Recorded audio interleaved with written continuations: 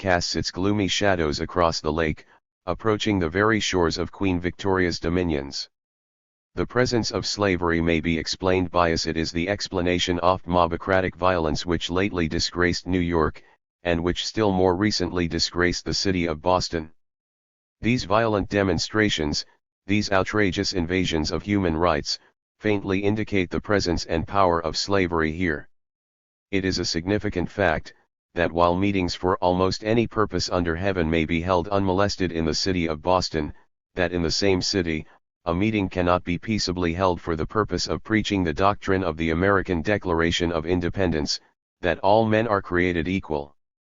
The pestiferous breath of slavery taints the whole moral atmosphere of the North, and enervates the moral energies of the whole people. The moment a foreigner ventures upon our soil, and utters a natural repugnance to oppression, that moment he is made to feel that there is little sympathy in this land for him. If he were greeted with smiles before, he meets with frowns now, and it shall go well with him if he be not subjected to that peculiarly fitting method of showing fealty to slavery, the assaults of a mob. Now, will any man tell me that such a state of things is natural, and that such conduct on the part of the people of the North, springs from a consciousness of rectitude? No.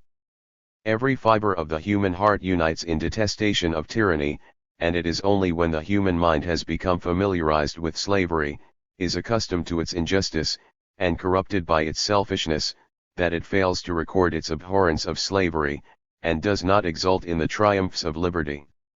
The Northern people have been long connected with slavery, they have been linked to a decaying corpse, which has destroyed the moral health. The union of the government, the union of the North and South, in the political parties, the union in the religious organizations of the land, have all served to deaden the moral sense of the Northern people, and to impregnate them with sentiments and ideas forever in conflict with what as a nation we call genius of American institutions.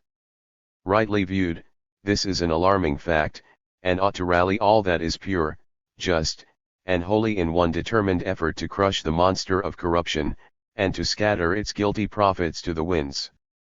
In a high moral sense, as well as in a national sense, the whole American people are responsible for slavery, and must share, in its guilt and shame, with the most obdurate men-stealers of the South. While slavery exists, and the union of these states endures, every 28 American citizen must bear the chagrin of hearing his country branded before the world as a nation of liars and hypocrites, and behold his cherished national flag pointed at with the utmost scorn and derision. Even now an American abroad is pointed out in the crowd, as coming from a land where men gain their fortunes by the blood of souls, from a land of slave markets, of bloodhounds, and slave hunters, and, in some circles, such a man is shunned altogether, as a moral pest. Is it not time, then, for every American to awake, and inquire into his duty with respect to this subject? Wendell Phillips, the eloquent New England orator, in his return from Europe, in 1842, said, "As I stood upon the shores of Genoa, and saw floating on the placid waters of the Mediterranean, the beautiful American warship Ohio, with her masts tapering proportionately aloft, and an eastern sun reflecting her noble form upon the sparkling waters, attracting the gaze of the multitude, my first impulse was of pride, to think myself an American, but when I thought that the first time that gallant ship would gird on her gorgeous apparel, and wake from beneath her sides her dormant thunders, it would be in defense of the African slave trade, I blushed in utter shame for my country." Let me say again, slavery is alike the sin and the shame of the American people, it is a blot upon the American name, and the only national reproach which need make an American hang his head in shame, in the presence of monarchical governments. With this gigantic evil in the land, we are constantly told to look at home. If we say aught against crowned heads, we are pointed to our enslaved millions. If we talk of sending missionaries and Bibles abroad, we are pointed to 3 millions now lying in worse than heathen darkness. If we express a word of sympathy for Kossuth and his Hungarian fugitive brethren, we are pointed to that horrible and hell-black enactment, the Fugitive Slave Bill. Slavery blunts the edge of all our rebukes of tyranny abroad, criticisms that we make upon other nations, only call forth ridicule, contempt, and scorn. In a word, we are made a reproach and a byword to a mocking earth, and we must continue to be so made, so long as slavery continues to pollute our soil. We have heard much of late of the virtue of patriotism, the love of country and sea, and this sentiment, so natural and so strong, has been impiously appealed to, by all the powers of human selfishness, to cherish the viper which is stinging our national life away. In its name, we have been called upon to deepen our infamy before the world, to rivet the fetter more firmly on the limbs of the enslaved, and to become utterly insensible to the voice of human woe that is 29. Wafted to us on every southern gale. We have been called upon, in its name, to desecrate our whole land by the footprints of slave hunters, and even to engage ourselves in the horrible business of kidnapping. I, too, would invoke the spirit of patriotism, not in a narrow and restricted sense, but, I trust, with a broad and manly signification, not to cover up our national sins, but to inspire us with sincere repentance, not to hide our shame from the world's gaze, but utterly to abolish the cause of that shame, not to explain away our gross inconsistencies as a nation, but to remove the hateful, jarring, and incongruous elements from the land, not to sustain an egregious wrong, but to unite all our energies in the grand effort to remedy that wrong. I would invoke the spirit of patriotism, in the name of the law of the living God, natural and revealed, and in the full belief that righteousness exalteth a nation, while sin is a reproach to any people. He that walketh righteously, and speaketh uprightly, he that despiseth the gain of oppressions, that shaketh his hands from the holding of bribes, he shall dwell on high, his place of defense shall be the munitions of rocks, bread shall be given him, his water shall be sure. We have not only heard much lately of patriotism, and of its aid being invoked on the side of slavery and injustice, but the very prosperity of this people has been called in to deafen them to the voice of duty, and to lead them onward in the pathway of sin. Thus has the blessing of God been converted into a curse.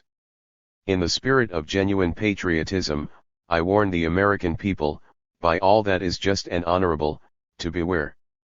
I warn them that, strong, proud, and prosperous though we be, there is a power above us that can bring down high looks, at the breath of whose mouth our wealth may take wings, and before whom every knee shall bow, and who can tell how soon the avenging angel may pass over our land, and the sable bondmen now in chains, may become the instruments of our nation's chastisement.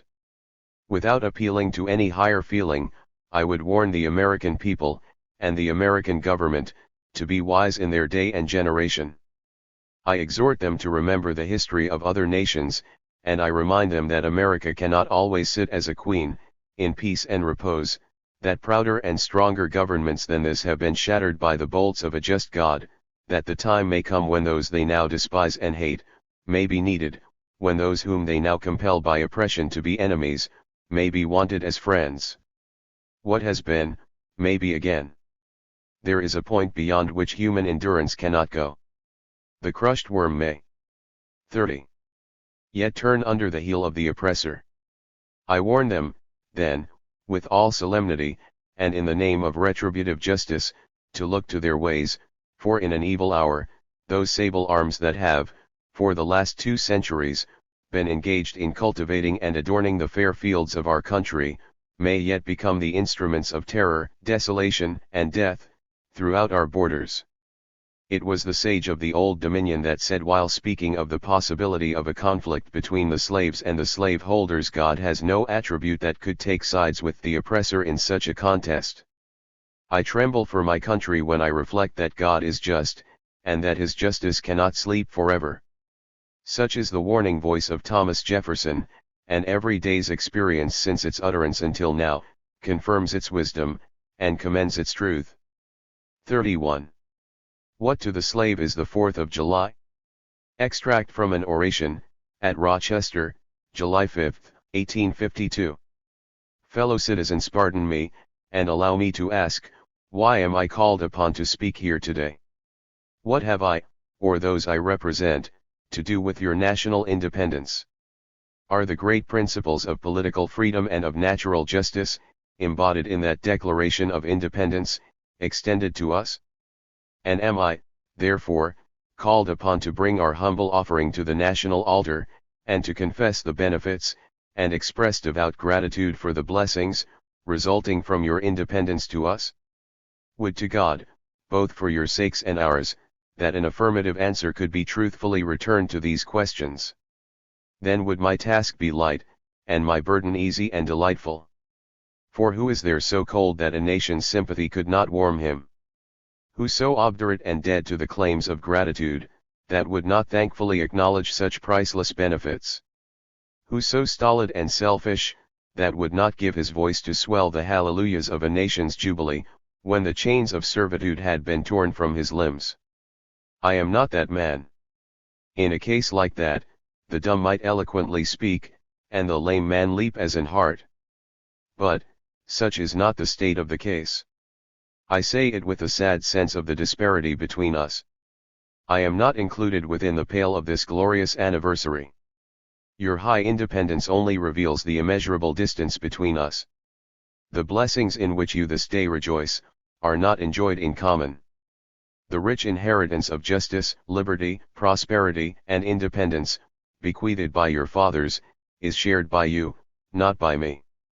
The sunlight that brought life and healing to you, has brought stripes and death to me. This 4th of July is yours, not mine. You may rejoice, I must mourn. To drag a man in fetters into the grand illuminated temple of liberty, and call upon him to join you in joyous anthems, were inhuman mockery and sacrilegious irony. Do you mean, citizens, to mock me, by asking me to speak today? If so, there is a parallel to your conduct.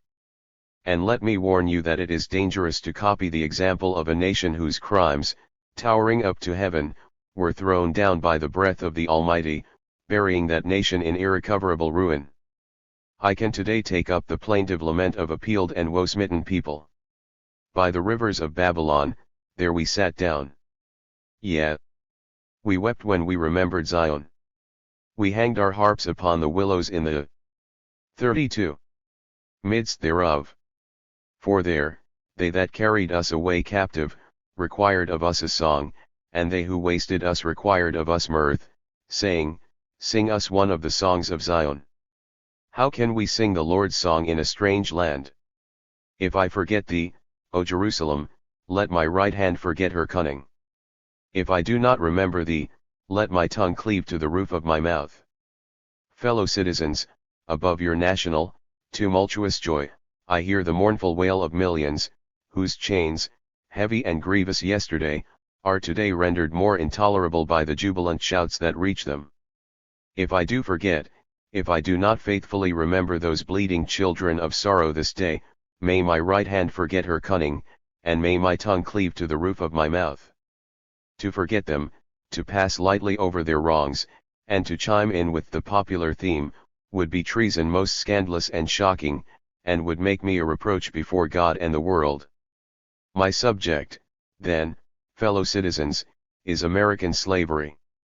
I shall see this day and its popular characteristics from the slave's point of view. Standing there, identified with the American bondman, making his wrongs mine, I do not hesitate to declare, with all my soul, that the character and conduct of this nation never looked blacker to me than on this 4th of July. Whether we turn to the declarations of the past, or to the professions of the present, the conduct of the nation seems equally hideous and revolting. America is false to the past, false to the present, and solemnly binds herself to be false to the future.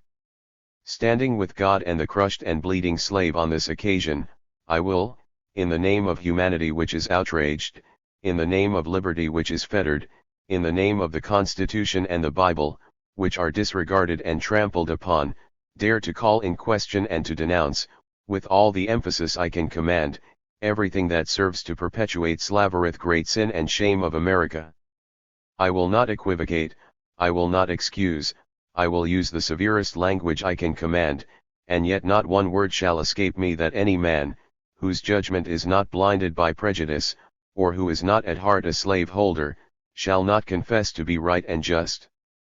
But I fancy I hear some one of my audience say, it is just in this circumstance that you and your brother abolitionists fail to make a favorable impression on the public mind. Would you argue more, and denounce less, would you persuade more and rebuke less, your cause would be much more likely to succeed. But, I submit, where all is plain there is nothing to be argued. What point in the anti-slavery creed would you have me argue? On what branch of the subject do the people of this country need light? Must I undertake? 33. To prove that the slave is a man? That point is conceded already. Nobody doubts it. The slaveholders themselves acknowledge it in the enactment of laws for their government. They acknowledge it when they punish disobedience on the part of the slave. There are 72 crimes in the state of Virginia, which, if committed by a black man, subject him to the punishment of death, while only 2 of these same crimes will subject a white man to the like punishment. What is this but the acknowledgement that the slave is a moral, intellectual, and responsible being? The manhood of the slave is conceded. It is admitted in the fact that Southern statute books are covered with enactments forbidding, under severe fines and penalties, the teaching of the slave to read or write. When you can point to any such laws, in reference to the beasts of the field, then I may consent to argue the manhood of the slave. When the dogs in your streets, when the fowls of the air, when the cattle on your hills, when the fish of the sea, and the reptiles that crawl, shall be unable to distinguish the slave from a brute, then will I argue with you that the slave is a man. For the present, it is enough to affirm the equal manhood of the Negro race. Is it not astonishing that, while we are plowing, planting, and reaping, using all kinds of mechanical tools, erecting houses, constructing bridges, building ships, working in metals of brass, iron, copper, silver, and gold, that, while we are reading, writing, and ciphering, acting as clerks, merchants, and secretaries, having among us lawyers, doctors, ministers, poets, authors, editors, orators, and teachers, that, while we are engaged in all manner of enterprises common to other men, digging gold in California, capturing the whale in the Pacific, feeding sheep and cattle on the hillside, living, moving, acting, thinking, planning, living in families as husbands, wives, and children, and, above all, confessing and worshipping the Christian's God, and looking hopefully for life and immortality beyond the grave, we are called upon to prove that we are men. Would you have me argue that man is entitled to liberty? That he is the rightful owner of his own body? You have already declared it. Must I argue the wrongfulness of slavery? Is that a question for Republicans? Is it to be settled by the rules of logic and argumentation, as a matter beset with great difficulty, involving a doubtful application of the principle of justice, hard to be understood? How should I look today in the presence of Americans, dividing and subdividing a discourse, to show that men have a natural right to freedom, speaking of it relatively and positively, negatively and affirmatively? To do 34. So, would be to make myself ridiculous, and to offer an insult to your understanding. There is not a man beneath the canopy of heaven that does not know that slavery is wrong for him. What? Am I to argue that it is wrong to make men brutes, to rob them of their liberty, to work them without wages, to keep them ignorant of their relations to their fellow men, to beat them with sticks, to flay their flesh with the lash, to load their limbs with irons, to hunt them with dogs, to sell them at auction, to sunder their families, to knock out their teeth, to burn their flesh, to starve them into obedience and submission to their masters?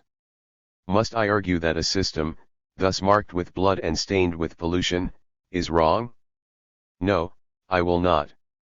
I have better employment for my time and strength than such arguments would imply. What, then, remains to be argued? Is it that slavery is not divine, that God did not establish it, that our doctors of divinity are mistaken?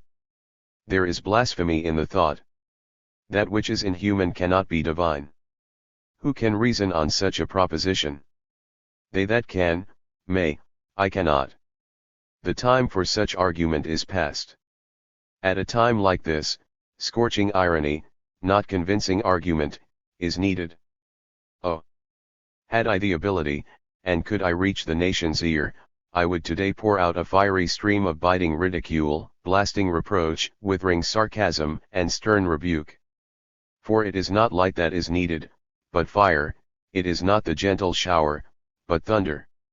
We need the storm, the whirlwind, and the earthquake. The feeling of the nation must be quickened, the conscience of the nation must be roused, the propriety of the nation must be startled, the hypocrisy of the nation must be exposed, and its crimes against God and man must be proclaimed and denounced. What to the American slave is your 4th of July? I answer, a day that reveals to him, more than all other days in the year, the gross injustice and cruelty to which he is the constant victim.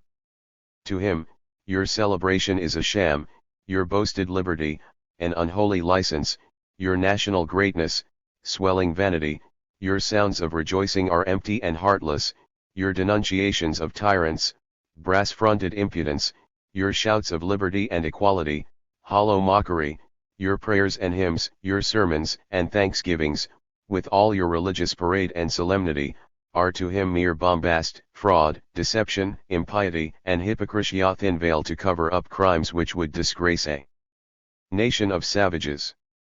There is not a nation on the earth guilty of practices more shocking and bloody, than are the people of these United States, at this very hour.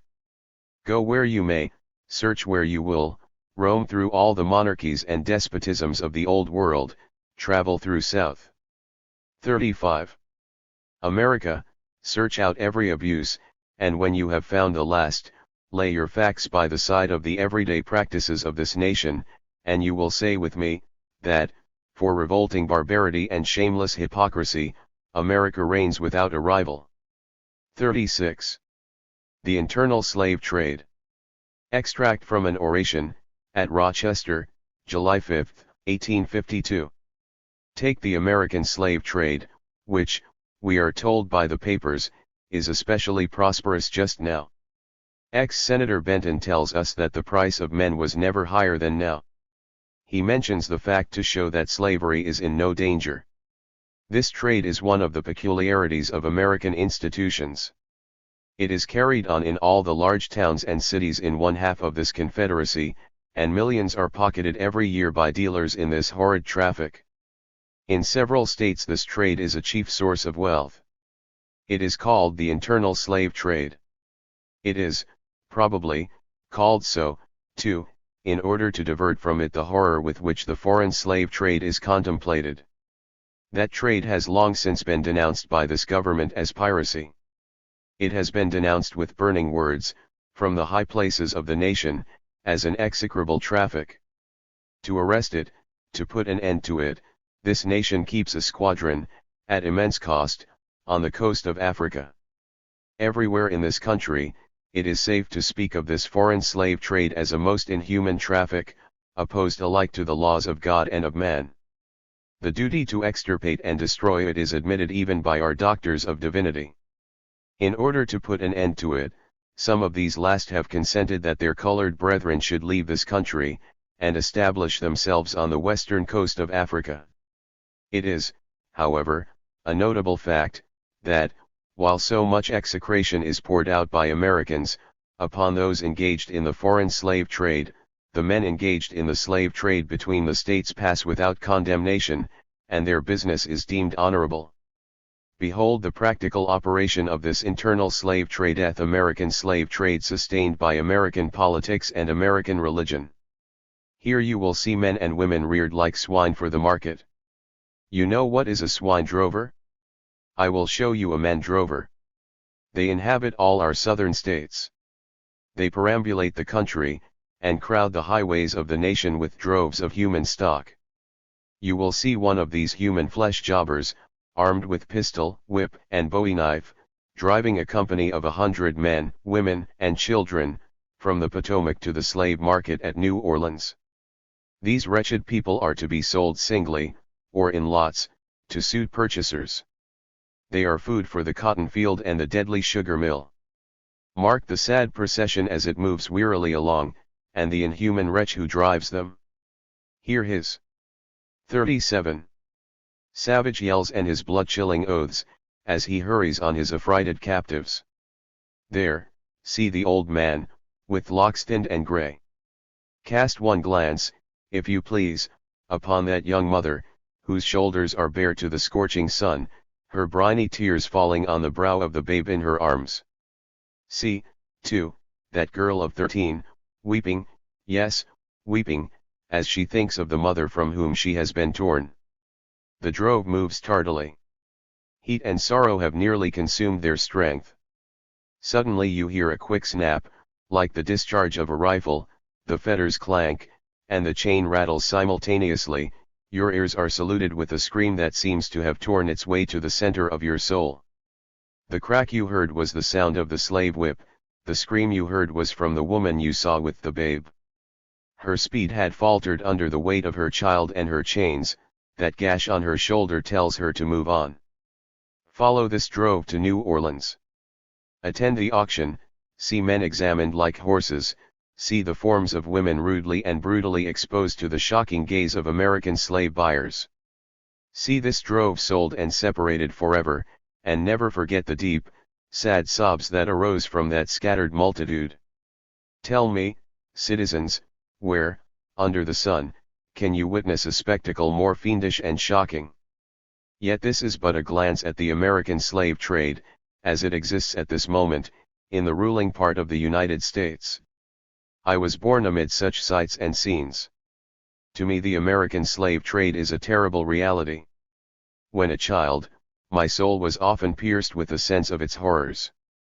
I lived on Philpott Street, Fells Point, Baltimore, and have watched from the wharves the slave ships in the basin, anchored from the shore, with their cargoes of human flesh, waiting for favorable winds to waft them down the Chesapeake. There was, at that time, a grand slave mart kept at the head of Pratt Street, by Austin Woldfolk.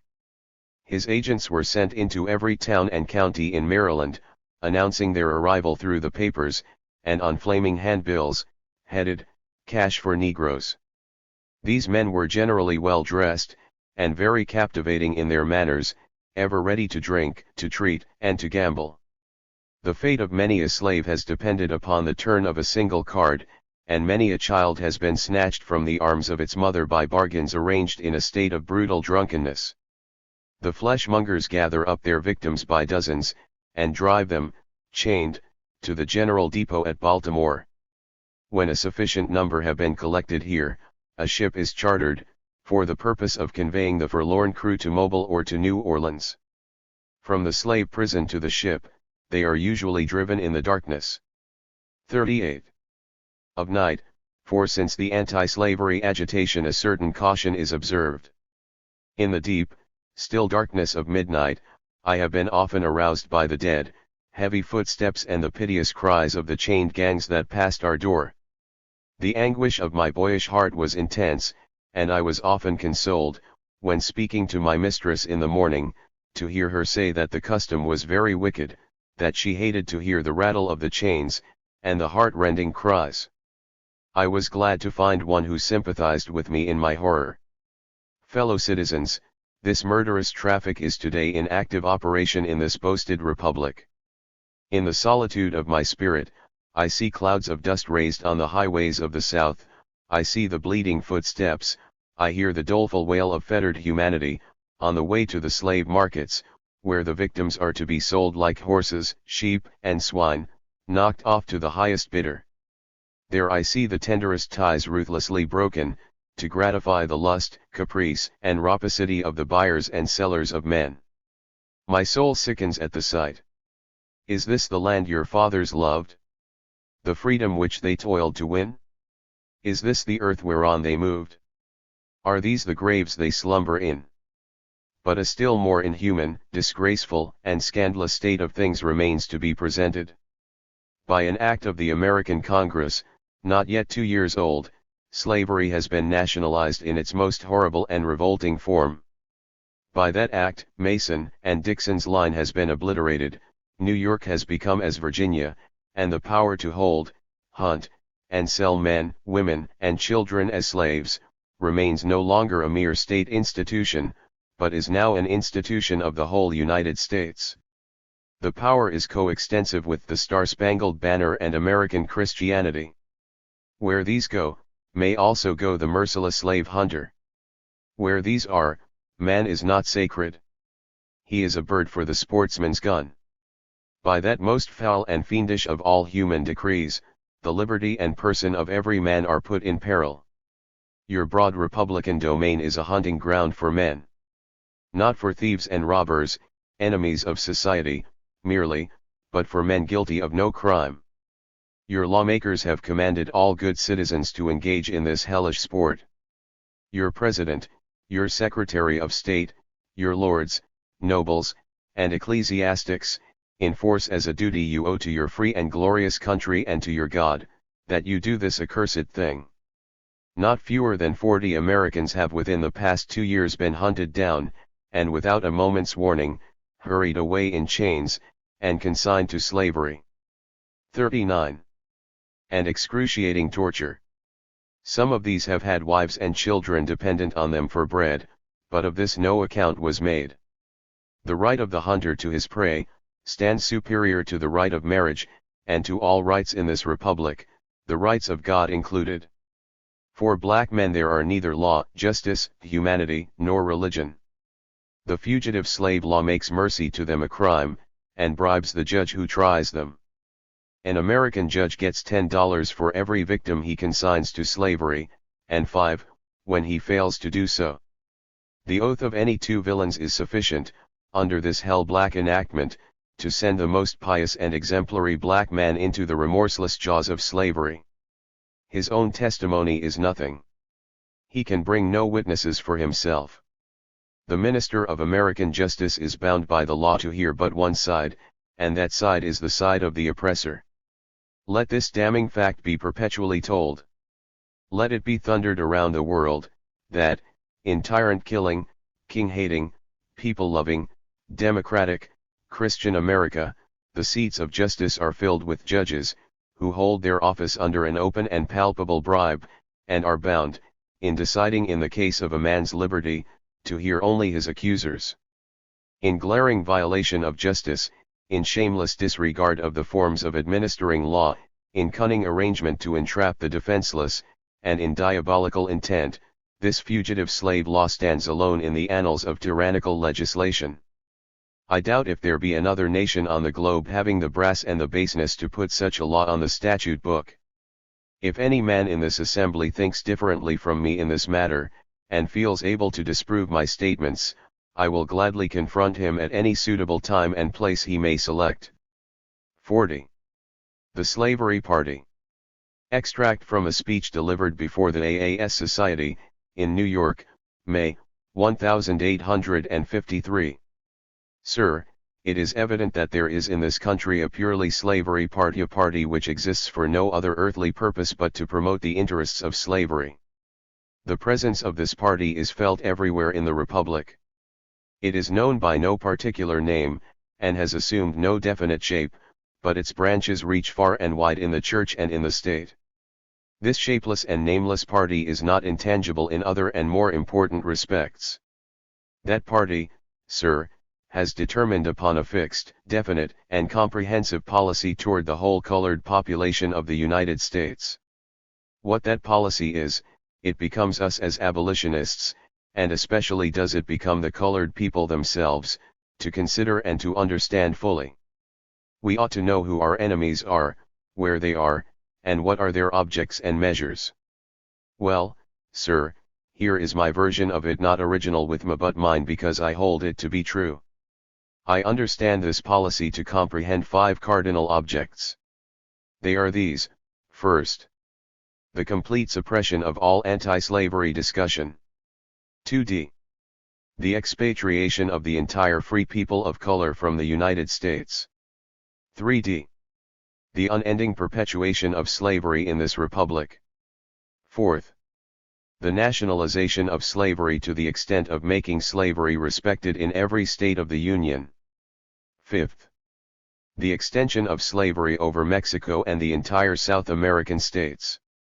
Sir, these objects are forcibly presented to us in the stern logic of passing events, in the facts which are and have been passing around us during the last 3 years. The country has been and is now dividing on these grand issues. In their magnitude, these issues cast all others into the shade, depriving them of all life and vitality. Old party ties are broken.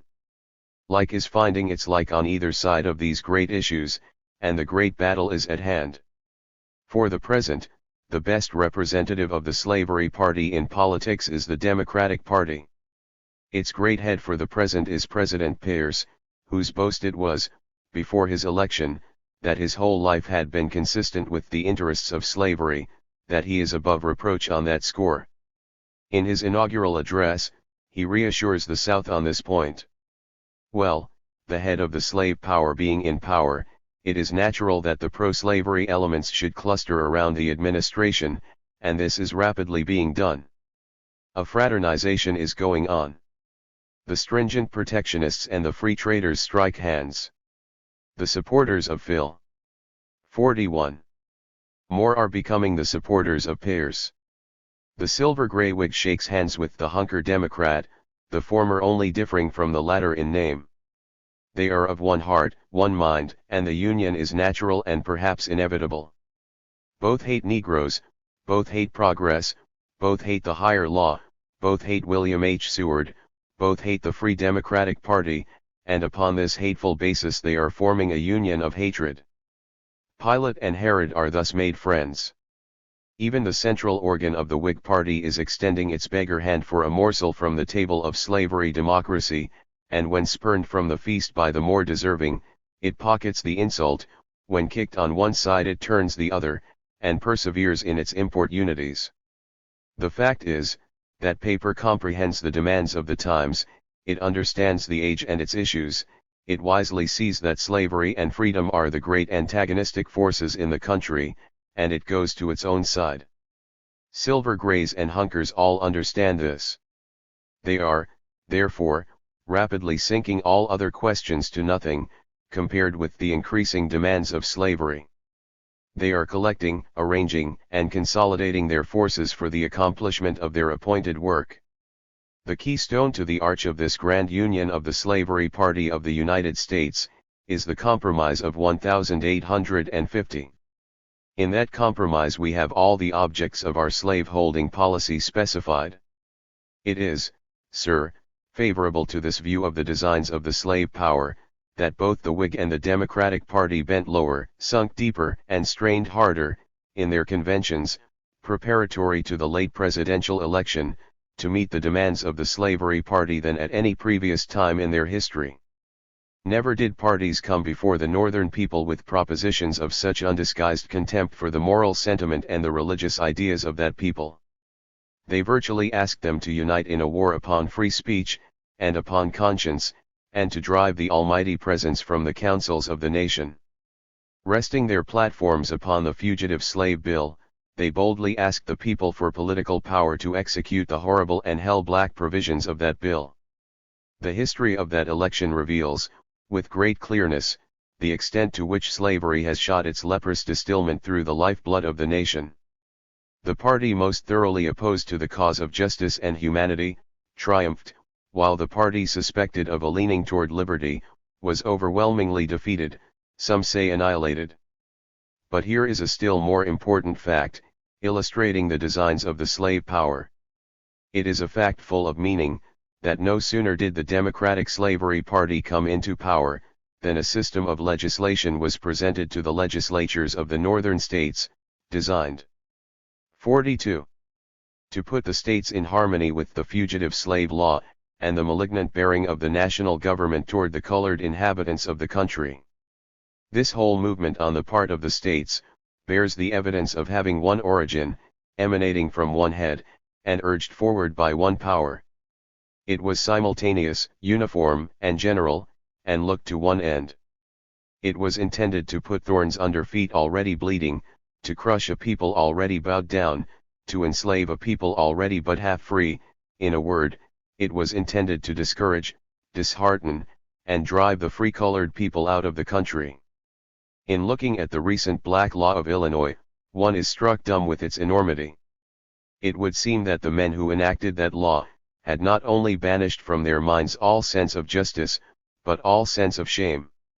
It coolly proposes to sell the bodies and souls of the black to increase the intelligence and refinement of the whites, to rob every black stranger who ventures among them, to increase their literary fund. While this is going on in the states, a pro-slavery, political board of health is established at Washington. Senators Hale, Chase, and Summer are robbed of a part of their senatorial dignity and consequence as representing sovereign states, because they have refused to be inoculated with the slavery virus. Among the services which a senator is expected by his state to perform, are many that can only be done efficiently on committees, and, in saying to these honorable senators, "You shall not serve on the committees of this body," the slavery party took the responsibility of robbing and insulting the states that sent them. It is an attempt at Washington to decide for the states who shall be sent to the Senate. Sir, it strikes me that this aggression on the part of the slave power did not meet at the hands of the proscribed senators the rebuke which we had a right to expect would be administered. It seems to me that an opportunity was lost, that the great principle of senatorial equality was left undefended, at a time when its vindication was sternly demanded. But it is not to the purpose of my present statement to criticize the conduct of our friends. I am persuaded that much ought to be left to the discretion of anti-slavery men in Congress, and charges of recreancy should never be made but on the most sufficient grounds. For, of all the places in the world where an anti-slavery man needs the confidence and encouragement of friends, I take Washington to be that place. Let me now call attention to the social influences which are operating and cooperating with the slavery party of the country, designed to contribute to one or all of the grand objects aimed at by that party. We see here the black man attacked in his vital interests, prejudice and hate are excited against him, enmity is stirred up between 43. Him and other laborers. The Irish people, warm-hearted, generous, and sympathizing with the oppressed everywhere, when they stand upon their own green island, are instantly taught, on arriving in this Christian country, to hate and despise the colored people. They are taught to believe that we eat the bread which of right belongs to them. The cruel lie is told the Irish, that our adversity is essential to their prosperity. Sir, the Irish American will find out his mistake one day. He will find that in assuming our avocation he also has assumed our degradation. But for the present we are sufferers. The old employments by which we have heretofore gained our livelihood, are gradually, and it may be inevitably, passing into other hands. Every hour sees us elbowed out of some employment to make room perhaps for some newly arrived emigrants, whose hunger and color are thought to give them a title to a special favor. White men are becoming house servants, cooks, and stewards, common laborers, and flunkies to our gentry, and, for aught I see, they adjust themselves to their stations with all becoming obsequiousness. This fact proves that if we cannot rise to the whites can fall to us. Now, sir, look once more. While the colored people are thus elbowed out of employment, while the enmity of emigrants is being excited against us, while state after state enacts laws against us, while we are hunted down, like wild game, and oppressed with a general feeling of insecurity, the American Colonization Society, that old offender against the best interests and slanderer of the colored people, awakens to new life, and vigorously presses its scheme upon the consideration of the people and the government. New papers are started, some for the North and some for the South, and each in its tone adapting itself to its latitude. Government, state, and national, is called upon for appropriations to enable the society to send us out of the country by steam. They want steamers to carry letters and Negroes to Africa. Evidently, this society looks upon our extremity as its opportunity, and we may expect that it will use the occasion well. They do not deplore, but glory, in our misfortunes. But, sir, I must hasten. I have thus briefly given my view of one aspect of the present condition and future prospects of the colored people of the United States. And what I have said is far from encouraging to my afflicted people. I have seen the cloud gather upon the sable brows of some who hear me. I confess the case looks black enough. Sir, I am not a hopeful man. I think I am apt even to undercalculate the benefits of the future. Yet, sir, in this seemingly desperate case, I do not despair for my people. There is a bright side to almost every picture of this kind, and ours is no exception to the general rule. If the influences against us are strong, those for us are 44. Also strong. To the inquiry, will our enemies prevail in the execution of their designs? In my God and in my soul, I believe they will not. Let us look at the first object sought for by the slavery party of the country, viz., the suppression of anti-slavery discussion.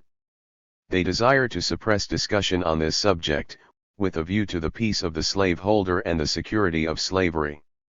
Now, sir, neither the principal nor the subordinate objects here declared, can be at all gained by the slave power, and for this reason, it involves the proposition to padlock the lips of the whites, in order to secure the fetters on the limbs of the blacks.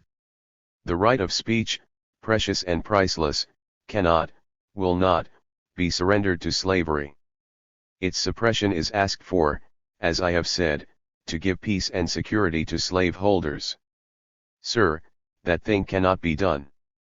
God has interposed an insuperable obstacle to any such result. There can be no peace, saith my God, to the wicked. Suppose it were possible to put down this discussion, what would it avail the guilty slaveholder, pillowed as he is upon the heaving bosoms of ruined souls? He could not have a peaceful spirit. If every anti-slavery tongue in the nation were silent, every anti-slavery organization dissolved, every anti-slavery press demolished, every anti-slavery periodical, paper, book, pamphlet, or what not, were searched out, gathered together, deliberately burned to ashes, and their ashes given to the four winds of heaven, still the slaveholder could have no peace. In every pulsation of his heart, in every throb of his life, in every glance of his eye, in the breeze that soothes, and in the thunder that startles, would be waked up an accuser, whose cause is, thou art, verily, guilty concerning thy brother. 45. The Anti-Slavery Movement. Extracts from a lecture before various anti-slavery bodies, in the winter of 1855. A grand movement on the part of mankind, in any direction, or for any purpose, moral or political, is an interesting fact, fit and proper to be studied. It is such, not only for those who eagerly participate in it, but also for those who stand aloof from it and for those by whom it is opposed. I take the anti-slavery movement to be such an one, and a movement as sublime and glorious in its character, as it is holy and beneficent in the ends it aims to accomplish.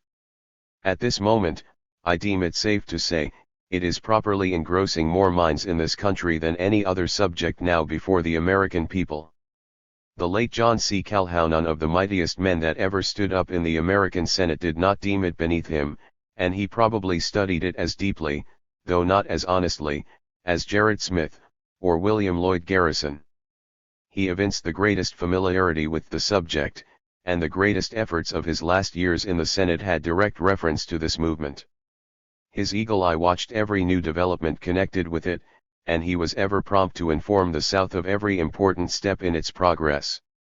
He never allowed himself to make light of it, but always spoke of it and treated it as a matter of grave import, and in this he showed himself a master of the mental, moral, and religious constitution of human society. Daniel Webster, too, in the better days of his life, before he gave his assent to the Fugitive Slave Bill, and trampled upon all his earlier and better convictions when his eye was yet single, he clearly comprehended the nature of the elements involved in this movement, and in his own majestic eloquence, warned the South, and the country, to have a care how they attempted to put it down. He is an illustration that it is easier to give, than to take, good advice. To these two men, greatest men to whom the nation has yet given birth, may be traced the two great facts of the present South triumphant, and the North humbled. Their names may stand thus: Calhoun and domination, Webster and degradation. Yet again, if to the enemies of liberty the subject is one of engrossing interest, it vastly more so should it be such to freedom's friends. The latter, it leads to the gates of all valuable knowledge, philanthropic, ethical, and religious, for it brings them to the study of man, wonderfully and fearfully madeth proper study of man through all timeth open book, in which are the records of time and eternity. 46. Of the existence and power of the anti-slavery movement, as a fact, you need no evidence. The nation has seen its face, and felt the controlling pressure of its hand. You have seen it moving in all directions, and in all weathers, and in all places, appearing most where desired least, and pressing hardest where most resisted. No place is exempt. The quiet prayer meeting, and the stormy halls of national debate, share its presence alike. It is a common intruder, and of course has the name of being ungentlemanly. Brethren who had long sung, in the most affectionate fervor, and with the greatest sense of security, "Together let us sweetly live, together let us die," have been suddenly and violently separated by it, and ranged in hostile attitude toward each other. The Methodist, one of the most powerful religious organizations of this country, has been rent asunder, and its strongest bolts of denominational brotherhood started at a single surge. It has changed the tone of the northern pulpit, and modified that of the press. A celebrated divine, who, 4 years ago, was for flinging his own mother, or brother, into the remorseless jaws of the monster slavery, lest he should swallow up the Union, now recognizes anti-slavery as a characteristic of future civilization. Signs and wonders follow this movement, and the fact just stated is one of them. Party ties are loosened by it, and men are compelled to take sides for or against it, whether they will or not. Come from where he may, or come for what he may, he is compelled to show his hand. What is this mighty force? What is its history? And what is its destiny? Is it ancient or modern, transient or permanent? Has it turned aside, like a stranger and a sojourner, to tarry for a night? Or has it come to rest with us forever? Excellent chances are here for speculation, and some of them are quite profound. We might, for instance, proceed to inquire not only into the philosophy of the anti-slavery movement, but into the philosophy of the law, in obedience to which that movement started into existence. We might demand to know what is that law or power which, at different times, disposes the minds of men to this or that particular object, now for peace, and now for war, now for freedom, and now for slavery, but this profound question I leave to the abolitionists of the superior class to answer. The speculations which must precede such answer, would afford, perhaps, about the same satisfaction as the learned theories which have rained down upon the world, from time to time, as to the origin of evil. I shall, therefore, avoid water in which I cannot swim, and deal with anti-slavery as a fact, like any other fact in the history of mankind, capable of being described and 47. Understood, both as to its internal forces, and its external phases and relations. Present organizations may perish, but the cause will go on. That cause has a life, distinct and independent of the organizations patched up from time to time to carry it forward. Looked at, apart from the bones and sinews and body, it is a thing immortal. It is the very essence of justice, liberty, and love. The moral life of human society, it cannot die while conscience, honor, and humanity remain. If but one be filled with it, the cause lives. Its incarnation in any one individual man, leaves the whole world a priesthood, occupying the highest moral eminence, even that of disinterested benevolence. Whoso has ascended this height, and has the grace to stand there, has the world at his feet, and is the world's teacher, as of divine right. He may set in judgment on the age, upon the civilization of the age, and upon the religion of the age, for he has a test, a sure and certain test, by which to try all institutions, and to measure all men. I say, he may do this, but this is not the chief business for which he is qualified. The great work to which he is called is not that of judgment. Like the Prince of Peace, he may say, if I judge righteous judgment, still mainly, like him, he may say, this is not his work. The man who has thoroughly embraced the principles of justice, love, and liberty, like the true preacher of Christianity, is less anxious to reproach the world of its sins, than to win it to repentance. His great work on earth is to exemplify, and to illustrate, and to engraft those principles upon the living and practical understandings of all men within the reach of his influence. This is his work, long or short his years, many or few his adherents, powerful or weak his instrumentalities, through good report, or through bad report, this is his work. It is to snatch from the bosom of nature the latent facts of each individual man's experience, and with steady hand to hold them up fresh and glowing, enforcing, with all his power, their acknowledgement and practical adoption.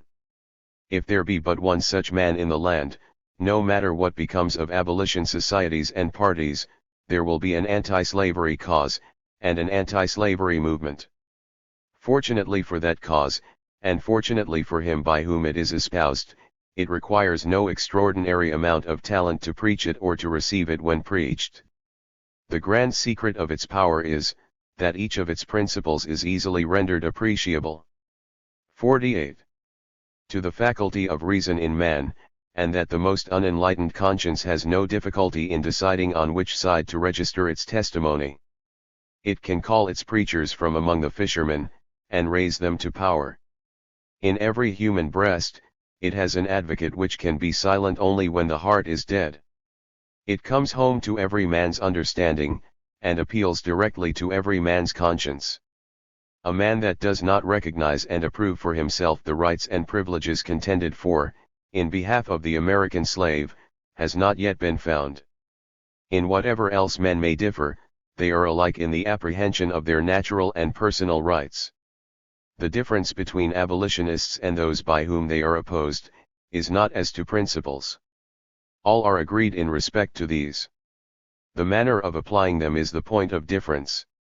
The slaveholder himself, the daily robber of his equal brother, discourses eloquently as to the excellency of justice, and the man who employs a brutal driver to flay the flesh of his negroes, is not offended when kindness and humanity are commended. Every time the abolitionist speaks of justice, the anti-abolitionist assent says, "Yes, I wish the world were filled with a disposition to render to every man what is rightfully due him, I should then get what is due me." That's right, let us have justice. By all means, let us have justice. Every time the abolitionist speaks in honor of human liberty, he touches a chord in the heart of the anti-abolitionist, which responds in harmonious vibrations. Liberty, yes, that is very evidently my right, and let him beware who attempts to invade or abridge that right. Every time he speaks of love, of human brotherhood, and the reciprocal duties of man and man, the anti-abolitionist assent says, "Yes, all right, all true, cannot have such ideas too often, or too fully expressed." So he says, and so he feels, and only shows thereby that he is a man as well as an anti-abolitionist. You have only to keep out of sight the manner of applying your principles, to get them endorsed every time. Contemplating himself, he sees truth with absolute clearness and distinctness. He only blunders when asked to lose sight of himself. In his own cause he can beat a Boston lawyer, but he is dumb when asked to plead the cause of others. He knows very well whatsoever he would have done unto himself, but is quite in doubt as to having the same thing done unto others. It is just here, that lions spring up in the path of duty, and the battle once fought in heaven is refought on the earth. So it is, so hath it ever been, and so must it ever be, when the claims of justice and mercy make their demand at the door of human selfishness. Nevertheless, there is that within which ever pleads for the right and the just. In conclusion, I have taken a sober view of the present anti-slavery. 49. Movement. I am sober, but not hopeless. There is no denying, for it is everywhere admitted, that the anti-slavery question is the great moral and social question now before the American people. A state of things has gradually been developed, by which that question has become the first thing in order. It must be met. Herein is my hope. The great idea of impartial liberty is now fairly before the American people. Anti-slavery is no longer a thing to be prevented. The time for prevention is past. This is great gain. When the movement was younger and weaker, when it wrought in a Boston garret to human apprehension, it might have been silently put out of the way. Things are different now. It has grown too large, its friends are too numerous, its facilities too abundant, its ramifications too extend, and its power too omnipotent, to be snuffed out by the contingencies of infancy. 1,000 strong men might be struck down, and its ranks still be invincible. One flash from the heart-supplied intellect of Harriet Beecher Stowe could light 1,000,000 campfires in front of the embattled host of slavery, which not all the waters of the Mississippi, mingled as they are with blood, could extinguish. The present will be looked to by after coming generations, as the age of anti-slavery literature, when supply on the gallop could not keep pace with the ever-growing demand, when a picture of a Negro on the cover was a help to the sale of a book, when conservative lyceums and other American literary associations began first to select their orators for distinguished occasions from the ranks of the previously despised abolitionists. If the anti-slavery movement shall fail now, it will not be from outward opposition, but from inward decay. Its auxiliaries are everywhere. Scholars, authors, orators, poets, and statesmen give it their aid. The most brilliant of American poets volunteer in its service. Whittier speaks in burning verse to more than 30,000, in the national era. Your own Longfellow whispers, in every hour of trial and disappointment, labor and wait.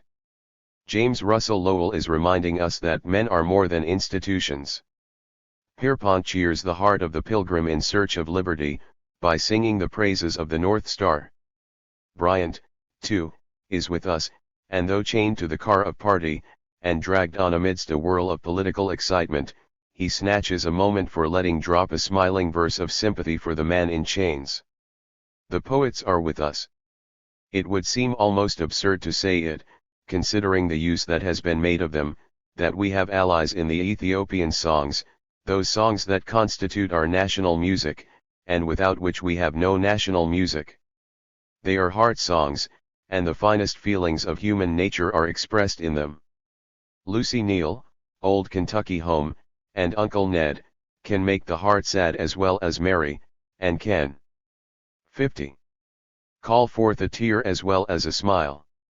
They awaken the sympathies for the slave, in which anti-slavery principles take root, grow, and flourish. In addition to authors, poets, and scholars at home, the moral sense of the civilized world is with us. England, France, and Germany, the three great lights of modern civilization, are with us, and every American traveler learns to regret the existence of slavery in his country.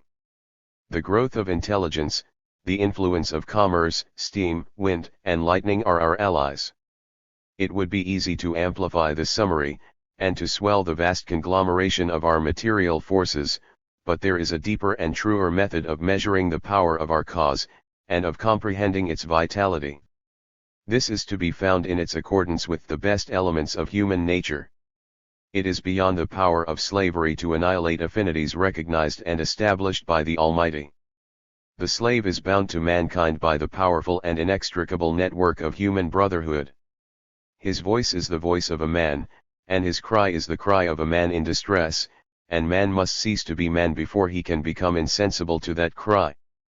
It is the righteousness of the cause, the humanity of the cause, which constitutes its potency. As one genuine bank bill is worth more than 1,000 counterfeits, so is one man, with right on his side, worth more than 1,000 in the wrong. One may chase 1,000, and put 10,000 to flight. It is, therefore, upon the goodness of our cause, more than upon all other auxiliaries, that we depend for its final triumph. Another source of congratulation is the fact that, amid all the efforts made by the Church, the government, and the people at large, to stay the onward progress of this movement, its course has been onward, steady, straight, unshaken, and unchecked from the beginning. Slavery has gained victories large and numerous, but never as against this movement, against a temporizing policy, and against northern timidity. The slave power has been victorious, but against the spread and prevalence in the country, of a spirit of resistance to its aggression, and of sentiments favorable to its entire overthrow, it has yet accomplished nothing.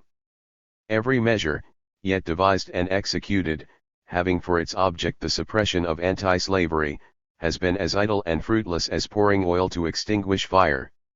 A general rejoicing took place on the passage of the compromise measures of 1850.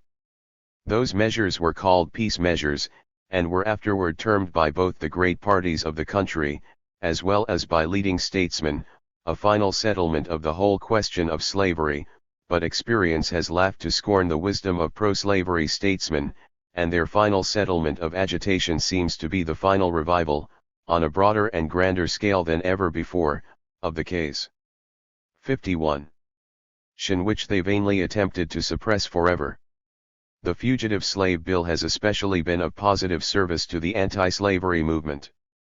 It has illustrated before all the people the horrible character of slavery toward the slave, in hunting him down in a free state, and tearing him away from wife and children, thus setting its claims higher than marriage or parental claims. It has revealed the arrogant and overbearing spirit of the slave states toward the free states, despising their principles, shocking their feelings of humanity, not only by bringing before them the abominations of slavery, but by attempting to make them parties to the crime. It has called into exercise among the colored people, the hunted ones, a spirit of manly resistance well calculated to surround them with a bulwark of sympathy and respect hitherto unknown.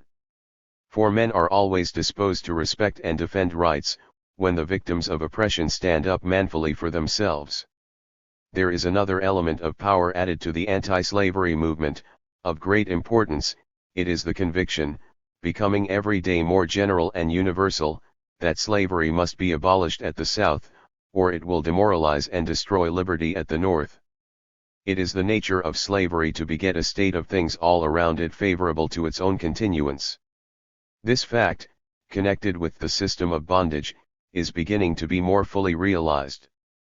The slaveholder is not satisfied to associate with men in the church or in the state, unless he can thereby stain them with the blood of his slaves. To be a slaveholder is to be a propagandist from necessity, for slavery can only live by keeping down the undergrowth morality which nature supplies. Every newborn white babe comes armed from the eternal presence, to make war on slavery. The heart of pity, which would melt in due time over the brutal chastisements it sees inflicted on the helpless, must be hardened. And this work goes on every day in the year, and every hour in the day. What is done at home is being done also abroad here in the North. And even now the question may be asked, have we at this moment a single free state in the Union? The alarm at this point will become more general. The slave power must go on in its career of exact ions. Give, give, will be its cry, till the timidity which concedes shall give place to courage, which shall resist. Such is the voice of experience, such has been the past, such is the present, and such will be that future, which, so sure as man is man, will come. Here I leave the subject, and I leave off where I began, consoling myself and congratulating the friends of freedom upon the fact that the anti-slavery cause is not a new thing under the sun, not some moral delusion which a few years' experience may dispel. It has appeared among 52 men in all ages, and summoned its advocates from all ranks. Its foundations are laid in the deepest and holiest convictions, and from whatever soul the demon, selfishness, is expelled, there will this cause take up its abode. Old as the everlasting hills, immovable as the throne of God, and certain as the purposes of eternal power, against all hindrances, and against all delays, and despite all the mutations of human instrumentalities, it is the faith of my soul, that this anti-slavery cause will triumph. 53. Life and Times of Frederick Douglass. Written by himself.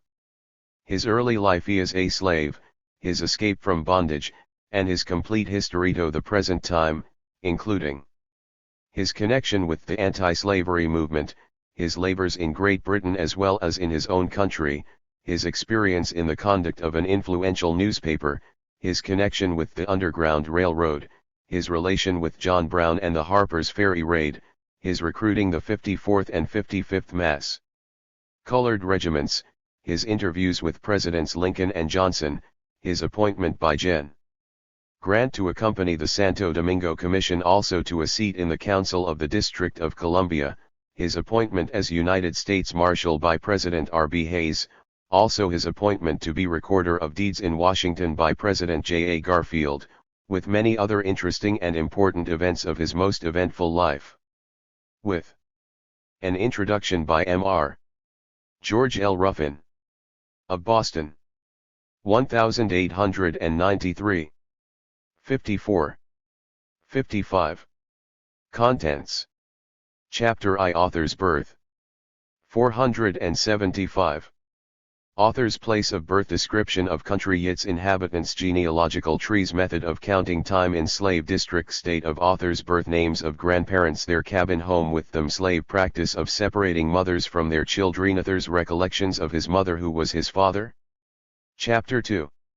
Removal from grandmothers. 478. Author's early home, its charms, author's ignorance of old master, his gradual perception of the truth concerning him, his relations to Col. Edward Lloyd, author's removal to old master's home, his journey thence, his separation from his grandmother, his grief. Chapter 3. Troubles of childhood. 482. Col. Lloyd's plantation, Aunt Katy, her cruelty and ill nature capped. Anthony's partiality to Aunt Katy, allowance of food, author's hunger, unexpected rescue by his mother, the reproof of Aunt Katy, sleep as slave, mother's love, author's inheritance, his mother's acquirement, share, death. Chapter 4. A general survey of the slave plantation. 485. Home plantation of Colonel Lloyd, its isolation, its industries, the slave rule power of overseers, author finds some enjoyment, natural scenery, sloop Sally Lloyd, windmill, slave quarter, old master's house, stables, storehouses, etc., etc., the great house, its surroundings, Lloyd burial place, superstition of slaves, Colonel Lloyd's wealth, Negro politeness, Dr. Copper, Captain Anthony, his family, Master Daniel Lloyd, his brothers, social etiquette. 56. Chapter V. A slaveholder's character. 493.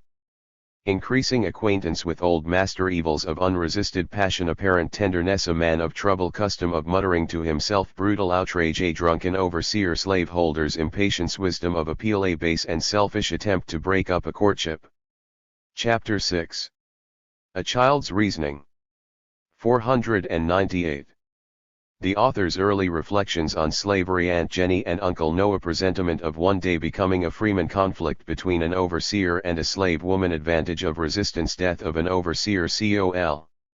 Lloyd's plantation home, monthly distribution of food, singing of slaves, an explanation, the slaves' food and clothing, naked children, life in the quarter, sleeping places, not beds, deprivation of sleep, care of nursing babies, ashcake, contrast. Chapter 7. Luxuries at the Great House. 506. Contrasts great house luxuries, its hospitality, entertainments, fault finding, shameful humiliation of an old and faithful coachman, William Wilkes, curious incident, expressed satisfaction, not always genuine reasons for suppressing the truth. Chapter 8.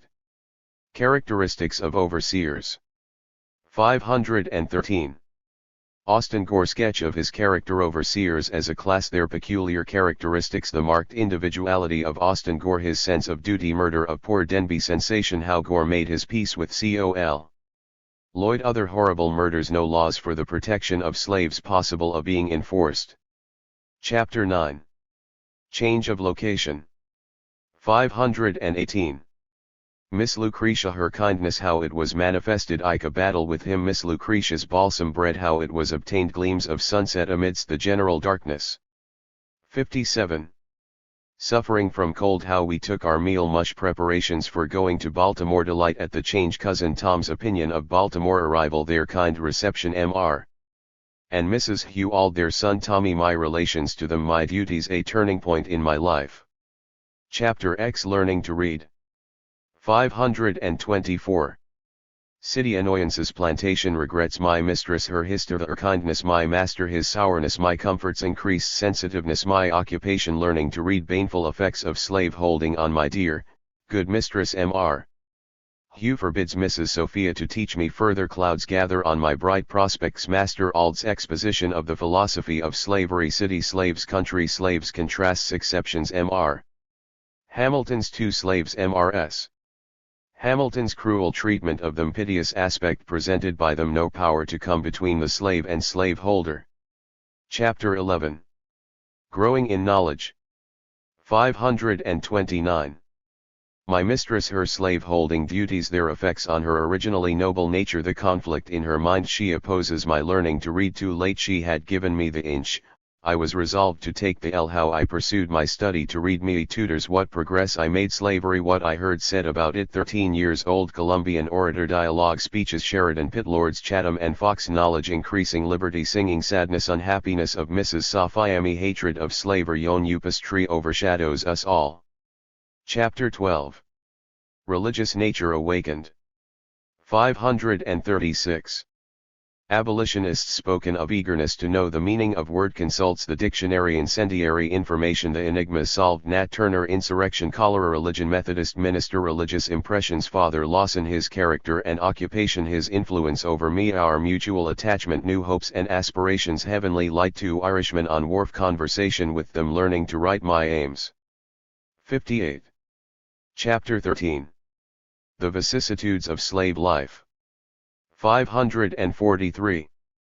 Death of Old Master's son Richard, speedily followed by that of Old Master, valuation and division of all the property, including the slaves sent for to come to Hillsborough to be valued and divided, sad prospects and grief, parting, slaves have no voice in deciding their own destinies, general dread of falling into Master Andrew's hand, she's drunkenness, good fortune in falling to Miss Lucretia, she allows my return to Baltimore, joy at Master Hugh's death of Miss Lucretia, Master Thomas Auld's second marriage, the new wife unlike the old, again removed from Master Hugh's, reasons for regret, plan of escape.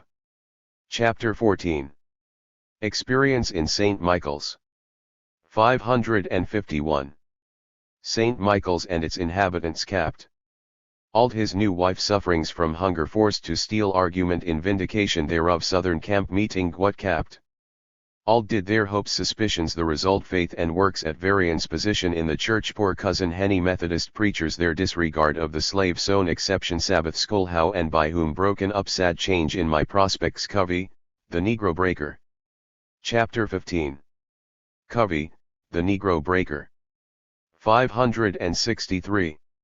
Journey to Covey's meditations by the way, Covey's house, family, awkwardness as a field hand, a cruel beating, why, given description of Covey, first attempt at driving oxen, hairbreadth, the scape, ox and man alike, property, hard labor, more effective than the whip for breaking down the spirit, cunning and trickery of Covey, family worship, shocking and indecent, contempt for chastity, great mental agitation, anguish beyond description.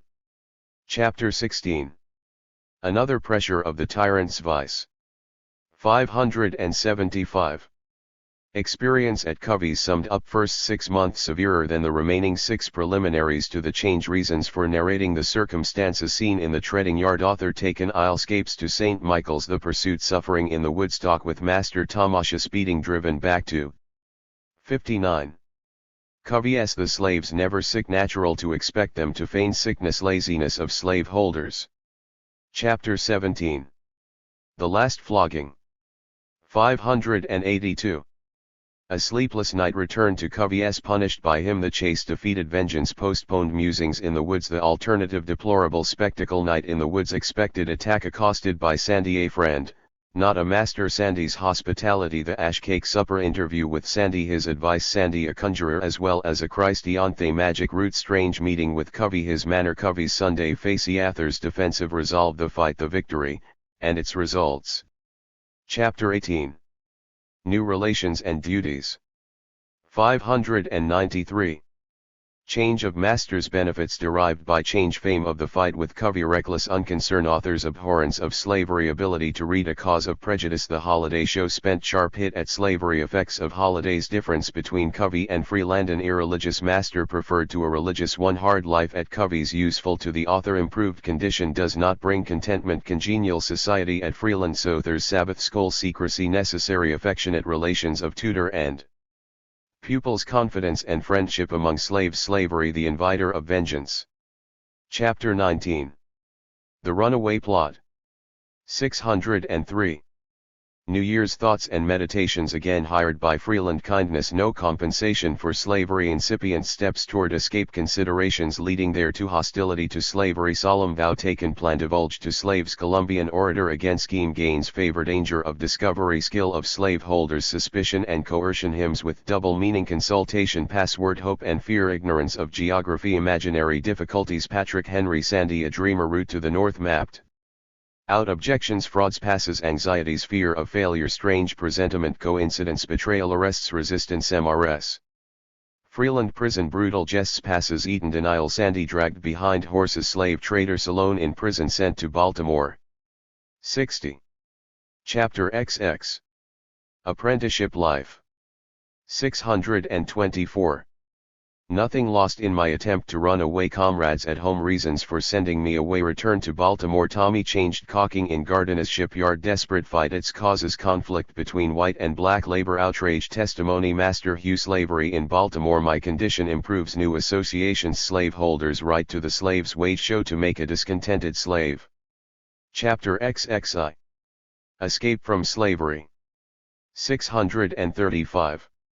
Closing incidents in my life as a slave. Discontent, suspicions, master's generosity, difficulties in the way of escape. Plan to obtain money, allowed to hire my to me. A gleam of hope. Attend camp meeting. Gonger of Master Hugh. The result. Plans of escapade for departure. Fixed, harassing doubts and fears. Painful thoughts of separation from friends. Second part. Chapter I. Escape from slavery. 642.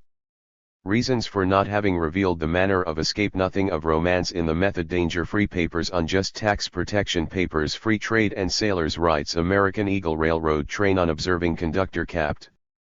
McGowan. Honest German fears. Safe arrival in Philadelphia. Ditto in New York. Chapter 2. Life as a freeman. 647. Loneliness and insecurity. Islanders. Jake succored by a sailor. David Ruggles. Marriage. Steamer J.W. Richmond stage to New Bedford. Arrival there. Drivers. Detention of baggage. Nathan Johnson. Change of name. Why called Douglas. Obtaining work. The Liberator and its editor. 61. Chapter 3. Introduced to the abolitionists. 660. Anti-Slavery Convention at Nantucket. First speech. Much sensation. Extraordinary speech of Mr. Garrison. Anti-Slavery Agency. Youthful enthusiasm. Fugitive slave ship. Doubted experience in slavery. Written. Danger of recapture. Chapter 4. Recollections of old friends. 665. Work in Rhode Island or war. Recollections of old friends. Further labors in Rhode Island and elsewhere in New England. Chapter V. 100 Conventions. 671. Anti-slavery conventions held in parts of New England, and in some of the middle and western states. Mobs, incidents, etc. Chapter 6. Impressions abroad. 677. Danger to be averted. A refuge sought abroad. Voyage on the steamship Cambria. Refusal of first-class passage. Attractions of the forecastle deck. Hutchinson family invited to make a speech. Southerners feel insulted. Captain threatens to put them in irons. Experiences abroad. Attentions received. Impressions of different members of Parliament, and of other public men. Contrast with life in America. Kindness of friends. Their purchase of my person, and the gift of the same to myself. My return. Chapter 7. Triumphs and Trials. 703.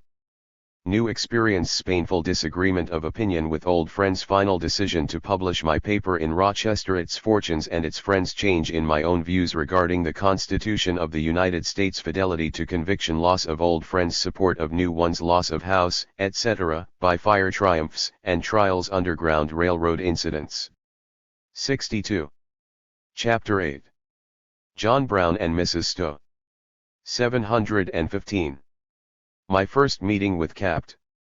John Brown. The Free Soil Movement. Colored Convention. Uncle Tom's Cabin. Industrial School for Colored People. Letter to Mrs. H.B. Stowe. Chapter 9. Increasing Demands of the Slave Power. 734. Increased Demands of Slavery. War in Kansas. John Brown's raid. His capture and execution. My escape to England from United States Marshals. Chapter X. The Beginning of the End. 754. My connection with John Brown to and from England. Presidential contest. Election of Abraham Lincoln. Chapter 11. Secession and War. 773. Recruiting of the 54th and 55th Colored Regiments. Visit to President Lincoln and Secretary Stanton promised a commission as Adjutant General to General Thomas. Disappointment. Chapter 12. Hope for the Nation. 789. Proclamation of Emancipation. Its reception in Boston. Objections brought against it. Its effect on the country. Interview with President Lincoln. New York riots. Re-election of Mr. Lincoln. His inauguration, and inaugural Vice President Johnson. Presidential reception. The fall of Richmond. Faneuil Hall. The assassination. Condolence. Chapter 13. Vast changes. 811. Satisfaction and anxiety. New fields of labor. Opening lyceums and colleges. Soliciting addresses. Literary attractions. Pecuniary gain. Still pleading for human rights. President Andy Johnson. Colored delegation. Their reply to him. National Loyalist Convention, 1866, and its procession. Not wanted. Meeting with an old friend. Joy and surprise. The old master's welcome, and 63. Miss Amanda's friendship. Enfranchisement debated and accomplished. The Negro a citizen. Chapter 14. Living and Learning. 835. Inducement to a political career. Objections. A newspaper enterprise. The New National Era. Its abandonment. The Freedmen's Saving and Trust Company. Sad experience. Vindication. Chapter 15. Weight in the balance. 844. The Santo Domingo Controversy. Decoration Day at Arlington, 1871. Speech delivered there. National Colored Convention at New Orleans, 1872. Elector at large for the state of New York. Death of Hon. Henry Wilson. Chapter 16. Time makes all things even. 874. Return to old master. A last interview. Capt. Ald's admission. Had I been in your place, I should have done as you did. Speech at Easton. The old jail. There invited to a sail on the revenue cutter Guthrie. Hon. John L. Thomas. Visit to the old plantation home of Col. Lloyd. Kind reception and attentions. Familiar scenes. Old memories. Burial ground. Hospitality. Gracious reception from Mrs. Buchanan. A little girl's floral gift. A promise of a good time coming. Speech at Harper's Ferry, Decoration Day, 1881. Storer College. Hon. A. J. Hunter. Chapter 17. Incidents and Events. 887. Hon. Gerrit Smith and Mr. E. C. 11. Experiences at hotels and on steamboats and other modes of travel. Hon. Edward Marshall. Grace Greenwood. Hon. Moses Norris. Robert G. Ingersoll. Reflections and Conclusions. Compensations. Chapter 18. Honor to whom honor. 900. Grateful recognition. Friends in need. Lucretia Mott. Lydia Maria Child. Sarah and Angelina Grimke. Abby Kelly. H. Beecher Stowe. Other friends. Woman suffrage. 64. Chapter 19. Retrospection. 909. Meeting of colored citizens in Washington to express their sympathy at the great national bereavement, the death of President Garfield. Concluding reflections and convictions. Appendix. 915. Oration at the unveiling of the Freedmen's Monument, at Lincoln Park, Washington, D.C., April 14, 1876. Extract from a speech delivered at Elmira, N.Y., August 1, 1880. Third part. Chapter I. Later Life. 938. Again summoned to the defense of his people. The difficulties of the task. The race problem. His life work. The anti-slavery movement. Chapter 2. A grand occasion. 944. Inauguration of President Garfield. A valuable precedent in affecting scene. The greed of the office seekers. Conference with President Garfield. Distrust of the Vice President.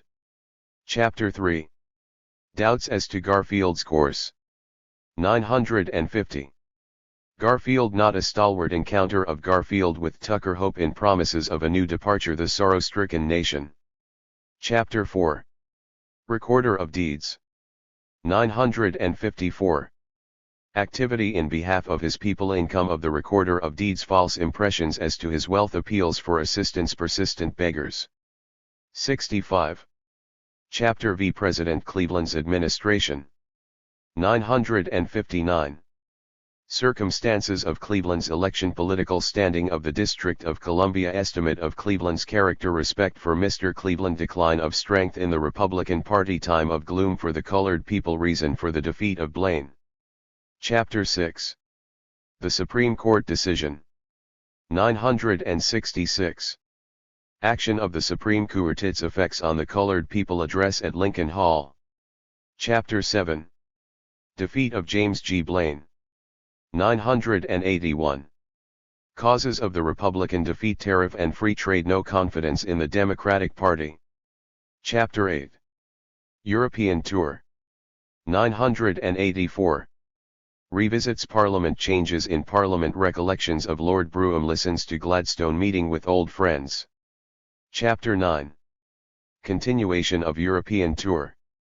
989. Through France. Dijon and Lyons. The Palace of the Popes. The Amphitheatre at Arles. Visits Nice. Pisa and its Leaning Tower. The Pantheon. Modern Rome. Religion at Rome. Rome of the past. Vesuvius and Naples. Through the Suez Canal. Life in the East. The Nile. The religion of Muhammad. At the graves of Theodore Parker and Mrs. Browning. The mountains of the Tyrol. Chapter X.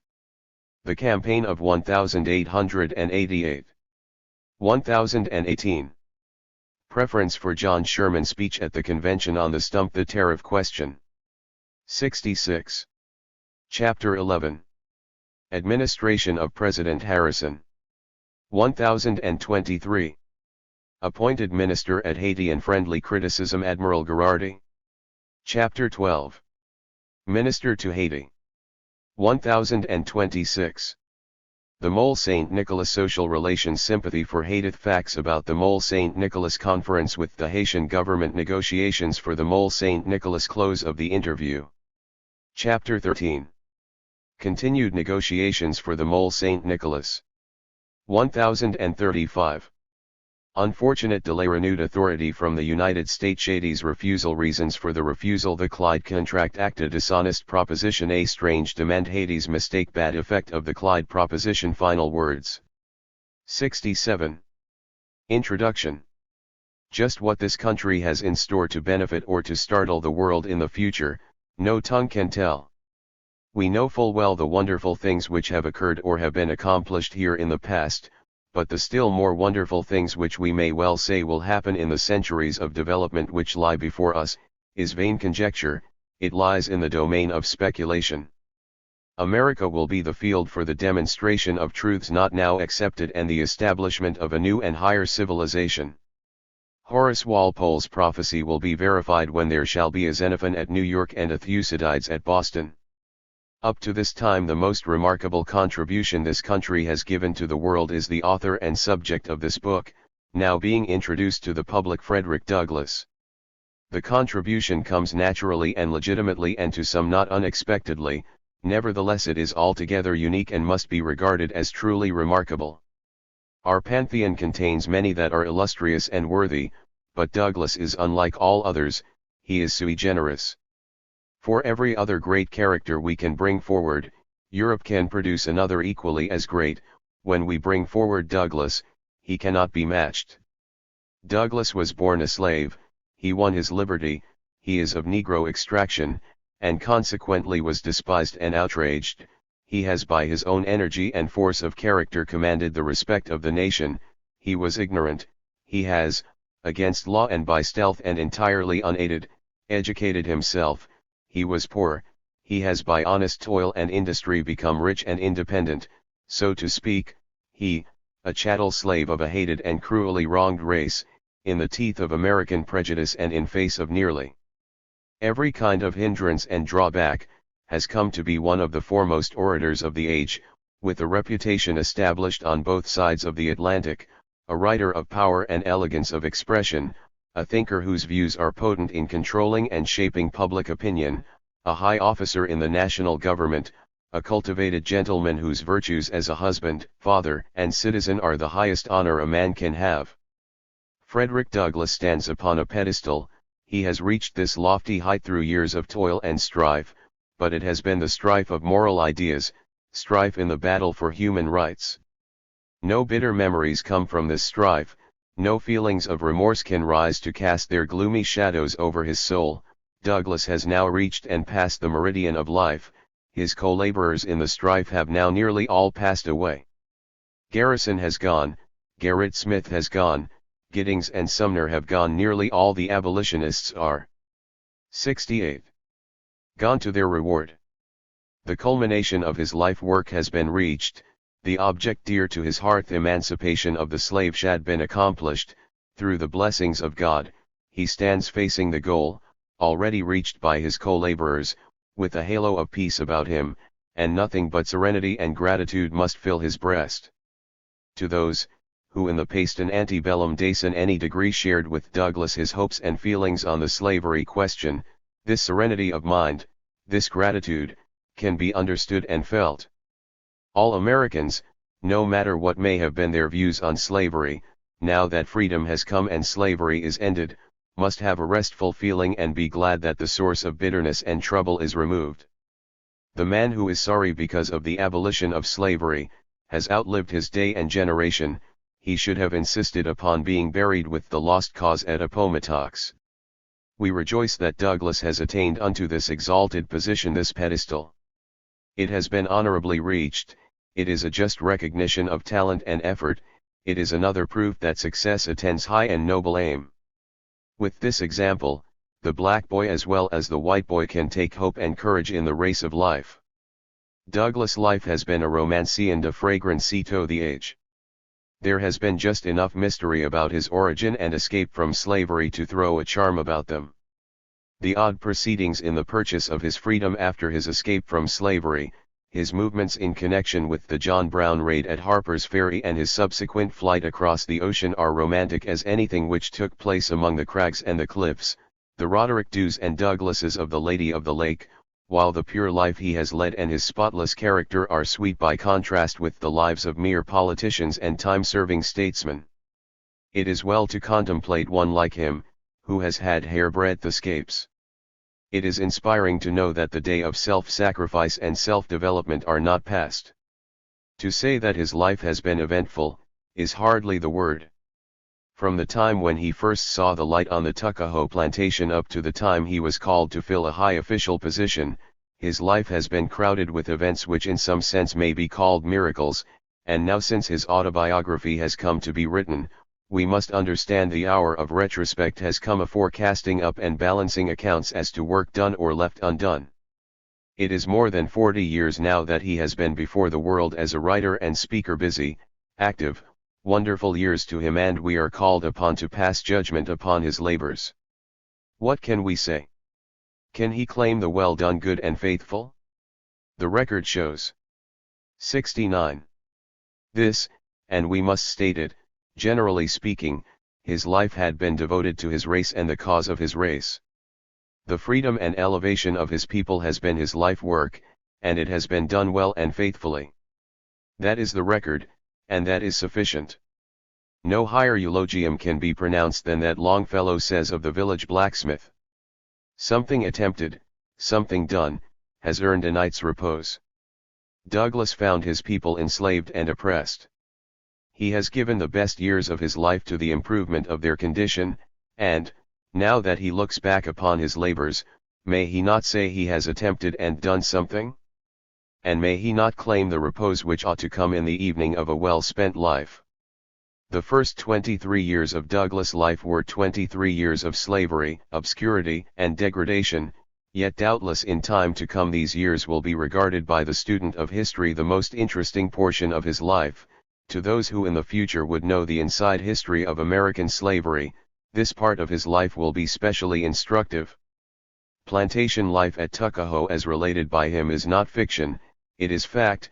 It is not the historian's dissertation on slavery, it is slavery itself, the slave's life, acts, and thoughts, and the life, acts, and thoughts of those around him.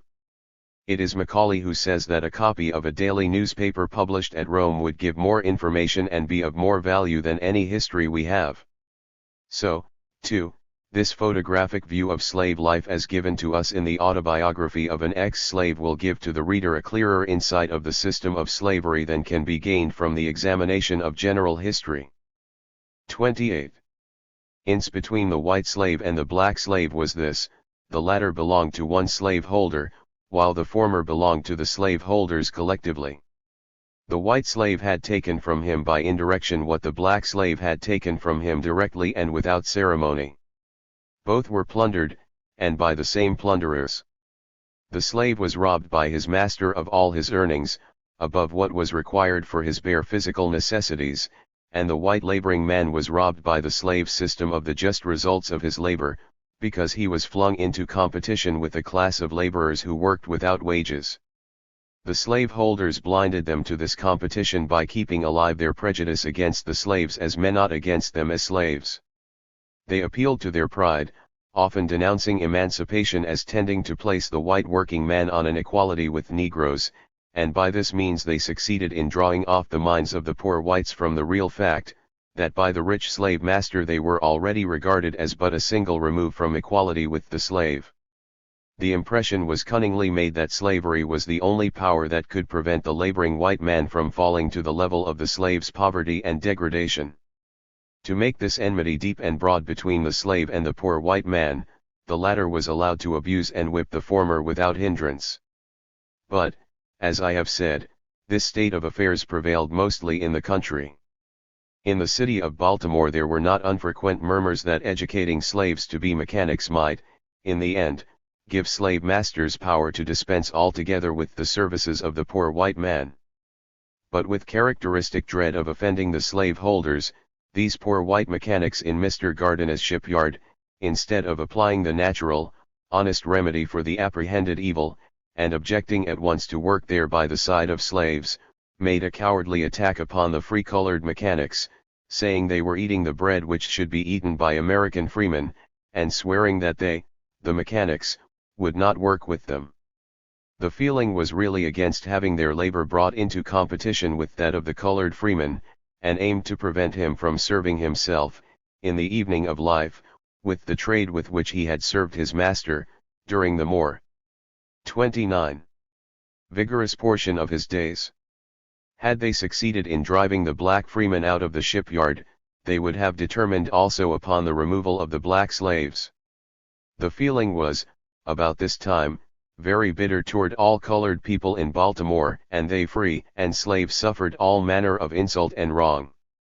Until a very little while before I went there, white and black carpenters worked side by side in the shipyards of Mr. Gardner, Mr. Duncan, Mr. Walter Price and Mr. Robb. Nobody seemed to see any impropriety in it. Some of the blacks were first-rate workmen and were given jobs requiring the highest skill. All at once, however, the white carpenters swore that they would no longer work on the same stage with Negroes. Taking advantage of the heavy contract resting upon Mr. Gardner to have the vessels for Mexico ready to launch in July, and of the difficulty of getting other hands at that season of the year, they swore that they would not strike another blow for him unless he would discharge his free-colored workmen. Now, although this movement did not extend to me in form, it did reach me in fact. The spirit which it awakened was one of malice and bitterness toward colored people generally, and I suffered with the rest, and suffered severely. My fellow apprentices very soon began to feel it to be degrading to work with me. They began to put on high looks and to talk contemptuously and maliciously of the niggers, saying that they would take the country, and that they ought to be killed. Encouraged by workmen who, knowing me to be a slave, made no issue with Mr. Gardner about my being there, these young men did their utmost to make it impossible for me to stay.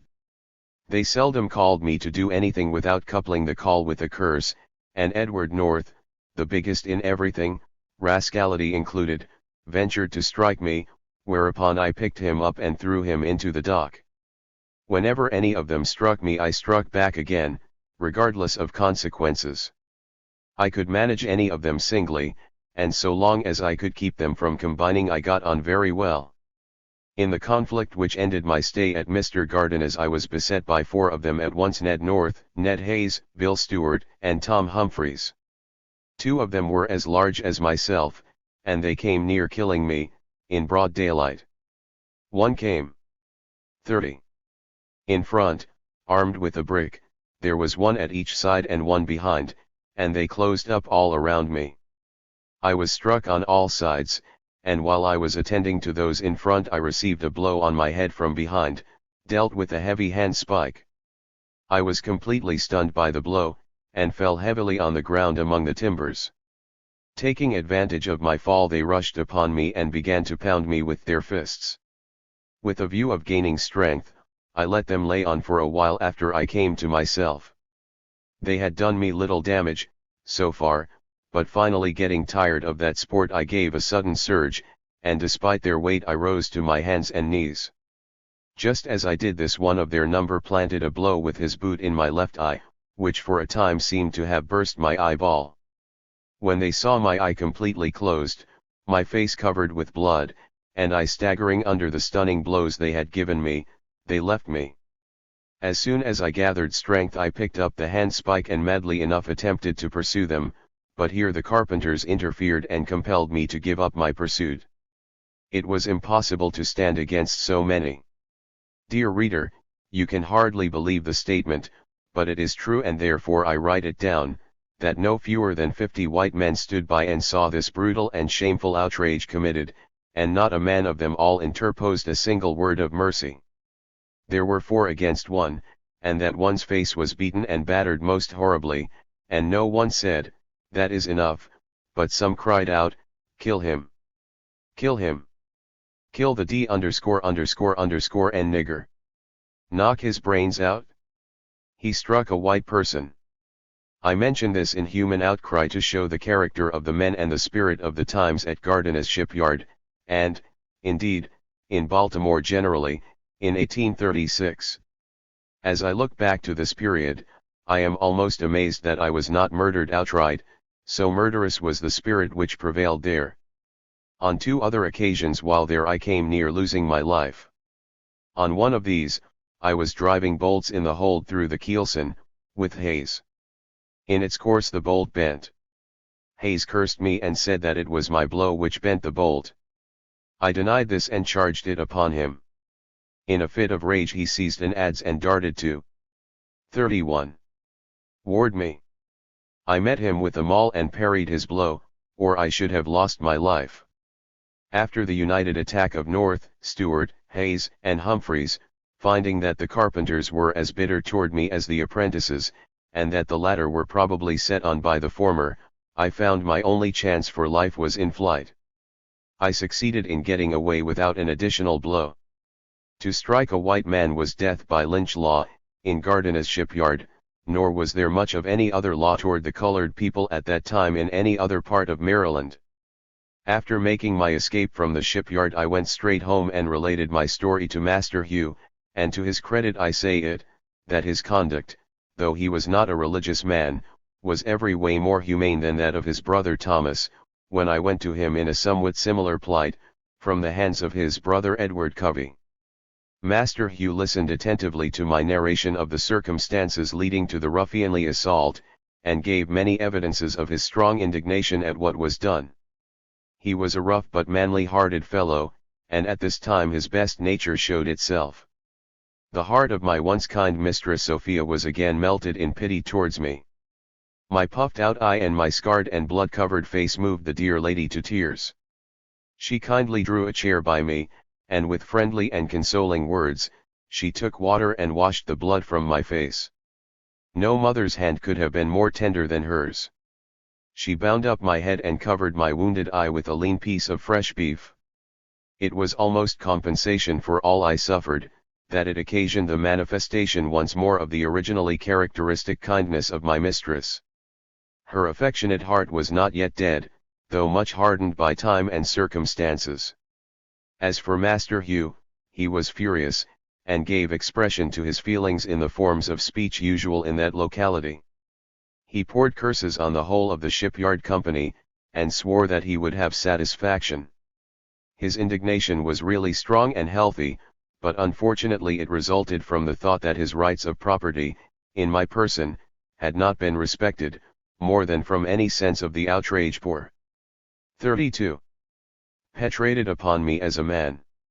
I had reason to think this from the fact that he could, himself, beat and mangle when it suited him to do so. Bent on having satisfaction, as he said, Just as soon as I got a little the better of my bruises, Master Hugh took me to Esquire Watson's office on Bond Street, Fells Point, with a view to procuring the arrest of those who had assaulted me. He gave to the magistrate an account of the outrage as I had related it to him, and seemed to expect that a warrant would at once be issued for the arrest of the lawless ruffians. Mr. Watson heard all that he had to say, then coolly inquired, "Mr. Auld, who saw this assault of which you speak?" "It was done, sir, in the presence of a shipyard full of hands." "Sir," said Mr. Watson, "I am sorry, but I cannot move in this matter, except upon the oath of white witnesses." "But here's the boy, look at his head and face," said the excited Master Hugh, "they show what has been done." But Watson insisted that he was not authorized to do anything, unless white witnesses of the transaction would come forward and testify to what had taken place. He could issue no warrant, on my word, against white persons, and if I had been killed in the presence of 1,000 blacks, their testimony combined would have been insufficient to condemn a single murderer. Master Hugh was compelled to say, for once, that this state of things was too bad, and he left the office of the magistrate disgusted. Of course it was impossible to get any white man to testify against my assailants. The carpenters saw what was done, but the actors were but the agents of their malice, and did only what the carpenters sanctioned. They had cried with one accord, "Kill the nigger! Kill the nigger!" Even those who may have pitied me, if any such were among them, lacked the moral courage to volunteer their evidence. The slightest show of sympathy or justice toward a person of color was denounced as abolitionism, and the name of abolitionist subjected its hearer to frightful liabilities.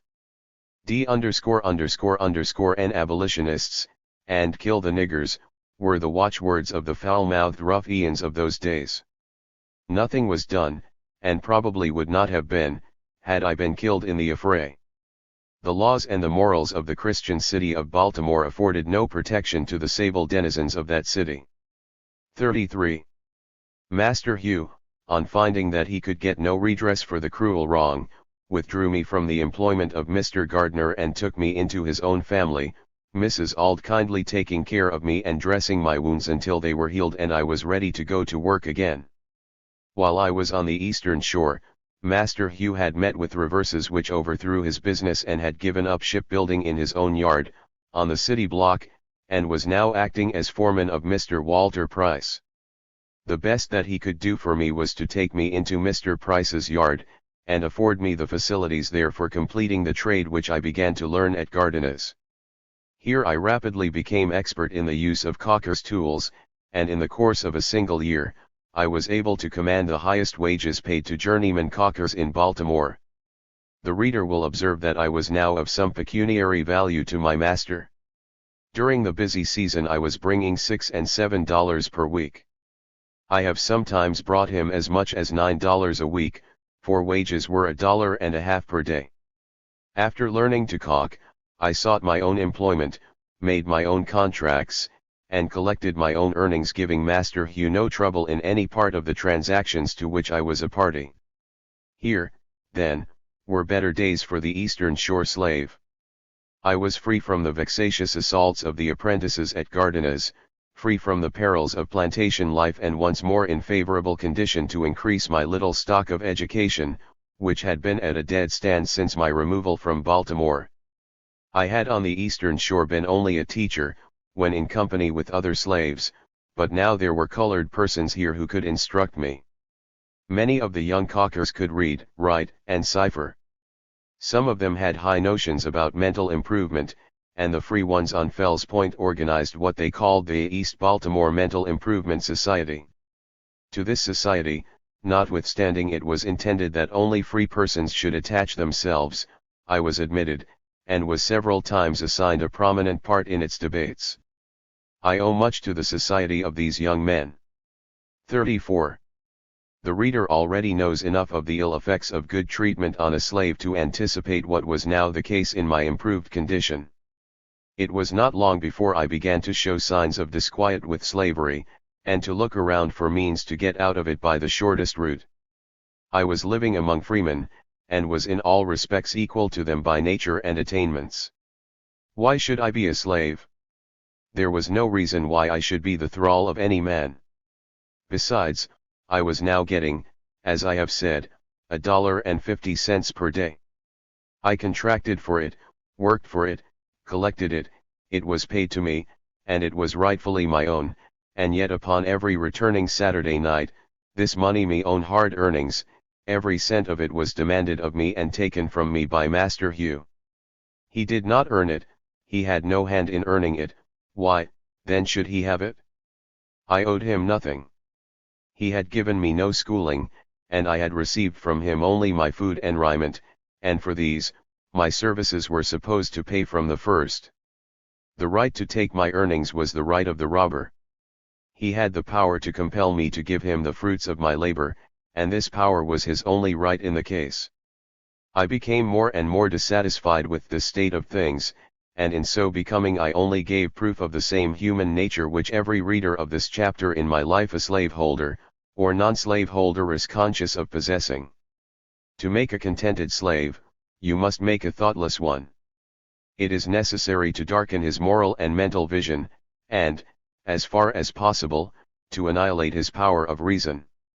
He must be able to detect no inconsistencies in slavery. The man who takes his earnings must be able to convince him that he has a perfect right to do so. It must not depend upon mere force, the slave must know no higher law than his master's will. The whole relationship must not only demonstrate to his mind its necessity, but its absolute rightfulness. If there be one crevice through which a single drop can fall, it will certainly rust off the slave's chain. 35. Chapter XXI. Escape from slavery. Closing incidents in my life as a slave: discontent, suspicions, master's generosity, difficulties in the way of escape, plan to obtain money, allowed to hire my to me, a gleam of hope, attend camp meeting, gonger of master hugte, result, plans of escapade for departure, fixed harassing doubts and fears, painful thoughts of separation from friends. My condition during the year of my escape was comparatively a free and easy one, so far, at least, as the wants of the physical man were concerned, but the reader will bear in mind that my troubles from the beginning had been less physical than mental, and he will thus be prepared to find that slave life was adding nothing to its charms for me as I grew older, and became more and more acquainted with it. The practice of openly robbing me, from week to week, of all my earnings, kept the nature and character of slavery constantly before me. I could be robbed by indirection, but this was too open and barefaced to be endured. I could see no reason why I should, at the end of each week, pour the reward of my honest toil into the purse of my master. My obligation to do this vexed me, and the manner in which Master Hugh received my wages vexed me yet more. Carefully counting the money, and rolling it out dollar by dollar, he would look me in the face, as if he would search my heart as well as my pocket, and reproachfully ask me, "Is that all?" implying that I had perhaps kept back part of my wages, or, if not so, the demand was made possibly to make me feel that after all, I was an unprofitable servant.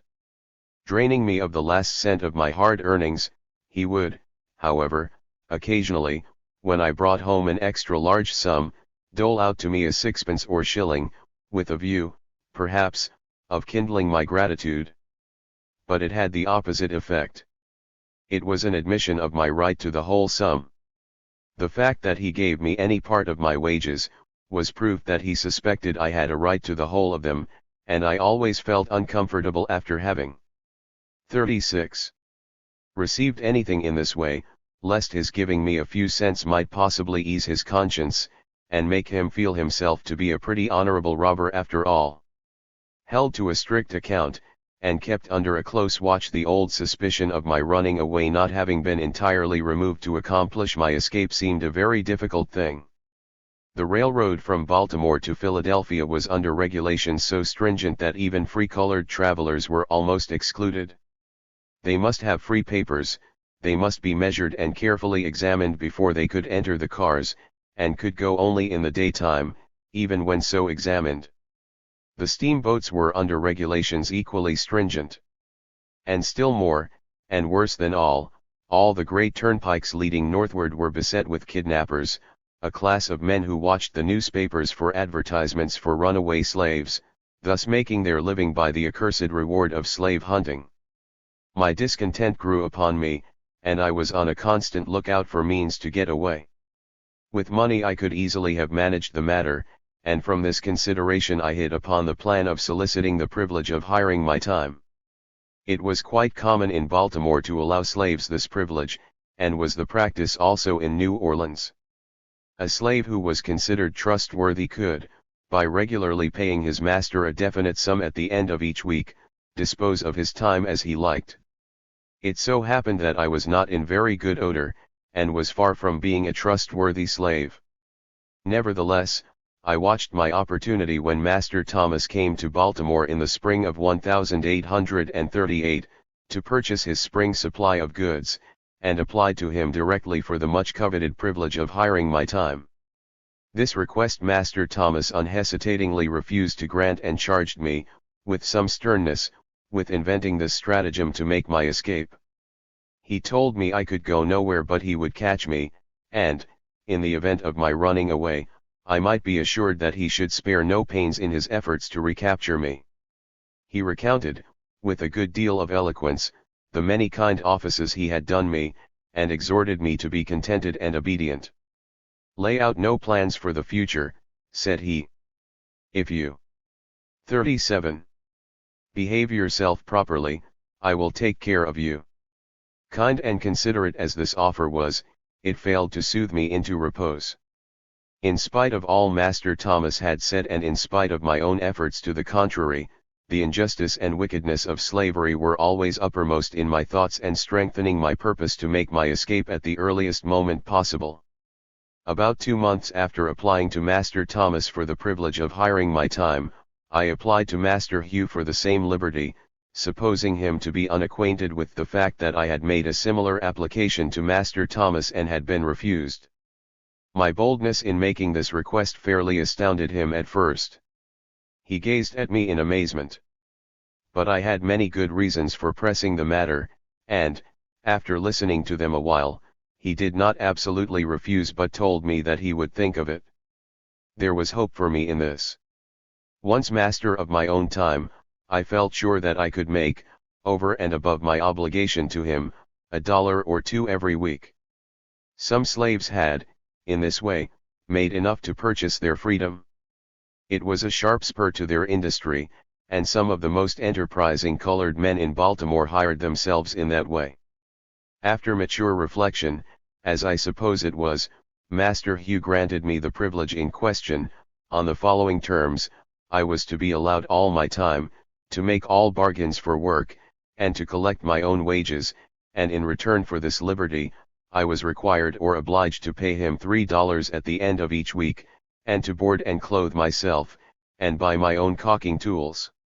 A failure in any of these particulars would put an end to the privilege. This was a hard bargain.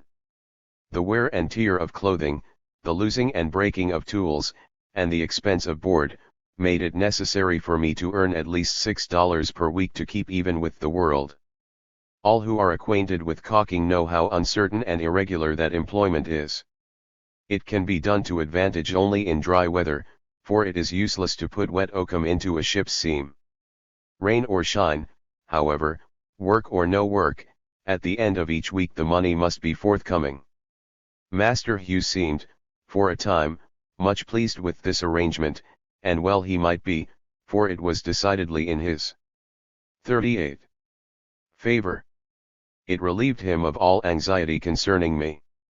His money was sure. He had armed my love of liberty with a lash and a driver far more efficient than any I had before known, for, while by this arrangement, he derived all the benefits of slave holding without its evils, I endured all the evils of being a slave, and yet suffered all the care and anxiety of a responsible freeman. Nevertheless, thought I, it is a valuable privilege, another step in my career toward freedom. It was something even to be permitted to stagger under the disadvantages of liberty, and I was determined to hold on to the newly gained footing by all proper industry. I was ready to work by night as by day, and being in the possession of excellent health, I was not only able to meet my current expenses, but also to lay by a small sum at the end of each week. All went on thus from the month of May till August. Then, for reasons which will become apparent as I proceed, my much valued liberty was wrested from me. During the week previous to this calamitous event, I had made arrangements with a few young friends to accompany them on Saturday night to a camp meeting, to be held about 12 miles from Baltimore. On the evening of our intended start for the campground, something occurred in the shipyard where I was at work which detained me unusually late, and compelled me either to disappoint my friends, or to neglect carrying my weekly dues to Master Hugh. Knowing that I had the money and could hand it to him on another day, I decided to go to camp meeting and, on my return, to pay him the $3 for the past week. Once on the campground, I was induced to remain one day longer than I had intended when I left home. But as soon as I returned I went directly to his home on Fell Street to hand him his money. Unhappily the fatal mistake had been made. I found him exceedingly angry. He exhibited all the signs of apprehension and wrath which a slaveholder might be surmised to exhibit on the supposed escape of a favorite slave. "You rascal! I have a great mind to give you a sound whipping. How dare you go out of the city without first asking and obtaining my permission?" "Sir," I said, "I hired my time and paid you the price you asked for it. I did not know that it was any part of the bargain that I should ask you when or where I should." 39. Go. You did not know, you rascal. You are bound to show yourself here every Saturday night. After reflecting a few moments, he became somewhat cooled down, but, evidently greatly troubled, said, "Now, you scoundrel, you have done for yourself, you shall hire your time no longer. The next thing I shall hear of will be your running away. Bring home your tools at once. I'll teach you how to go off in this way." Thus ended my partial freedom. I could hire my time no longer. I obeyed my master's orders at once. The little taste of liberty which I had had thought, as it will be seen, that taste was far from being unalloyed, by no means enhanced my contentment with slavery. Punished by Master Hugh, it was now my turn to punish him. "Since," thought I, "you will make a slave of me, I will await your order in all things." So, instead of going to look for work on Monday morning, as I had formerly done, I remained at home during the entire week, without the performance of a single stroke of work. Saturday night came, and he called upon me as usual for my wages. I, of course, told him I had done no work, and had no wages. Here we were at the point of coming to blows. His wrath had been accumulating during the whole week, for he evidently saw that I was making no effort to get work, but was most aggravatingly awaiting his orders in all things. As I look back to this behavior of mine, I scarcely know what possessed me, thus to trifle with one who had such unlimited power to bless or blast me. Master Hugh raved, and swore he would get hold of me, but wisely for him, and happily for me, his wrath employed only those harmless, impalpable missiles which roll from a limber tongue. In my desperation I had fully made up my mind to measure strength with him in case he should attempt to execute his threat. I am glad there was no occasion for this, for resistance to him could not have ended so happily for me as it did in the case of Covey. Master Hugh was not a man to be safely resisted by a slave, and I freely own that in my conduct toward him, in this instance, there was more folly than wisdom. He closed his reproofs by telling me that hereafter I need give myself no uneasiness about getting work, he would himself see to getting work for me, and enough of it at that. This threat, I confess, had some terror in it, and on thinking the matter over during the 40. Sunday, I resolved not only to save him the trouble of getting me work, but that on the 3rd day of September I would attempt to make my escape. His refusal to allow me to hire my time therefore hastened the period of my flight. I had 3 weeks in which to prepare for my journey. Once resolved, I felt a certain degree of repose, and on Monday morning, instead of waiting for Master Hugh to seek employment for me, I was up by break of day, and off to the shipyard of Mr. Butler, on the city block, near the drawbridge. I was a favorite with Mr. Butler, and, Young as I was, I had served as his foreman, on the float stage, at caulking. Of course I easily obtained work, and at the end of the week, which, by the way, was exceedingly fine, I brought Master Hugh $9. The effect of this mark of returning good sense on my part was excellent. He was very much pleased. He took the money, commended me and told me that I might have done the same thing the week before. It is a blessed thing that the tyrant may not always know the thoughts and purposes of his victim. Master Hugh little knew my plans. The going to camp meeting without asking his permission, the insolent answers to his reproaches and the sulky deportment of the week after being deprived of the privilege of hiring my time, had awakened the suspicion that I might be cherishing disloyal purposes.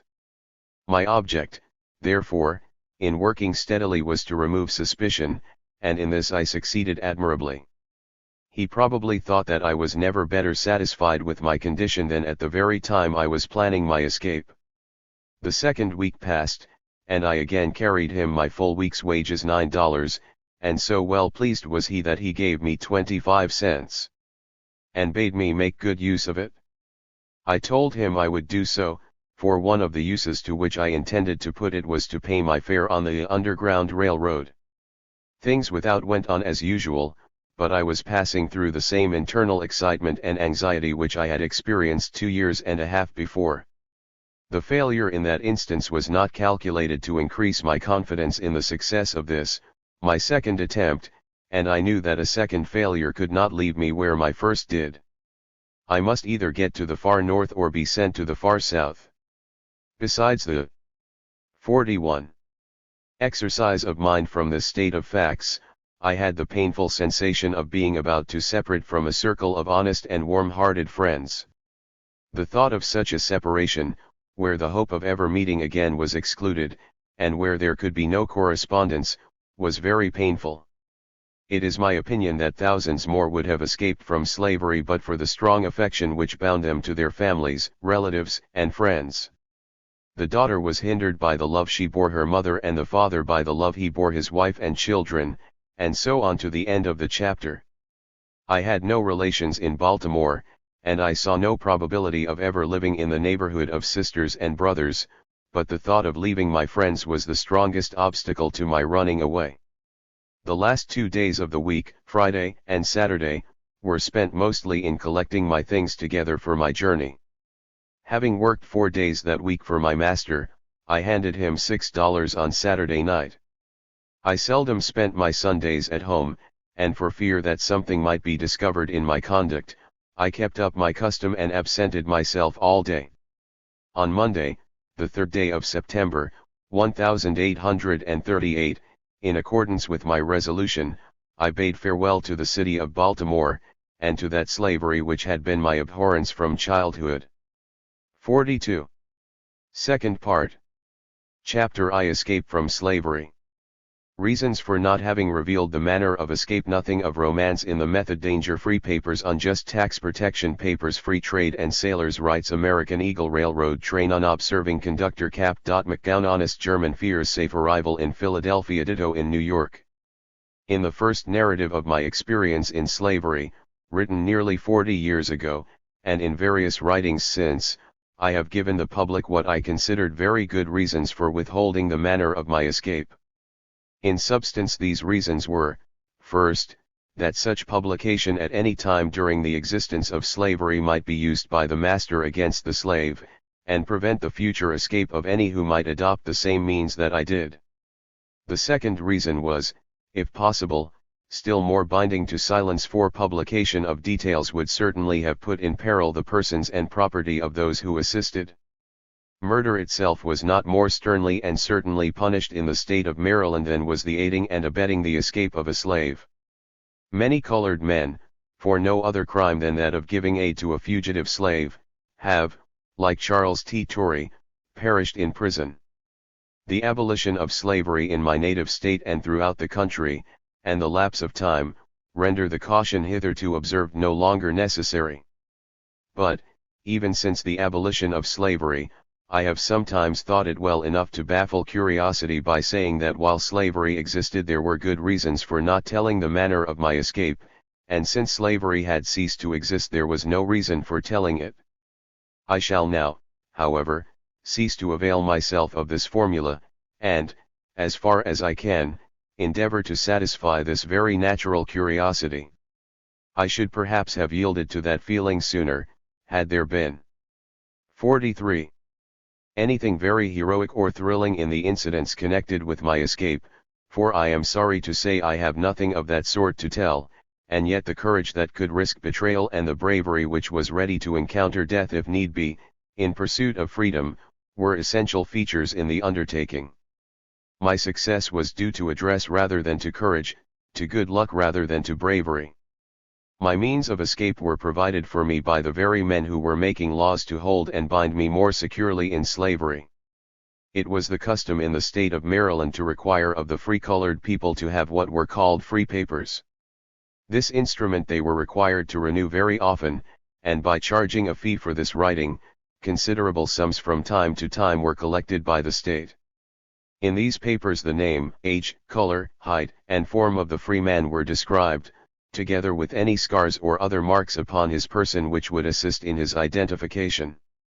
This device of slave-holding ingenuity, like other devices of wickedness, in some measure defeated itself since more than one man could be found to answer the same general description.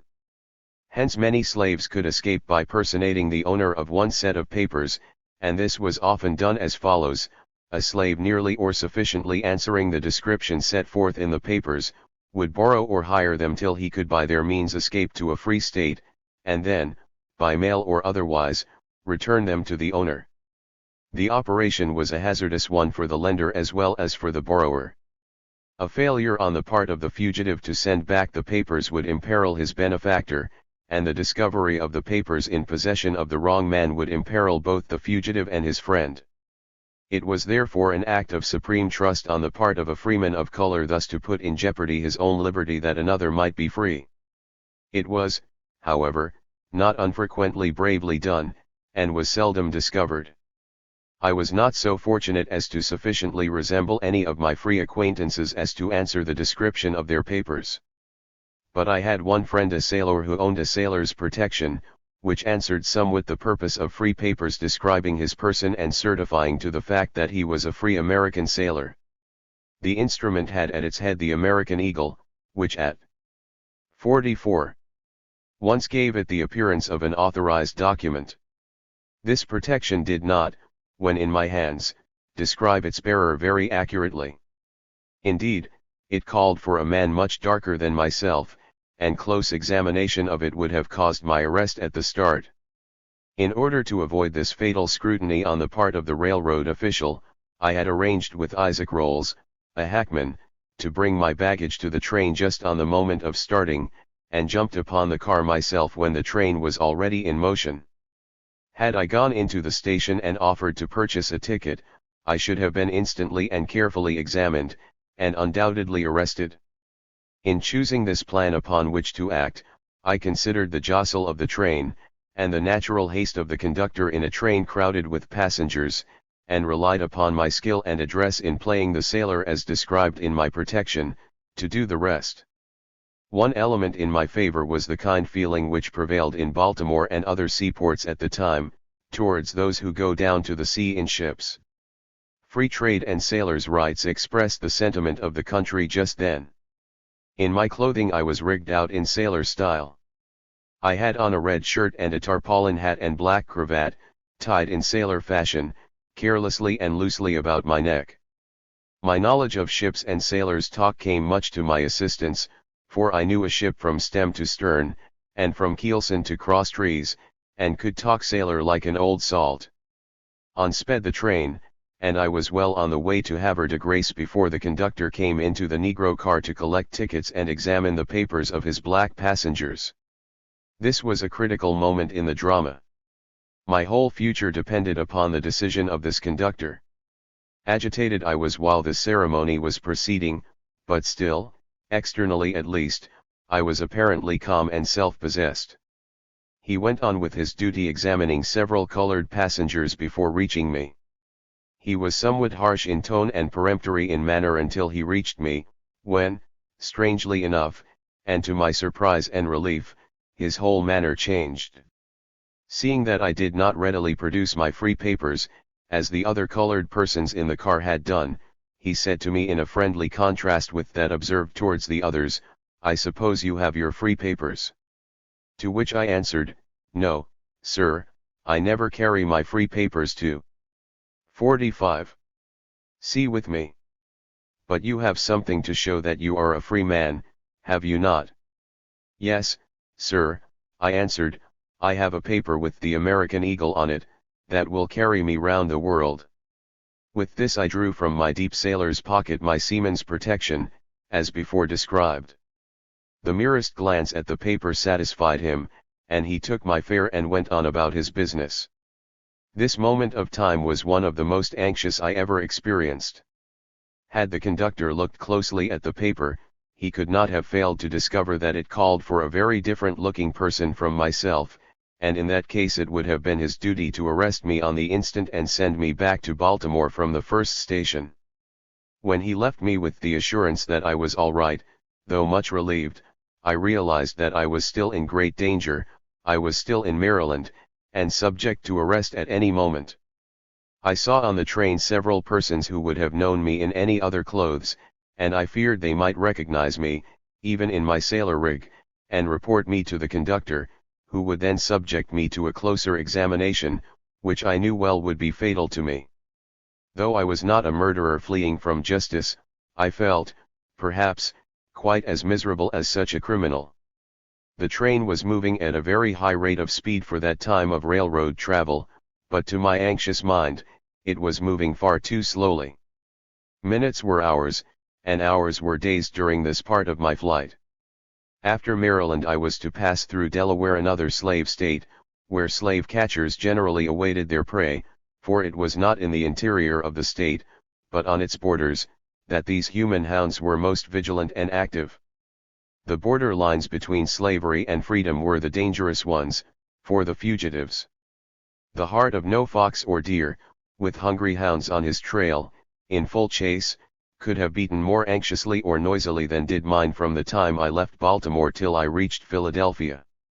The passage of the Susquehanna River at Havre de Grace was at that time made by ferry boat, on board of which I met a young colored man by the name of Nichols, who came very near betraying me.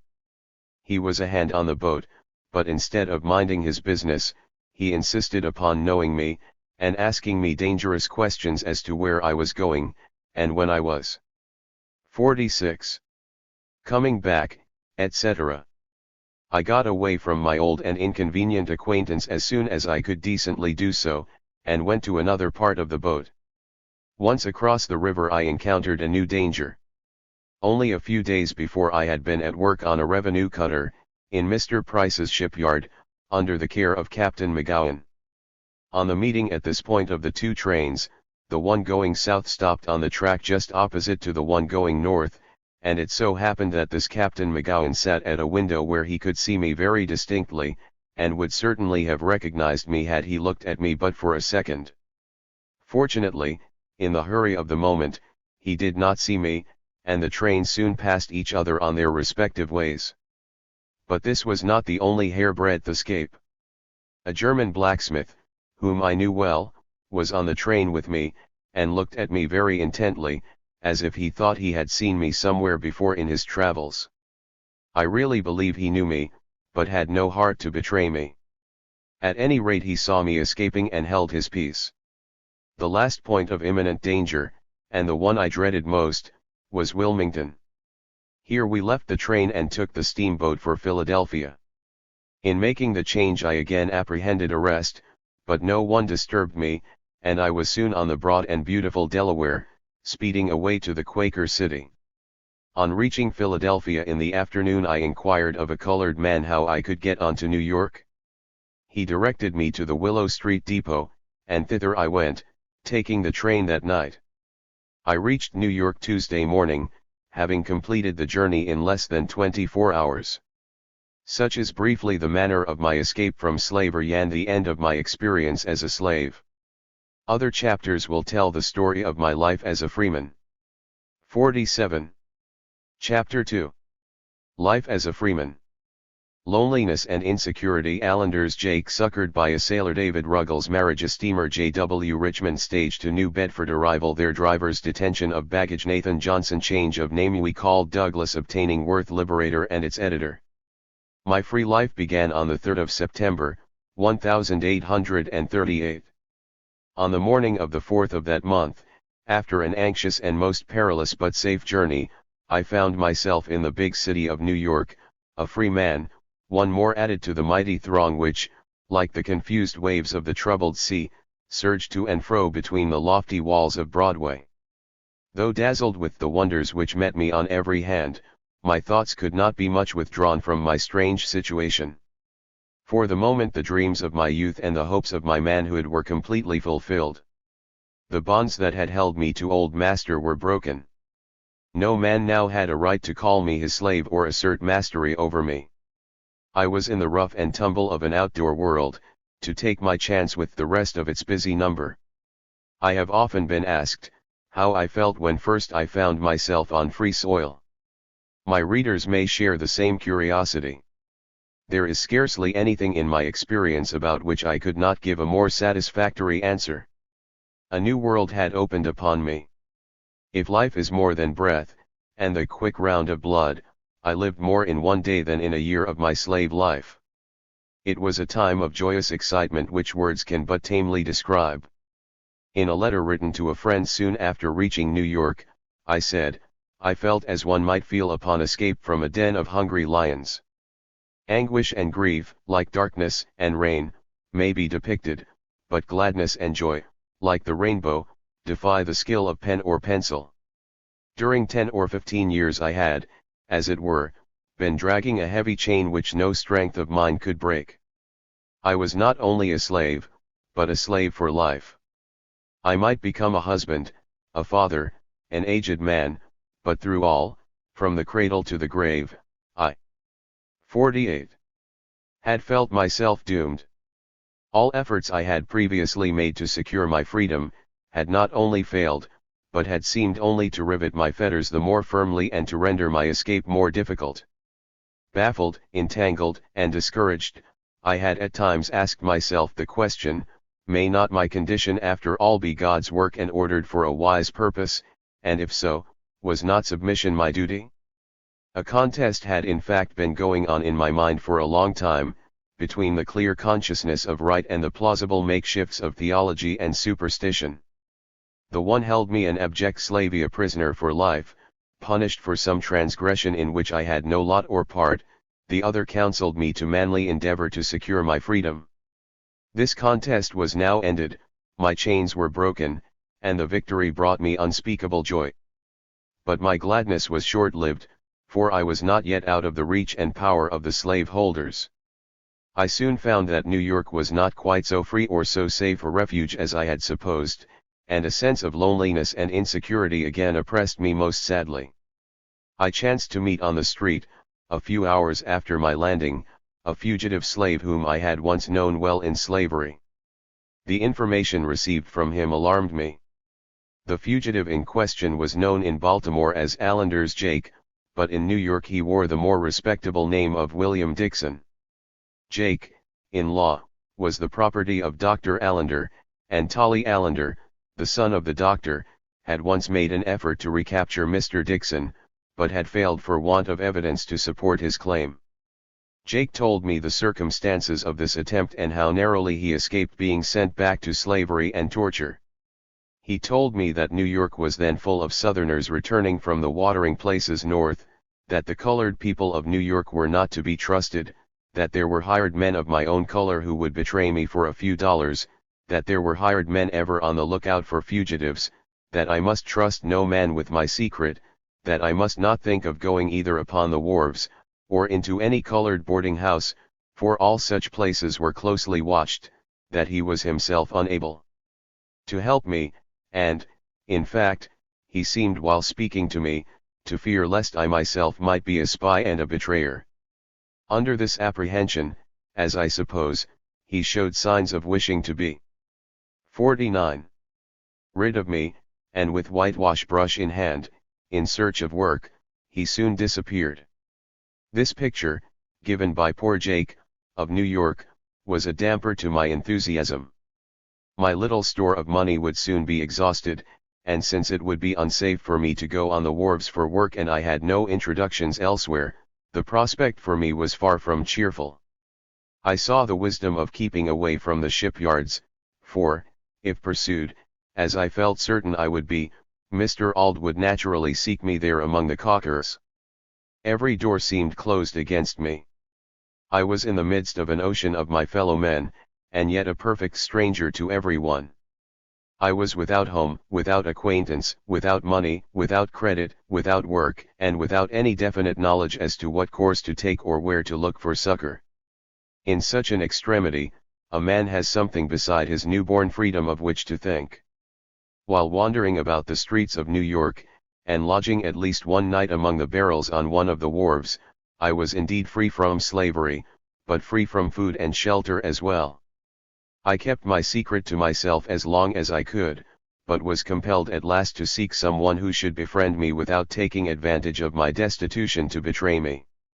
Such an one I found in a sailor named Stewart, a warm-hearted and generous fellow, who, from his humble home on Center Street, saw me standing on the opposite sidewalk, near the Tombs.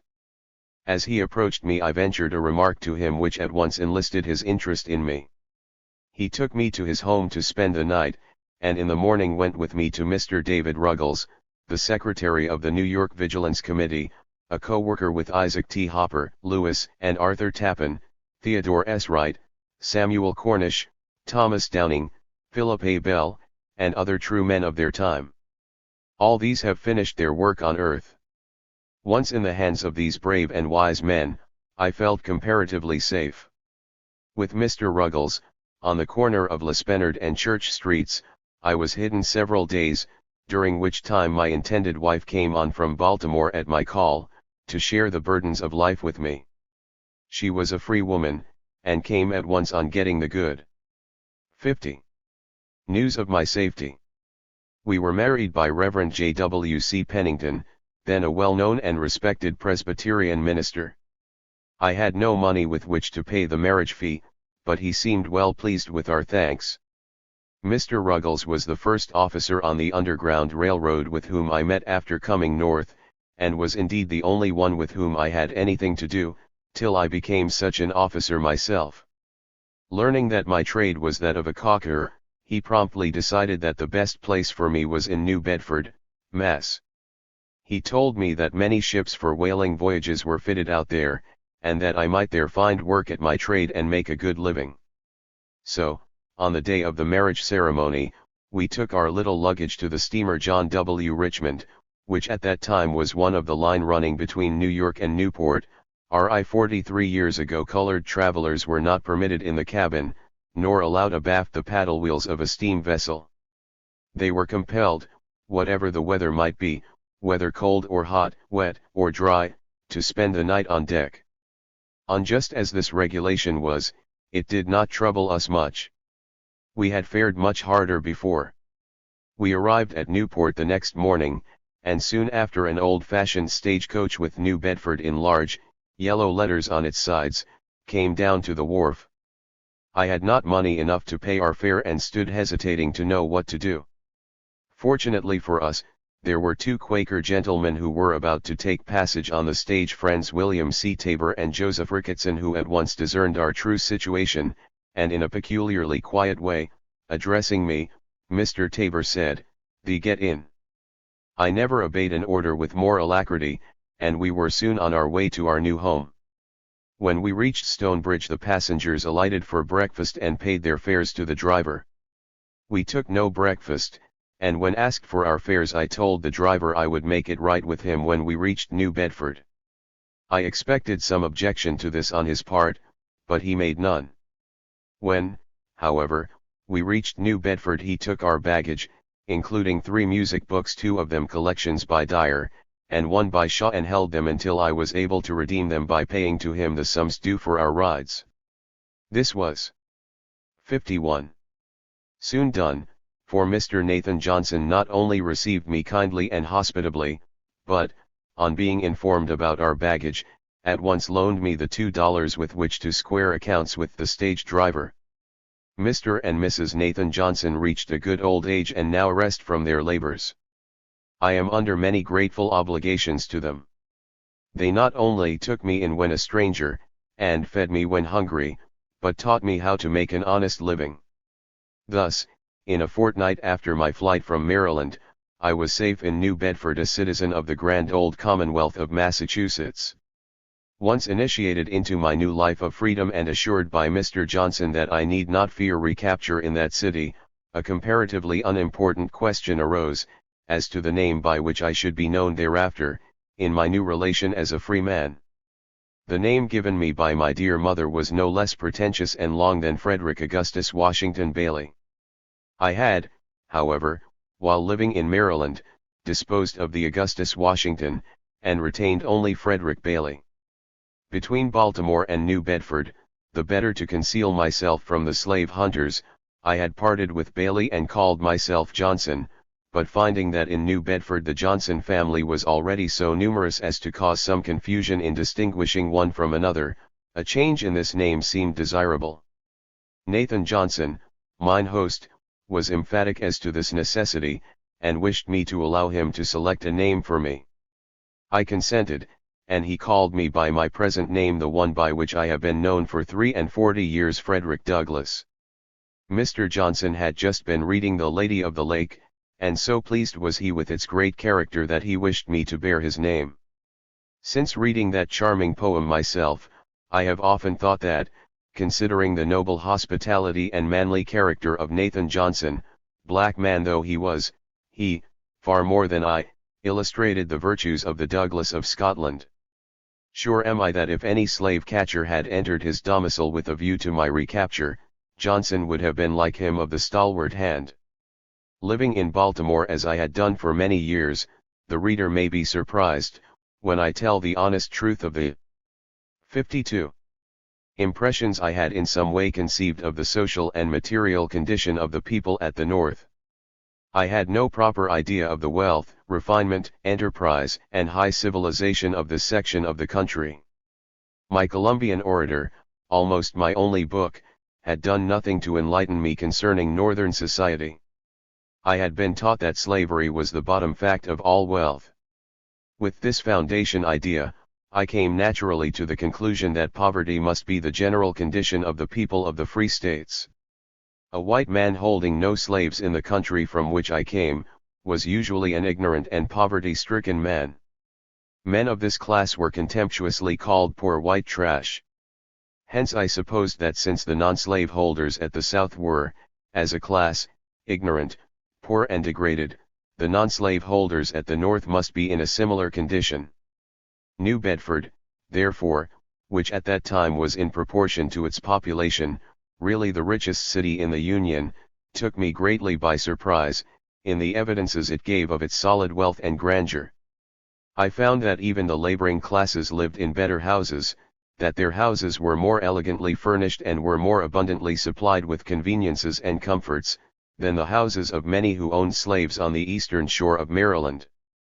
This was true not only of the white people of that city, but it was so of my friend, Mr. Johnson.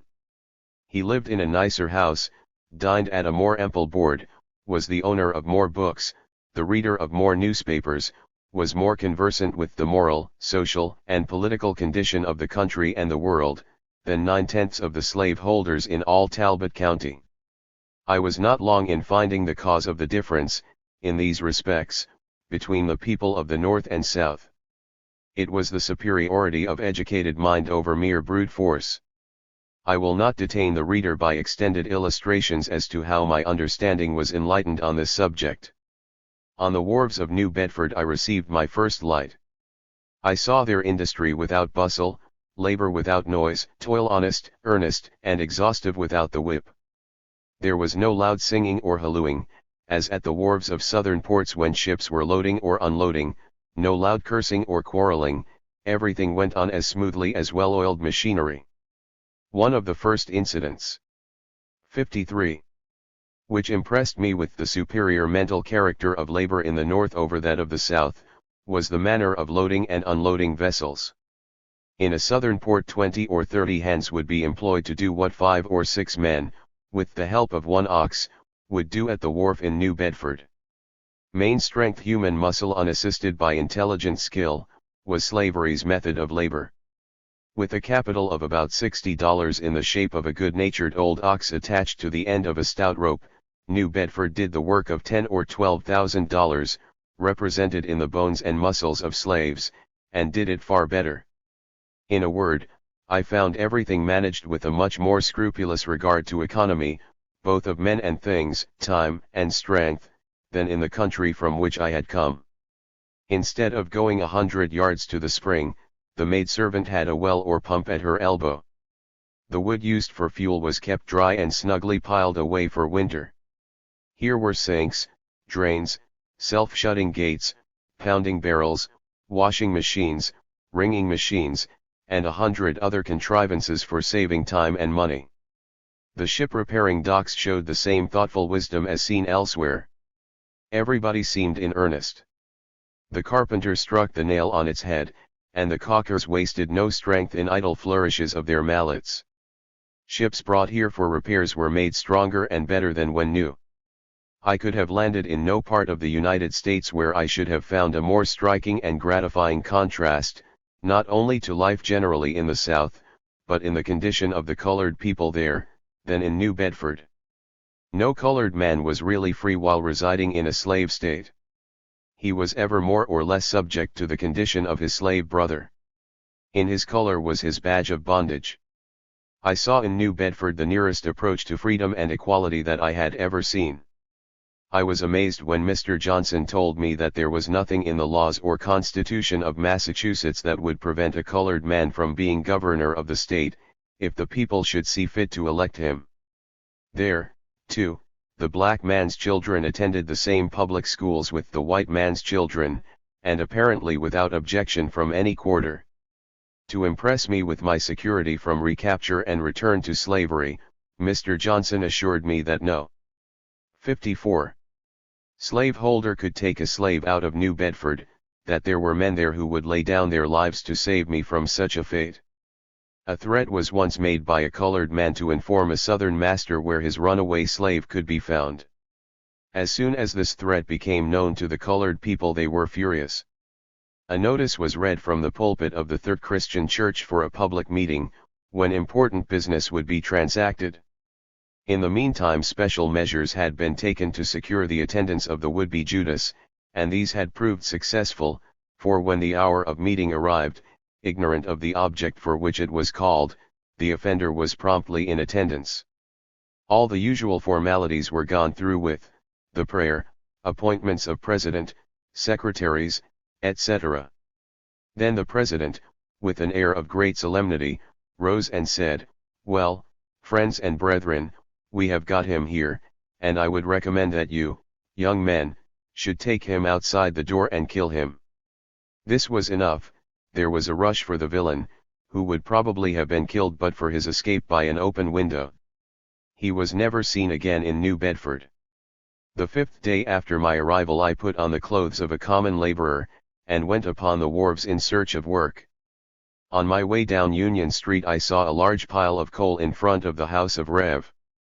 Ephraim Peabody, the Unitarian minister. I went to the kitchen door and asked the privilege of bringing in and putting away this coal. "What will you charge?" said the lady. "I will leave that to you, madam." "You may put it away," she said. I was not long in accomplishing the job, when the dear lady put into my hand 2 silver half-dollars. To understand the emotion which swelled my heart as I clasped this money, realizing that I had no master who could take it from me, that it was mine, that my hands were my own, and could earn more of the precious coin, must have been in some sense himself a slave. My next job was stowing a sloop at Uncle Gid Howland's wharf with a cargo of oil for New York. I was not only a freeman but a free working man, and no master who stood ready at the end of the week to seize my hard earnings. The season was growing late and work was plenty. Ship 55 were being fitted out for whaling, and much wood was used in storing them. The sawing this wood was considered a good job. With the help of old friend Johnson I got a saw and buck and went at it.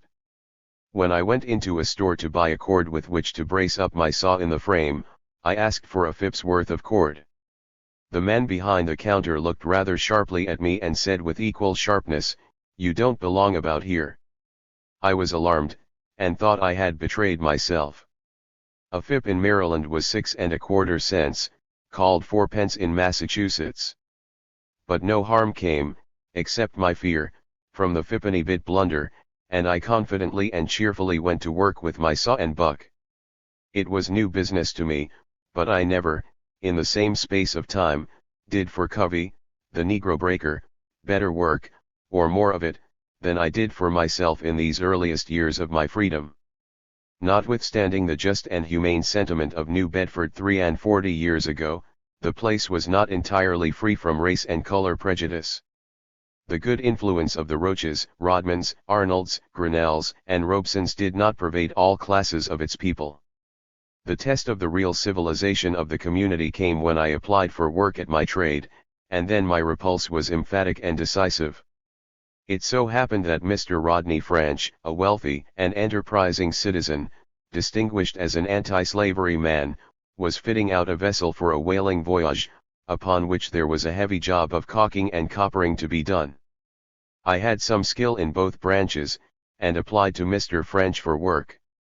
He, generous man that he was, told me he would employ me, and I might go at once to the vessel. I obeyed him, but upon reaching the float stage, where other caulkers were at work, I was told that every white man would leave the ship in her unfinished condition if I struck a blow at my trade upon her. This uncivil, inhuman, and selfish treatment was not so shocking and scandalous in my eyes at the time as it now appears to me. Slavery had inured me to hardships that made ordinary trouble sit lightly upon me. Could I have worked at my trade I could have earned $2 a day, but as a common laborer I received but $1. The difference was of great importance to me, but if I could not get $2 I was 56. Glad to get one, and so I went to work for Mr. French as a common laborer. The consciousness that I was free, no longer a slave, kept me cheerful under this and many similar proscriptions which I was destined to meet in New Bedford and elsewhere on the free soil of Massachusetts. For instance, though white and colored children attended the same schools and were treated kindly by their teachers, the New Bedford Lyceum refused till several years after my residence in that city to allow any colored person to attend the lectures delivered in its hall. Not until such men as Hahn, Ches, Sumner, Theodore Parker, Ralph W. Emerson, and Horace Mann refused to lecture in their course while there was such a restriction was it abandoned.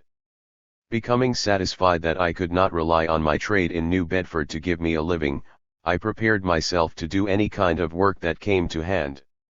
I sawed wood, shoveled coal, dug cellars, moved rubbish from backyards, worked on the wharves, loaded and unloaded vessels, and scoured their cabins.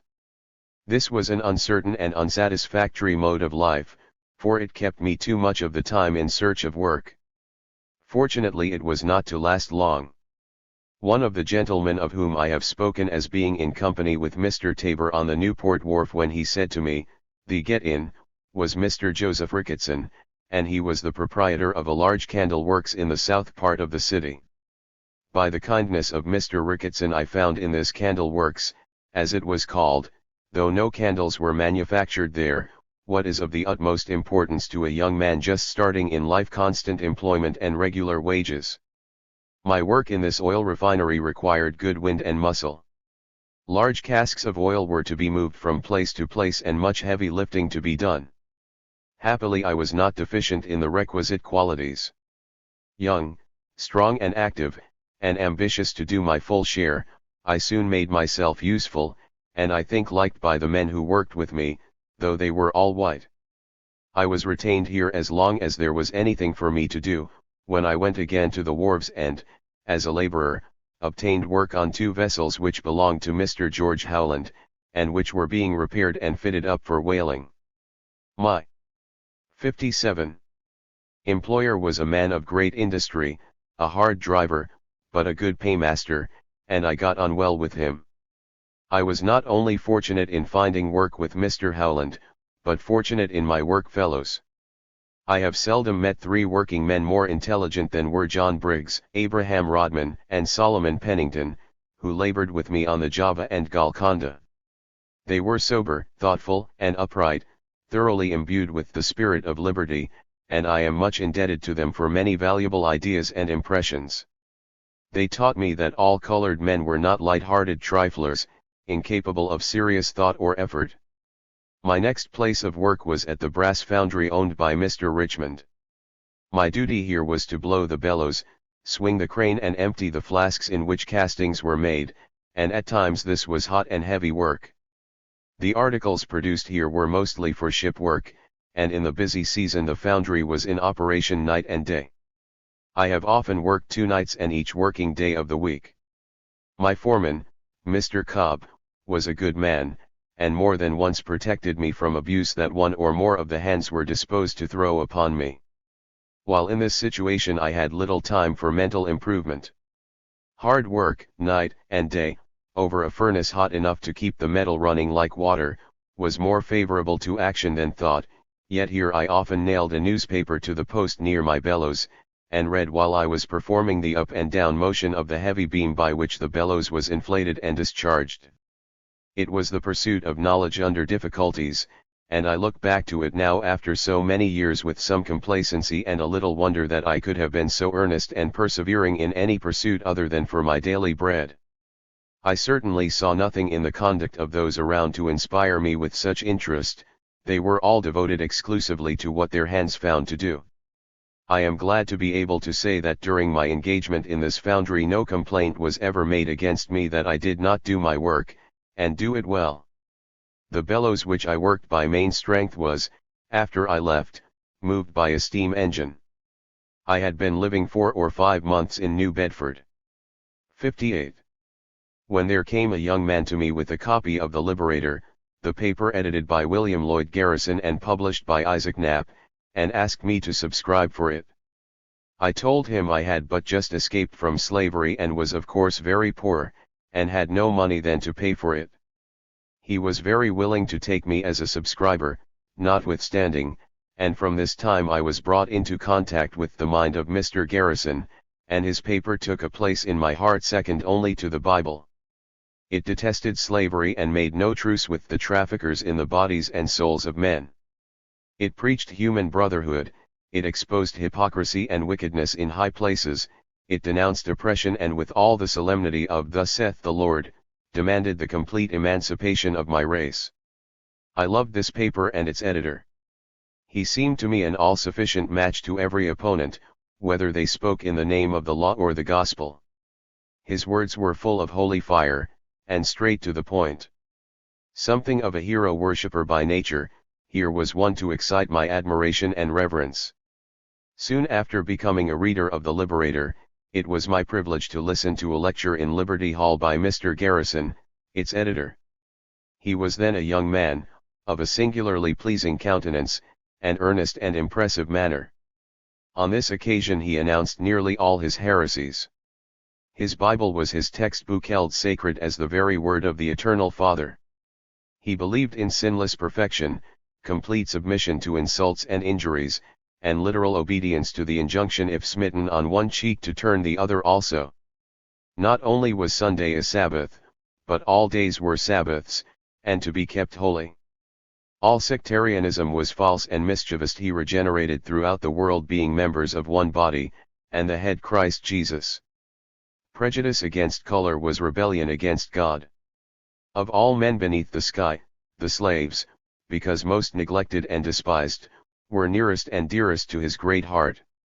Those ministers who defended slavery from the Bible were of their father the devil, and those churches which fellowshipped slaveholders as Christians, were synagogues of Satan, and our nation was a nation of liars. He was never loud and noisy, but calm and serene as a summer sky, and as pure. You are the man Moses, raised up by 59. God, to deliver his modern Israel from bondage, was the spontaneous feeling of my heart, as I sat away back in the hall and listened to his mighty words, mighty in truth, mighty in their simple earnestness. I had not long been a reader of The Liberator, and a listener to its editor, before I got a clear comprehension of the principles of the anti-slavery movement. I had already its spirit, and only needed to understand its principles and measures, and as I became acquainted with these my hope for the ultimate freedom of my race increased. Every week The Liberator came, and every week I made myself master of its contents. All the anti-slavery meetings held in New Bedford I promptly attended, my heart bounding at every true utterance against the slave system and every rebuke of its friends and supporters. Thus passed the first 3 years of my free life. I had not then dreamed of the possibility of my becoming a public advocate of the cause so deeply embedded in my heart. It was enough for me to listen, to receive and applaud the great words of others, and only whisper in private, among the white laborers on the wharves and elsewhere, the truths which burned in my heart. 60. Chapter 3. Introduced to the Abolitionists. Anti-Slavery Convention at Nantucket. First speech. Much sensation. Extraordinary speech of M.R. Garrison. Anti-Slavery Agency. Youthful enthusiasm. Fugitive slave ship. Doubted experience in slavery. Written. Danger of recapture. In the summer of 1841 a grand anti-slavery convention was held in Nantucket, under the auspices of Mr. Garrison and his friends. I had taken no holiday since establishing myself in New Bedford, and feeling the need of a little rest, I determined on attending the meeting, though I had no thought of taking part in any of its proceedings. Indeed, I was not aware that anyone connected with the convention so much as knew my name. Mr. William C. Coffin, a prominent abolitionist in those days of trial, had heard me speaking to my colored friends in the little schoolhouse on 2nd Street where we worshipped. He sought me out in the crowd and invited me to say a few words to the convention. Thus sought out, and thus invited, I was induced to express the feelings inspired by the occasion, and the fresh recollection of the scenes through which I had passed as a slave. It was with the utmost difficulty that I could stand erect, or that I could command and articulate 2 words without hesitation and stammering. I trembled in every limb. I am not sure that my embarrassment was not the most effective part of my speech, if speech it could be called. At any rate, this is about the only part of my performance that I now distinctly remember.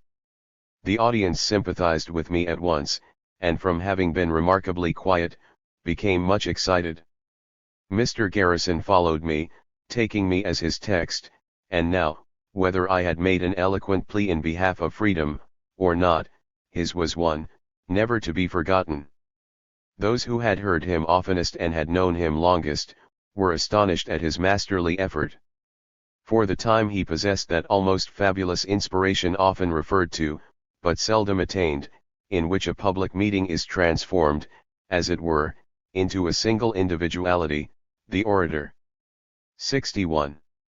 Swaying 1,000 heads and hearts at once and, by the simple majesty of his all-controlling thought, converting his hearers into the express image of his own soul. That night there were at least 1,000 Garrisonians in Nantucket. At the close of this great meeting I was duly waited on by Mr. John A. Collins, then the general agent of the Massachusetts Anti-Slavery Society, and urgently solicited by him to become an agent of that society and publicly advocate its principles. I was reluctant to take the proffered position. I had not been quite 3 years from slavery and was honestly distrustful of my ability, and I wished to be excused. Besides, publicity might discover me to my ability, and I wished to be excused. Besides, publicity might discover me to my master, and many other objections presented themselves. But Mr. Collins was not to be refused, and I finally consented to go out for 3 months, supposing I should in that length of time come to the end of my story and my consequent usefulness. Here opened for me a new life, a life for which I had had no preparation. Mr. Collins used to say when introducing me to an audience, I was a graduate from the peculiar institution, with my diploma written on my back. The 3 years of my freedom had been spent in the hard school of adversity. My hands seemed to be furnished with something like a leather coating, and I had marked out for myself a life of rough labor, suited to the hardness of my hands, as a means of supporting my family and rearing my children. Young, Ardent and hopeful, I entered upon this new life in the full gush of unsuspecting enthusiasm. The cause was good, the men engaged in it were good, the means to attain its triumph, good. Heaven's blessing must attend all, and freedom must soon be given to the millions pining under a ruthless bondage. My whole heart went with the holy cause, and my most fervent prayer to the Almighty Disposer of the hearts of men was continually offered for its early triumph.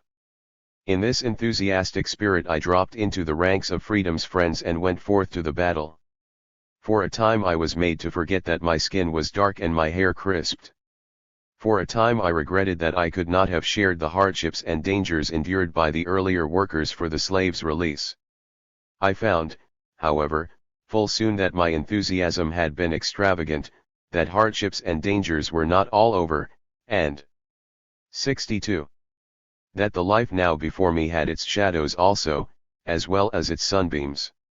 Among the first duties assigned me on entering the ranks was to travel in company with Mr. George Foster to secure subscribers to the Anti-Slavery Standard and the Liberator. With him I traveled and lectured through the eastern counties of Massachusetts. Much interest was awakened, large meetings assembled. Many came, no doubt from curiosity to hear what a Negro could say in his own cause. I was generally introduced as a chattel, a thing, a piece of Southern property, chairman assuring the audience that it could speak. Fugitive slaves were rare then, and as a fugitive slave lecturer, I had the advantage of being a brand new fact, the first one out. Up to that time, a colored man was deemed a fool who confessed himself a runaway slave, not only because of the danger to which he exposed himself of being retaken, but because it was a confession of a very low origin. Some of my colored friends in New Bedford thought very badly of my wisdom in thus exposing and degrading myself. The only precaution I took at the beginning, to prevent Master Thomas from knowing where I was and what I was about, was the withholding my former name, my master's name, and the name of the state and county from which I came. During the first 3 or 4 months my speeches were almost exclusively made up of narrations of my own personal experience as a slave. "Let us have the facts," said the people. So also said friend George Foster, who always wished to pin me down to a simple narrative. "Give us the facts," said Collins, "we will take care of the philosophy." Just here arose some embarrassment. It was impossible for me to repeat the same old story month after month and keep up my interest in it.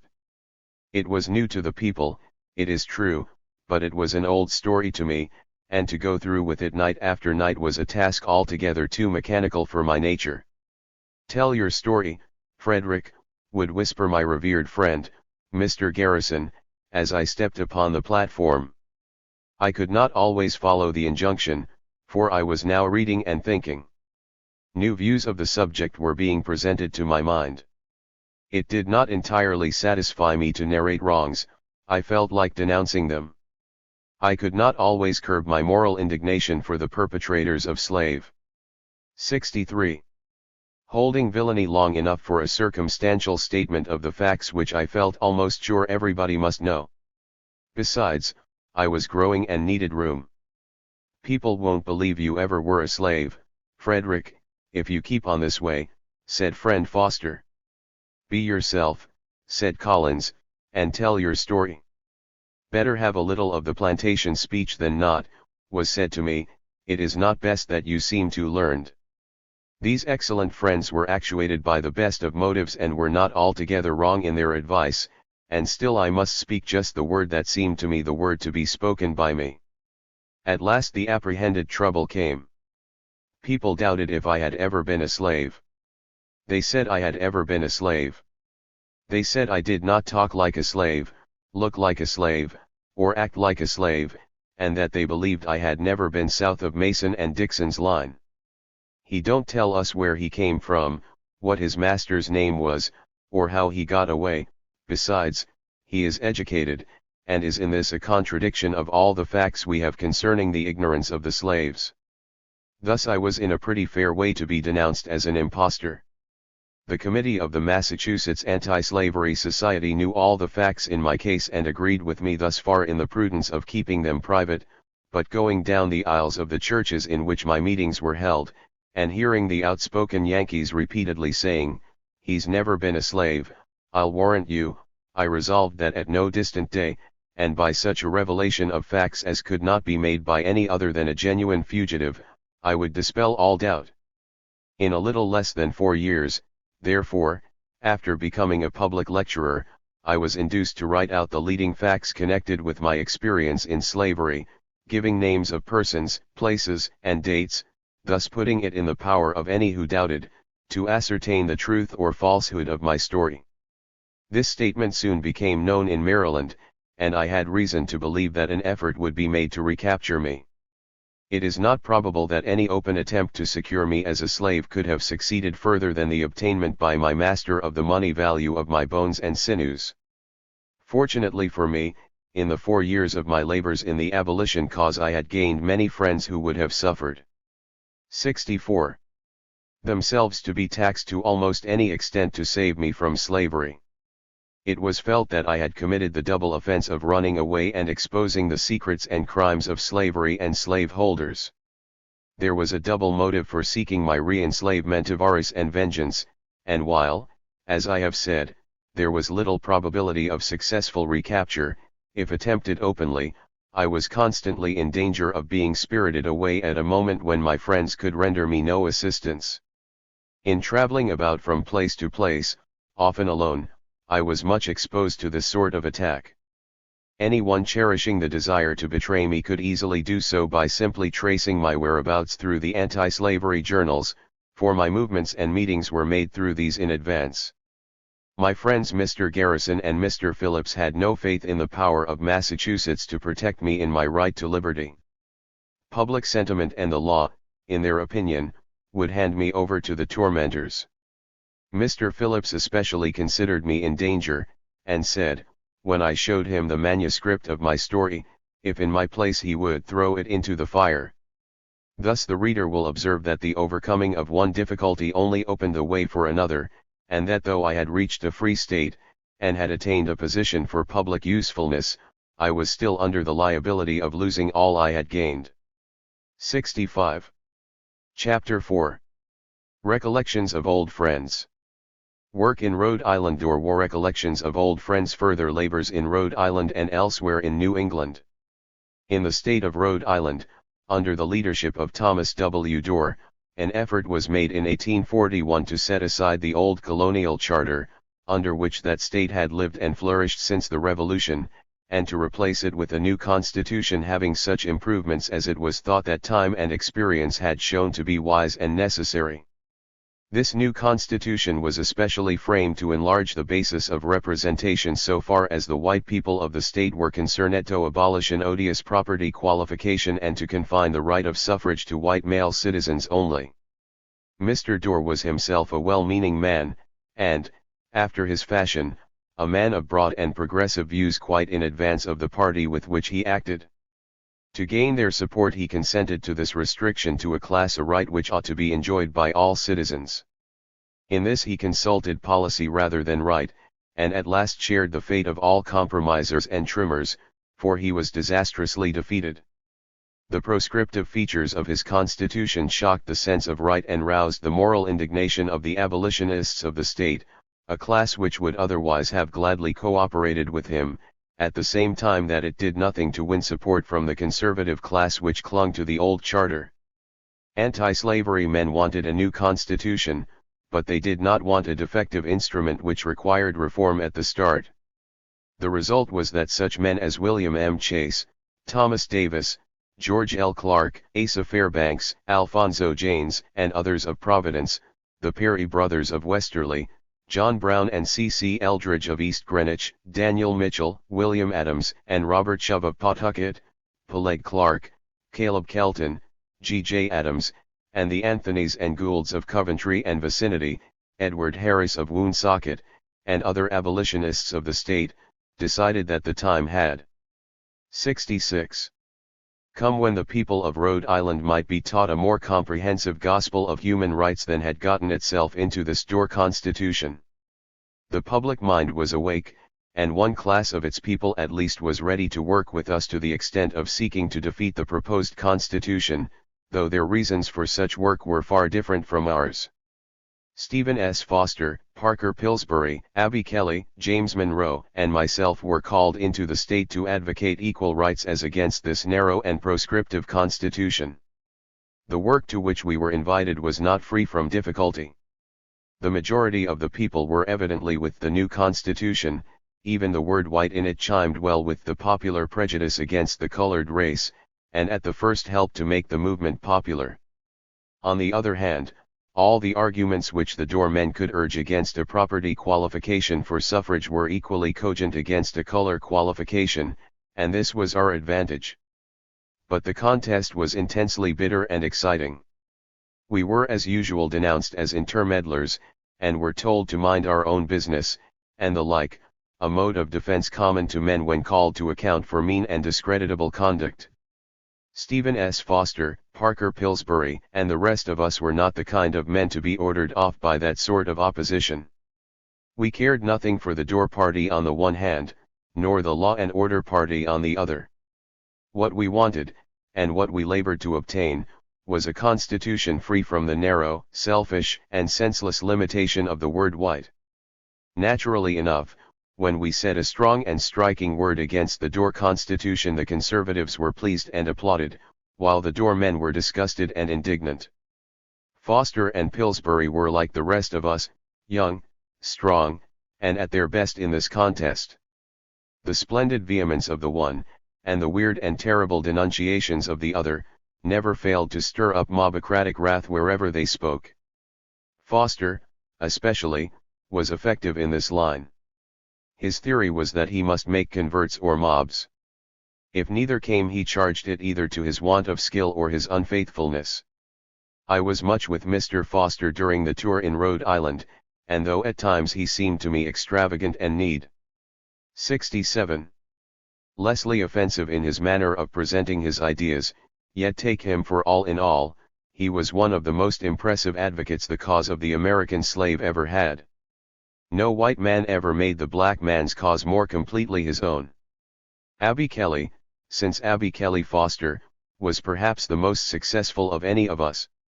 Her youth and simple Quaker beauty, combined with her wonderful earnestness, her large knowledge and great logical power, bore down all opposition to the end, wherever she spoke, though she was before pelted with foul eggs, and no less foul words, from the noisy mobs which attended us. Monroe and I were less aggressive than either of our co-workers, and of course did not provoke the same resistance.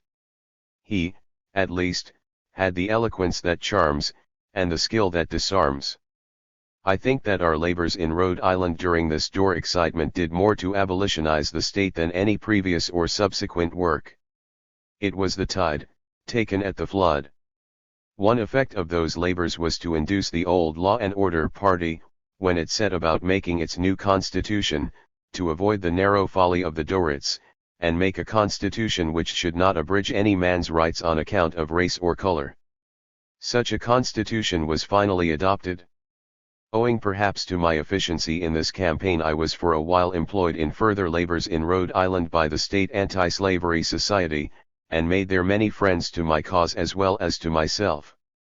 As a class, the abolitionists of the state partook of the spirit of its founder. They had their own opinions, were independent, and called no man master. I have reason to remember them most gratefully. They received me as a man and a brother, when I was new from the house of bondage and had few of the graces derived from free and refined society. They took me with earnest hand to their homes and hearths, and made me feel that though I wore the burnished livery of the sun, I was still a countryman and kinsman of whom they were never ashamed. I can never forget the Clarks, Keltons, Chases, Browns, Adams, Greens, Sissons, Eldridges, Mitchells, Shoves, Anthonys, Applins, Janes, Goulds, Fairbanks, and many others. While thus remembering the noble anti-slavery men and 68. Women of Rhode Island, I do not forget that I suffered much rough usage within her borders.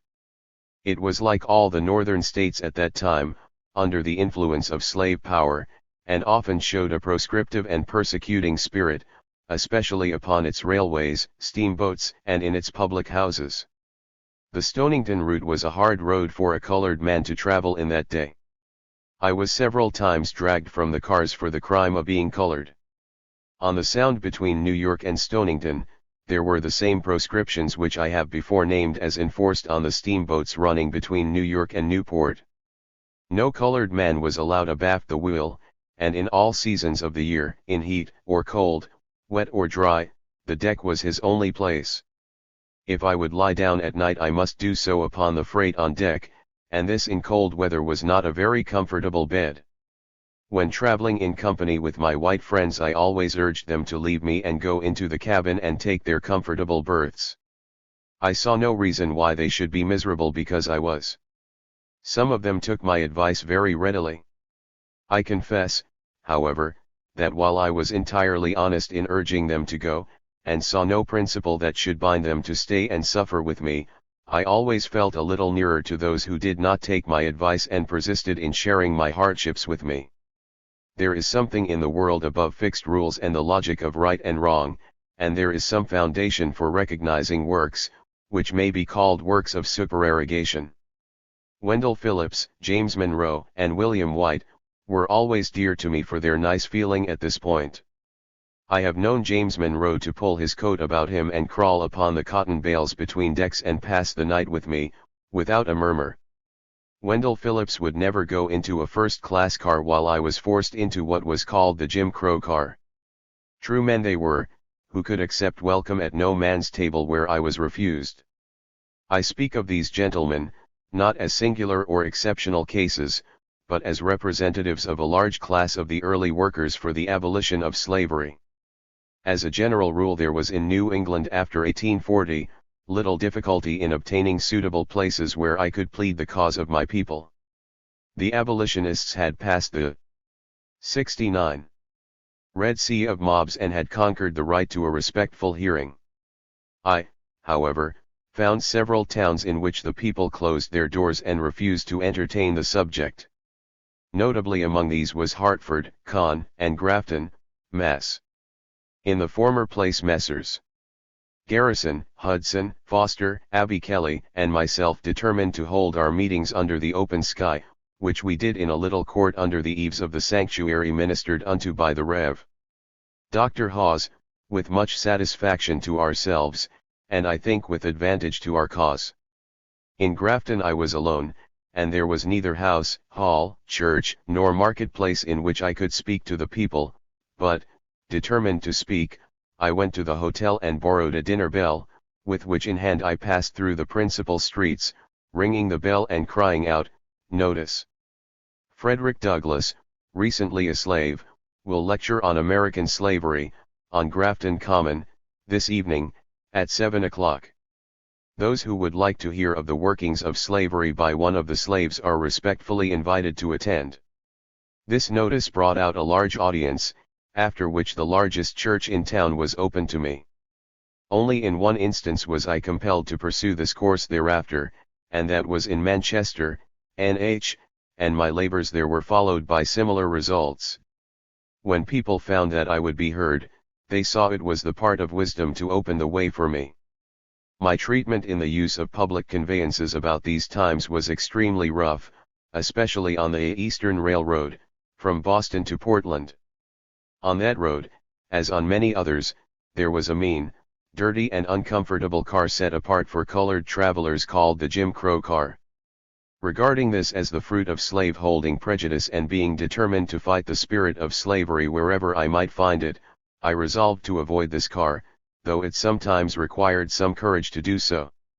The colored people generally accepted the situation and complained of me as making matters worse rather than better by refusing to submit to this proscription. I, however, persisted, and sometimes was soundly beaten by conductor and brakeman. On one occasion 6 of these fellows of the baser sort, under the direction of the conductor, set out to eject me from my seat. As usual, I had purchased a first-class ticket and paid the required sum for it, and on the 70 requirement of the conductor to leave, refused to do so, when he called on these men to snake me out.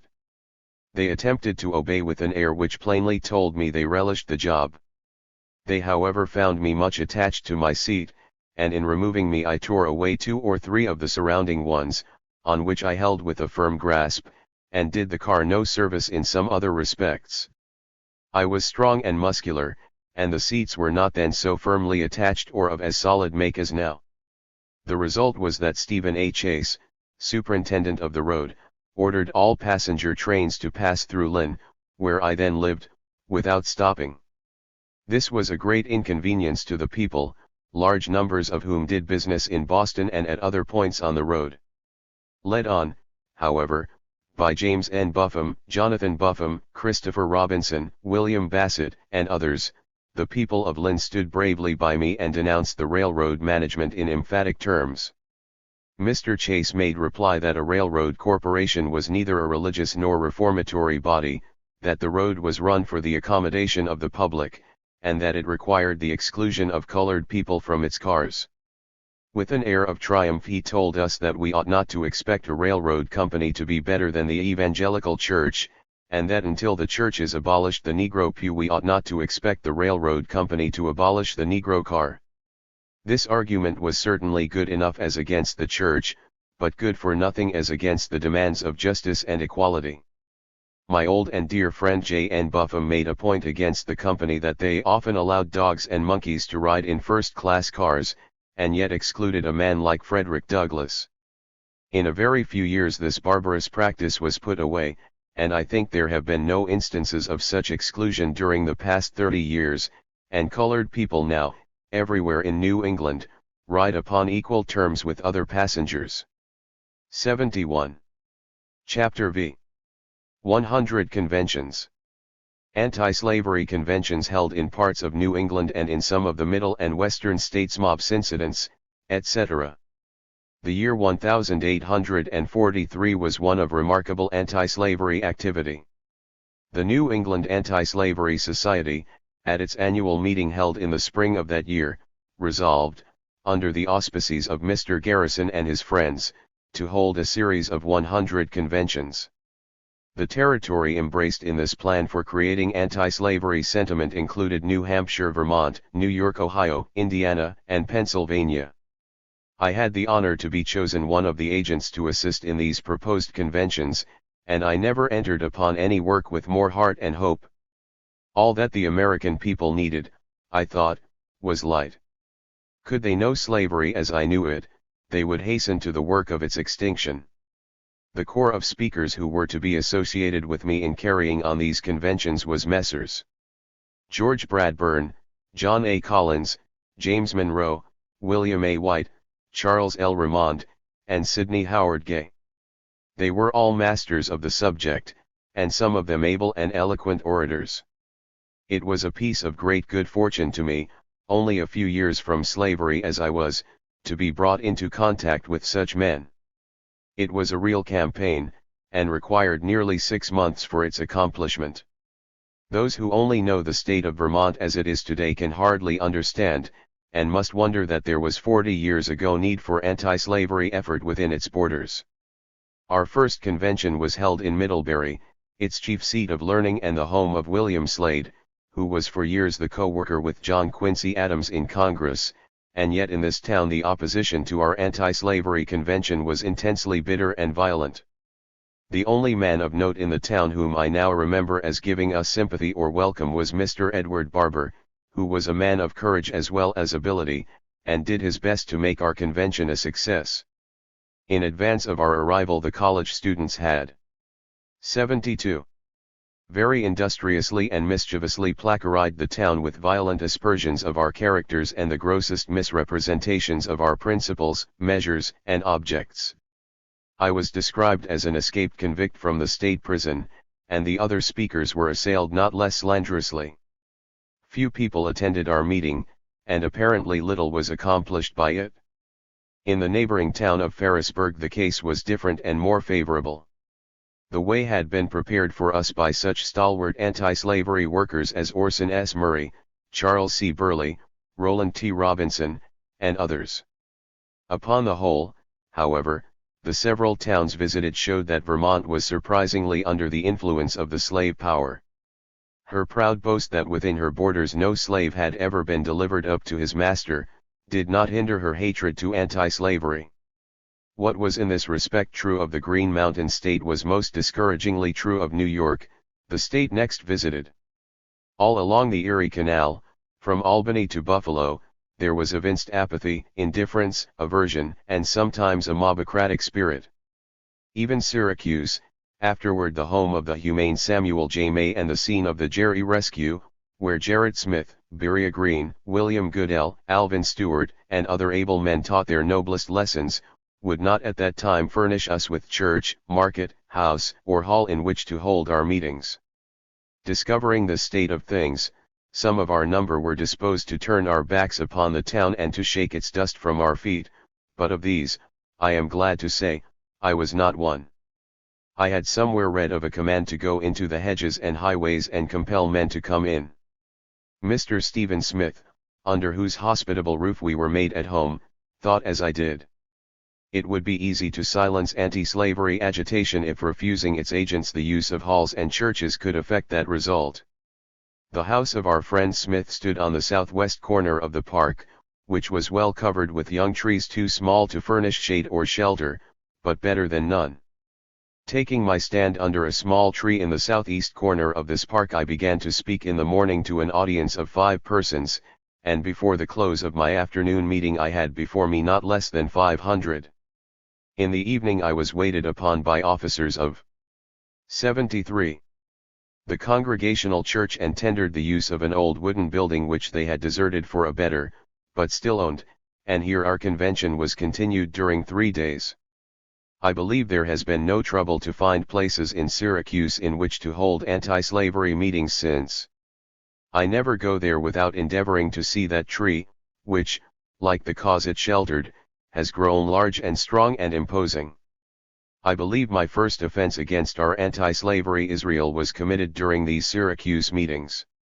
It was on this wise: our general agent, John A. Collins, had recently returned from England full of communistic ideas, which ideas would do away with individual property, and have all things in common.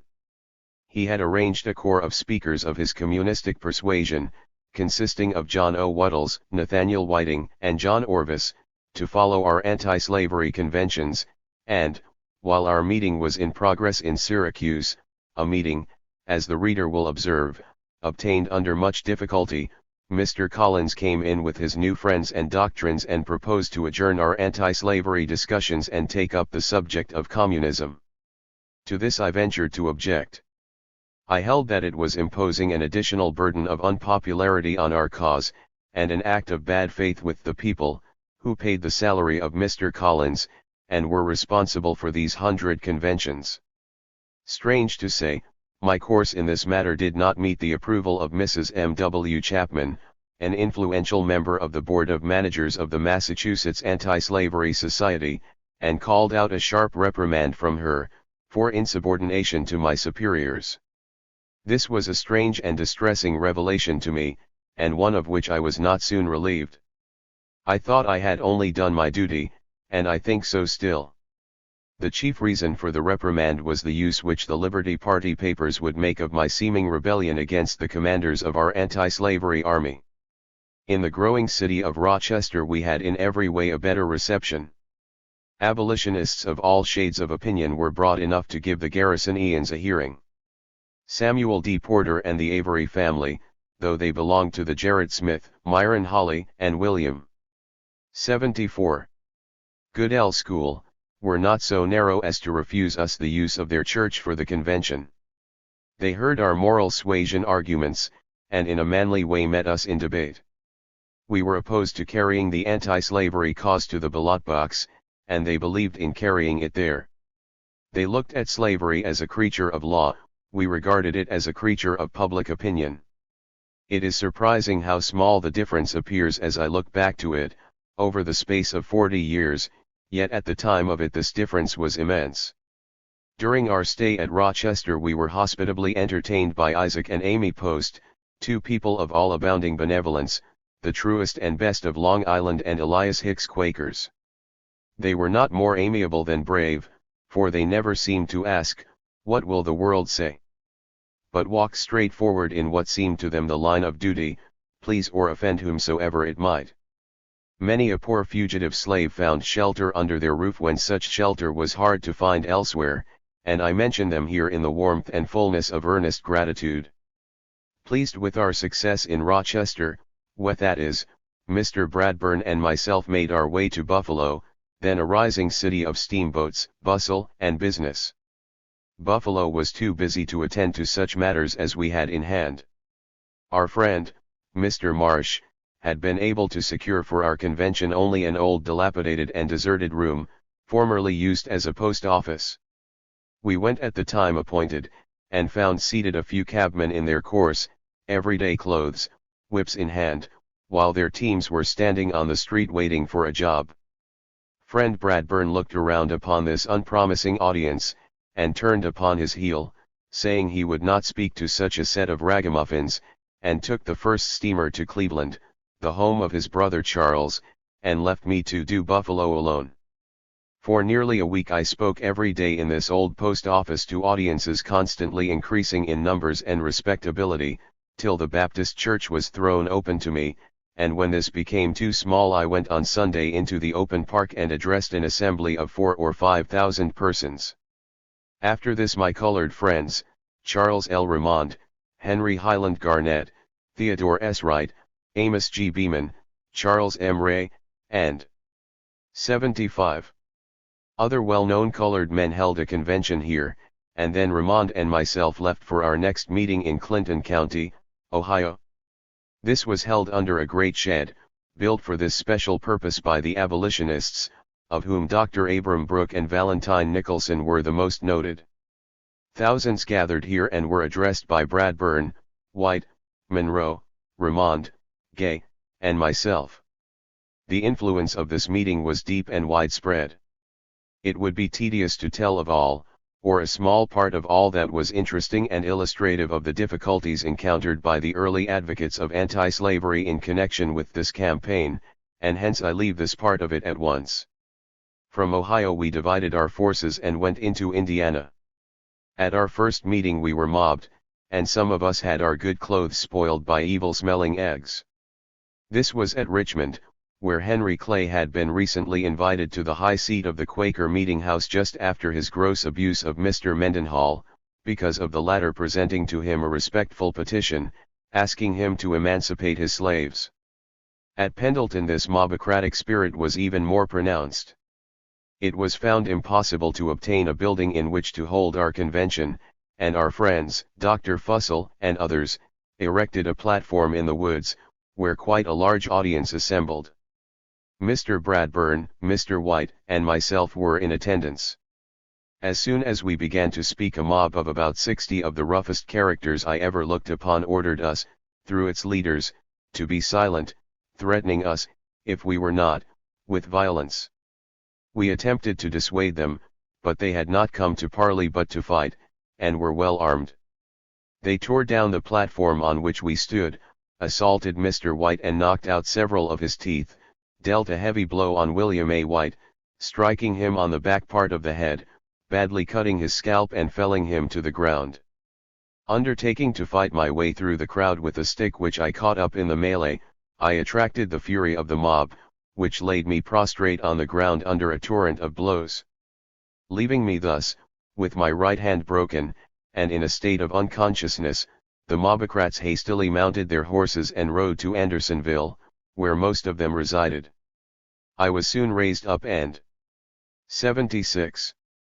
Revived by Neil Hardy, a kind-hearted member of the Society of Friends, and carried by him in his wagon about 3 miles in the country to his home, where I was tenderly nursed and bandaged by good Mrs. Hardy till I was again on my feet, but, as the bones broken were not properly set, my hand has never recovered its natural strength and dexterity.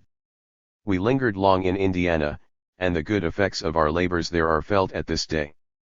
I have lately visited Pendleton, now one of the best Republican towns in the state, and looked again upon the spot where I was beaten down, and have again taken by the hand some of the witnesses of that scene, amongst whom was the kind, good Lady M.R.S. Hardy, so like the Good Samaritan of old, bound up my wounds, and cared for me so kindly. A complete history of these 100 conventions would fill a volume far larger than the one in which this simple reference is to find a place. It would be a grateful duty to speak of the noble young men who forsook ease and pleasure, as did White, Gay, and Monroe, and endured all manner of privations in the cause of the enslaved and downtrodden of my race. Gay, Monroe, and myself are the only ones of those who now survive who participated as agents in the 100 conventions. Mr. Monroe was for many years consul to Brazil, and has since been a faithful member of Congress from the Oberlin District, Ohio, and has filled other important positions in his state. Mr. Gay was managing editor of the National Anti-Slavery Standard, and afterwards of the New York Tribune, and still later of the New York Evening Post. 77. Chapter 6. Impressions Abroad. Danger to be averted. A refuge sought abroad. Voyage on the steamship Cambria. Refusal of first-class passage. Attractions of the forecastle deck. Hutchinson family invited to make a speech. Southerners feel insulted. Captain threatens to put them in irons. Experiences abroad. Attentions received. Impressions of different members of Parliament and of other public men. Contrast with life in America. Kindness of friends. Their purchase of my person and the gift of the same to me. Return. As I have before intimated, the publishing of my narrative was regarded by my friends with mingled feelings of satisfaction and apprehension. They were glad to have the doubts and insinuations which the advocates and apologists of slavery had made against me proved to the world to be false, but they had many fears lest this very proof would endanger my safety, and make it necessary for me to leave a position which in a signal manner had opened before me, and one in which I had thus far been efficient in assisting to arouse the moral sentiment of the community against a system which had deprived me, in common with my fellow slaves, of all the attributes of manhood. I became myself painfully alive to the liability which surrounded me, and which might at any moment scatter all my proud hopes and return me to a doom worse than death. It was thus I was led to seek a refuge in monarchical England from the dangers of republican slavery. A rude, uncultivated fugitive slave, I was driven to that country to which American young gentlemen go to increase their stock of knowledge, to seek pleasure, and to have their rough democratic manners softened by contact with English aristocratic refinement. My friend James N. Buffum of Lynn, Massachusetts, who was to accompany me, applied on board the steamer Cambria of the Cunard Line for tickets, and was told that I could not be received as a cabin passenger. American prejudice against color had triumphed over British liberality and civilization, and had 78. Erected a color test as a condition for crossing the sea in the cabin of a British vessel. The insult was keenly felt by my white friends, but to me such insults were so frequent and expected that it was of no great consequence whether I went in the cabin or in the steerage. Moreover, I felt that if I could not go in the first cabin passengers could come in the second cabin, and in this thought I was not mistaken, as I soon found myself an object of more general interest than I wished to be, and, so far from being degraded by being placed in the second cabin, that part of the ship became the scene of as much pleasure and refinement as the cabin itself. The Hutchinson family from New Hampshire, sweet singers of anti-slavery and the good time coming, were fellow passengers, and often came to my rude forecastle deck and sang their sweetest songs, making the place eloquent with music and alive with spirited conversation. They not only visited me, but invited me to visit them, and in 2 or 3 days after leaving Boston one part of the ship was about as free to me as another. My visits there, however, were but seldom. I preferred to live within my privileges and keep upon my own premises. This course was quite as much in accord with good policy as with my own feelings. The effect was that with the majority of the passengers all color distinctions were flung to the winds, and I found myself treated with every mark of respect from the beginning to the end of the voyage, except in one single instance, and in that I came near being mobbed for complying with an invitation given me by the passengers and the captain of the Cambria to deliver a lecture on slavery. There were several young men, passengers from Georgia and New Orleans, and they were pleased to regard my lecture as an insult offered to them, and swore I should not speak. They went so far as to threaten to throw me overboard, and but for the firmness of Captain Judkins they would probably, under the inspiration of slavery and brandy, have attempted to put their threats into execution.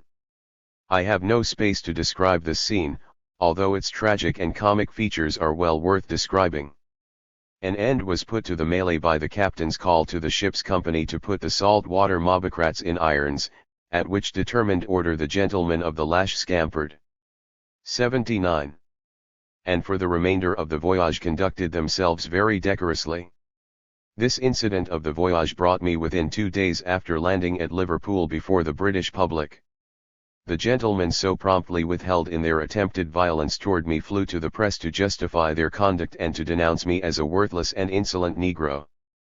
This course was even less wise than the conduct it was intended to sustain, for, besides awakening something like a national interest in me, and securing me an audience, it brought out counter-statements and threw upon themselves the blame which they had sought to fasten upon me and upon the gallant captain of the ship.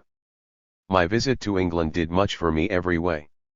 Not the least among the many advantages derived from it was the opportunity it afforded me of becoming acquainted with educated people and of seeing and hearing many of the most distinguished men of that country.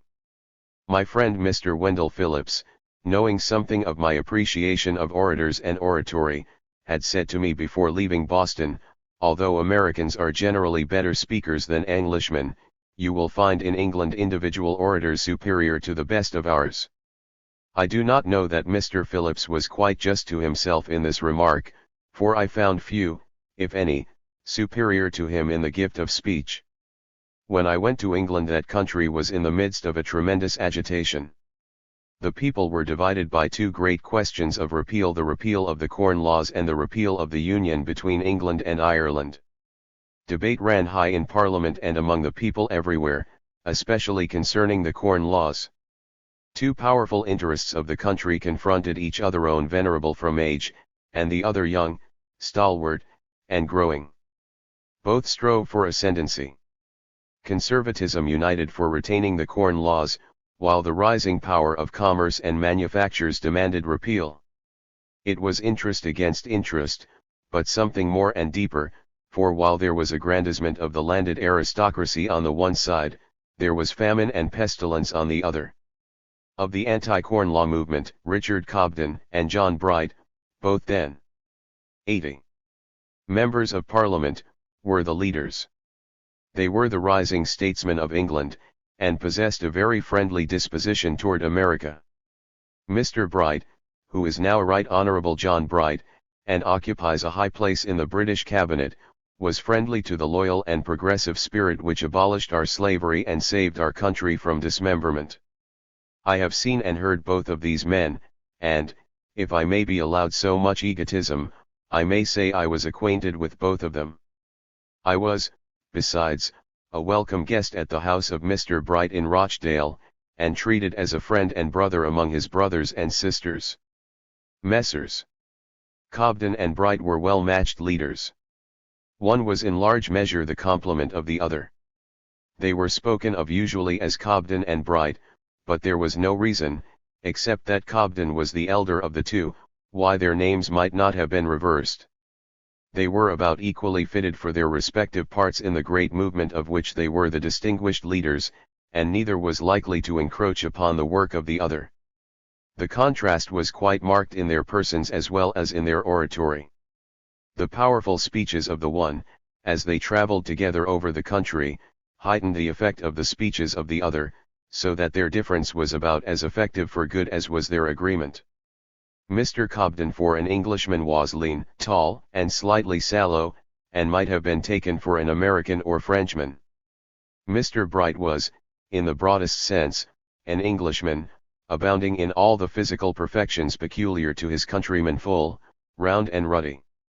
Cobden had dark eyes and hair, a well-formed head high above his shoulders, and, when sitting quiet, a look of sadness and fatigue. In the House of Commons he often sat with one hand supporting his head. Bright appeared the very opposite in this and other respects. His eyes were blue, his hair light, his head massive and firmly set upon his shoulders, suggesting immense energy and determination. In his oratory Mr. Cobden was cool, candid, deliberate, straightforward, yet at times slightly hesitating. Bright, on the other hand, was fervid, fluent, rapid, always ready in thought or word. Mr. Cobden was full of facts and figures, dealing in statistics by the hour. Mr. Bright was full of wit, knowledge, 81, and pathos, and possessed amazing power of expression. One spoke to the cold, calculating side of the British nation, which asks if the new idea will pay.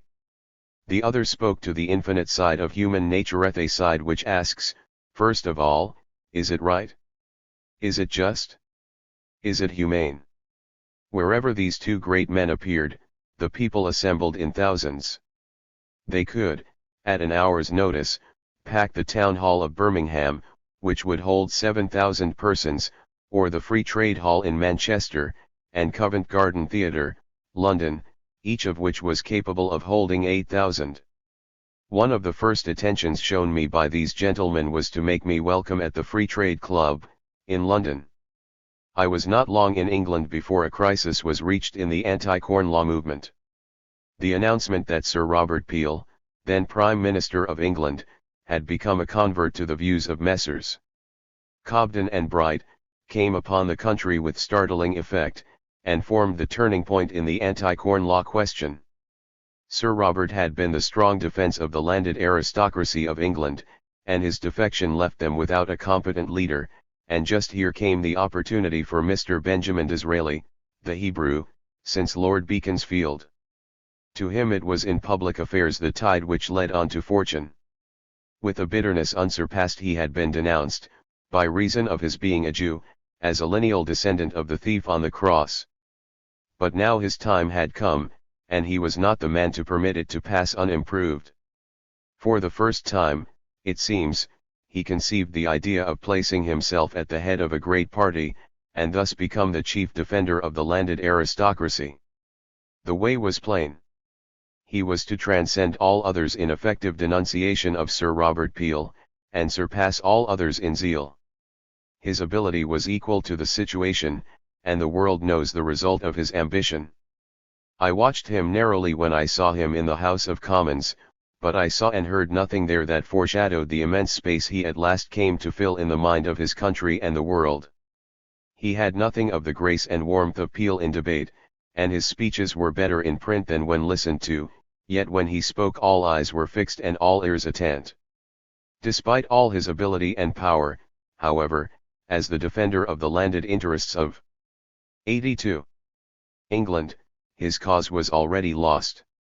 The increasing power of the Anti-Corn Law League, the burden of the tax upon bread, the cry of distress coming from famine-stricken Ireland, and the adhesion of Peel to the views of Cobden and Bright, made the repeal of the Corn Laws speedy and certain.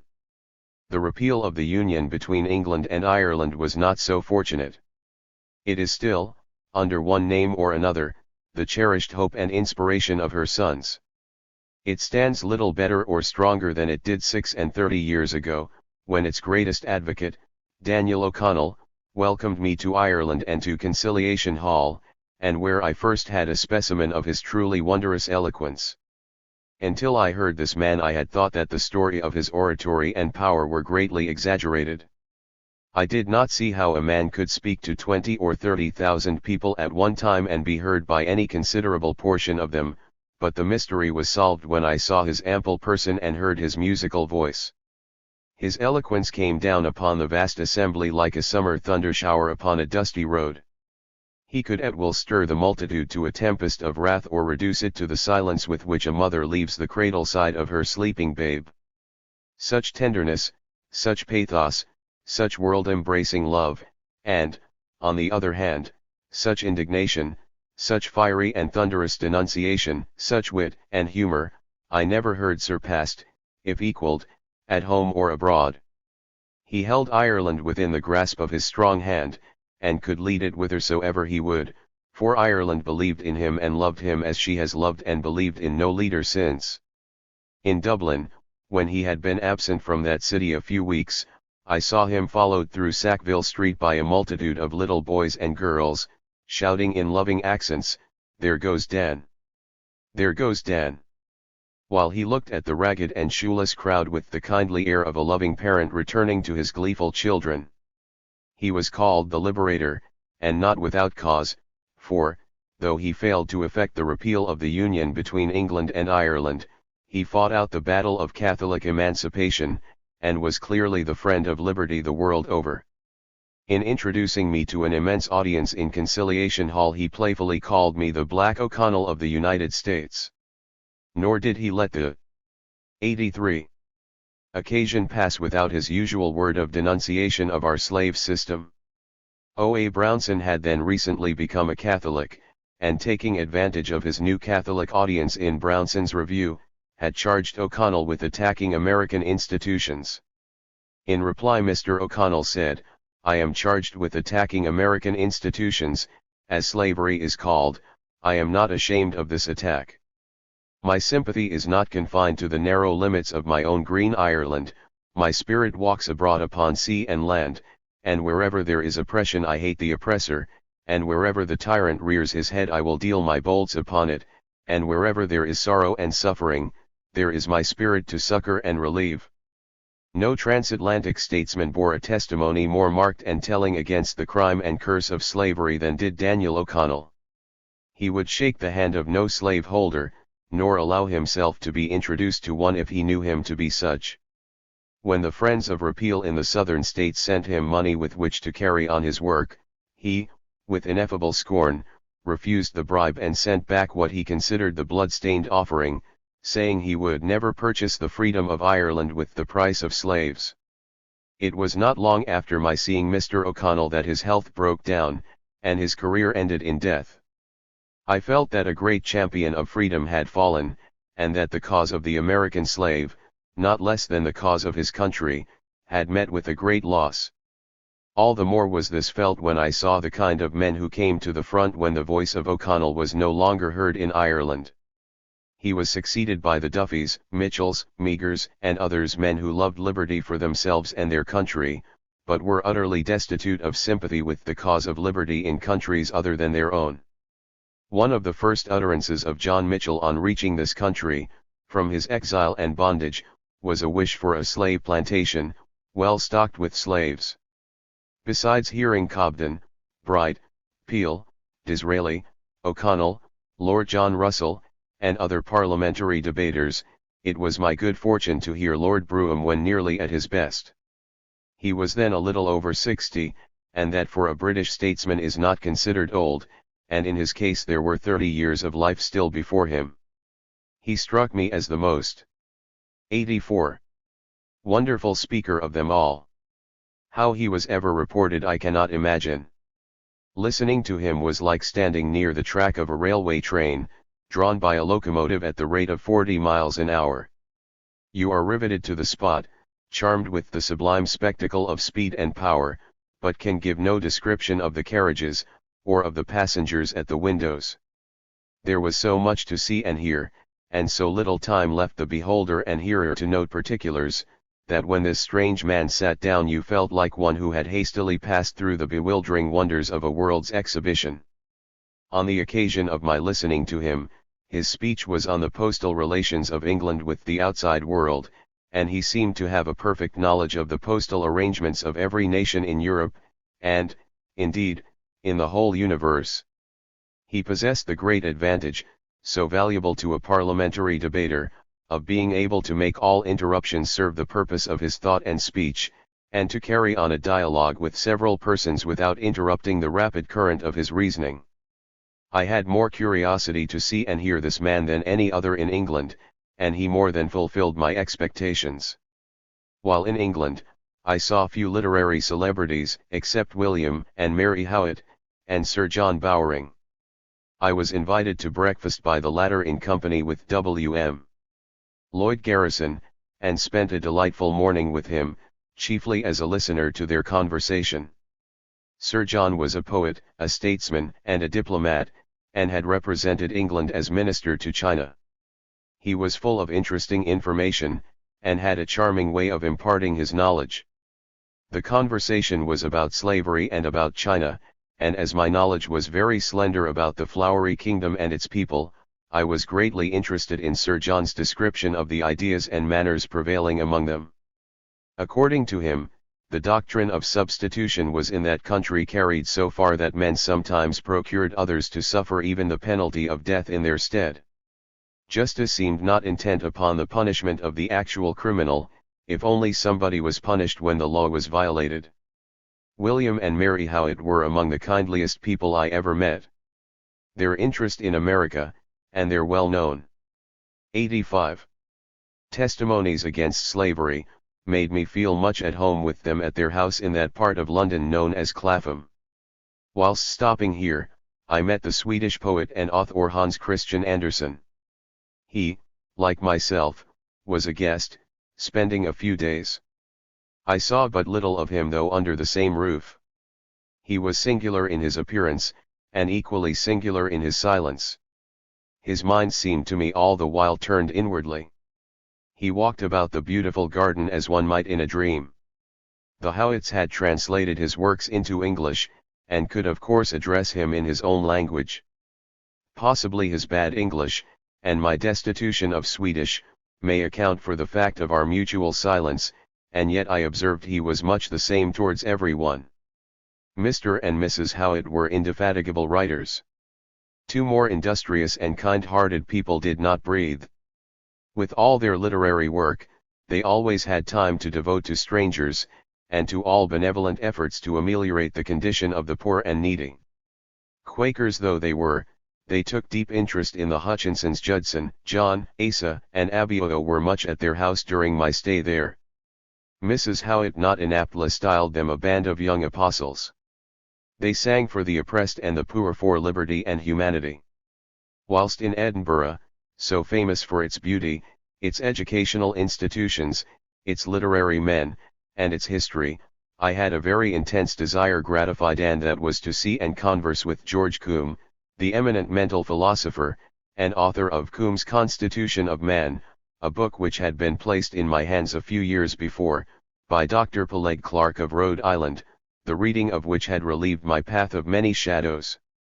In company with George Thompson, James N. Buffum, and William L. Garrison, I had the honor to be invited by Mr. Combe to breakfast, and the occasion was one of the most delightful I met in dear old Scotland. Of course, in the presence of such men, my part was a very subordinate one. I was a listener. Mr. Combe did the most of the talking, and did it so well that nobody felt like interposing a word, except so far as to draw him on. He discussed the Corn Laws, and the proposal to reduce the hours of labor. He looked at all political and social questions through 86. His peculiar mental science. His manner was remarkably quiet, and he spoke as not expecting opposition to his views. Phrenology explained everything to him, from the finite to the infinite. I look back with much satisfaction to the morning spent with this singularly clear-headed man. It would detain the reader too long, and make this volume too large, to tell of the many kindnesses shown me while abroad, or even to mention all the great and noteworthy persons who gave me a friendly hand and a cordial welcome, but there is one other, now long gone to his rest, of whom a few words must be spoken, and that one was Thomas Clarkson, last of the noble line of Englishmen who inaugurated the anti-slavery movement for England and the civilized world, lifelong friend and co-worker with Granville Sharp, William Wilberforce, Thomas Fowell Buxton, and other leaders in that great reform which nearly put an end to slavery in all parts of the globe. As in the case of George Combe, I went to see Mr. Clarkson in company with Messrs. Garrison and Thompson. They had by note advised him of our coming, and had received one in reply, bidding us welcome. We found the venerable object of our visit seated at a table where he had been busily writing a letter to America against slavery, for though in his 87th year, he continued to write. When we were presented to him, he rose to receive us.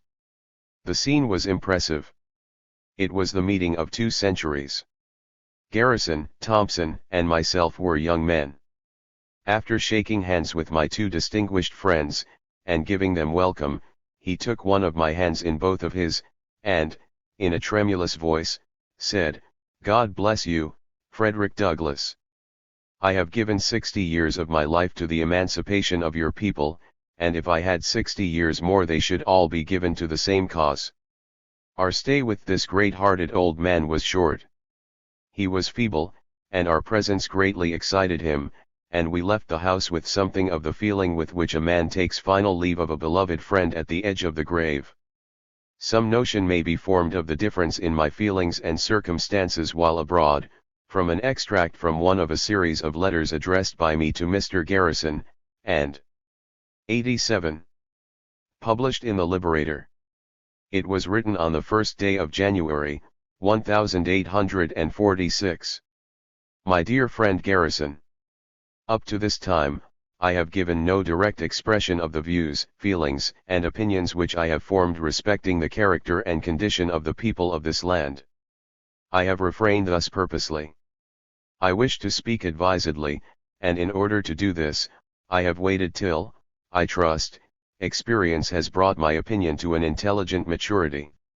I have been thus careful, not because I think what I say will have much effect in shaping the opinions of the world, but because what influence I may possess, whether little or much, I wish to go in the right direction, and according to truth. I hardly need say that in speaking of Ireland I shall be influenced by no prejudices in favor of America. I think my circumstances all forbid that.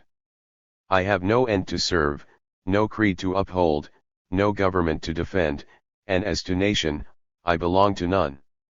I have no protection at home, or resting place abroad. The land of my birth welcomes me to her shores only as slave, and spurns with contempt the idea of treating me differently, so that I am an outcast from the society of my childhood, and an outlaw in the land of my birth. I am a stranger with thee and a sojourner, as all my fathers were. That men should be patriotic, is to me perfectly natural, and as a philosophical fact, I am able to give it an intellectual recognition.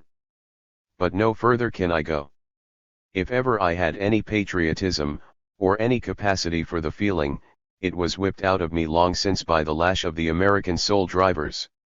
In thinking of America, I sometimes find myself admiring her bright blue sky, her grand old woods, her fertile fields, her beautiful rivers, her mighty lakes, and star-crowned mountains. But my rapture is soon checked, me joy is soon turned to mourning. When I remember that all is cursed with the infernal spirit of slave-holding, robbery, and wrong, when I remember that with the waters of her noblest rivers the tears of my brethren are borne to the ocean, disregarded and forgotten, and that her most fertile fields drink daily of the warm blood of my outraged sisters, I am filled with unutterable loathing, and led to reproach myself that anything could fall from my lips in praise of such a land. America will not allow her children to love her. She seems bent on compelling those who would be her warmest friends to be her worst enemies. May God give her repentance before it is too late, is the ardent prayer of my heart. I will continue to pray, labor, and wait, believing that she cannot always be insensible to the dictates of justice, or deaf to the voice of humanity. 88. My opportunities for learning the character and condition of the people of this land have been very great. I have traveled from the Hill of Howth to the Giant's Causeway, and from the Giant's Causeway to Cape Clear. During these travels I have met with much in the character and condition of the people to approve, and much to condemn, much that has thrilled me with pleasure, and much that has filled me with pain. I will not, in this letter, attempt to give any description of those scenes which give me pain. This I will do hereafter. I have said enough, and more than your subscribers will be disposed to read at one time, of the bright side of the picture. I can truly say I have spent some of the happiest days of my life since landing in this country. I seem to have undergone a transformation. I live a new life.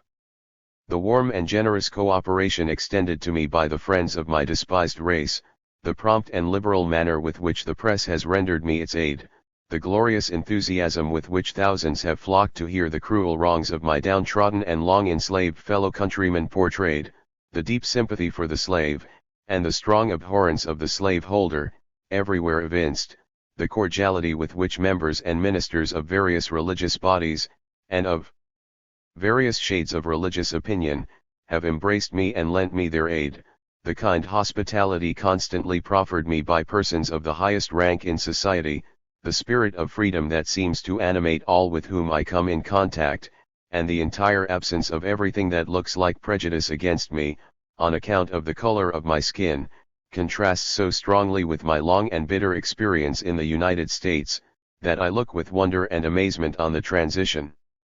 In the southern part of the United States, I was a slave thought of and spoken of as property, in the language of law, held, taken, reputed, and adjudged to be a chattel in the hands of my owners and possessors, and their executors, administrators, and assigns, to all intents, constructions, and purposes, whatsoever. In the northern states, a fugitive slave, liable to be hunted at any moment like a felon, and to be hurled into the terrible jaws of slavery, doomed, by an inveterate prejudice against color, to insult and outrage on every hand, denied the privileges and courtesies common to others in the use of the most humble means of conveyance, shut out from the cabins on steamboats, refused admission to respectable hotels, caricatured, scorned, scoffed, mocked and maltreated with impunity by anyone, no matter how black his heart, so he has a white skin. But now behold the change. 11 days and a half gone, and I have crossed 3,000 miles of perilous deep. Instead of a democratic Gov. 89. Ernment, I am under a monarchical government. Instead of the bright, blue sky of America, I am covered with the soft, grey fog of the Emerald Isle. I breathe, and lo! The chattel becomes a man. I gaze around in vain for one who will question my equal humanity, claim me as a slave, or offer me an insult. I employ a cab, I am seated beside white people, I reach the hotel, I enter the same door, I am shown into the same parlor, I dine at the same table, no one is offended. No delicate nose grows deformed in my presence. I find no difficulty here in obtaining admission into any place of worship, instruction, or amusement, on equal terms with people as white as any I ever saw in the United States. I meet nothing to remind me of my complexion. I find myself regarded and treated at every turn with the kindness and deference paid to white people. When I go to church, I am met by no upturned nose and scornful lip, to tell me we don't allow niggers in here. I remember about 2 years ago there was in Boston, near the southwest corner of Boston Common, a menagerie. I had long desired to see such a collection as I understood was being exhibited there. Never having had an opportunity while a slave, I resolved to seize this, and as I approached the entrance to gain admission, I was told by the doorkeeper, in a harsh and contemptuous tone, "We don't allow niggers in here." I also remember attending a revival meeting in the Rev. Henry Jackson's meeting house, at New Bedford, and going up the broad aisle for a seat, I was met by a good deacon, who told me, in a pious tone, "We don't allow niggers in here." Soon after my arrival in New Bedford from the South, I had a strong desire to attend the Lyceum, but was told, "They don't allow niggers there," while passing from New York to Boston on the steamer Massachusetts, on the night of the 9th of December, 1843, when chilled almost through with the cold, I went into the cabin to get a little warm. I was soon touched upon the shoulder, and told, "We don't allow niggers in here." A week or two before leaving the United States, I had a meeting appointed at Weymouth, the house of that glorious band of true abolitionists, the Weston family and others. On attempting to take a seat in the omnibus to that place, I was told by the driver, "I don't allow niggers in here." Thank heaven for the respite I now enjoy. I had been in Dublin but a few days when a 90 gentleman of great respectability kindly offered to conduct me through all the public buildings of that beautiful city, and soon afterward I was invited by the Lord Mayor to dine with him. What a pity there was not some democratic Christian at the door of his splendid mansion to bark out at my approach, "They don't allow niggers in here." The truth is, the people here knew nothing of the Republican Negro hate prevalent in our glorious land. They measure and esteem men according to their moral and intellectual worth, and not according to the color of their skin. Whatever may be said of the aristocracies here, there is none based on the color of a man's skin. This species of aristocracy belongs preeminently to the land of the free, and the home of the brave. I have never found it abroad in any but Americans. It sticks to them wherever they go. They find it almost as hard to get rid of as to get rid of their skins. The second day after my arrival in Liverpool, in company with my friend Buffum, and several other friends, I went to Eaton Hall, the residence of the Marquis of Westminster, one of the most splendid buildings in England. On approaching the door, I found several of our American passengers who came out with us in the Cambria, waiting for admission, as but one party was allowed in the house at a time. We all had to wait till the company within came out, and of all the faces expressive of chagrin, those of the Americans were preeminent. They looked as sour as vinegar, and as bitter as gall, when they found I was to be admitted on equal terms with themselves. When the door was opened, I walked in on a footing with my white fellow citizens, and, from all I could see, I had as much attention paid me by the servants who showed us through the house as any with a paler skin. As I walked throughout the building, the statuary did not fall down, the pictures did not leap from their places, the doors did not refuse to open, and the servants did not say, "We don't allow niggers in here." My time and labors while abroad were divided between England, Ireland, Scotland, and Wales. Upon this experience alone I might fill a volume. Amongst the few incidents which space will permit me to mention, and one which attracted 91. much attention and provoked much discussion in America, was a brief statement made by me in the World's Temperance Convention, held in Covent Garden Theatre, London, August 7, 1846.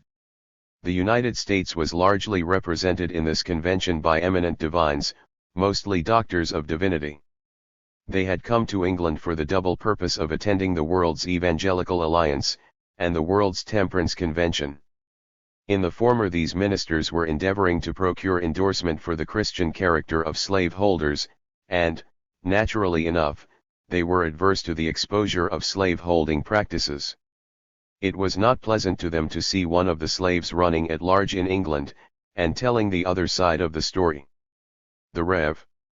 Samuel Hanson Cox, D.D., of Brooklyn, N.Y., was especially disturbed at my presence and speech in the Temperance Convention. I will give here, first, the reverend gentleman's version of the occasion in a letter from him as it appeared in the New York Evangelist, the organ of his denomination. After a description of the place and the speakers, he says, "They all advocated the same cause, showed a glorious unity of thought and feeling, and the effect was constantly raised. The moral scene was superb and glorious when Frederick Douglass, the colored abolition agitator and ultraist, came to the platform and so spake, a la mode, as to ruin the influence almost of all that preceded. He lugged in anti-slavery, or abolition, no doubt prompted to it by some of the politic ones who can use him to do what they would not themselves adventure to do in person. He is supposed to have been well paid for the abomination. What a perversion, an abuse, an iniquity against the law of reciprocal righteousness, to call thousands together and get them, some certain ones, to seem conspicuous and devoted for one sole and grand object, and then all at once, with obliquity, open an avalanche on them for some imputed evil or monstrosity, for which, whatever be the wound or injury inflicted, they were both too fatigued and hurried with surprise, and too straitened for time, to be properly prepared. I say it is a streak of meanness. It is abominable." On this occasion Mr. Douglass allowed himself to denounce America and all its temperance societies together as a grinding community of the enemies of his people, said evil with no alloy of good concerning the whole of us, was perfectly indiscriminate in his severities, talked of the American 92 delegates and to them as if he had been our schoolmaster and we his docile and devoted pupils, and launched his revengeful missiles at our country without one palliative, and as if not a Christian or a true anti-slavery man lived in the whole of the United States. The fact is, the man has been petted and flattered and used and paid by certain abolitionists, not unknown to us, of the NE plus ultra stamp, till he forgets himself, and though he may gratify his own impulses and those of old Adam in others, yet I am sure that all this is just the way to ruin his own influence, to defeat his own object, and to do mischief, not good, to the very cause he professes to love. with the single exception of one cold-hearted parricide, whose character I abhor, and whom I will not name, and who has, I fear, no feeling of true patriotism or piety within him. All the delegates from our country were together wounded and indignant. No wonder at it. I write freely. It was not done in a corner. It was inspired, I believe, from beneath, and not from above. It was adapted to rekindle on both sides of the Atlantic the flames of national exasperation and war. And this is the game which Mr. Frederick Douglass and his silly patrons are playing in England and in Scotland, and wherever they can find some mischief still for idle hands to do. I came here his sympathizing friend. I am such no more, as I know him. My own opinion is increasingly that this spirit must be exorcised out of England and America before any substantial good can be effected for the cause of the slave. It is adapted only to make bad worse and to inflame the passions of indignant millions to an incurable resentment. None but an ignoramus or a madman could think that this way was that of the inspired apostles of the Son of God. It may gratify the feelings of a self-deceived and malignant few, but it will do no good in any direction, least of all to the poor slave. It is short-sighted, impulsive, partisan, reckless, and tending only to sanguinary ends. None of this with men of sense and principle. We all wanted to reply, but it was too late. The whole theatre seemed taken with the spirit of the Ephesian uproar. They were furious and boisterous in the extreme, and Mr. Kirk could hardly obtain a moment, though many were desirous in his behalf, to say a few words as he did, very calm and properly, that the cause of temperance was not at all responsible for slavery, and had no connection with it. Now, to show the reader what ground there was for this tirade from the pen of this eminent divine, and how easily Americans parted with their candor and self-possession when slavery was mentioned adversely, I will give here the head and front of my offense. Let it be borne in mind that this was a 93. World's Convention of the Friends of Temperance. It was not an American or a white man's convention, but one composed of men of all nations and races, and as such the convention had the right to know all about the temperance cause in every part of the world, and especially to know what hindrances were interposed in any part of the world to its progress. I was perfectly in order in speaking precisely as I did. I was neither an intruder nor out of order. I had been invited and advertised to speak by the same committee that invited Doctors Beecher, Cox, Patton, Kirk, Marsh, and others, and my speech was perfectly within the limits of good order, as the following report will show. Mr. Chairman, ladies and gentlemen, I am not a delegate to this convention. Those who would have been most likely to elect me as a delegate could not, because they are tonight held in abject slavery in the United States. Sir, I regret that I cannot fully unite with the American delegates in their patriotic eulogies of America and American temperance societies.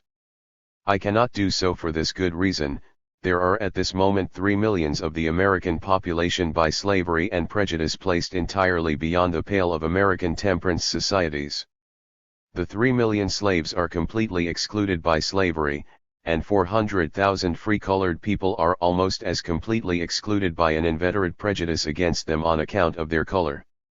I do not say these things to wound the feelings of the American delegates. I simply mention them in their presence and before this audience that, seeing how you regard this hatred and neglect of the colored people, they may be inclined on their return home to enlarge the field of their temperance operations and embrace within the scope of their influence my long neglected race. Sir, to give you some idea of the difficulties and obstacles in the way of the temperance reformation of the colored population in the United States, allow me to state a few facts. About the year 1840, a few intelligent, sober, and benevolent colored gentlemen in Philadelphia, being acquainted with the appalling ravages of intemperance among a numerous class of colored people in that city, and finding themselves neglected and excluded from white societies, organized societies among themselves, appointed committees, sent out agents, built temperance halls, and were earnestly and successfully rescuing many from the fangs of intemperance. 94. The cause went on nobly till August 1, 1842, the day when England gave liberty to 800,000 souls in the West Indies. The colored temperance society selected this day to march in procession through the city, in the hope that such a demonstration would have the effect of bringing others into their ranks. They formed their procession, unfurled their teetotal banners, and proceeded to the accomplishment of their purpose. It was a delightful sight. But, sir, they had not proceeded down 2 streets before they were brutally assailed by a ruthless mob. Their banner was torn down and trampled in the dust, their ranks broken up, their persons beaten and pelted with stones and brickbats. One of their churches was burned to the ground, and their best temperance hall utterly demolished.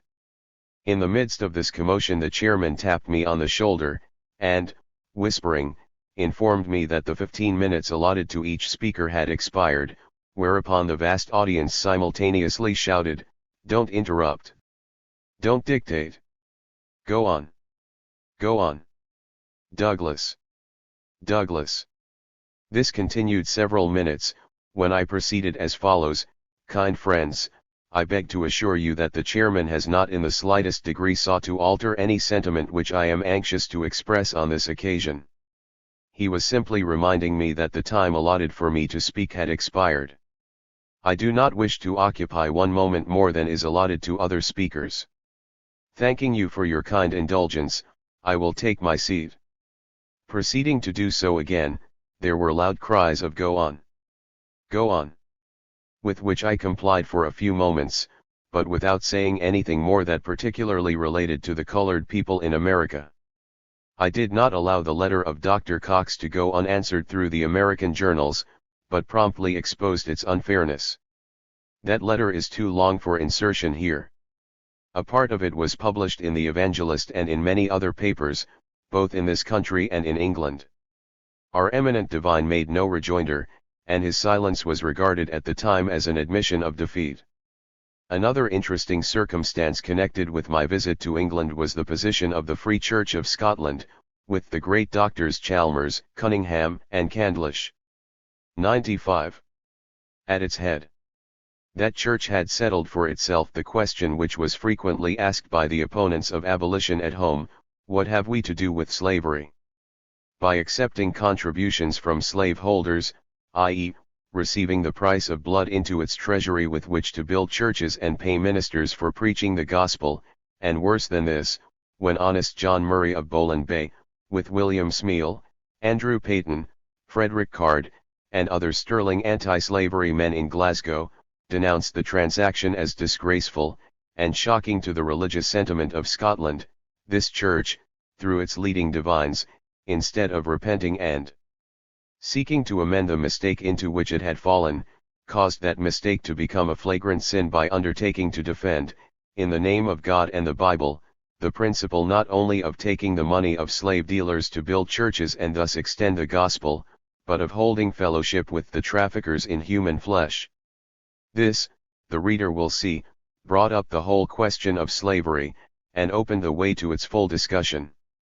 I have never seen a people more deeply moved than were the people of Scotland on this very question.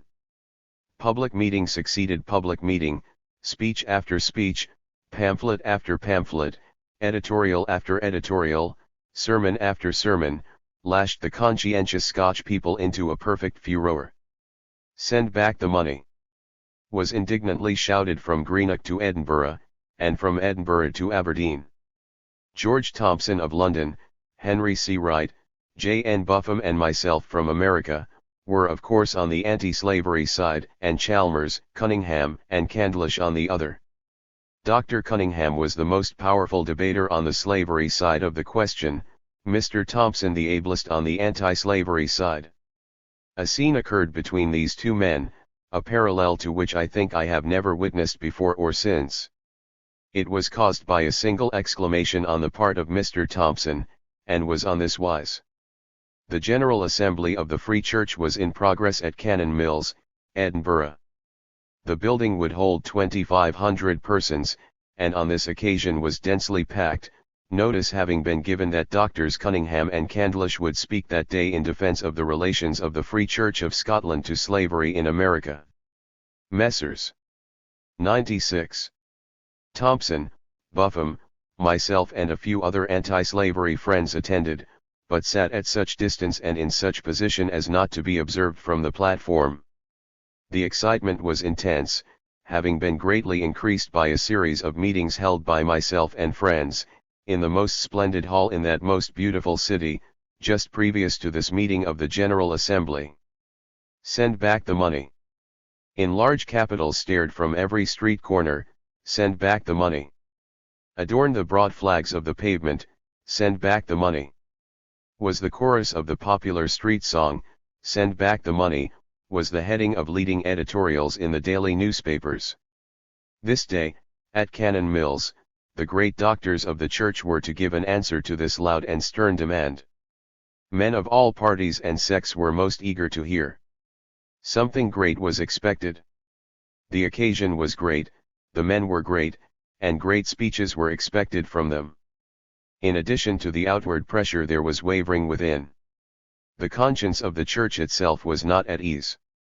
A dissatisfaction with the position of the church touching slavery was sensibly manifest among the members, and something must be done to counteract this untoward influence. The great Dr. Chalmers was in feeble health at the time, so his most potent eloquence could not now be summoned to Cannon Mills, as formerly. He whose voice had been so powerful as to rend asunder and dash down the granite walls of the established Church of Scotland, and to lead a host in solemn procession from it as from a doomed city, was now old and enfeebled. Besides, he had said his word on this very question, and it had not silenced the clamor without nor stilled the anxious heavings within. The occasion was momentous, and felt to be so. The church was in a perilous condition. A change of some sort must take place, or she must go to pieces. To stand where she did was impossible. The whole weight of the matter fell on Cunningham and Candlish. No shoulders in the church were broader than theirs, and I must say, badly as I detested the principles laid down and defended by them, I was compelled to acknowledge the vast mental endowments of the men. Cunningham rose, and his rising was the signal for tumultuous applause. It may be said that this was scarcely in keeping. 97. With the solemnity of the occasion, but to me it served to increase its grandeur and gravity. The applause, though tumultuous, was not joyous. It seemed to me, as it thundered up from the vast audience, like the fall of an immense shaft, flung from shoulders already galled by its crushing weight. It was like saying, "Doctor, we have borne this burden long enough, and willingly fling it upon you. Since it was you who brought it upon us, take it now and do what you will with it, for we are too weary to bear it." The doctor proceeded with his speech abounding in logic, learning, and eloquence, and apparently bearing down all opposition, but at the fatal moment when he was just bringing all his arguments to a point, and that point being that neither Jesus Christ nor his holy apostles regarded slave-holding as a sin, George Thompson, in a clear, sonorous, but rebuking voice, broke the deep stillness of the audience, exclaiming, "Hear! Hear! Hear!" The effect of this simple and common exclamation is almost incredible. It was as if a granite wall had been suddenly flung up against the advancing current of a mighty river. For a moment speaker and audience were brought to a dead silence. Both the doctor and his hearer seemed appalled by the audacity, as well as the fitness of the rebuke. At length a shout went up to the cry of "Put him out!" Happily no one attempted to execute this cowardly order, and the discourse went on, but not as before. The exclamation of Thompson must have re-echoed 1,000 times in his memory, for the doctor, during the remainder of his speech, was utterly unable to recover from the blow. The deed was done, however, the pillars of the church, the proud Free Church of Scotland, were committed, and the humility of repentance was absent. The Free Church held on to the blood-stained money, and continued to justify itself in its position. One good result followed the conduct of the Free Church: it furnished an occasion for making the people thoroughly acquainted with the character of slavery and for arraying against it the moral and religious sentiment of that country. Therefore, while we did not procure the sending back of the money, we were amply justified by the good which really did result from our labors. 98. I must add one word in regard to the Evangelical Alliance. This was an attempt to form a union of all evangelical Christians throughout the world, and which held its first session in London, in the year 1846, at the time of the World's Temperance Convention there. Some 60 or 70 ministers from America attended this convention, the object of some of them being to weave a worldwide garment with which to clothe evangelical slaveholders, and in this they partially succeeded. But the question of slavery was too large a question to be finally disposed of by the Evangelical Alliance, and from its judgment we appealed to the judgment of the people of Great Britain, with the happiest effect this effort of our countrymen to shield the character of slaveholders serving to open a way to the British ear for anti-slavery discussion. I may mention here an incident somewhat amusing and instructive, as it serves to illustrate how easily Americans could set aside their notoriously inveterate prejudice against color, when it stood in the way of their wishes, or when in an atmosphere which made that prejudice unpopular and unchristian. At the entrance to the House of Commons I had one day been conversing for a few moments with Lord Morpeth, and just as I was parting from him I felt an emphatic push against my arm, and, looking around, I saw at my elbow Rev. Dr. Kirk of Boston. "Introduce me to Lord Morpeth," he said. "Certainly," said I, and introduced him, not without remembering, however, that at home the amiable doctor would scarcely have asked such a favor of a colored man. The object of my labors in Great Britain was the concentration of the moral and religious sentiment of its people against American slavery. To this end I visited and lectured in nearly all the large towns and cities in the United Kingdom, and enjoyed many favorable opportunities for observation and information. I should like to write a book on those countries, if for nothing else, to make grateful mention of the many dear friends whose benevolent actions toward me are ineffaceably stamped upon my memory and warmly treasured in my heart. To these friends I owe my freedom in the United States. 99. Miss Ellen Richardson, an excellent member of the Society of Friends, assisted by her sister-in-law, Mrs. Henry Richardson, a lady devoted to every good word and work, the friend of the Indian and the African, conceived the plan of raising a fund to effect my ransom from slavery. They corresponded with Hon. Walter Forward of Pennsylvania, and through him ascertained that Captain Auld would take £150 sterling for me, and this sum they promptly raised and paid for my liberation, placing the papers of my manumission into my hands before they would tolerate the idea of my return to my native land. To this commercial transaction, to this blood money, I owe my immunity from the operation of the Fugitive Slave Law of 1793, and also from that of 1850. The whole affair speaks for itself, and needs no comment, now that slavery has ceased to exist in this country, and is not likely ever again to be revived.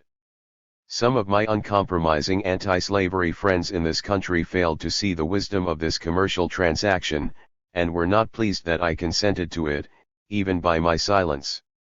They thought it a violation of anti-slavery principles, conceding the right of property in man, and a wasteful expenditure of money. For myself, viewing it simply in the light of a ransom, or as money extorted by a robber, and my liberty of more value than £150 sterling, I could not see either a violation of the laws of morality or of economy. It is true I was not in the possession of my claimants, and could have remained in England, for my friends would have generously assisted me in establishing myself there. To this I could not consent. I felt it my duty to labor and suffer with my oppressed people in my native land.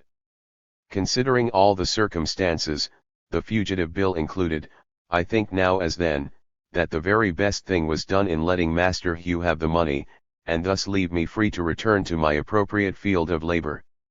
Had I been a private person, with no relations or duties other than those of a personal and family nature, I should not have consented to the payment of so large a sum for the privilege of living securely under our glorious republican form of government.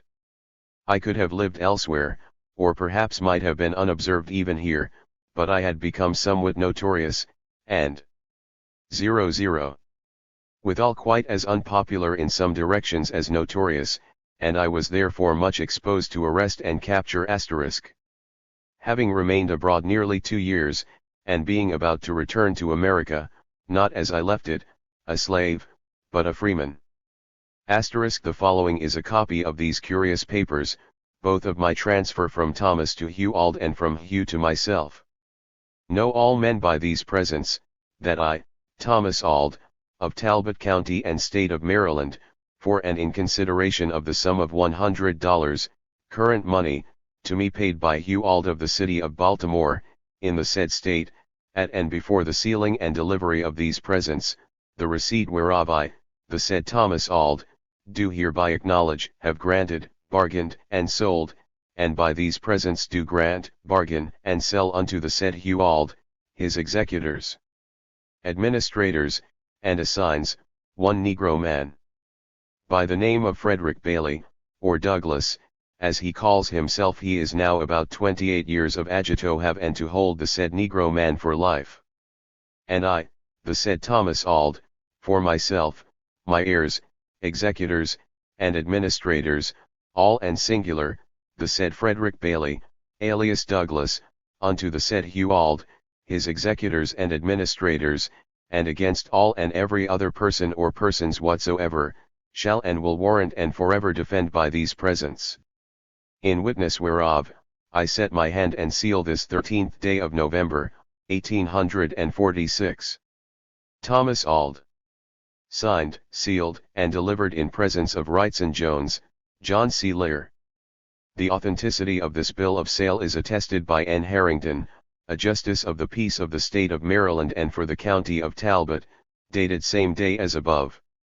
To all whom it may concern, be it known that I, Hugh Auld of the city of Baltimore, in Baltimore County in the state of Maryland, for divers good causes and considerations me thereunto moving, have released from slavery, liberated, manumit, and set free, and by these presents do hereby release from slavery, liberate, manumit, and set free, my Negro man named Frederick Bailey, otherwise called Douglas, being of the age of 28 years or thereabouts, and able to work and gain a sufficient livelihood and maintenance, and him, the said Negro man named Frederick Douglass, I do declare to be henceforth free, manumit, and discharged from all manner of servitude to me, my executors and administrators forever.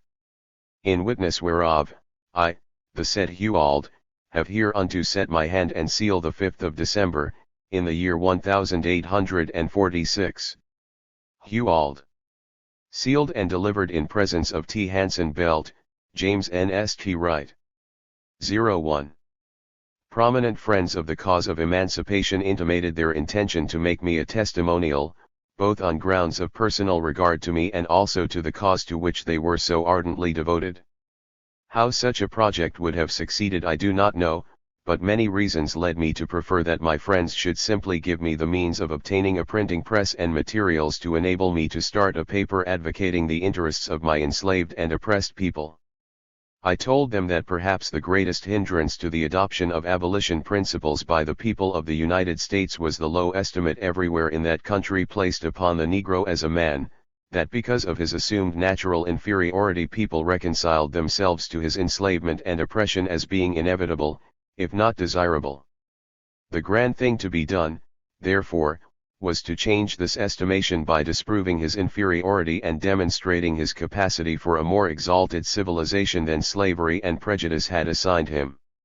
In my judgment, a tolerably well-conducted press in the hands of persons of the despised race would, by calling out and making them acquainted with their own latent powers, by enkindling their hope of a future and developing their moral force, prove a most powerful means of removing prejudice and awakening an interest in them. At that time there was not a single newspaper in the country, regularly published by the colored people, though many attempts had been made to establish such, and had from one cause or another failed. These views I laid before my friends. The result was that nearly $2,500 were speedily raised toward my establishing such a paper as I had indicated. For this prompt and generous assistance, rendered upon my bare suggestion, without any personal effort on my part, I shall never cease to feel deeply grateful, and the thought of fulfilling the expectations of the dear friends who had given me this evidence of their confidence was an abiding inspiration for persevering exertion. Proposing to leave England and turning my face toward America in the spring of 1847, I was painfully reminded of the kind of life which awaited me on my arrival. For the first time in the many months spent abroad I was met with proscription on account of my color. While in London I had purchased a 02 ticket and secured a berth for returning home in the Cambria steamer in which I had come from thence and paid therefore the round sum of £40 19 shillings sterling. This was first cabin fare, but on going on board I found that the Liverpool agent had ordered my berth to be given to another, and forbidden my entering the saloon. It was rather hard, after having enjoyed for so long a time equal social privileges, after dining with persons of great literary, social, political, and religious eminence, and never, during the whole time, having met with a single word, look, or gesture which gave me the slightest reason to think my color was an offense to anybody, now to be cooped up in the stern of the Cambria and denied the right to enter the saloon, lest my presence should disturb some democratic fellow passenger. The reader can easily imagine what must have been my feelings under such an indignity. This contemptible conduct met with stern rebuke from the British press. The London Times and other leading journals throughout the United Kingdom held up the outrage to unmitigated condemnation. So good an opportunity for calling out British sentiment on the subject had not before occurred, and it was fully embraced. The result was that Mr. Cunard came out in a letter expressive of his regret, and promising that the like indignity should never occur again on his steamers, which promise I believe has been faithfully kept. 03. Chapter 7. Triumphs and Trials. New experiences. Painful disagreement of opinion with old friends. Final decision to publish my paper in Rochester. Its fortunes and its friends. Change in my own views regarding the Constitution of the United States. Fidelity to conviction. Loss of old friends. Support of new ones. Loss of house, etc. By fire. Triumphs and trials. Underground Railroad incidents. Prepared as I was to meet with many trials and perplexities on reaching home, one of which I little dreamed was awaiting me. My plans for future usefulness, as indicated in the last chapter, were all settled, and in imagination I already saw myself wielding my pen as well as my voice in the great work of renovating the public mind, and building up a public sentiment, which should send slavery to the grave, and restore to liberty and the pursuit of happiness the people with whom I had suffered. My friends in Boston had been informed of what I was intending, and I expected to find them favorably disposed toward my cherished enterprise. In this I was mistaken. They had many reasons against it. First, no such paper was needed. Secondly, it would interfere with my usefulness as a lecturer. Thirdly, I was better fitted to speak than to write. Fourthly, the paper could not succeed. This opposition from a quarter so highly esteemed, and to which I had been accustomed to look for advice and direction, caused me not only to hesitate, but inclined me to abandon the undertaking. All previous attempts to establish such a journal having failed, I feared lest I should but add another to the list, and thus contribute another proof of the mental deficiencies of my race. Very much that was said to me in respect to my imperfect literary attainments I felt to be most painfully true. The unsuccessful projectors of all former attempts had been my superiors in point of education, and if they had failed how could I hope for success? Yet I did hope for success, and persisted in the undertaking, encouraged by my English friends to go forward. 04. I can easily pardon those who saw in my persistence an unwarrantable ambition and presumption. I was but 9 years from slavery. In many phases of mental experience I was but 9 years old. That one under such circumstances and surrounded by an educated people, should aspire to establish a printing press, might well be considered unpractical, if not ambitious. My American friends looked at me with astonishment. A wood sawyer offering himself to the public as an editor. A slave, brought up in the depths of ignorance, assuming to instruct the highly civilized people of the North in the principles of liberty, justice, and humanity. The thing looked absurd. Nevertheless, I persevered. I felt that the want of education, great as it was, could be overcome by study, and that wisdom would come by experience, and further I thought that an intelligent public, knowing my early history, would easily pardon the many deficiencies which I well knew that my paper must exhibit. The most distressing part of it all was the offense which I saw I must give my friends of the old anti-slavery organization, by what seemed to them a reckless disregard of their opinion and advice. I am not sure that I was not under the influence of something like a slavish adoration of these good people, and I labored hard to convince them that my way of thinking about the matter was the right one, but without success.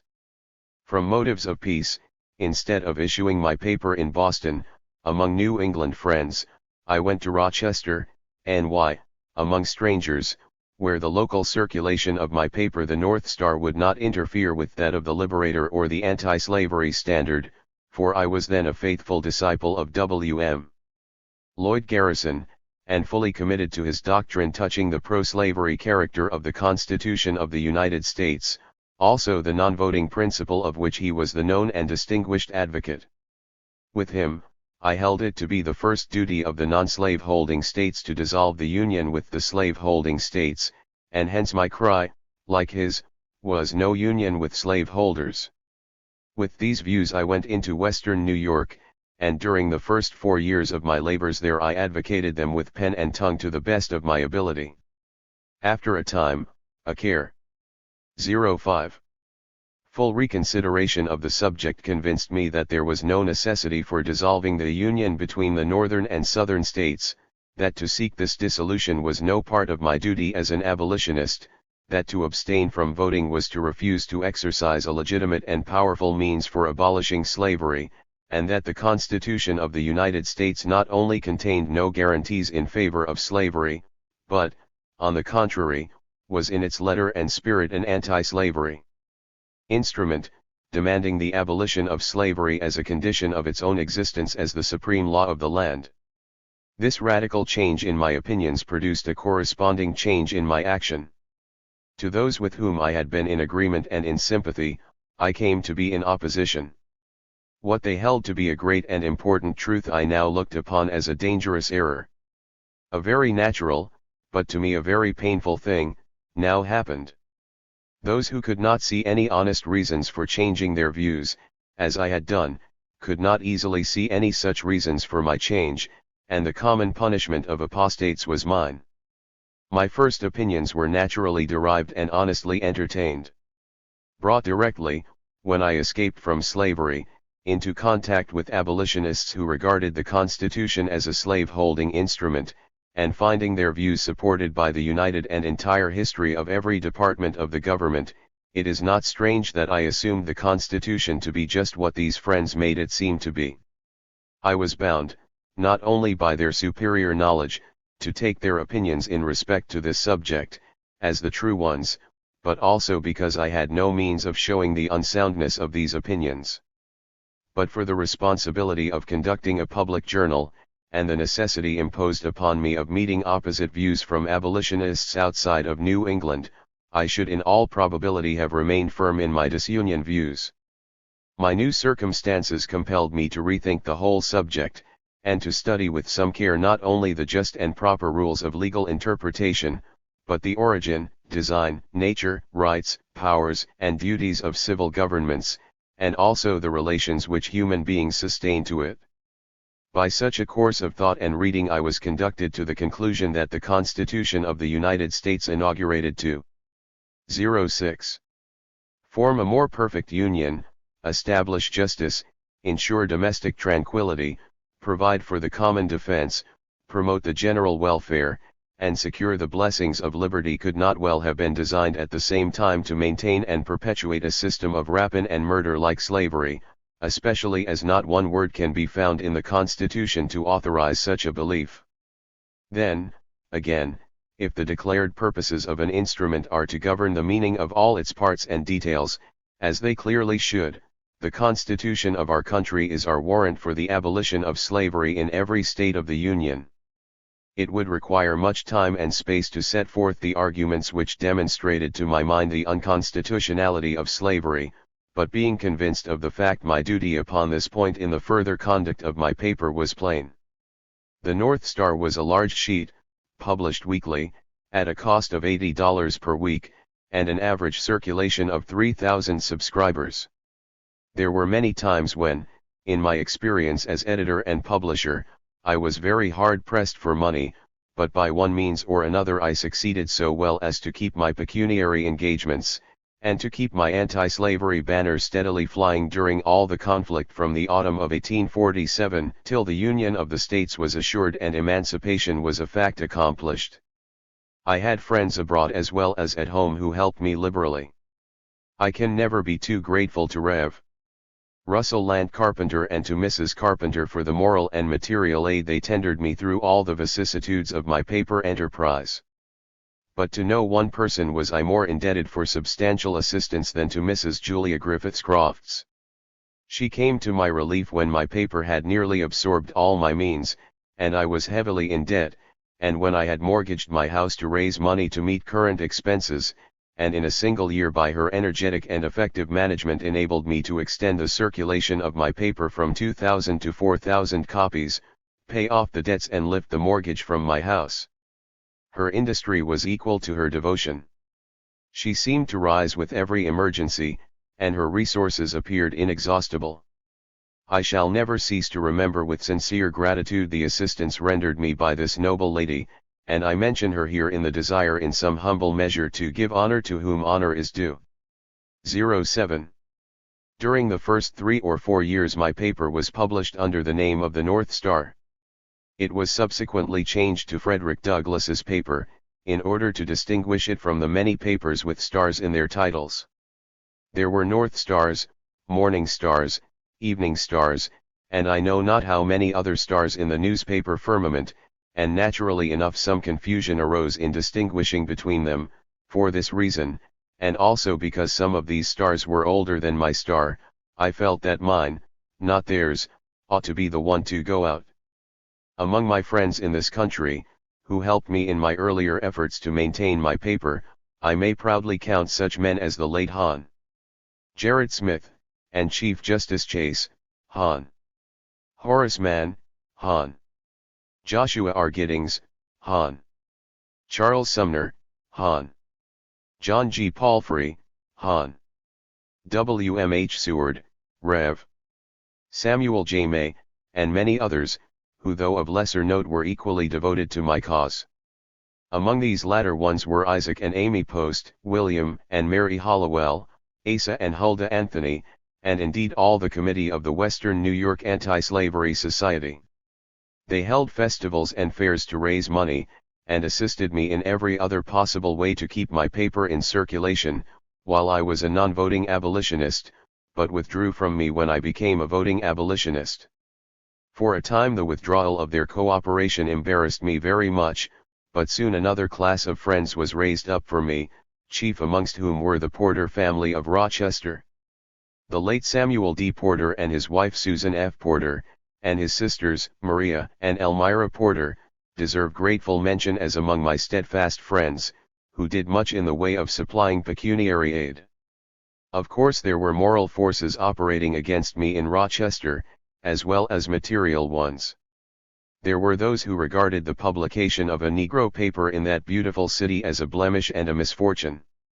The New York Herald, true to the spirit of the times, counseled the people of the place to throw my printing press into Lake Ontario and to banish me to Canada, and, while they were not quite prepared for this violence, it was plain that many of them did not well relish my presence amongst them. This feeling, however, wore away gradually, as the people knew more of me and my 08 works. I lectured every Sunday evening during an entire winter in the beautiful Corinthian Hall, then owned by W. M. R. Reynolds, Esq., who, though he was not an abolitionist, was a lover of fair play, and was willing to allow me to be heard.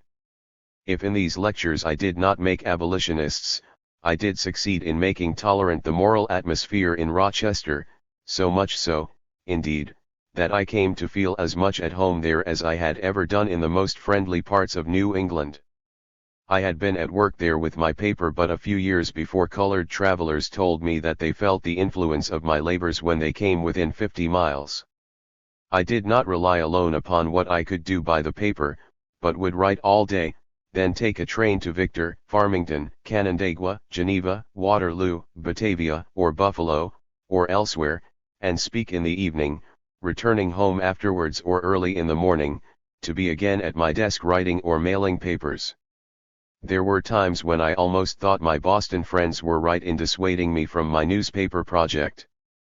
But looking back to those nights and days of toil and thought, compelled often to do work for which I had no educational preparation, I have come to think that, under the circumstances, it was the best school possible for me. It obliged me to think and read, it taught me to express my thoughts clearly, and was perhaps better than any other course I could have adopted. Besides, it made it necessary for me to lean upon myself, and not upon the heads of our anti-slavery church, to be a principal, and not an agent. I had an audience to speak to every week, and must say something worth their hearing, or cease to speak altogether. There is nothing like the lash and sting of necessity to make a man work, and my paper furnished this motive power. More than one gentleman from the South, when stopping at Niagara, came to see me, that they might know for themselves if I could indeed write, having, as they said, believed it impossible that an uneducated fugitive slave could write the articles attributed to me. I found it hard to get credit in some quarters either for what I wrote or what I said. While there was nothing very profound or learned in either, the low estimate of Negro possibilities induced the belief that both my editorials and my speeches were written by white persons. I doubt if 09. This skepticism does not still linger in the minds of some of my democratic fellow citizens. The 2d of June, 1872, brought me a very grievous loss. My house in Rochester was burned to the ground, and among other things of value, 12 volumes of my paper, covering the period from 1848 to 1860, were devoured by the flames. I have never been able to replace them, and the loss is immeasurable.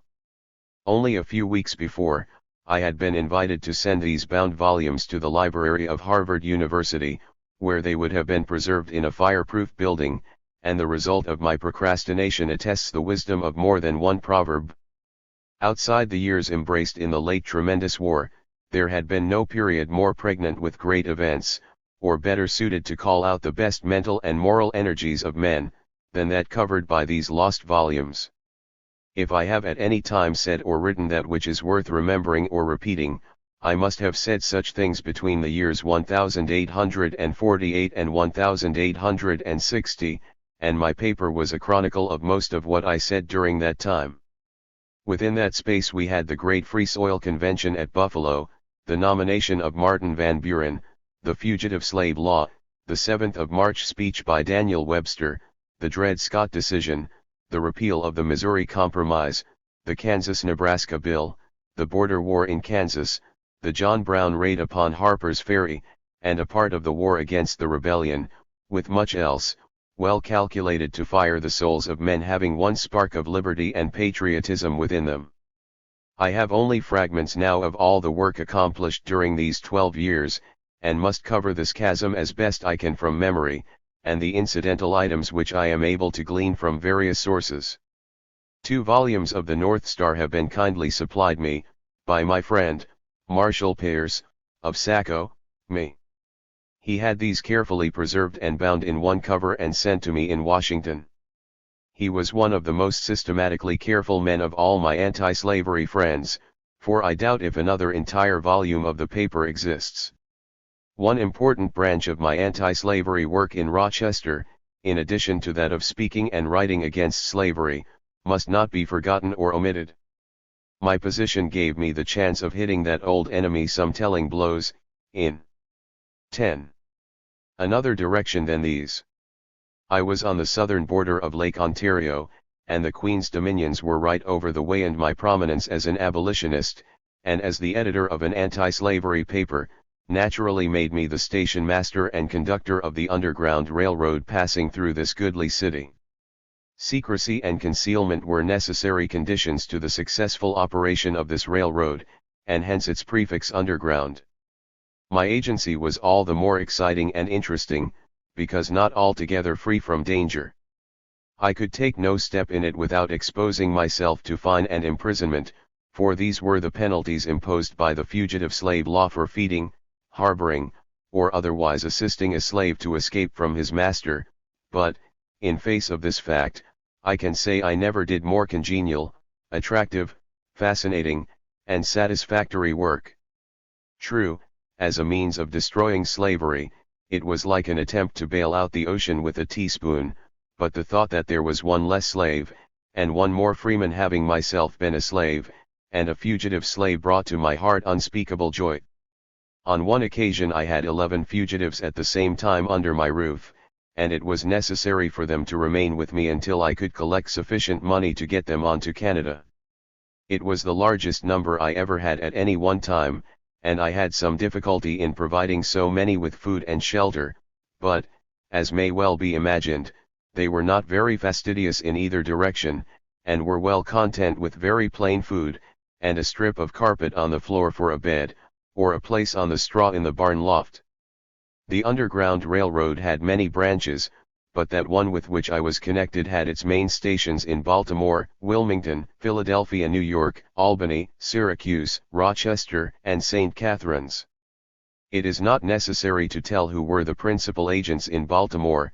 Thomas Garrett was the agent in Wilmington, Mello McKim, William Still, Robert Purvis, Edward M. Davis, and others did the work in Philadelphia, David Ruggles, Isaac T. Hopper, Napoleon, and others. In New York City, the Mrs. Mott and Stephen Myers were forwarders from Albany, Revs. Samuel J. May and J. W. Logan were the agents in Syracuse, and J. P. Morris and myself received and dispatched Passon. 11. Jers from Rochester to Canada, where they were received by Rev. Hiram Wilson.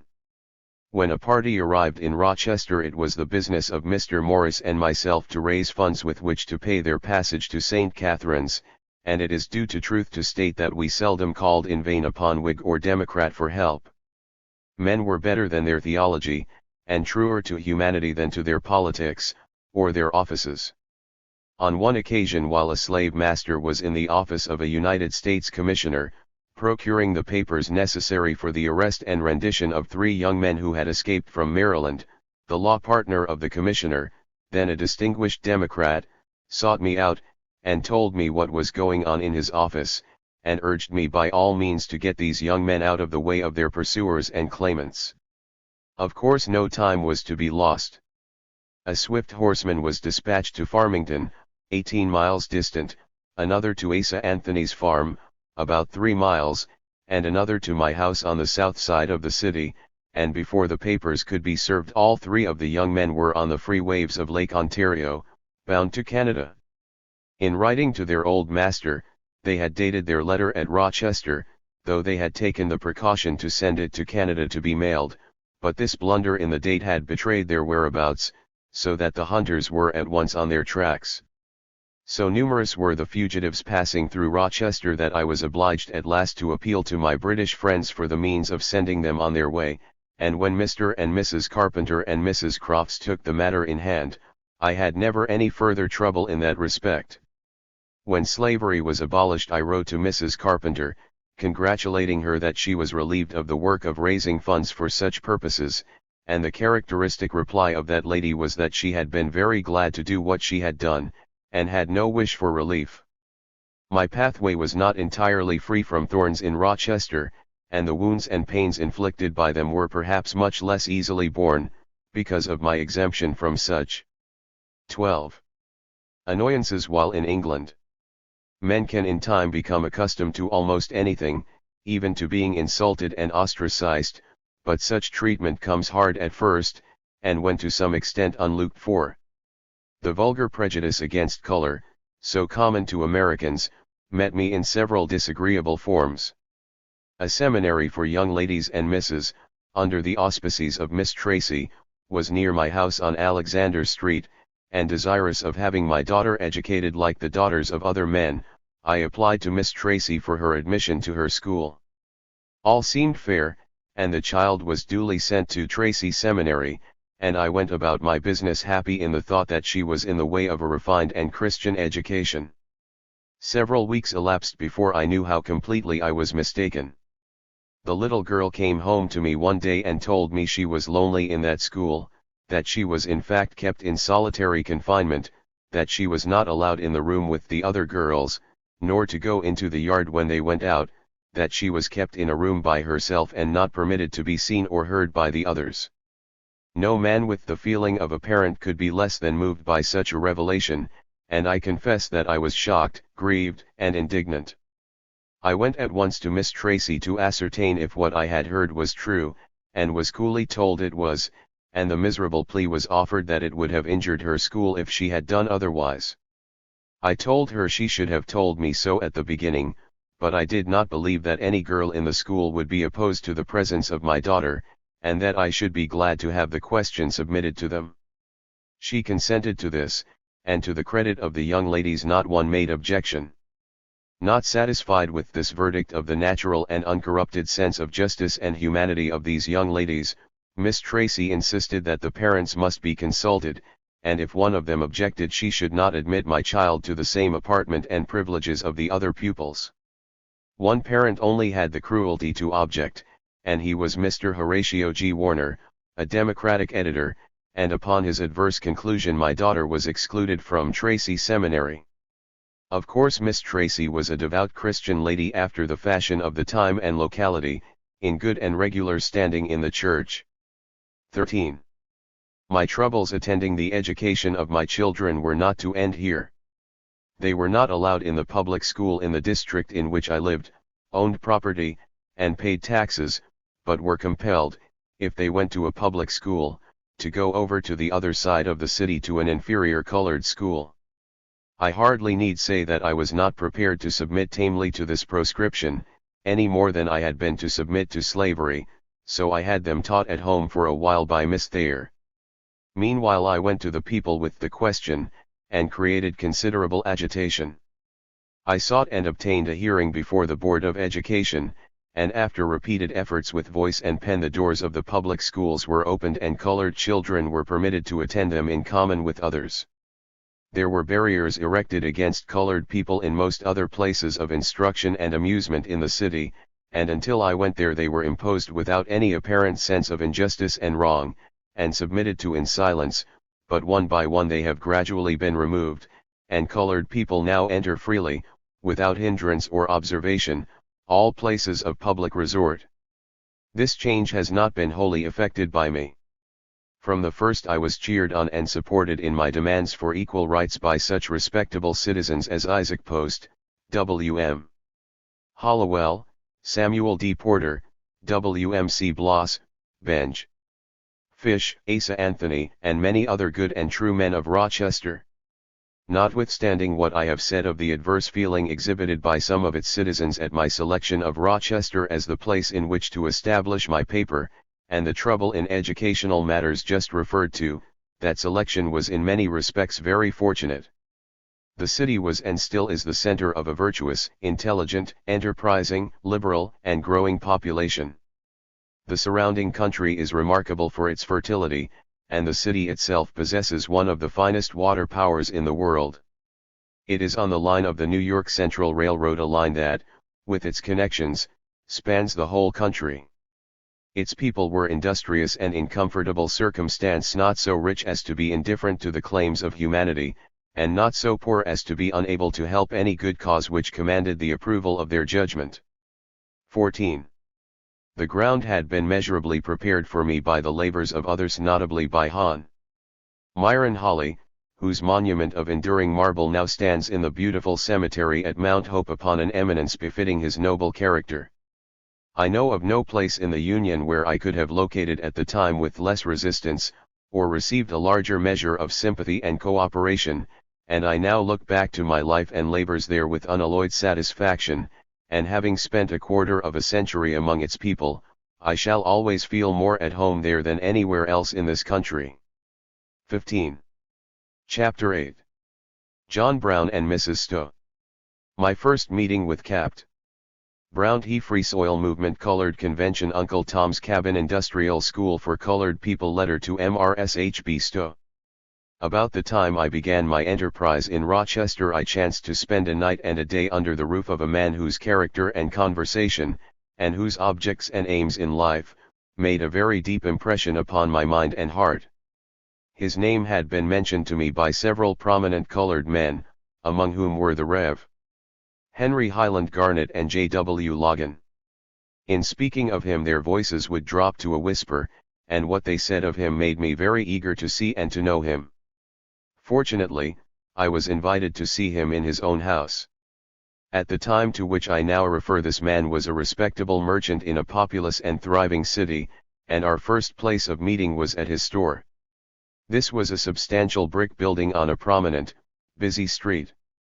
A glance at the interior, as well as at the massive walls without, gave me the impression that the owner must be a man of considerable wealth. My welcome was all that I could have asked. Every member of the family, young and old, seemed glad to see me, and I was made much at home in a very little while.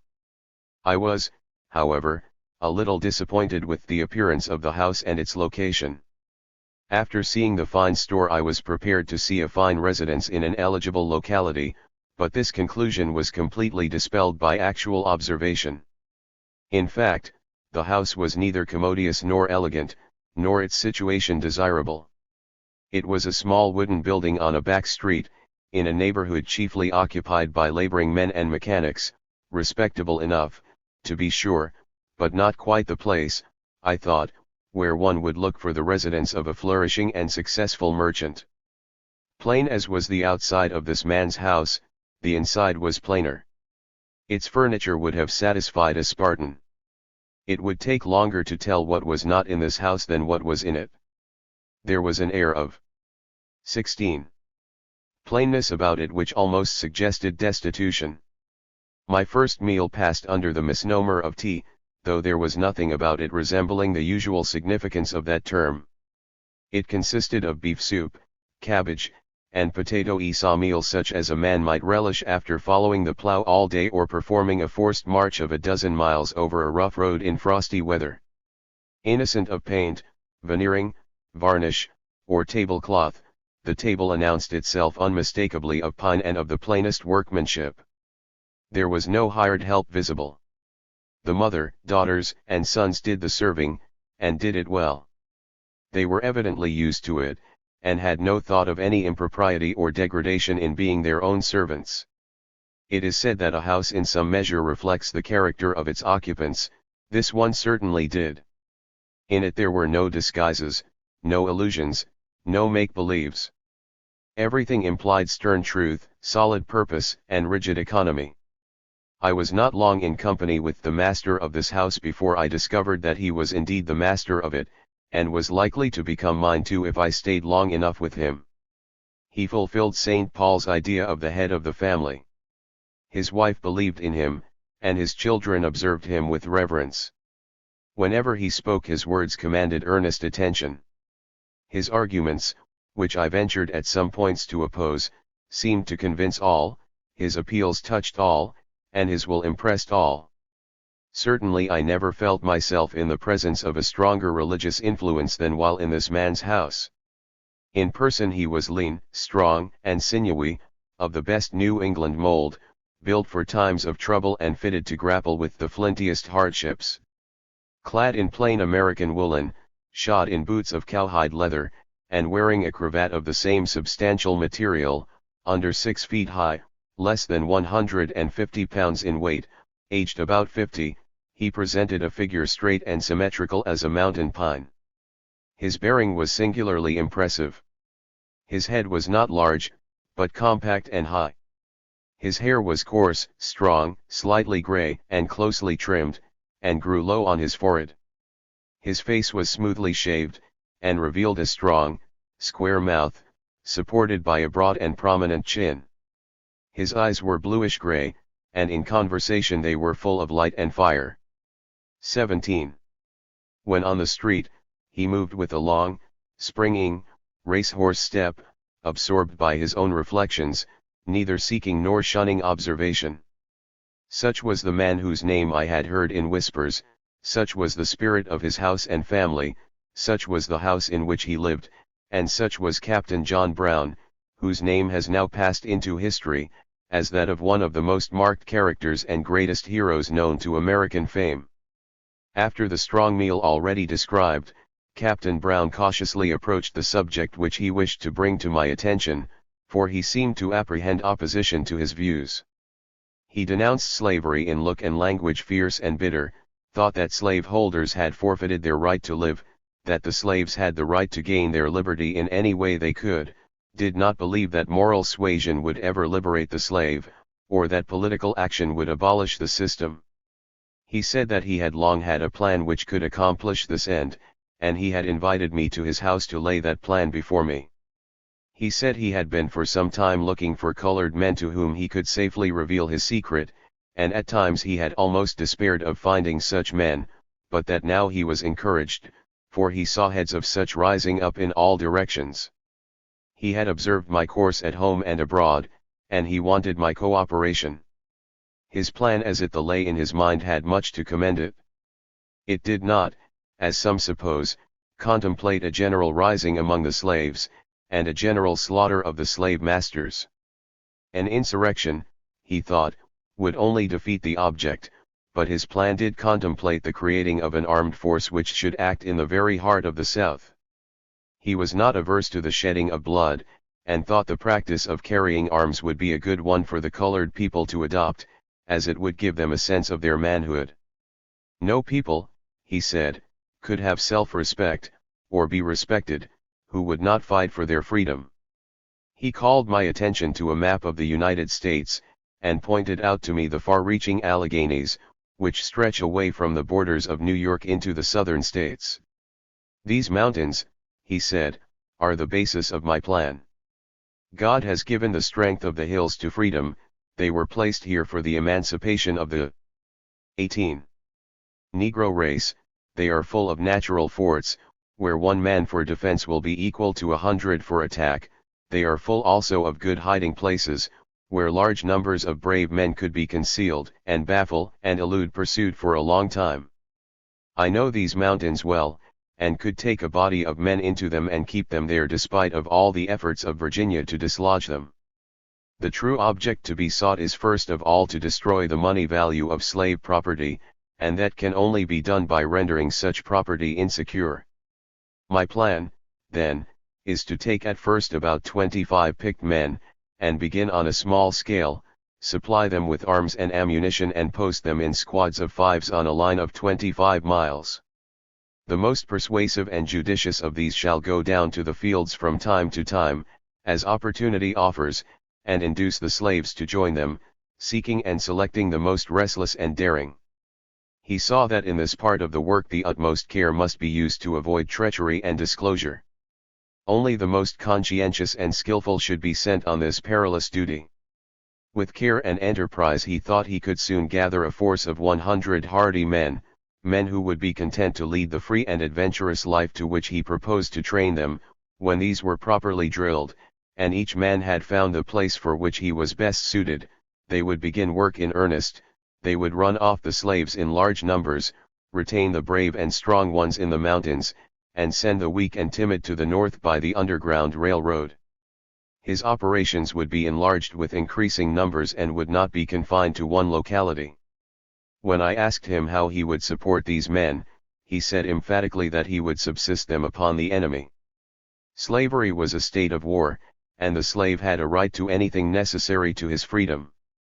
But, said I, suppose you succeed in running off a few slaves, and thus impress the Virginia slaveholders with a sense of insecurity in their slaves, the effect will be only to make them sell their slaves further south. That, said he, will be what I want first to do, then I would follow them up. If we could drive slavery out of one county, it would be a great gain, it would weaken the system throughout the state. But they would employ blood. 19. Hounds to hunt you out of the mountains. That they might attempt, said he, but the chances are, we should whip them, and when we should have whipped one squad, they would be careful how they pursued. But you might be surrounded and cut off from your provisions or means of subsistence. He thought that this could not be done, so they could not cut their way out, but even if the worst came he could but be killed, and he had no better use for his life than to lay it down in the cause of the slave. When I suggested that we might convert the slave holders, he became much excited, and said that could never be, he knew their proud hearts and that they would never be induced to give up their slaves, until they felt a big stick about their heads. He observed that I might have noticed the simple manner in which he lived, adding that he had adopted this method in order to save money to carry out his purposes. This was said in no boastful tone, for he felt that he had delayed already too long, and had no room to boast either his zeal or his self-denial. Had some men made such display of rigid virtue, I should have rejected it, as affected, false, and hypocritical, but in John Brown, I felt it to be real as iron or granite. From this night spent with John Brown in Springfield, Massachusetts, 1847, while I continued to write and speak against slavery, I became all the same less hopeful of its peaceful abolition. My utterances became more and more tinged by the color of this man's strong impressions. Speaking at an anti-slavery convention in Salem, Ohio, I expressed this apprehension that slavery could only be destroyed by bloodshed, when I was suddenly and sharply interrupted by my good old friend Sojourner Truth with the question, "Frederick, is God dead?" "No," I answered, "and because God is not dead, slavery can only end in blood." My quaint old sister was of the Garrison School of Non-Resistance, and was shocked at my sanguinary doctrine, but she too became an advocate of the sword, when the war for the maintenance of the Union was declared. In 1848 it was my privilege to attend, and in some measure to participate in the famous Free Soil Convention held in Buffalo, New York. It was a vast and variegated assemblage, composed of persons from all sections of the North, and may be said to have formed a new departure in the history of 20 forces organized to resist the growing and aggressive demands of slavery and the slave power. Until this Buffalo Convention, anti-slavery agencies had been mainly directed to the work of changing public sentiment by exposing through the press and on the platform the nature of the slave system. Anti-slavery thus far had only been sheet lightning. The Buffalo Convention sought to make it a thunderbolt. It is true the Liberty Party, a political organization, had been in existence since 1840, when it cast 7,000 votes for James G. Birney, a former slaveholder, but who, in obedience to an enlightened conscience, had nobly emancipated his slaves, and was now devoting his time and talents to the overthrow of slavery.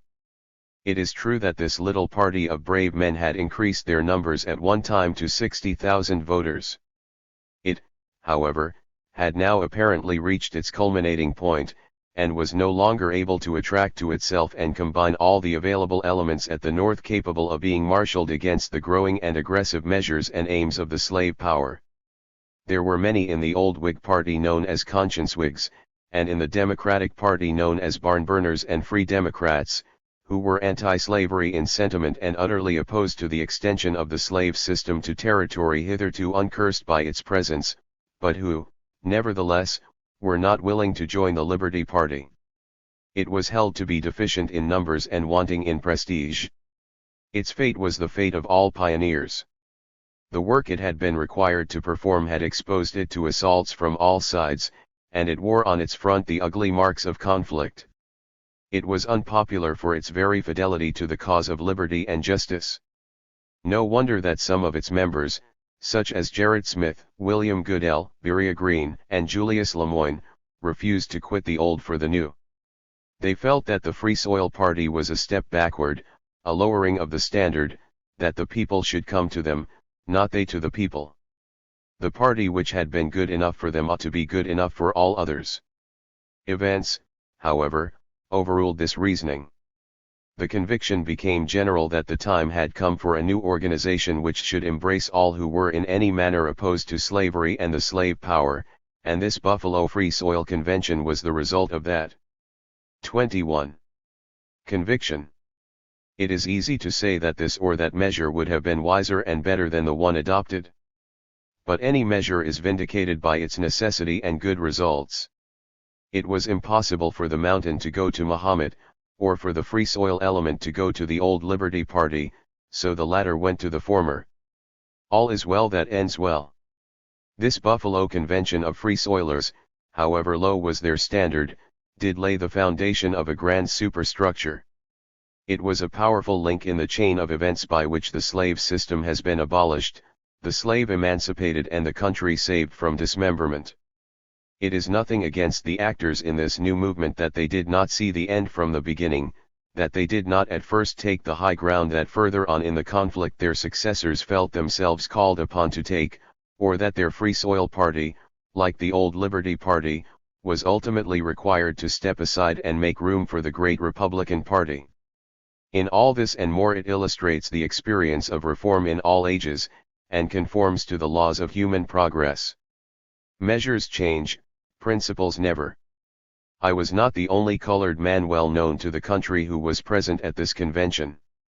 Samuel Ringgold Ward, Henry Highland Garnett, Charles L. Remond, and Henry Bibb were there and made speeches which were received with surprise and gratification by the thousands there assembled. As a colored man I felt greatly encouraged and strengthened for my cause while listening to these men, in the presence of the ablest men of the Caucasian race. Mr. Ward especially attracted attention at that convention. As an orator and thinker he was vastly superior, I thought, to any of us, and being perfectly black and of unmixed African descent, the splendors of his intellect went directly to the glory of race. In depth of thought, fluency of speech, readiness of wit, logical exactness, and general intelligence, Samuel R. Ward has left no successor among the colored men amongst us, and it was a sad day for our cause when he was laid low in the soil of a foreign country.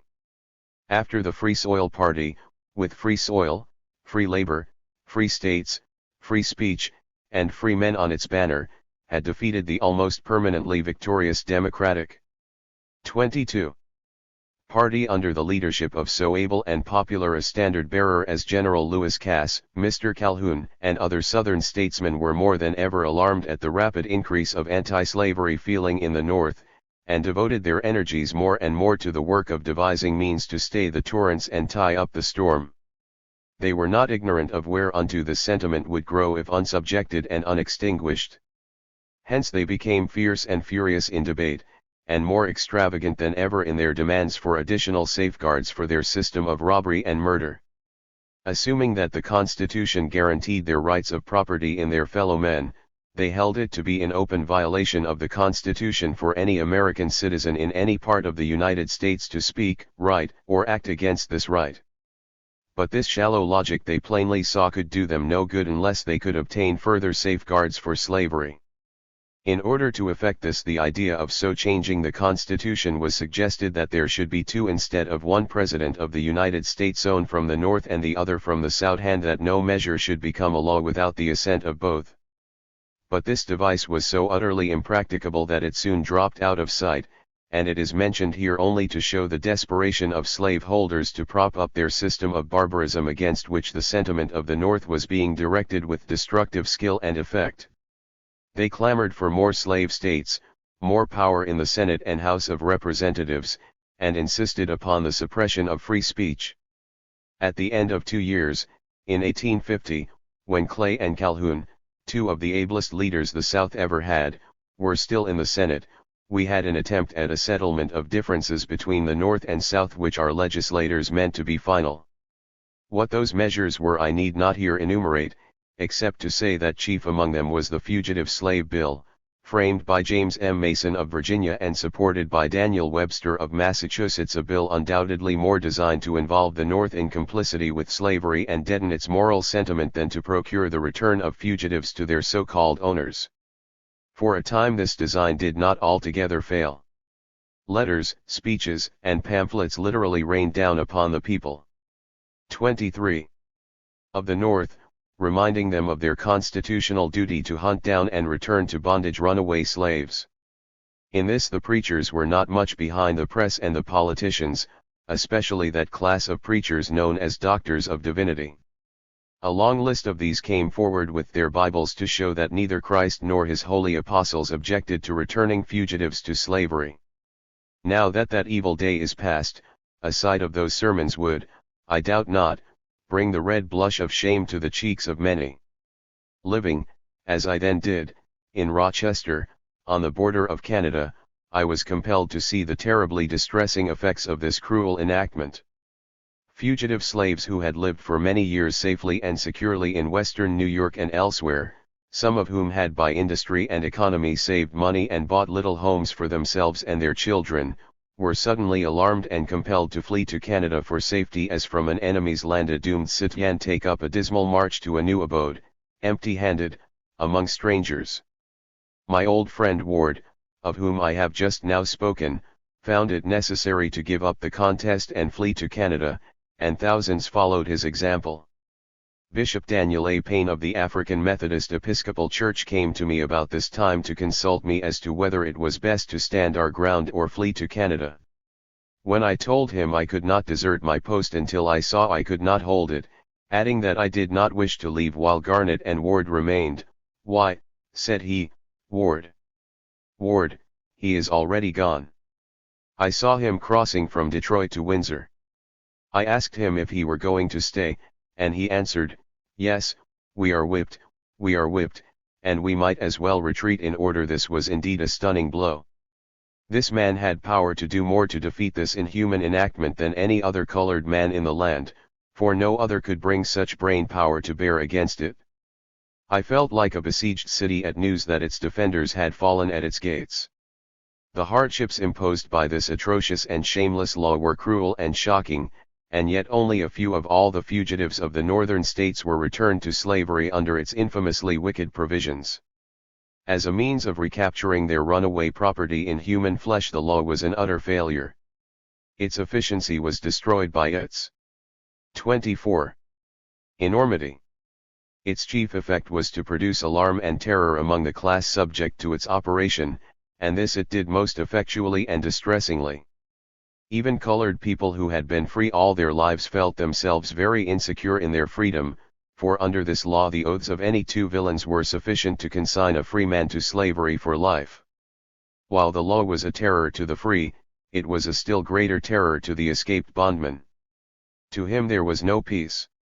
Asleep or awake, at work or at rest, in church or market, he was liable to surprise and capture.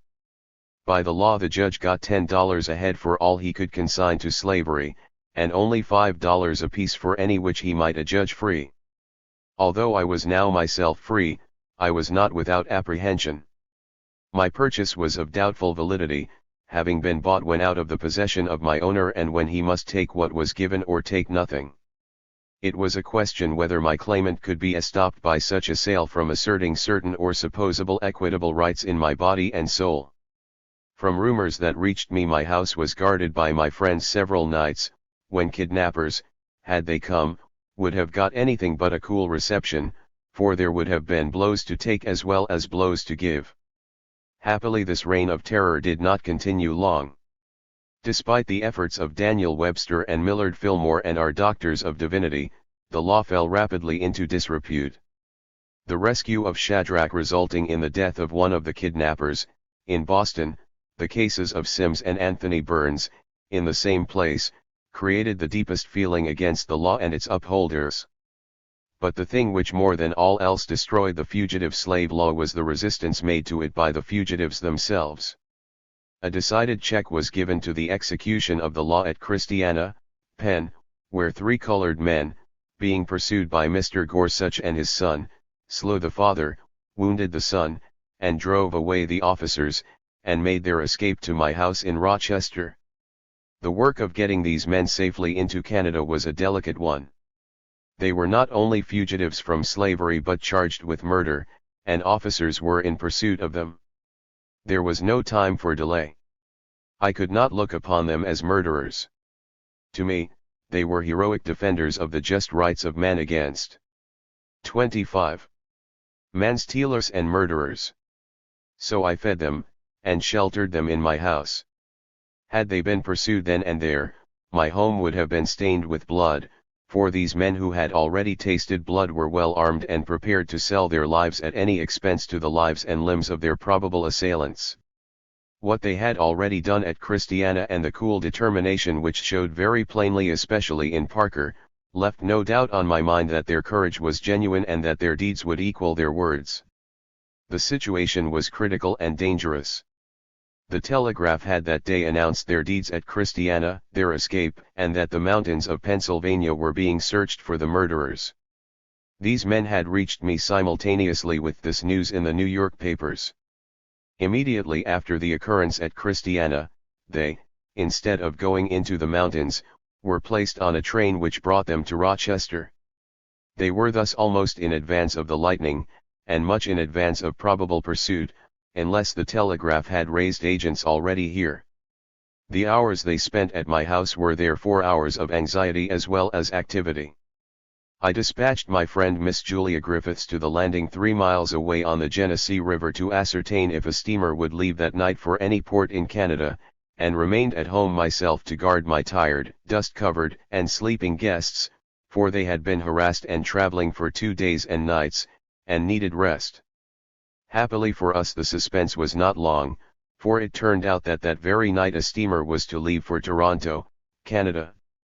This fact, however, did not end my anxiety. There was danger that between my house and the landing or at the landing itself we might meet with trouble. Indeed, the landing was the place where trouble was likely to occur if at all. As patiently as I could, I waited for the shades of night to come on, and then put the men in my Democrat carriage, and started for the landing on the Genesee. It was an exciting ride, and somewhat speedy withal. We reached the boat at least 15 minutes before the time of its departure, and that without remark or molestation. But those 15 minutes seemed much longer than usual. I remained on board till the order to haul in the 26 gangplank was given. I shook hands with my friends, received from Parker the revolver that fell from the hand of Gorsuch when he died, presented now as a token of gratitude and a memento of the battle for liberty at Christiana, and I returned to my home with a sense of relief which I cannot stop here to describe. This affair, at Christiana, and the Jerry rescue at Syracuse, inflicted fatal wounds on the fugitive slave bill. It became thereafter almost a dead letter, for slaveholders found that not only did it fail to put them in possession of their slaves, but that the attempt to enforce it brought odium upon themselves and weakened the slave system. In the midst of these fugitive slave troubles came the book known as Uncle Tom's Cabin, a work of marvelous depth and power. Nothing could have better suited the moral and humane requirements of the hour. Its effect was amazing, instantaneous, and universal. No book on the subject of slavery had so generally and favorably touched the American heart. It combined all the power and pathos of preceding publications of the kind, and was hailed by many as an inspired production. Mrs. Stowe at once became an object of interest and admiration. She had made fortune and fame at home, and had awakened a deep interest abroad. Eminent persons in England, roused to anti-slavery enthusiasm by her Uncle Tom's Cabin, invited her to visit that country, and promised to give her a testimonial. Mrs. Stowe accepted the invitation and the proffered testimonial. Before sailing for England, however, she invited me from Rochester, NY, to spend a day at her house in Andover, Mass. Delighted with an opportunity to become personally acquainted with the gifted authoress, I lost no time in making my way to Andover. I was received at her home with genuine cordiality. There was no contradiction between the author and her book. Mrs. Stowe appeared in conversation equally as well as she appeared in her writing. She made to me a nice little speech in announcing her object in sending for me. "I have invited you here," she said, "because I wish to confer with you as to what can be done for the free-colored people of the country. I am going to England and expect to have a considerable sum of money placed in my hands, and I intend to use it in some way for the permanent 27. Improvement of the free-colored people, and especially for that class which has become free by their own exertions. In what way I can do this most successfully is the subject about which I wish to talk with you. In any event, I desire to have some monument rise after Uncle Tom's Cabin, which shall show that it produced more than a transient influence." She said several plans had been suggested, among others an educational institution pure and simple, but that she thought favorably of the establishment of an industrial school, and she desired me to express my views as to what I thought would be the best plan by which to help the free colored people. I was not slow to tell Mrs. Stowe all I knew and had thought on the subject. As to a purely educational institution, I agreed with her that it did not meet our necessities. I argued against expending money in that way. I was also opposed to an ordinary industrial school where pupils should merely earn the means of obtaining an education in books. There were such schools, already. What I thought of as best was rather a series of workshops, where colored people could learn some of the handicrafts, learn to work in iron, wood, and leather, and where a plain English education could also be taught. I argued that the want of money was the root of all evil to the colored people. They were shut out from all lucrative employments and compelled to be merely barbers, waiters, coachmen, and the like, at wages so low that they could lay up little or nothing. Their poverty kept them ignorant and their ignorance kept them degraded. We needed more to learn how to make a good living than to learn Latin and Greek. After listening to me at considerable length, she was good enough to tell me that she favored my views, and would devote the money she expected to receive abroad to meeting the want I had described as the most important, by establishing an institution in which colored youth should learn trades as well as to read, write, and count. When about to leave Andover, Mrs. Stowe asked me to put my views on the subject in the form of a letter, so that she could take it to England with her and show it to her friends there, that they might see to what their contributions were to be devoted. I acceded to her request and wrote her the following letter for the purpose named. 28. Rochester, March 8, 1853. My dear Mrs. Stowe. You kindly informed me, when at your house a fortnight ago, that you designed to do something which should permanently contribute to the improvement and elevation of the free colored people in the United States. You especially expressed an interest in such of this class as had become free by their own exertions, and desired most of all to be of service to them. In what manner and by what means you can assist this class most successfully, is the subject upon which you have done me the honor to ask my opinion. I assert, then, that poverty, ignorance, and degradation are the combined evils, or in other words, these constitute the social disease of the free colored people of the United States. To deliver them from this triple malady is to improve and elevate them, by which I mean simply to put them on an equal footing with their white fellow countrymen in the sacred right to life, liberty, and the pursuit of happiness. I am for no fancied or artificial elevation, but only ask fair play. How shall this be obtained? I answer, first, not by establishing for our use high schools and colleges. Such institutions are, in my judgment, beyond our immediate occasions and are not adapted to our present most pressing wants.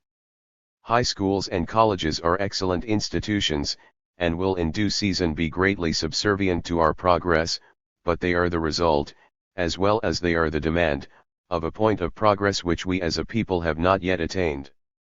Accustomed as we have been to the rougher and harder modest of living, and of gaining a livelihood, we cannot and we ought not to hope that in a single leap from our low condition, we can reach that of ministers, lawyers, doctors, editors, merchants, etc.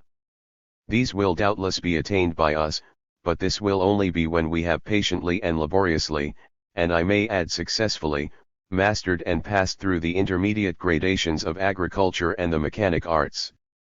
Besides, there are numerous institutions of learning in this country, already thrown open to colored youth. To my thinking, there are quite as many facilities now afforded to the colored people as they can spare the time, from the sterner duties of life, to judiciously appropriate. In their present condition of poverty, they cannot spare their sons and daughters 2 or 3 years at boarding schools or colleges, to say nothing of finding the means to sustain them while at such institutions.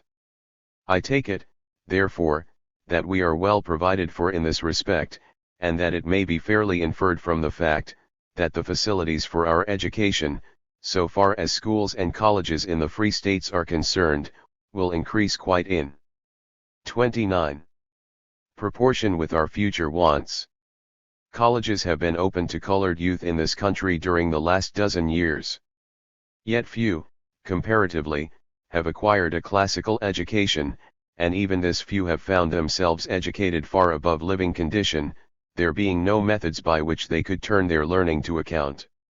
Several of this latter class have entered the ministry, but you need not be told that an educated people is needed to sustain an educated ministry. There must be a certain amount of cultivation among the people, to sustain such a ministry. At present we have not that cultivation amongst us, and, therefore, we value in the preacher strong lungs rather than high learning. I do not say that educated ministers are not needed amongst us, far from it. I wish there were more of them. But to increase their number is not the largest benefit you can bestow upon us. We have 2 or 3 colored lawyers in this country, and I rejoice in the fact, for it affords very gratifying evidence of our progress. Yet it must be confessed that, in point of success, our lawyers are as great failures as our ministers. White people will not employ them to the obvious embarrassment of their causes, and the blacks, taking their cue from the whites, have not sufficient confidence in their abilities to employ them. Hence educated colored men, among the colored people, are at a very great discount. It would seem that education and emigration go together with us, for as soon as a man rises amongst us, capable, by his genius and learning, to do us great service, just so soon he finds that he can serve himself better by going elsewhere. In proof of this, I might instance the Russworms, the Garnets, the Wards, the Cromwells, and others, all men of superior ability and attainments, and capable of removing mountains of prejudice against their race, by their simple presence in the country, but these gentlemen, finding themselves embarrassed here by the peculiar disadvantages to which I have referred, disadvantages in part growing out of their education, being repelled by ignorance on the one hand, and prejudice on the other, and having no taste to continue a contest against such odds, have sought more congenial climes, where they can live more peaceable and quiet lives? I regret their election, but I cannot blame them, for with an equal amount of education, and the hard lot which was theirs, I might follow their example. There is little reason to hope that any considerable number of the free-colored people will ever be induced to leave this country, even if such a thing were desirable. The black man loves civilization. He does not make very great progress in civilization himself, but he likes to be in the midst of it, and prefers to share its most galling evils, to encountering barbarism. Then the love of 30. Country, the dread of isolation, the lack of adventurous spirit, and the thought of seeming to desert their brethren in bonds, are a powerful check upon all schemes of colonization, which look to the removal of the colored people, without the slaves. The truth is, dear madam, we are here, and here we are likely to remain. Individuals emigrate, nations never. We have grown up with this republic, and I see nothing in her character, or even in the character of the American people, as yet, which compels the belief that we must leave the United States.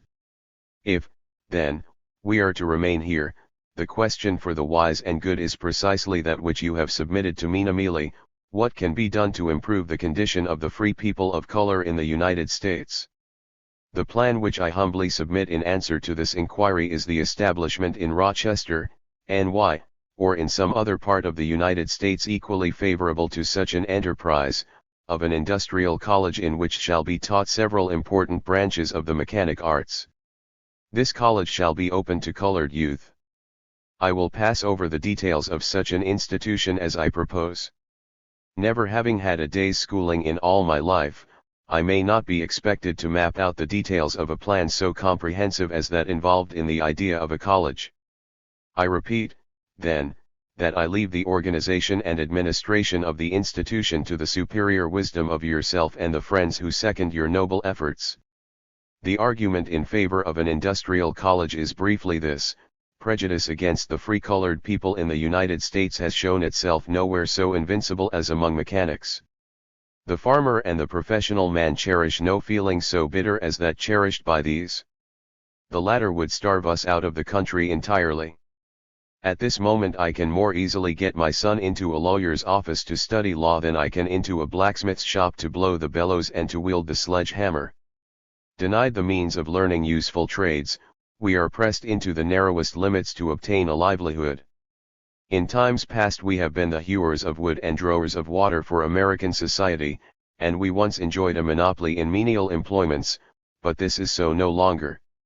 Even these employments are rapidly passing away out of our 31 hands. The fact is that colored men must learn trades, must find new employments, new modes of usefulness to society, or that they must decay under the pressing wants to which their condition is rapidly bringing them. We must become mechanics, we must build as well as live in houses, we must make as well as use furniture, we must construct bridges as well as pass over them, before we can properly live or be respected by our fellow men. We need mechanics as well as ministers. We need workers in iron, clay, and leather.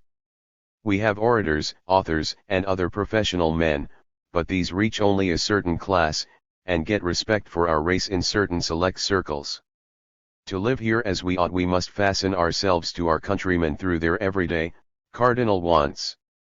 We must not only be able to black boots, but to make them. At present we are, in the northern states, unknown as mechanics. We give no proof of genius or skill at the county, state, or national fairs. We are unknown at any of the great exhibitions of the industry of our fellow citizens, and being unknown, we are unconsidered. The fact that we make no show of our ability is held conclusive of our inability to make any, hence all the indifference and contempt with which incapacity is regarded fall upon us, and that too when we have had no means of disproving the infamous opinion of our natural inferiority. I have, during the last dozen years, denied before the Americans that we are an inferior race, but this has been done by arguments based upon admitted principles rather than by the presentation of facts.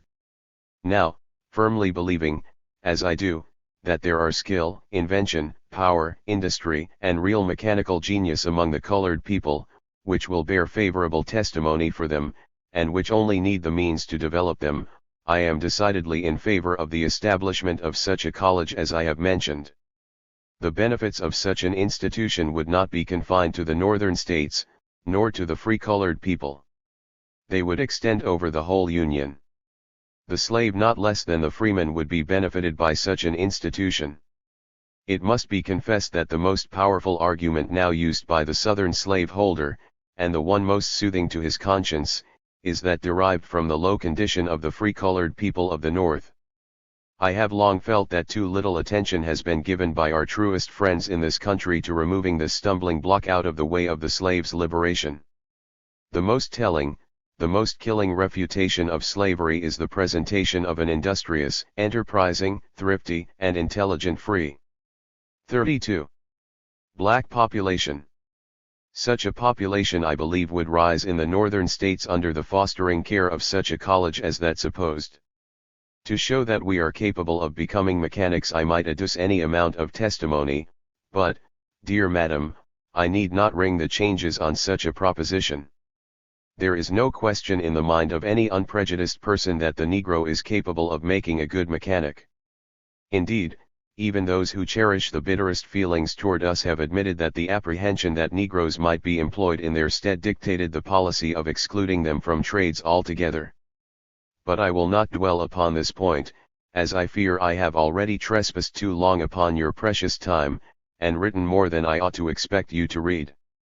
Allow me to say in conclusion that I believe every intelligent colored man in America will approve and rejoice at the establishment of some such institution as that now suggested. There are many respectable colored men, fathers of large families, having boys nearly grown up, whose minds are tossed by day and by night with the anxious inquiry, "What shall I do with my boys?" Such an institution would meet the wants of such persons. Then, too, the establishment of such an institution would be in character with the eminently practical philanthropy of your transatlantic friends. America could scarcely object to it as an attempt to agitate the public mind on the subject of slavery, or to dissolve the Union. It could not be tortured into a cause for hard words by the American people, but the noble and good of all classes would see in the effort an excellent motive, a benevolent object, temperately, wisely, and practically manifested. Wishing you, Dear Madam, renewed health, a pleasant passage and safe return to your native land.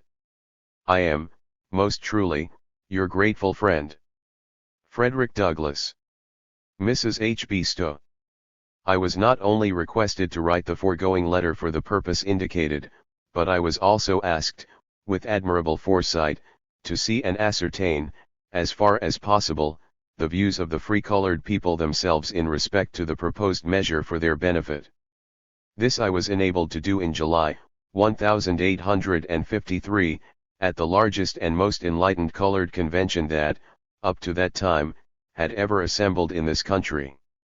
This convention warmly approved the plan of a manual labor school, as already described, and expressed high appreciation. 33. Of the wisdom and benevolence of Mrs. Stowe. This convention was held in Rochester, NY, and will long be remembered there for the surprise and gratification it caused our friends in that city. They were not looking for such exhibitions of enlightened zeal and ability as were there displayed in speeches, addresses, and resolutions, and in the conduct of the business for which it had assembled. Its proceedings attracted widespread attention at home and abroad. While Mrs. Stowe was abroad she was, by the pro-slavery press of our country, so persistently and vigorously attacked for receiving money for her own private use, that the Rev. Henry Ward Beecher felt called upon to notice and reply to it in the columns of the New York Independent, of which he was then the editor. He denied that Mrs. Stowe was gathering British gold for herself and referred her assailants to me if they would learn what she intended to do with the money. In answer to her maligners, I denounced their accusations as groundless and through the columns of my paper, assured the public that the testimonial then being raised in England by Mrs. Stowe would be sacredly devoted to the establishment of an industrial school for colored youth. This announcement was circulated by other journals, and the attacks ceased. Nobody could well object to such application of the money received from any source, at home or abroad. After her return to this country I called again on Mrs. Stowe, and was much disappointed to learn from her that she had reconsidered her plan for the industrial school. I have never been able to see any force in the reasons for this change. It is enough, however, to say that they were sufficient for her, and that she no doubt acted conscientiously, though her change of purpose was a great disappointment, and placed me in an awkward position before the colored people of this country, as well as to friends abroad, to whom I had given assurances that the money would be appropriated in the manner I have described. 34. Chapter 9. Increasing demands of the slave power. Increased demands of slavery. War in Kansas. John Brown's Rady's capture and execution. Me escape to England from United States Marshals. Notwithstanding the natural tendency of the human mind to weary of an old story, and to turn away from chronic abuses for which it sees no remedy, the anti-slavery agitation for 30 long years was sustained with ever-increasing intensity and power. This was not entirely due to the extraordinary zeal and ability of the anti-slavery agitators themselves, for, with all their admitted ardor and eloquence, they could have done very little without the aid rendered them unwittingly by the aggressive character of slavery itself.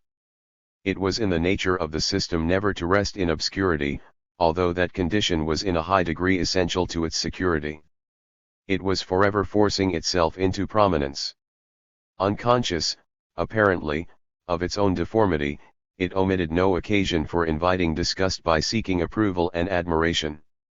It was noisiest when it should have been most silent and unobtrusive. One of its defenders, when asked what would satisfy him as a slave-holder, said he never would be satisfied until he could call the roll of his slaves in the shadow of Bunker Hill Monument. Every effort made to put down agitation only served to impart to it new strength and vigor. Of this class was the gag rule attempted and partially enforced in Congress, the attempted suppression of the right of petition, the mobocratic demonstrations against the exercise of free speech, the display of pistols, bludgeons, and plantation manners in the Congress of the nation, the demand shamelessly made by our government upon England for the return of slaves who had won their liberty by their valor on the high seas, the bill for the recapture of runaway slaves, the annexation of Texas. For the avowed purpose of increasing the number of slave states, and thus increasing the power of slavery in the Union, the war with Mexico, the filibustering expeditions against Cuba and Central America, the cold. 35. Blooded decision of Chief Justice Taney in the Dred Scott case, wherein he states, as it were, a historical fact that Negroes are deemed to have no rights which white men are bound to respect. The perfidious repeal of the Missouri Compromise when all its advantages to the South had been gained and appropriated, and when nothing had been gained by the North, the armed and bloody attempt to force slavery upon the virgin soil of Kansas, the efforts of both of the great political parties to drive from place and power every man suspected of ideas and principles hostile to slavery, the rude attacks made upon Giddings, Hale, Chase, Wilson, W.M.H. Seward, and Charles Sumner, the effort to degrade these brave men and to drive them from positions of prominence, the summary manner in which Virginia hanged John Brown, in a word, whatever was done or attempted with a view to the support and security of slavery, only served as fuel to the fire, and heated the furnace of agitation to a higher degree than any before attained. This was true up to the moment when the nation found it necessary to gird on the sword for the salvation of the country and the destruction of slavery. At no time during all the 10 years preceding the war was the public mind at rest. Mr. Clay's compromise measures in 1850, whereby all the troubles of the country about slavery were to be in the deep bosom of the ocean buried, were hardly dry on the pages of the statute book before the whole land was rocked with rumored agitation, and for one I did my best by pen and voice and by ceaseless activity to keep it alive and vigorous. Later on, in 1854, we had the Missouri Compromise, which removed the only grand legal barrier against the spread of slavery over all the territory of the United States. From this time there was no pause, no repose. Everybody, however dull, could see that this was a phase of the slavery question which was not to be slighted or ignored. The people of the North had been accustomed to ask, in a tone of cruel indifference, "What have we to do with slavery?" And now no labored speech was required in answer. Slave-holding aggression settled this question for us. The presence of slavery in a territory would certainly exclude the sons and daughters of the free states more effectually than statutes or yellow fever. Those who cared nothing for the slave, and were willing to 36. Tolerate slavery inside the slave states, were nevertheless not quite prepared to find themselves and their children excluded from the common inheritance of the nation. It is not surprising, therefore, that the public mind of the North was easily kept intensely alive on this subject, or that in 1856 an alarming expression of feeling on this point was seen in the large vote given for John C. Fremont and William L. Dayton for President and Vice President of the United States. Until this last uprising of the North against the slave power, the anti-slavery movement was largely retained in the hands of the original abolitionists, whose most prominent leaders have already been mentioned elsewhere in this volume. After 1856 a mightier arm and a more numerous host was raised against it, the agitation becoming broader and deeper. The Times at this point illustrated the principle of tension and compression, action and reaction. The more open, flagrant, and impudent the slave power, the more firmly it was confronted by the rising anti-slavery spirit of the North. No one act did more to rouse the North to a comprehension of the infernal and barbarous spirit of slavery and its determination to rule or ruin, than the cowardly and brutal assault made in the American Senate upon Charles Sumner, by Preston S. Brooks, a member of Congress from South Carolina. Shocking and scandalous as was this attack, the spirit in which the deed was received and commended by the community was still more disgraceful. Southern ladies even applauded the armed bully for his murderous assault upon an unarmed Northern senator, because of words spoken in debate. This more than all else told the thoughtful people of the North the kind of civilization to which they were linked, and how plainly it foreshadowed a conflict on a larger scale.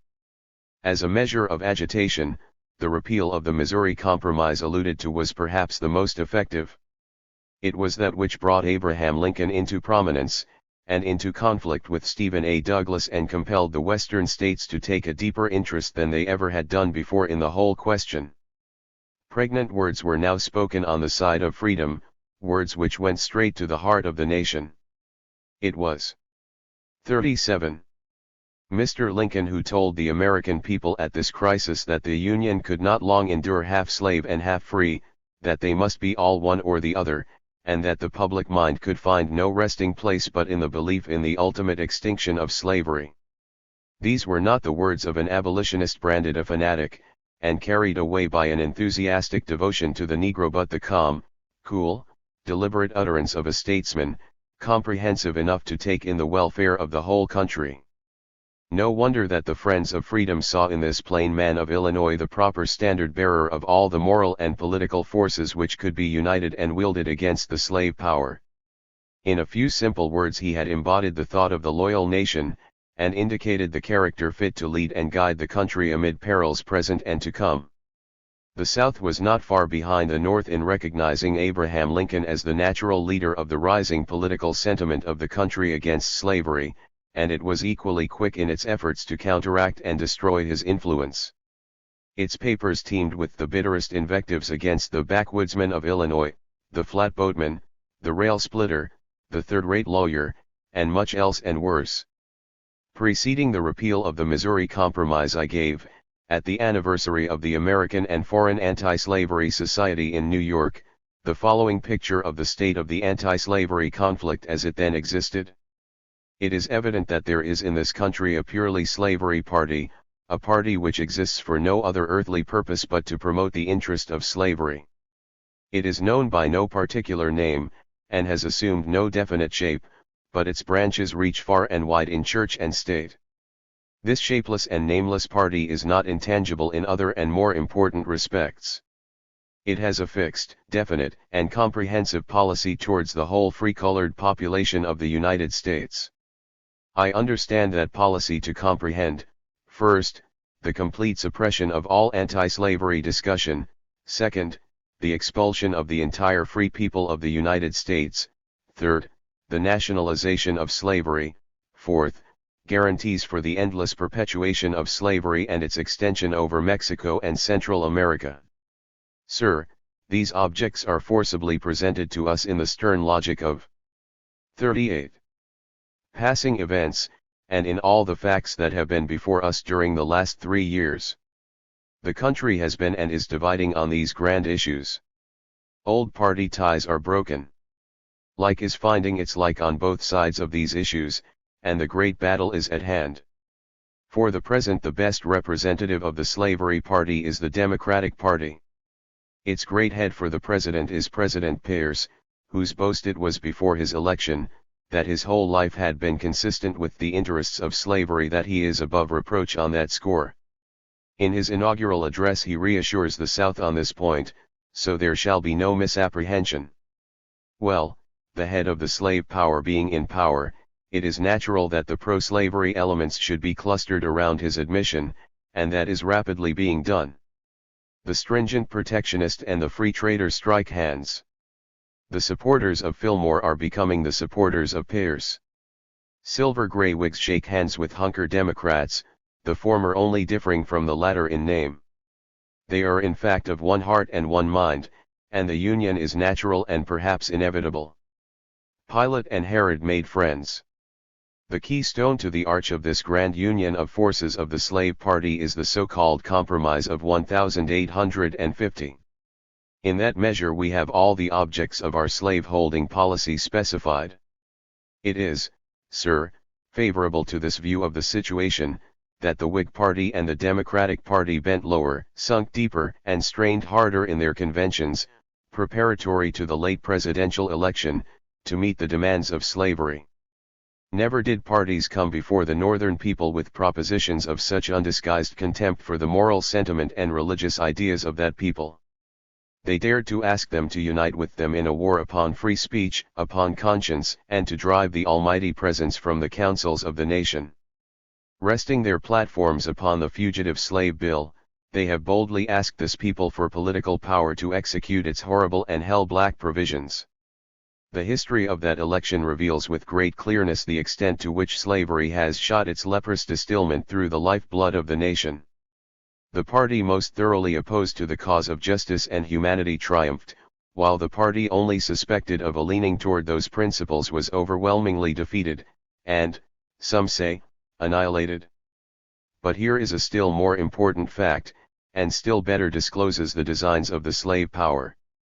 It is a fact full of meaning, that no sooner did the Democratic Party come into power than a system of legislation was presented to all the legislatures of the northern states designed to put those states in harmony with the fugitive slave law, and with the malignant spirit evinced by the national government towards the free-colored inhabitants of the 39 country. The whole movement on the part of the states bears unmistakable evidence of having one origin, of emanating from one head, and urged forward by one power. It was simultaneous, uniform, and general, and looked only to one end. It was intended to put thorns under feet already bleeding, to crush a people already bowed down, to enslave a people already but half free. In a word, it was intended and well calculated to discourage, dishearten, and if possible to drive the whole free-colored people out of the country. In looking at the black law then recently enacted in the state of Illinois, one is struck dumb by its enormity. It would seem that the men who passed that law had not only successfully banished from their minds all sense of justice, but all sense of shame as well. These law codes propose to sell the bodies and souls of the blacks to provide the means of intelligence and refinement for the whites, to rob every black stranger who ventures among them to increase their educational fund. While this kind of legislation is going on in the states, a pro-slavery political board of health is being established at Washington. Senators Hale, Chase, and Sumner are robbed of their senatorial rights and dignity as representatives of sovereign states, because they have refused to be inoculated with the pro-slavery virus of the times. Among the services that a senator is expected to perform are many that can only be done efficiently by those acting as members of important committees, and the slave power in the Senate, in saying to these honorable senators, "You shall not serve on the committees of this body," took the responsibility of insulting and robbing the states which have sent them there. It is an attempt at Washington to decide for the states who the states shall send to the Senate. Sir, it strikes me that this aggression on the part of the slave power did not meet at the hands of the proscribed and insulted senators the rebuke which we had a right to expect from them. It seems to me that a great opportunity was lost, that the great principle of senatorial equality was left undefended at a time when its vindication was sternly demanded. But it is not to the purpose of my present statement to criticize the conduct of friends. Much should be left to the discretion of anti-slavery men in Congress. Charges of recreancy should never be made but on the most sufficient grounds. For of all places in the world where an anti-slavery man needs the confidence and encouragement of his friends, I take Washington, citadel of slavery, to be that place. Let attention now be called to the social influences operating and cooperating with the slave power of the time and designed to promote all its malign objects. We see here the black man attacked in his most vital interests. Prejudice and hate are systematically excited. 40. Against him. The wrath of other laborers is stirred up against him. The Irish, who, at home, readily sympathize with the oppressed everywhere, are instantly taught when they step upon our soil to hate and despise the Negro. They are taught to believe that he eats the bread that belongs to them. The cruel lie is told them, that we deprive them of labor and receive the money which would otherwise make its way into their pockets. Sir, the Irish American will one day find out his mistake. He will find that in assuming our avocation, he has also assumed our degradation. But for the present we are the sufferers. Our old employments by which we have been accustomed to gain a livelihood are gradually slipping from our hands. Every hour sees us elbowed out of some employment to make room for some newly arrived emigrant from the Emerald Isle, whose hunger and color entitle him to special favor. These white men are becoming house servants, cooks, stewards, waiters, and flunkies. For aught I see, they adjust themselves to their stations with all proper humility. If they cannot rise to the dignity of white men, they show that they can fall to the degradation of black men. But now, sir, look once more. While the colored people are thus elbowed out of employment, while a ceaseless enmity in the Irish is excited against us, while state after state enacts laws against us, while we are being hunted down like wild beasts, while we are oppressed with a sense of increasing insecurity, the American Colonization Society, with hypocrisy written on its brow, comes to the front, awakens to new life, and vigorously presses its scheme for our expatriation upon the attention of the American people. Papers have been started in the North and the South to promote this long-cherished object to get rid of the Negro, who is presumed to be a standing menace to slavery. Each of these papers is adapted to the latitude in which it is published, but each and all are united in calling upon the government for appropriations to enable the colonization society to send us out of the country by steam. Evidently the society looks upon our extremity as its opportunity, and whenever the elements are stirred against us it is stimulated to unusual activity. It does not deplore our misfortunes, but rather rejoices in them, since they prove that the two races cannot flourish on the same soil. But, sir, I must hasten. I have thus briefly given my view of one aspect of the present condition and future prospects of the colored people of the United States. What I have said is far from encouraging to my afflicted people. I have seen the cloud gather upon the sable brows of some who hear me. I confess the case looks to be bad enough. Sir, I am not a hopeful man. I think I am apt to undercalculate the benefits of the future. Yet, sir, in this seemingly desperate case, I do not despair for my people. There. 41. Is a bright side to almost every picture, and ours is no exception to the general rule. If the influences against us are strong, those for us are also strong. To the inquiry, will our enemies prevail in the execution of their designs in my God, and in my soul, I believe they will not. Let us look at the first object sought for by the slavery party of the country, viz., the suppression of the anti-slavery discussion. They desire to suppress discussion on this subject, with a view to the peace of the slaveholder and the security of slavery. Now, sir, neither the principal nor the subordinate objects, here declared, can be at all gained by the slave power, and for this reason, it involves the proposition to padlock the lips of the whites, in order to secure the fetters on the limbs of the blacks. The right of speech, precious and priceless, will not be surrendered to slavery. Its suppression is asked for, as I have said, to give peace and security to slaveholders. Sir, that thing cannot be done. God has interposed an insuperable obstacle to any such result. There can be no peace, saith my God, to the wicked. Suppose it were possible to put down this discussion, what would it avail the guilty slaveholder, pillowed as he is upon the heaving bosoms of ruined souls? He could not have a peaceful spirit. If every anti-slavery tongue in the nation were silent, every anti-slavery organization dissolved, a very anti-slavery periodical, paper, pamphlet, book, or what not, searched out, burned to ashes, and their ashes given to the four winds of heaven, still the slaveholder could have no peace.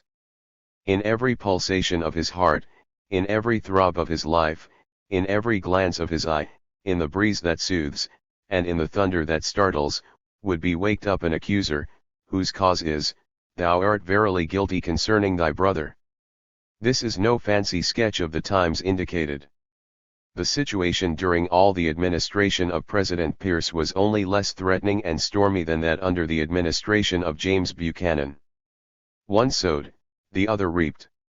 One was the wind, the other was the whirlwind. Intoxicated by their success in repealing the Missouri Compromise, in divesting the native-born colored man of American citizenship, in harnessing both the Whig and Democratic parties to the car of slavery, and in holding continued possession of the national government, the propagandists of slavery threw off all disguises, abandoned all semblance of moderation, and very naturally and inevitably proceeded, under Mr. Buchanan, to avail themselves of all the advantages of their victories.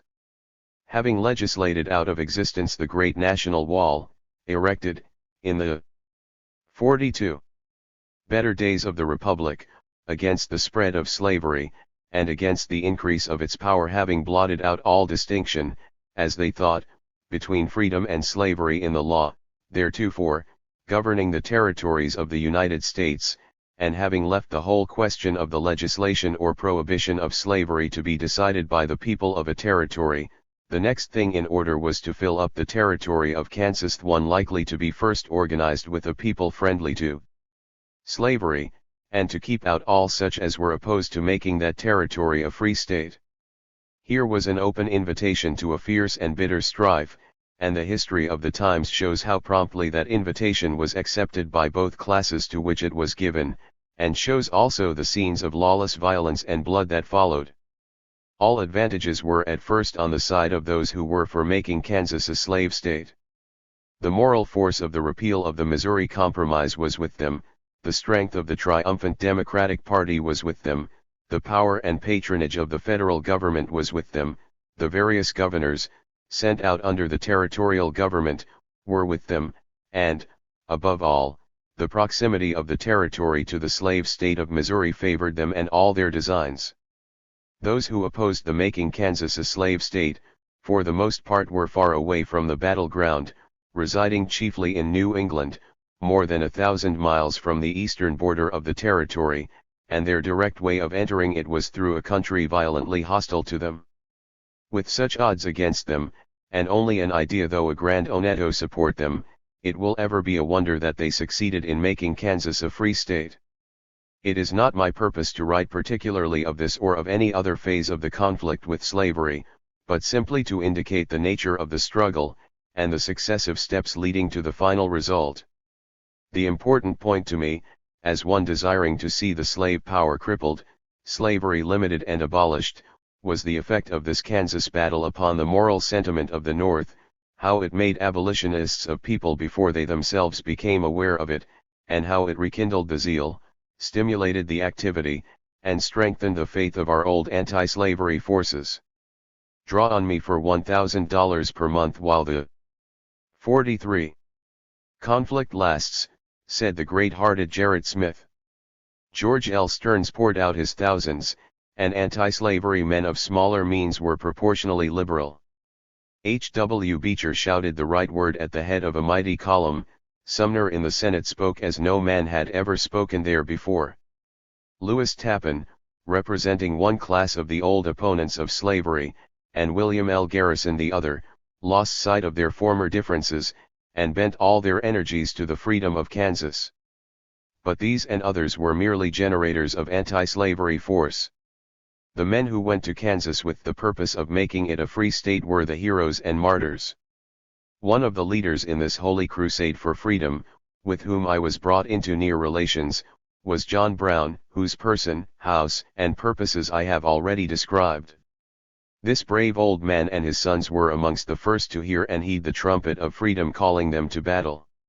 What they did and suffered, what they sought and gained, and by what means, are matters of history, and need not be repeated here. When it became evident, as it soon did, that the war for and against slavery in Kansas was not to be decided by the peaceful means of words and ballots, but that swords and bullets were to be employed on both sides, Captain John Brown felt that now, after long years of waiting, his hour had come, and never did man meet the perilous requirements of any occasion more cheerfully, courageously, and disinterestedly than he.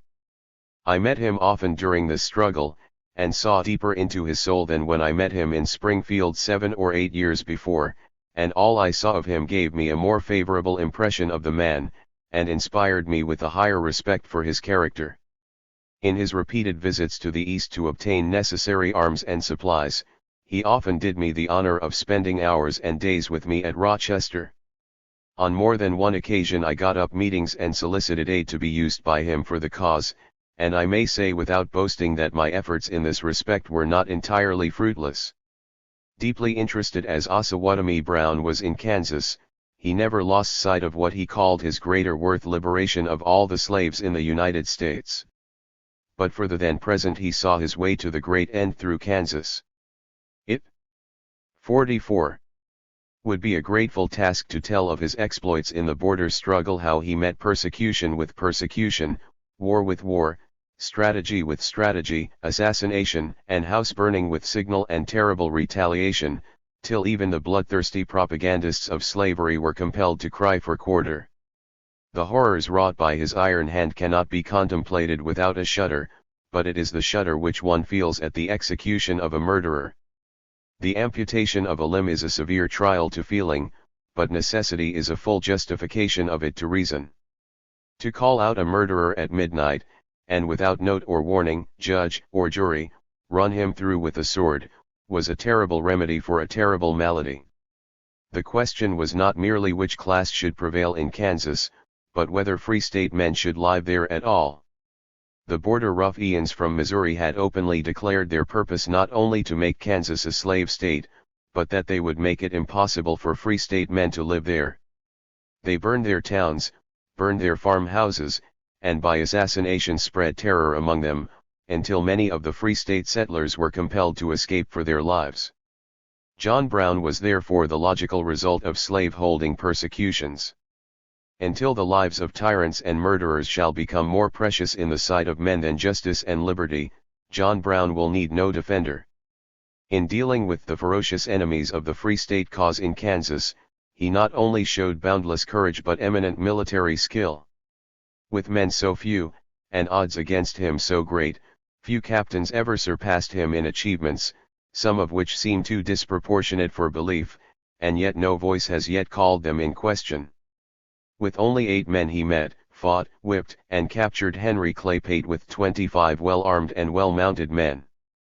In this battle he selected his ground so wisely, handled his men so skillfully, and attacked his enemies so vigorously, that they could neither run nor fight, and were therefore compelled to surrender to a force less than 1/3 their own.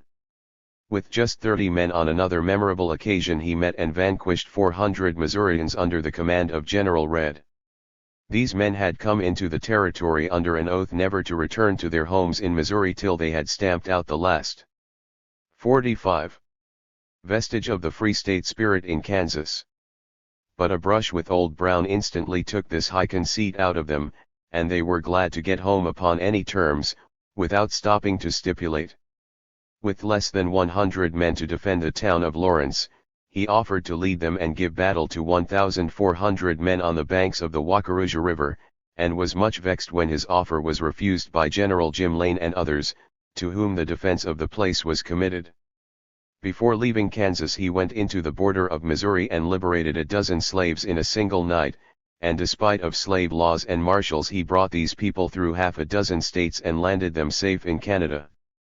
The successful efforts of the North in making Kansas a free state, despite all the sophistical doctrines and sanguinary measures of the South to make it a slave state, exercised a potent influence upon subsequent political forces and events in the then near future. It is interesting to note the facility with which the statesmanship of a section of the country adapted its convictions to changed conditions. When it was found that the doctrine of popular sovereignty failed to make Kansas a slave state, and could not be safely trusted in other emergencies, Southern statesmen promptly abandoned and reprobated that doctrine, and took what they considered firmer ground. They lost faith in the rights, powers, and wisdom of the people and took refuge in the Constitution. Henceforth the favorite doctrine of the South was that the people of a territory had no voice in the matter of slavery whatever, and that the Constitution of the United States, of its own force and effect, carried slavery safely into any territory of the United States and protected the system there until it ceased to be a territory and became a state. The practical operation of this doctrine would be to make all the future new states slave-holding states, for slavery once planted and nursed for years in a territory would easily strengthen itself against the evil day and defy eradication. This doctrine was in some sense supported by Chief Justice Taney in the infamous Dred Scott decision.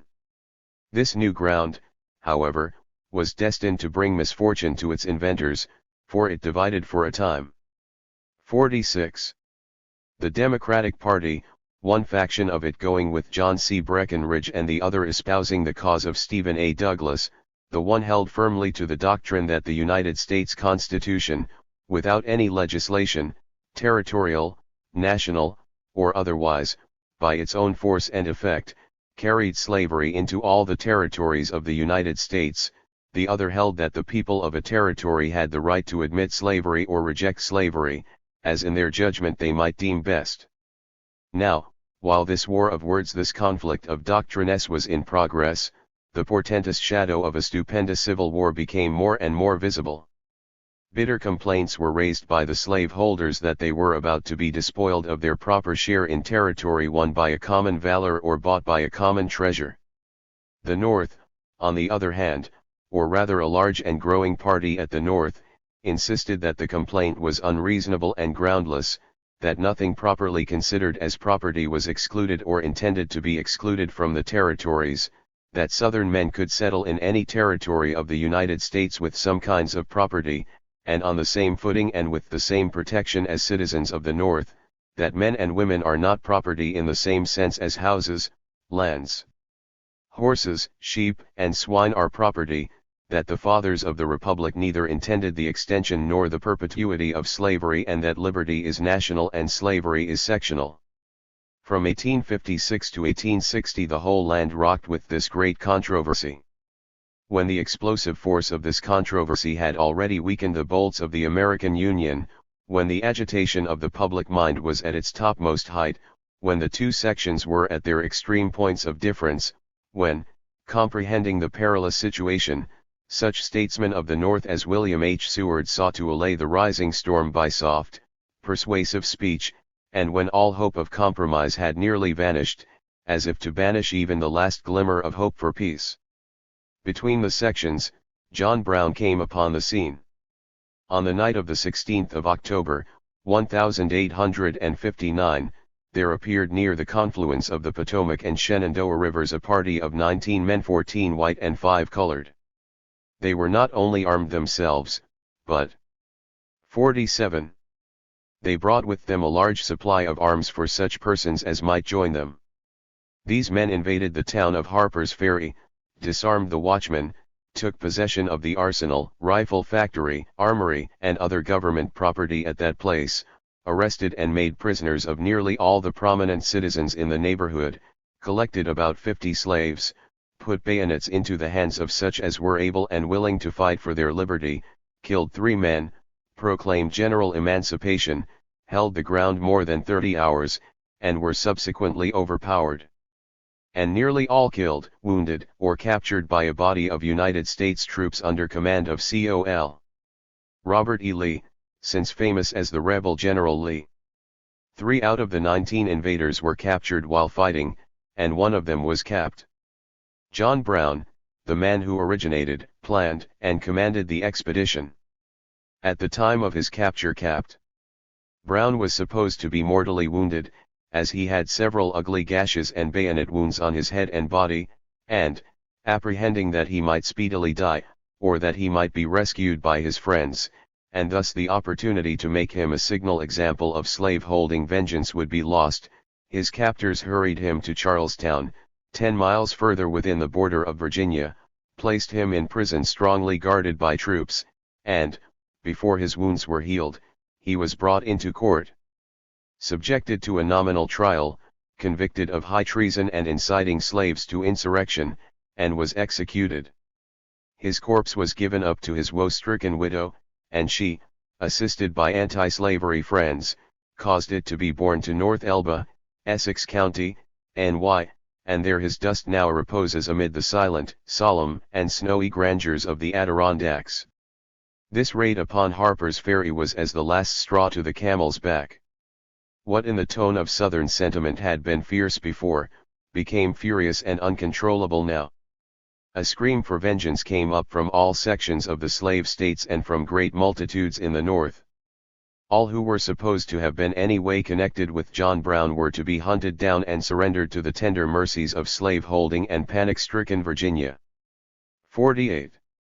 And there to be tried after the fashion of John Brown's trial, and, of course, to be summarily executed.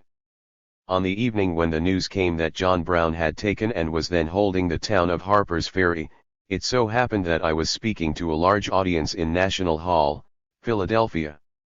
The announcement came upon us with the startling effect of an earthquake. It was something to make the boldest hold his breath. I saw at once that my old friend had attempted what he had long ago resolved to do, and I felt certain that the result must be his capture and destruction. As I expected, the next day brought the news that with 2 or 3 men he had fortified and was holding a small engine house, but that he was surrounded by a body of Virginia militia, who, thus far, had not ventured to capture the insurgents, but that escape was impossible. A few hours later and word came that Colonel Robert E. Lee with a company of United States troops had made a breach in Capt. Brown's fort, and had captured him alive, though mortally wounded. His carpet-bag had been secured by Governor Wise, and it was found to contain numerous letters and documents which directly implicated Gerrit Smith, Joshua R. Giddings, Samuel G. Howe, Frank P. Sanborn, and myself. This intelligence was soon followed by a telegram saying that we were all to be arrested. Knowing that I was then in Philadelphia, stopping with my friend Thomas J. Dorsey, Mr. John Hearn, the telegraph operator, came to me and, with others, urged me to leave the city by the first train, as it was known through the newspapers that I was then in Philadelphia. Stopping with my friend Thomas J. Dorsey, Mr. John Hearn, the telegraph operator, came to me and, with others, urged me to leave the city by the first train, as it was known through the newspapers that I was then in Philadelphia. And officers might even then be on my track. To me there was nothing improbable in all this. My friends for the most part were appalled at the thought of my being arrested then or there, or while on my way across the ferry from Walnut Street Wharf to Camden, for there was where I felt sure the arrest would be made, and asked some of them to go so far as this with me merely to see what might occur, but, upon one ground or another, they all thought it best not to be found in my company at such a time, except dear old Franklin Turner, a true man. The truth is, that in the excitement which prevailed my friends had reason to fear that very fact that they were with me would be 49. A sufficient reason for their arrest with me. The delay in the departure of the steamer seemed unusually long to me, for I confess I was seized with a desire to reach a more northern latitude. My friend Frank did not leave my side till all ashore was ordered and the paddles began to move. I reached New York at night, still under the apprehension of arrest at any moment, but no signs of such an event being made. I went at once to the Barclay Street ferry, took the boat across the river, and went direct to Washington Street, Hoboken, the home of Mrs. Marks, where I spent the night, and I may add without undue profession of timidity, an anxious night. The morning papers brought no relief, for they announced that the government would spare no pains in ferreting out and bringing to punishment all who were connected with the Harper's Ferry outrage, and that search would be made for papers as well as persons. I was now somewhat uneasy from the fact that sundry letters and a constitution written by John Brown were locked up in my desk in Rochester. In order to prevent these papers from falling into the hands of the government of Virginia, I got my friend, Miss Ottilia Assing, to write at my dictation the following telegram to B.F. Blackall, the telegraph operator in Rochester, a friend and frequent visitor at my house, who would readily understand the meaning of the dispatch. B.F. Blackall, Esq. Tell Lewis to secure all the important papers in my high desk. I did not sign my name, and the result showed that I had rightly judged that Mr. Blackall would understand and promptly attend to the request. The mark of the chisel with which the desk was opened is still on the drawer, and is one of the traces of the John Brown raid. Having taken measures to secure my papers, the trouble was to know just what to do with myself. To stay in Hoboken was out of the question, and to go to Rochester was to all appearance to go into the hands of the hunters, for they would naturally seek me at my home if they sought me at all. I, however, resolved to go home and risk my safety there. I felt sure that, once in the city, I could 50. Not be easily taken from there without a preliminary hearing upon the requisition, and not then if the people could be made aware of what was in progress. But how to get to Rochester was a serious question. It would not do to go to New York City and take the train, for that city was not less incensed against John Brown conspirators than many parts of the South. The course hit upon by my friends, Mr. Johnston and Miss Assing, was, to take me at night in a private conveyance from Hoboken to Paterson, where I could take the Erie Railroad for home. This plan was carried out, and I reached home in safety, but had been there but a few moments when I was called upon by Samuel D. Porter, Esq., and my neighbor, Lieutenant Governor Selden, who informed me that the governor of the state would certainly surrender me on a proper requisition from the governor of Virginia, and that while the people of Rochester would not permit me to be taken south, yet, in order to avoid collision with the government and consequent bloodshed, they advised me to quit the country, which I did join to Canada. Governor Wise, in the meantime, being advised that I had left Rochester for the state of Michigan, made requisition on the governor of that state for my surrender to Virginia.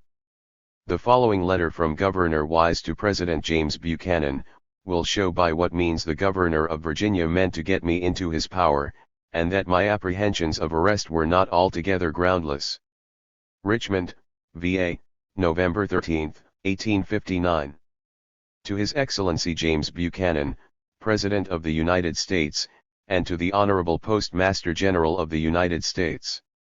Gentlemen, I have information such as has caused me, upon proper affidavits, to make requisition upon the Executive of Michigan for the delivery up of the person of Frederick Douglass, a Negro man, supposed now to be in Michigan, charged with murder, robbery, and inciting servile insurrection in the state of Virginia. My agents for the arrest and reclamation of the person so charged are Benjamin M. Morris and William N. Kelly. The latter has the requisition, and will wait on you to the end of obtaining nominal authority as post office agents. They need be very secretive in this matter. 51.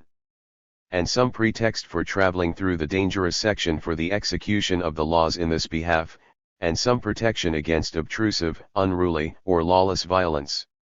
If it be proper so to do, will the Postmaster General be pleased to give to Mr. Kelly, for each of these men, a permit and authority to act as detectives for the Post Office Department, without pay, but to pass and repass without question, delay, or hindrance.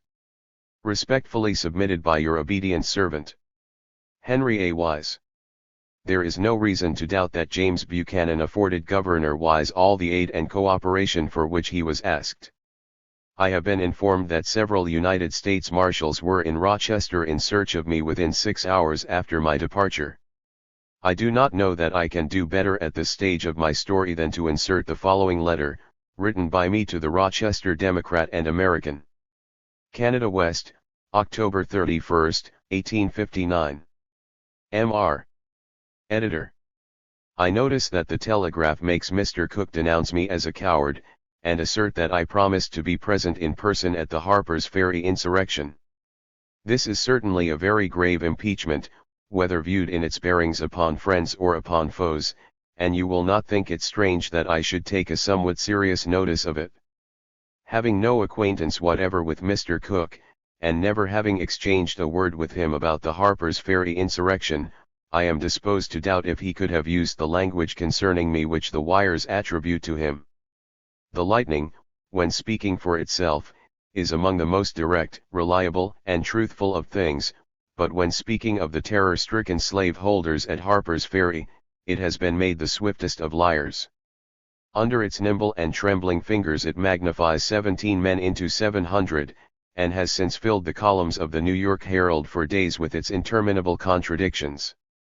But assuming that it has told only the simple truth as to the sayings of Mr. Cook in this instance, I have this answer to make to my accuser: Mr. Cook may be perfectly right in denouncing me as a coward. I have not one word to say in defense or vindication of my character for courage. I have always been more distinguished for running than fighting, and tried by the Harper's Ferry insurrection. 52. Test: I am most miserably deficient in courage, even more so than Cook when he deserted his brave old captain and fled to the mountains. To this extent Mr. Cook is entirely right, and will meet no contradiction from me, or from anybody else. But wholly, grievously, and most unaccountably wrong is Mr. Cook when he asserts that I promised to be present in person at the Harper's Ferry insurrection. Of whatever other imprudence and indiscretion I may have been guilty, I have never made a promise so rash and wild as this. The taking of Harper's Ferry was a measure never encouraged by my word or by my vote. At any time or place, my wisdom or my cowardice has not only kept me from Harper's Ferry, but has equally kept me from making any promise to go there. I desire to be quite emphatic here, for of all guilty men, he is the guiltiest who lures his fellow men to an undertaking of this sort, under promise of assistance which he afterwards fails to render. I therefore declare that there is no man living, and no man dead, who, if living, could truthfully say that I ever promised him, or anybody else, either conditionally or otherwise, that I would be present in person at the Harper's Ferry insurrection. My field of labor for the abolition of slavery has not extended to an attack upon the United States arsenal. In the teeth of the documents already published and of those which may hereafter be published, I affirm that no man connected with that insurrection, from its noble and heroic leader down, can connect my name with a single broken promise of any sort whatever. So much I deem it proper to say negatively. The time for a full statement of what I know and of all I know of this desperate but sublimely disinterested effort to emancipate the slaves of Maryland and Virginia from their cruel taskmasters, has not yet come, and may never come. In the denial which I have now made, my motive is more a respectful consideration for the opinions of the slaves' friends than from my fear of being made an accomplice in the general conspiracy against slavery, when there is a reasonable hope for success. Men who live by robbing their fellow men of their labor and liberty have forfeited their right to know anything of the thoughts, feelings, or purposes of those whom they rob and plunder. They have by the single act of slave-holding voluntarily placed themselves beyond the laws of justice and honor, and have become only fitted for companionship with thieves and pirates, common enemies of God and of all mankind. While it shall be considered right to protect oneself against thieves, burglars, robbers, and assassins, and to slay a wild beast in the act of devouring his human prey, it can never be wrong for the embruted and whip-scarred slaves, or their friends, to hunt, harass, and even strike down the traffickers in human flesh. If any 53. Body is disposed to think less of me on account of this sentiment, or because I may have had a knowledge of what was about to occur, and did not assume the base and detestable character of an informer, he is a man whose good or bad opinion of me may be equally repugnant and despicable. Entertaining these sentiments, I may be asked why I did not join John Brown, he noble old hero whose one right hand had shaken the foundation of the American Union, and whose ghost will haunt the bedchambers of all the born and unborn slave holders of Virginia through all their generations, filling them with alarm and consternation. My answer to this has already been given, at least impliedly given the tools to those who can use them. Let every man work for the abolition of slavery in his own way. In his own way. I would help all and hinder none. My position in regard to the Harper's Ferry insurrection may be easily inferred from these remarks, and I shall be glad if those papers which have spoken of me in connection with it would find room for this brief statement. I have no apology for keeping out of the way of those gentlemanly United States Marshals, who are said to have paid Rochester a somewhat protracted visit lately, with a view to an interview with me. A government recognizing the validity of the Dred Scott decision at such a time as this, is not likely to have any very charitable feelings towards me, and if I am to meet its representatives I prefer to do so at least upon equal terms. If I have committed any offense against society I have done so on the soil of the state of New York, and I should be perfectly willing to be arraigned there before an impartial jury, but I have quite insuperable objections to being caught by the hounds of Mr. Buchanan, and bagged by Gov. Wise. For this appears to be the arrangement. Buchanan does the fighting and hunting, and Wise bags the game. Some reflections may be made upon my leaving on a tour to England just at this time. I have only to say that my going to that country has been rather delayed than hastened by the insurrection at Harper's Ferry. All know that I had intended to leave here in the first week of November. Frederick Douglass. 54. Chapter X. The beginning of the end. My connection with John Brown to and from England presidential contest election of Abraham Lincoln. What was my connection with John Brown, and what I knew of his scheme for the capture of Harper's Ferry, I may now proceed to state. From the time of my visit to him in Springfield, Massachusetts, in 1847, our relations were friendly and confidential. I never passed through Springfield without calling on him, and he never came to Rochester without calling on me. He often stopped overnight with me, when we talked over the feasibility of his plan for destroying the value of slave property, and the motive for holding slaves in the border states. That plan, as already intimated elsewhere, was to take 20 or 25 discreet and trustworthy men into the mountains of Virginia and Maryland, and station them in squads of 5, about 5 miles apart, on a line of 25 miles, each squad to cooperate with all, and all with each. They were to have selected for them secure and comfortable retreats in the fastnesses of the mountains, where they could easily defend themselves in case of attack. They were to subsist upon the country round about. They were to be well armed, but were to avoid battle or violence, unless compelled by pursuit or in self-defense. In that case, they were to make it as costly as possible to the assailing party, whether that party should be soldiers or citizens. He further proposed to have a number of stations from the line of Pennsylvania to the Canada border, where such slaves as he might, through his men, induce to run away, should be supplied with food and shelter and be forwarded from one station to another till they should reach a place of safety either in Canada or the northern states. He proposed to add to his force in the mountains any courageous and intelligent fugitives who might be willing to remain and endure the hardships and brave the dangers of this mountain life. These, he thought, if properly selected, could, on account of their knowledge of the surrounding country, be made valuable auxiliaries. The work of going into 55. The Valley of Virginia and persuading the slaves to flee to the mountains was to be committed to the most courageous and judicious man connected with each squad. Hating slavery as I did, and making its abolition the object of my life, I was ready to welcome any new mode of attack upon the slave system which gave any promise of success. I readily saw that this plan could be made very effective in rendering slave property in Maryland and Virginia valueless by rendering it insecure. Men do not like to buy runaway horses, or to invest their money in a species of property likely to take legs and walk off with itself. In the worst case, too, if the plan should fail, and John Brown should be driven from the mountains, a new fact would be developed by which the nation would be kept awake to the existence of slavery. Hence, I assented to this, John Brown's scheme or plan for running off slaves. To set this plan in operation, money and men, arms and ammunition, food and clothing, were needed, and these, from the nature of the enterprise, were not easily obtained, and nothing was immediately done. Captain Brown, too, notwithstanding his rigid economy, was poor, and was unable to arm and equip men for the dangerous life he had mapped out. So the work lingered till after the Kansas trouble was over and freedom in that territory was an accomplished fact. This left him with arms and men, for the men who had been with him in Kansas believed in him, and would follow him in any humane though dangerous enterprise he might undertake. After the close of his Kansas work, Captain Brown came to my house in Rochester, and said he desired to stop with me several weeks, but, he added, I will not stay unless you will allow me to pay board. Knowing that he was no trifler and meant all he said, and desirous of retaining him under my roof, I charged $3 a week. While here, he spent most of his time in correspondence.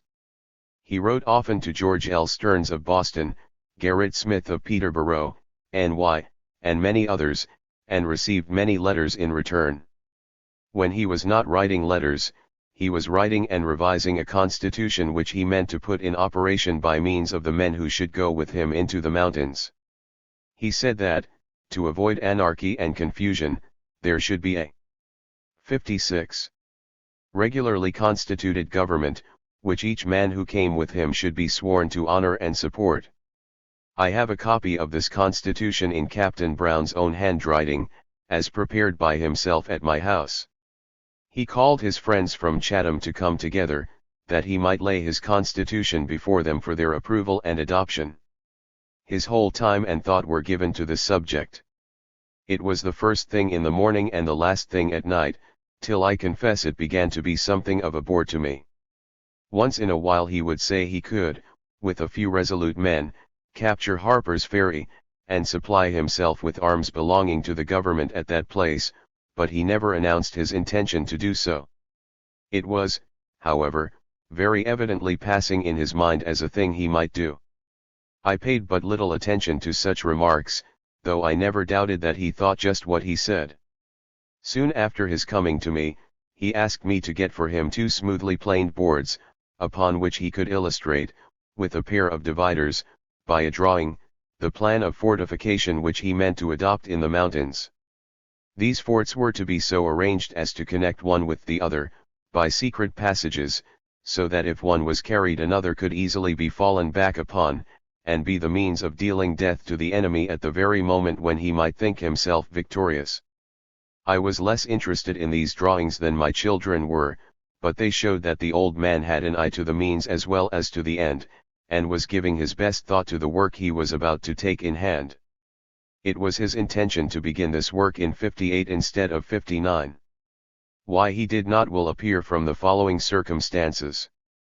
While in Kansas, he made the acquaintance of one Colonel Forbes, an Englishman, who had figured somewhat in revolutionary movements in Europe, and, as it turned out, had become an adventurera soldier of fortune in this country.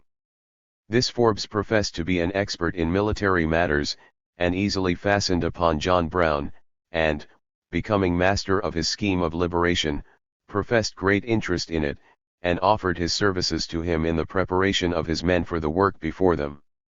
After remaining with Brown a short 57 time, he came to me in Rochester, with a letter from him, asking me to receive and assist him. I was not favorably impressed with Colonel Forbes at first, but I conquered my prejudice, took him to a hotel and paid his board while he remained. Just before leaving, he spoke of his family in Europe as in destitute circumstances, and of his desire to send them some money. I gave him a little I forget how much, and through Miss Assing, a German lady, deeply interested in the John Brown scheme, he was introduced to several of my German friends in New York. But he soon wore them out by his endless begging, and when he could make no more money by professing to advance the John Brown project, he threatened to expose it, and all connected with it. I think I was the first to be informed of his tactics, and I promptly communicated them to Captain Brown. Through my friend Miss Assing, I found that Forbes had told of Brown's designs to Horace Greeley, and to the government officials at Washington, of which I informed Captain Brown, and this led to the postponement of the enterprise another year. It was hoped that by this delay the story of Forbes would be discredited, and this calculation was correct, for nobody believed the scoundrel, though in this he told the truth. While at my house, John Brown made the acquaintance of a colored man who called himself by different names, sometimes Emperor, at other times, Shields Green. He was a fugitive slave, who had made his escape from Charleston, South Carolina, a state from which a slave found it no easy matter to run away. But Shields Green was not one to shrink from hardships or dangers. He was a man of few words, and his speech was singularly broken, but his courage and self-respect made him quite a dignified character. John Brown saw at once what stuff Green was made of, and confided to him his plans and purposes. Green easily believed in Brown, and promised to go with him whenever he should be ready to move. About 3 weeks before the raid on Harper's Ferry, John Brown wrote to me, informing me that a beginning in his work would soon be made, and that before going forward he wanted to see me, and appointed an old stone quarry near Chambersburg, Penn, as our place of meeting. Mr. Kagi, his secretary, would be there, and they wished me to bring any 58 money I could command, and Shields Green along with me. In the same letter, he said that his mining tools and stores were then at Chambersburg, and that he would be there to remove them. I obeyed the old man's summons. Taking Shields, we passed through New York City, where we called upon Rev. James Gloucester and his wife, and told them where and for what we were going, and that our old friend needed money. Mrs. Gloucester gave me $10, and asked me to hand the same to John Brown, with her best wishes. When I reached Chambersburg, a good deal of surprise was expressed that I should come there unannounced, and I was pressed to make a speech to them, with which invitation I readily complied. Meanwhile, I called upon Mr. Henry Watson, a simple-minded and warm-hearted man, to whom Capt. Brown had imparted the secret of my visit, to show me the road to the appointed rendezvous. Watson was very busy in his barber's shop, but he dropped all and put me on the right track. I approached the old quarry very cautiously, for John Brown was generally well armed, and regarded strangers with suspicion. He was then under the ban of the government, and heavy rewards were offered for his arrest, for offenses said to have been committed in Kansas. He was passing under the name of John Smith. As I came near, he regarded me rather suspiciously, but soon recognized me, and received me cordially. He had in his hand when I met him a fishing tackle, with which he had apparently been fishing in a stream hard by, but I saw no fish, and did not suppose that he cared much for his fisherman's luck. The fishing was simply a disguise, and was certainly a good one. He looked every way like a man of the neighborhood, and as much at home as any of the farmers around there. His hat was old and storm-beaten, and his clothing was about the color of the stone quarry itself, his then present dwelling place.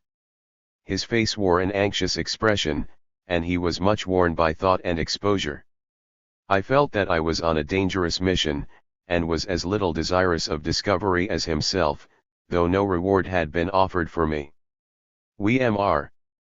Kagi, Captain Brown, Shields Green, and Mijolf sat down among the rocks and talked over the enter. 59. Prize which was about to be undertaken. The taking of Harper's Ferry, of which Captain Brown had merely hinted before, was now declared as his settled purpose, and he wanted to know what I thought of it. I at once opposed the measure with all the arguments at my command. To me such a measure would be fatal to running off slaves, and fatal to all engaged in doing so. It would be an attack upon the federal government, and would array the whole country against us. Captain Brown did most of the talking on the other side of the question. He did not at all object to rousing the nation. It seemed to him that something startling was just what the nation needed. He had completely renounced his old plan, and thought that the capture of Harper's Ferry would serve as notice to the slaves that their friends had come, and as a trumpet to rally them to his standard. He described the place as to its means of defense, and how impossible it would be to dislodge him if once in possession.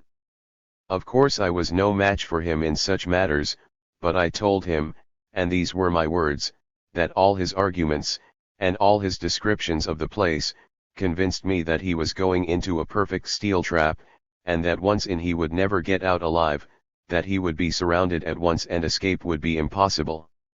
He was not to be shaken by anything I could say, but treated my views respectfully, replying that even if surrounded he would find means for cutting his way out, but that would not be forced upon him. He should, at the start, have a number of the best citizens of the neighborhood as his prisoners, and that holding them as hostages he should be able, if worse came to worse, to dictate terms of egress from the town. I looked at him with some astonishment, that he could rest upon a reed so weak and broken, and told him that Virginia would blow him and his hostages sky high, rather than that he should hold Harper's Ferry an hour. Our talk was long and earnest. We spent the most of Saturday and a part of Sunday in this debate, Brown for Harper's Ferry, and I against it, he for striking a blow which should instantly rouse the country, and I for the policy of gradually and unaccountably drawing off the slaves to the mountains, as at first suggested and proposed by him. When I found that he had fully made up his mind and could not be dissuaded, I 60. Turned to Shields Green and told him he heard what Captain Brown had said. His old plan was changed, and that I should return home, and if he wished to go with me he could do so. Captain Brown urged us both to go with him, but I could not do so, and could but feel that he was about to rivet the fetters more firmly than ever on the limbs of the enslaved. In parting he put his arms around me in a manner more than friendly, and said, "Come with me, Douglas, I will defend you with my life. I want you for a special purpose. When I strike, the bees will begin to swarm, and I shall want you to help hive them."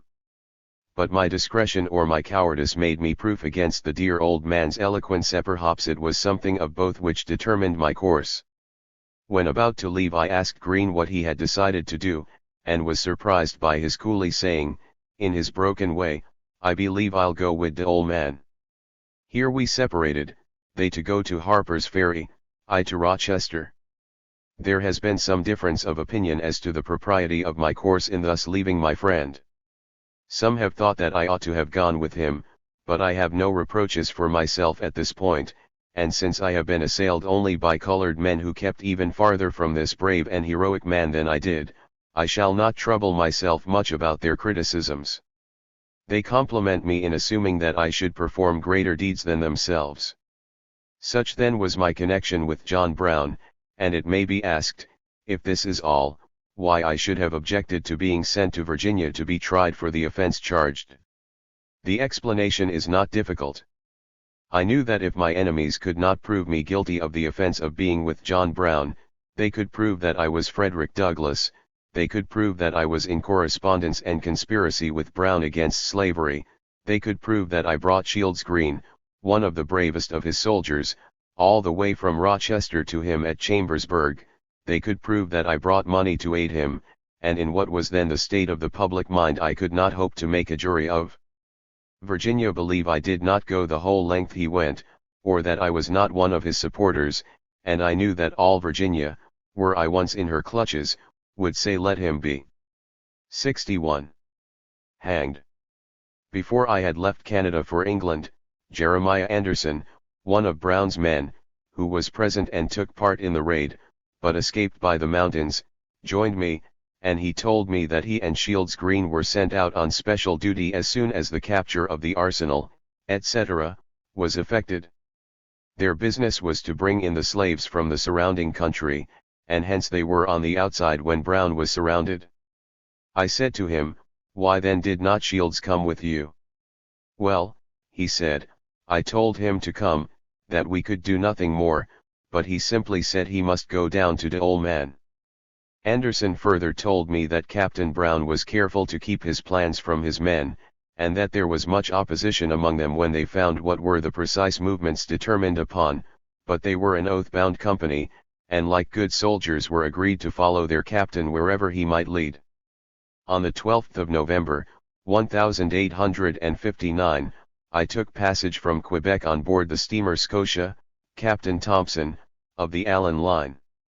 My going to England was not at first suggested by my connection with John Brown, but the fact that I was now in danger of arrest on the ground of complicity with him made what I had intended a pleasure a necessity, for though in Canada, and under British law, it was not impossible that I might be kidnapped and taken to Virginia.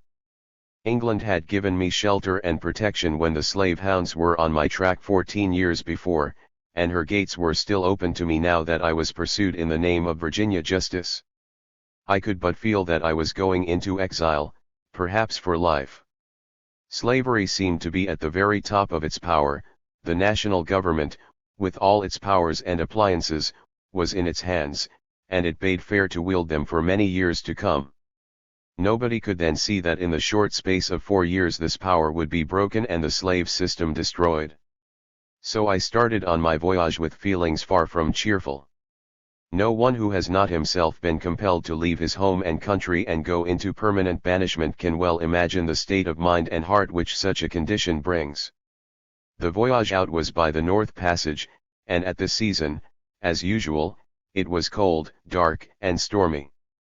Before quitting the coast of Labrador we had 4 degrees below 62. 0. Although I had crossed the Atlantic twice before, I had not experienced such unfriendly weather as during the most of this voyage. Our great ship was dashed about upon the surface of the sea as though she had been the smallest dugout. It seemed to tax all the seamanship of our captain to keep her in manageable condition, but after battling with the waves on an angry ocean during 14 long days I gratefully found myself upon the soil of Great Britain, beyond the reach of Buchanan's power and Virginia's prisons. Upon reaching Liverpool I learned that England was nearly as much alive to what had happened at Harper's Ferry as was the United States, and I was immediately called upon in different parts of the country to speak on the subject of slavery, and especially to give some account of the men who had thus flung away their lives in a desperate attempt to free the slaves. My own relation to the affair was a subject of much interest, as was the fact of my presence there being in some sense to elude the demands of Governor Wise, who, having learned that I was not in Michigan, but was on a British steamer bound for England, publicly declared that could he overtake that vessel he would take me from her deck at any cost. While in England, wishing to visit France, I wrote to Mr. George M. Dallas, the American minister at the British court, to obtain a passport.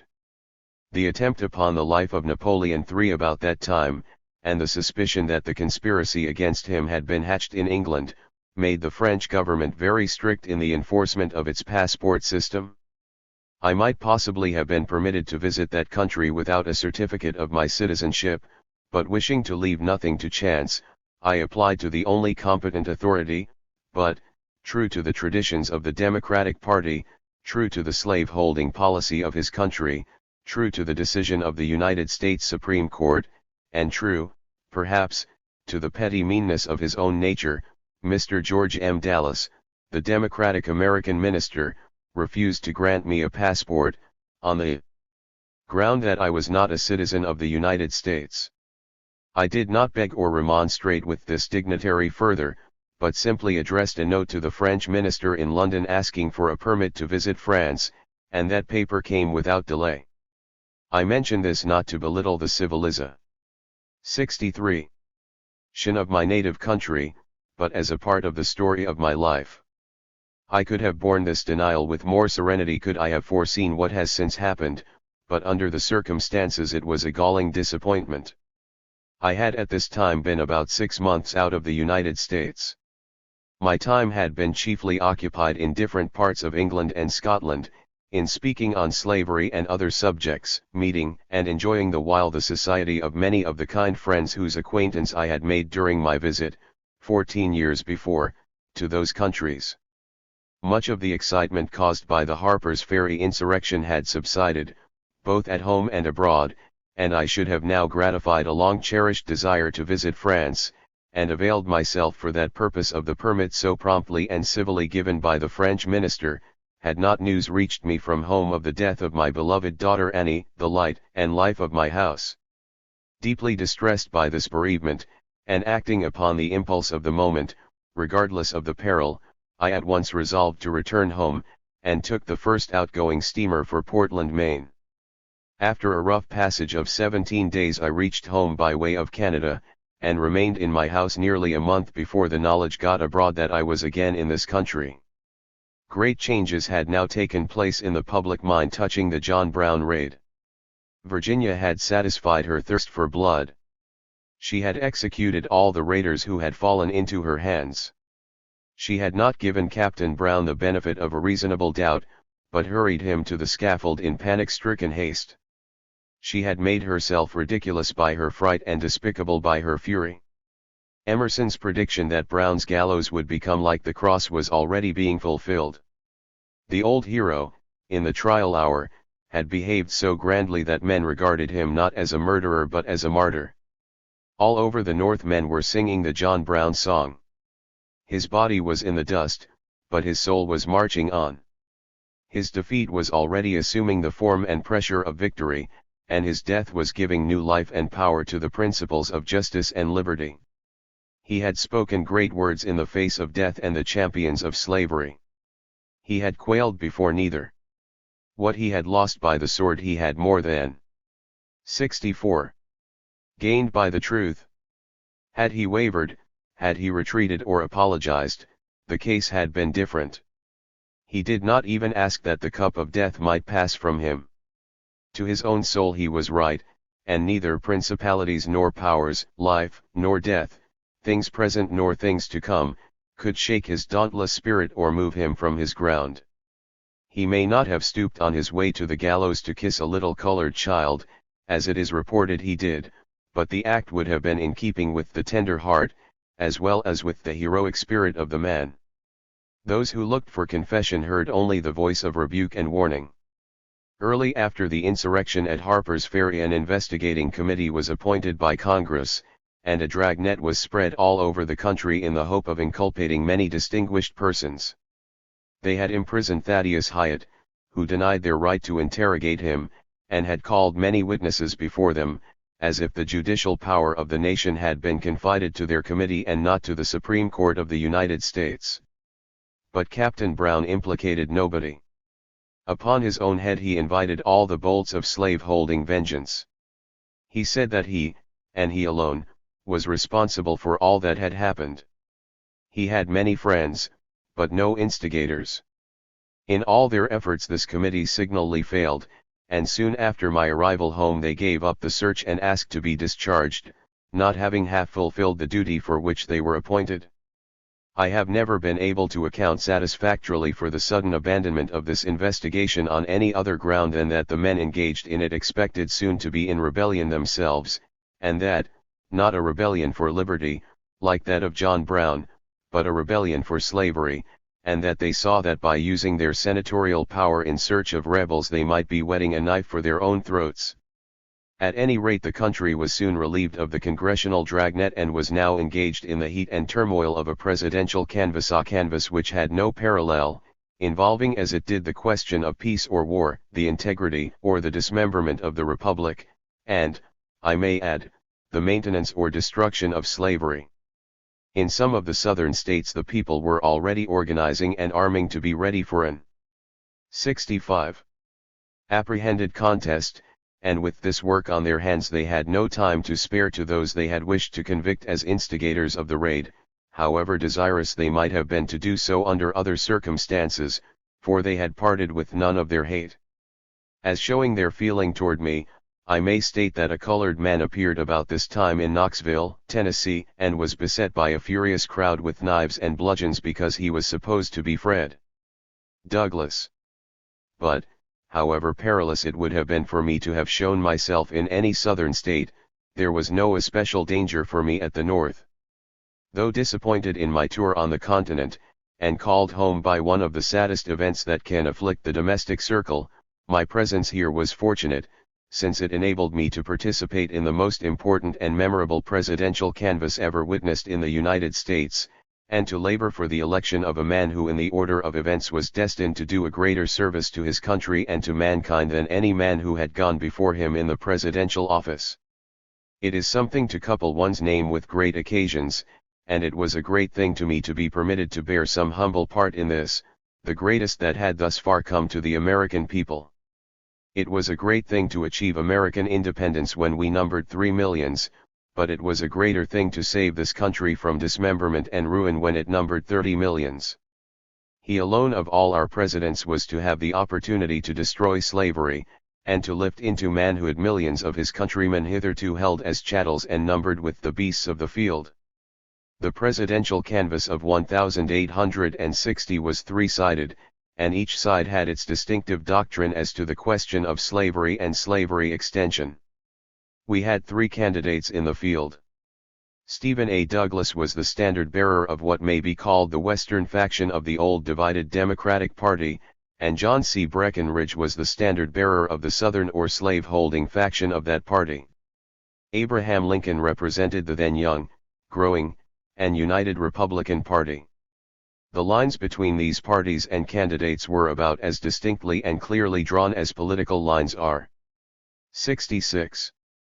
Capable of being drawn. The name of Douglas stood for territorial sovereignty, or, in other words, for the right of the people of a territory to admit or exclude, to establish or abolish, slavery, as to them might seem best.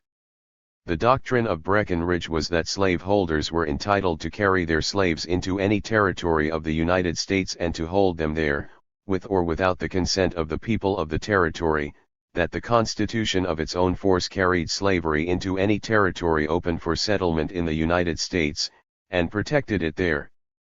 To both these parties, factions, and doctrines, Abraham Lincoln and the Republican Party stood opposed. They held that the federal government had the right and the power to exclude slavery from the territories of the United States, and that that right and power ought to be exercised to the extent of confining slavery inside the slave states, with a view to its ultimate extinction. The position of Mr. Douglas gave him a splendid pretext for the display of a species of oratory of which he was a distinguished master. He alone of the 3 candidates took the stump as the preacher of popular sovereignty, called in derision at the time, squatter sovereignty. This doctrine, if not the times, gave him a chance to play fast and loose, blow hot and cold, as occasion might require. In the South and among slaveholders he could say, "My great principle of popular sovereignty does not and was not intended by me to prevent the extension of slavery, On the contrary, it gives you the right to take your slaves into the territories and secure legislation legalizing slavery. It denies to the federal government all right of interference against you, and hence is eminently favorable to your interests. When among people known to be indifferent he could say, I do not care whether slavery is voted up or down in the territory, but when addressing the known opponents of the extension of slavery, he could say that the people of the territories were in no danger of having slavery forced upon them, since they could keep it out by adverse legislation. Had he made these representations before railroads, electric wires, phonography, and newspapers had become the powerful auxiliaries they have done, Mr. Douglas might have gained many votes, but they were of little avail now. The South was too sagacious to leave slavery to the chance of defeat in a fair vote. 67. By the people of a territory. Of all property none could less afford to take such a risk, for no property can require more strongly favoring conditions for its existence. Not only the intelligence of the slave, but the instincts of humanity, must be barred by positive law. Hence Breckinridge and his friends erected the flinty walls of the Constitution and the Supreme Court for the protection of slavery at the outset.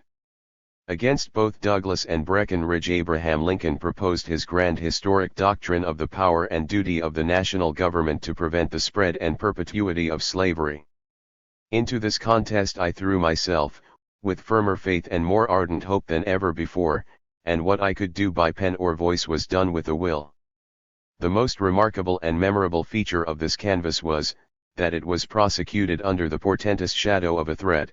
Leading public men of the South had, with the vehemence of fiery purpose, given it out in advance that in case of their failure to elect their candidate they would proceed to take the slave-holding states out of the Union, and that, in no event whatever, would they submit to the rule of Abraham Lincoln.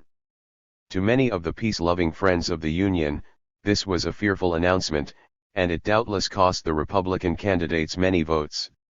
To many others, however, it was deemed a mere bravado, sound and fury signifying nothing. With the third class its effect was very different. They were tired of the rule or ruin intimidation adopted by the South, and felt then, if never before, that they had quailed before it too often and too long. It came as an insult and a challenge in one, and imperatively called upon them for independence, self-assertion, and resentment. Had Southern men puzzled their brains to find the most effective means to array against slavery and slave-holding manners the solid opposition of the North, they could not have hit upon any expedient better suited to that end than was this threat. It was not only unfair, but insolent, and more like an address to cowardly slaves than one to independent freemen. It had in it the meanness of the horse jockey who, on entering a race, proposes, if beaten, to run off with the stakes. In all my speeches made during this canvass, I did not fail to take advantage of this Southern bluster and bullying. 68. As I have said, this Southern threat lost many votes, but it gained more than would cover the lost. It frightened the timid, but stimulated the brave, and the result was the triumphant election of Abraham Lincoln. Then came the question: what will the South do about it?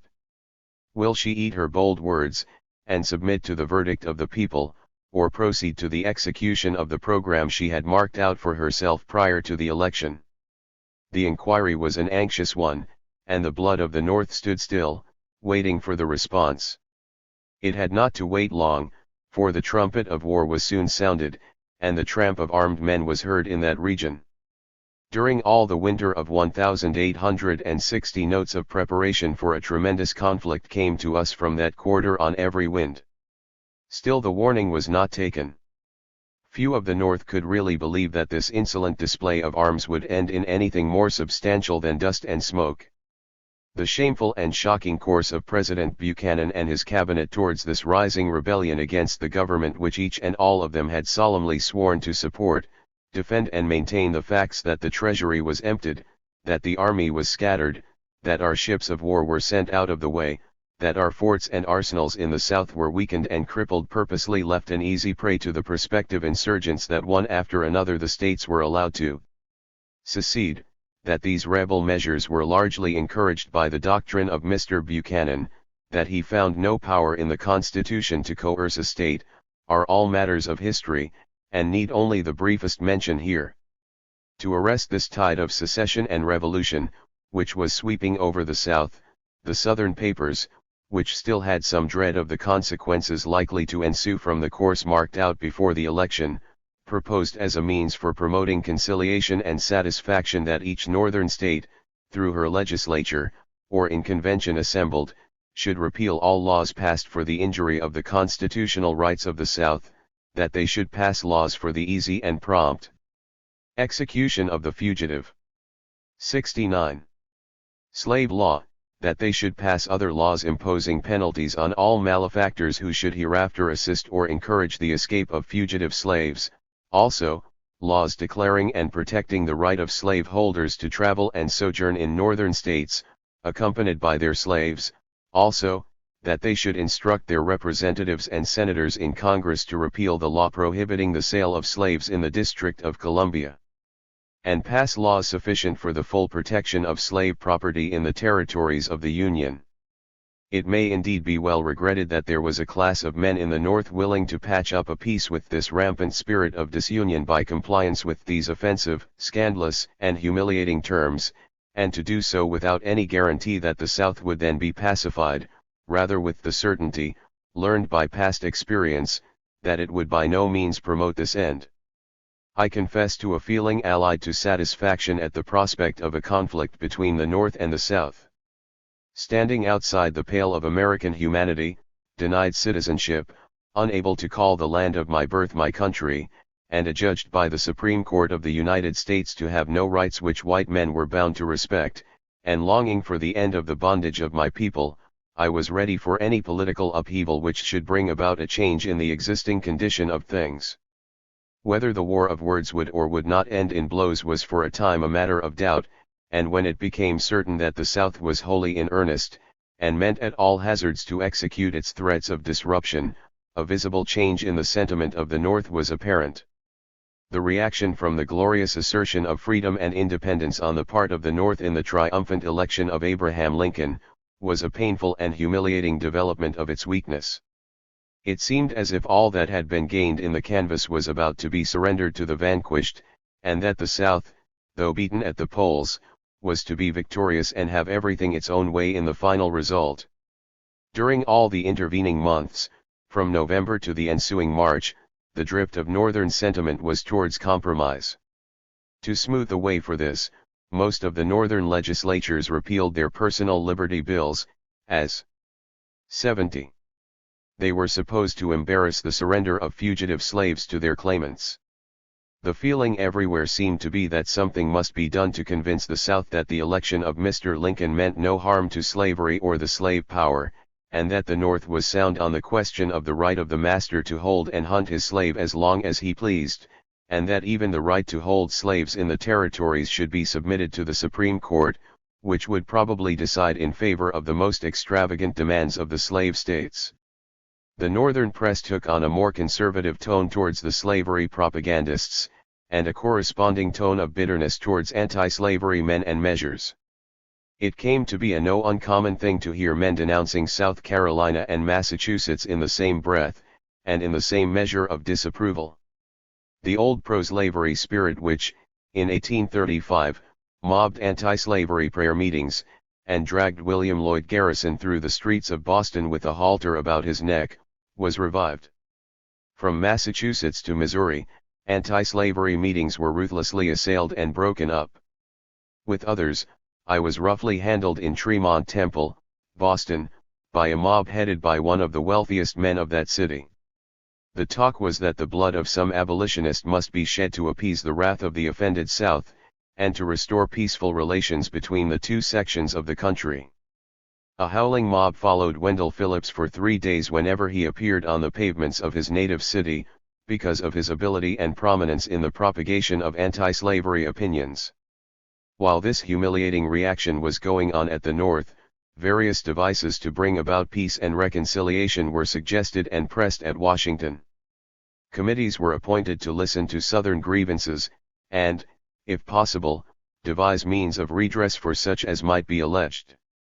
Some of these peace propositions would have been shocking to the last degree to the moral sense of the North, had not fear for the safety of the Union overwhelmed all moral conviction.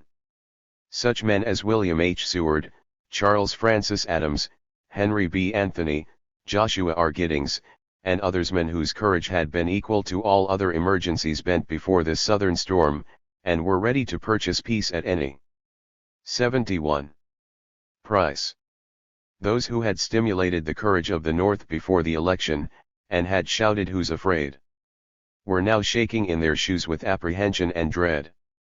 One was for passing laws in the northern states for the better protection of slave hunters, and for the greater efficiency of the Fugitive Slave Bill.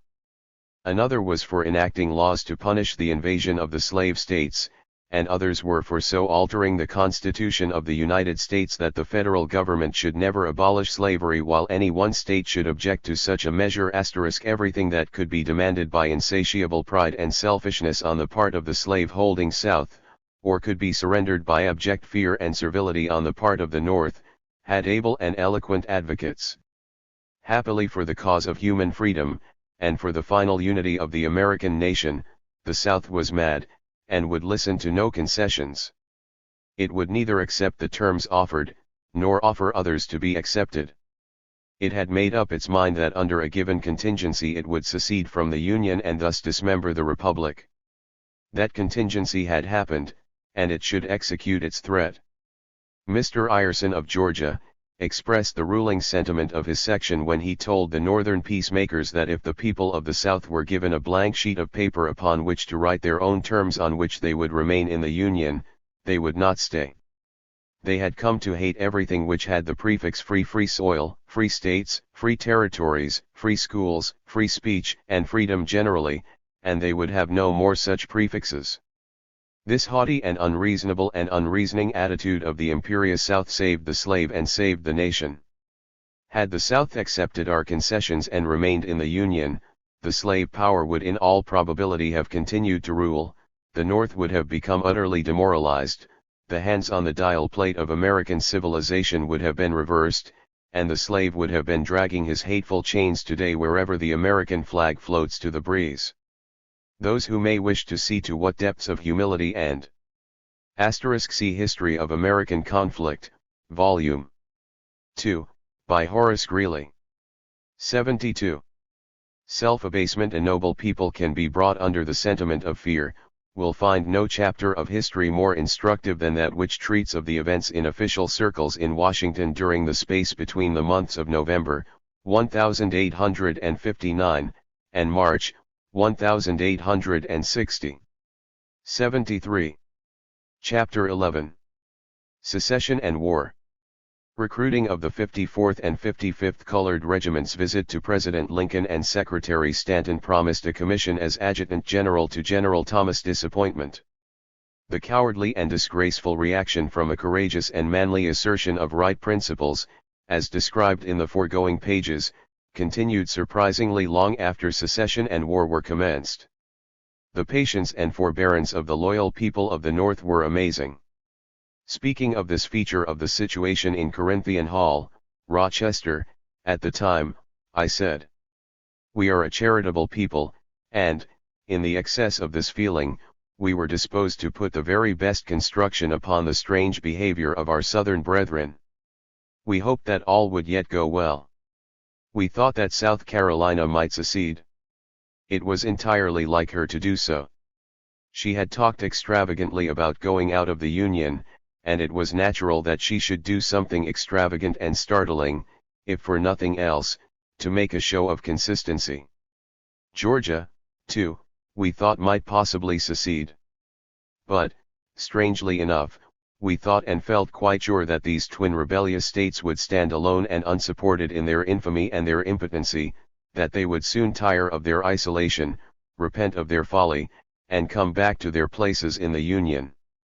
Traitors withdrew from the Cabinet, from the House of Representatives, and from the Senate, and hastened to their several states to fire the Southern heart, and to fan the hot flames of treason at home.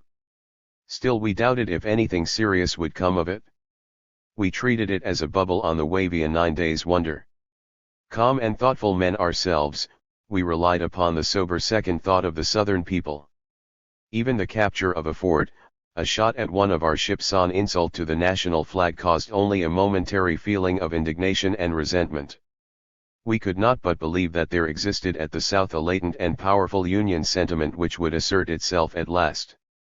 Though loyal soldiers had been fired upon in the streets of Baltimore, though loyal blood had stained the pavements of that beautiful city, and the national government was warned to send no troops through Baltimore to the defense of the national capital, we could not be made to believe that 74. The border states would plunge madly into the bloody vortex of rebellion. But this confidence, patience, and forbearance could not last forever. These blissful illusions of hope were, in a measure, dispelled when the batteries of Charleston Harbor were opened upon the starving garrison at Fort Sumter.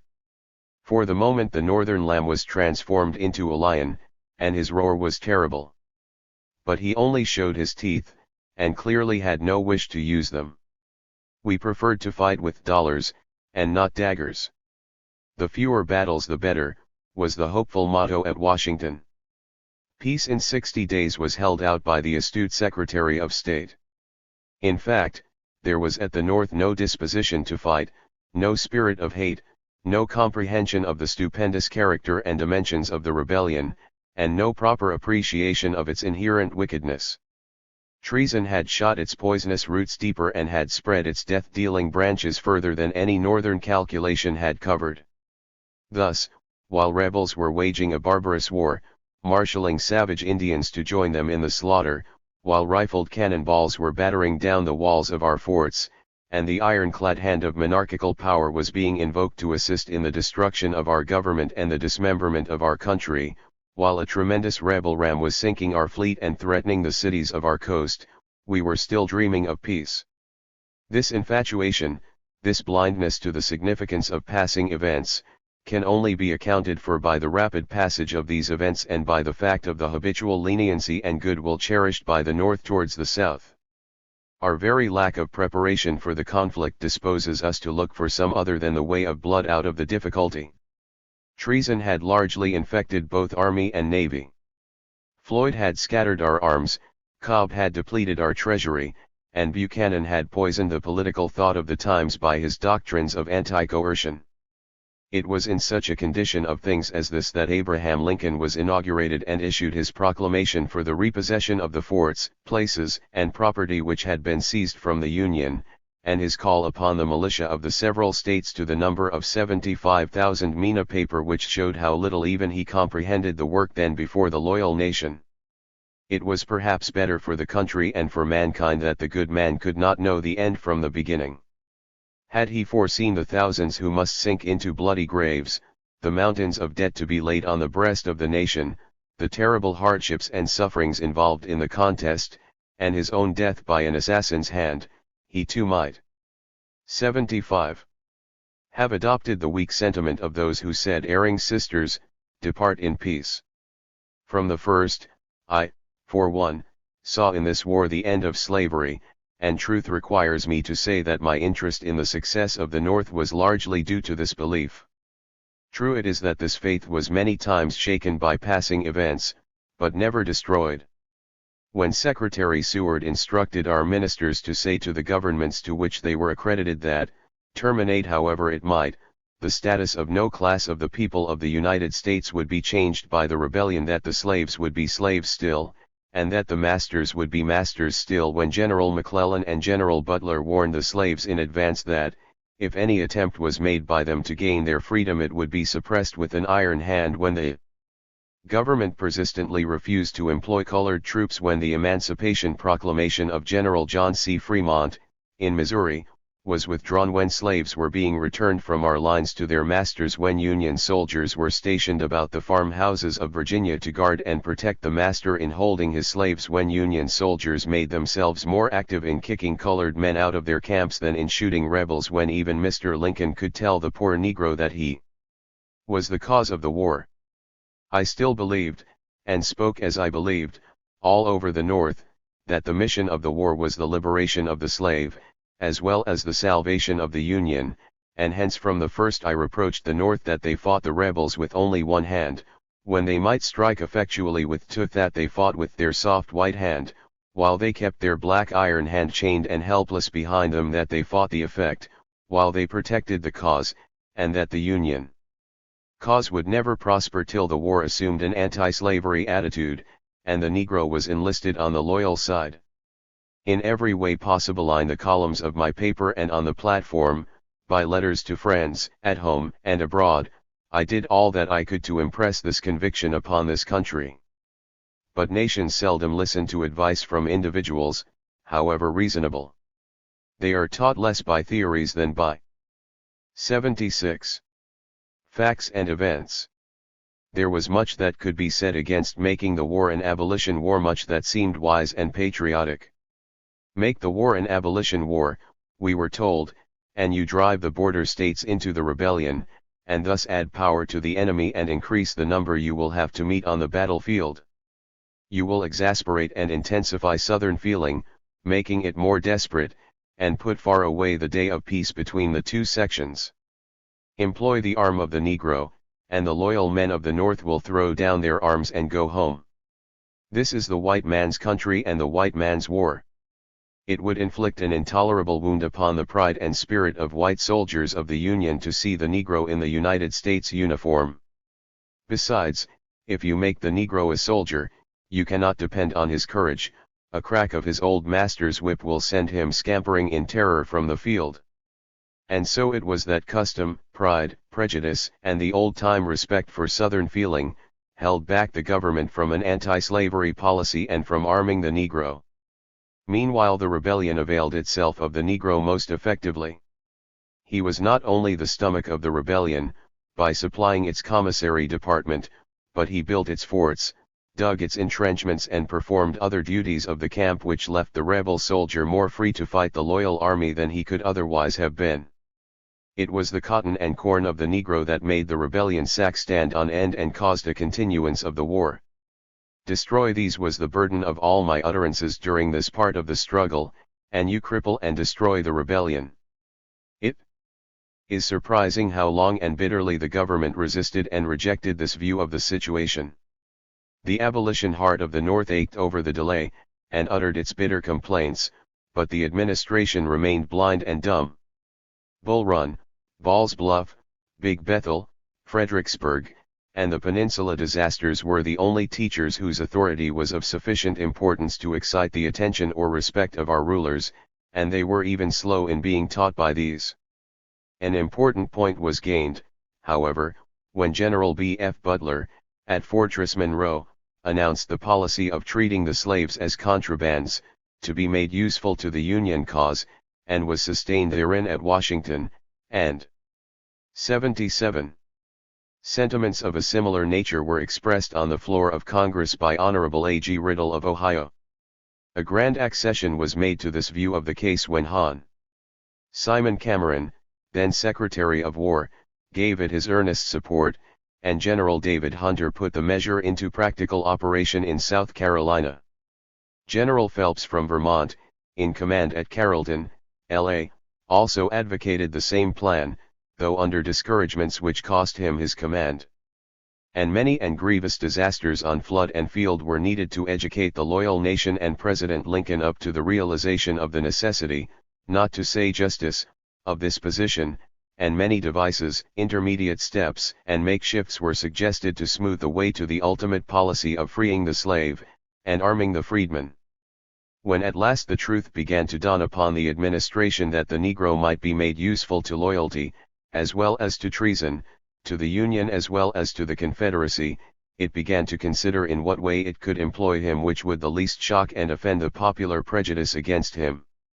He was already in the army as a waiter, and in that capacity there was no objection to him, and so it was thought that as this was the case, the feeling which tolerated him as a waiter would not seriously object if he should be admitted to the army as a laborer, especially as no one under a Southern sun cared to have a monopoly of digging and toiling in trenches. This was the first step in employing Negroes in the United States service. The second step was to give them a peculiar costume which should distinguish them from soldiers, and yet mark them as a part of the loyal force. As the eyes of the loyal administration still further opened, it was proposed to give these laborers something better than spades and shovels with which to defend themselves in cases of emergency. Still later it was proposed to make them soldiers, but soldiers without the blue uniform, soldiers with a mark upon them to show that they were inferior to other soldiers, soldiers with a badge of degradation upon them. However, once in the army as a laborer, once there with a red shirt on his back and a pistol in his belt, the Negro was not long in appearing on the field as a soldier. But still, he was not to be a soldier in the sense, and on an equal footing, with white soul. 78. Drs. It was given out that he was not to be employed in the open field with white troops, under the inspiration of doing battle and winning victories for the Union cause, and in the face and teeth of his old masters, but that he should be made to garrison forts in yellow fever and otherwise unhealthy localities of the South, to save the health of white soldiers, and, in order to keep up the distinction further, the black soldiers were to have only half the wages of the white soldiers, and were to be commanded entirely by white commissioned officers. While of course I was deeply pained and saddened by the estimate thus put upon my race, and grieved at the slowness of heart which marked the conduct of the loyal government, I was not discouraged, and urged every man who could, to enlist, to get an eagle on his button, a musket on his shoulder, and the star-spangled banner over his head. Hence, as soon as Governor Andrew of Massachusetts received permission from Mr. Lincoln to raise 2 colored regiments, the 54th and 55th, I made the following address to the colored citizens of the North through my paper, then being published in Rochester, which was copied in the leading journals. Men of color, to arms. When first the rebel cannon shattered the walls of Sumter and drove away its starving garrison, I predicted that the war then and there inaugurated would not be fought out entirely by white men. Every month's experience during these dreary years has confirmed that opinion. A war undertaken and brazenly carried on for the perpetual enslavement of colored men, calls logically and loudly for colored men to help suppress it. Only a moderate share of sagacity was needed to see that the arm of the slave was the best defense against the arm of the slave holder. Hence, with every reverse to the national arms, with every exulting shout of victory raised by the slave-holding rebels, I have implored the imperiled nation to unchain against her foes her powerful black hand. Slowly and reluctantly that appeal is beginning to be heeded. Stop not now to complain that it was not heeded sooner. That it should not may or may not have been best. This is not the time to discuss that question. Leave it to the future. When the war is over, the country saved, peace established, and the black man's rights are secured, as they will be, history with an impartial hand will dispose of that and sundry other questions. Action. Action. Not criticism, is the plain duty of this hour. Words are now 79. Useful only as they stimulate to blows. The office of speech now is only to point out when, where, and how to strike to the best advantage. There is no time to delay. The tide is at its flood that leads on to fortune. From east to west, from north to south, the sky is written all over, now or never. Liberty won by white men would lose half its luster. Who would be free themselves must strike the blow. Better even die free, than to live slaves. This is the sentiment of every brave colored man amongst us. There are weak and cowardly men in all nations. We have them amongst us. They tell you this is the white man's war, that you will be no better off after than before the war, that the getting of you into the army is to sacrifice you on the first opportunity. Believe them not, cowards themselves, they do not wish to have their cowardice shamed by your brave example. Leave them to their timidity, or to whatever motive may hold them back. I have not thought lightly of the words I am now addressing you. The counsel I give comes of close observation of the great struggle now in progress, and of the deep conviction that this is your hour and mine. In good earnest, then, and after the best deliberation, I now, for the first time during this war, feel at liberty to call and counsel you to arms. By every consideration which binds you to your enslaved fellow countrymen and to the peace and welfare of your country, by every aspiration which you cherish for the freedom and equality of yourselves and your children, by all the ties of blood and identity which make us one with the brave black men now fighting our battles in Louisiana and in South Carolina, I urge you to fly to arms, and smite with death the power that would bury the government and your liberty in the same hopeless grave. I wish I could tell you that the state of New York calls you to this high honor. For the moment her constituted authorities are silent on the subject. They will speak by, and doubtless on the right side, but we are not compelled to wait for her. We can get at the throat of treason and slavery through the state of Massachusetts. She was first in the War of Independence, first to break the chains of her slaves, first to make the black man equal before the law, first to admit colored children to her common schools, and she was first to answer with her blood the alarm cry of the nation, when its capital was menaced by rebels.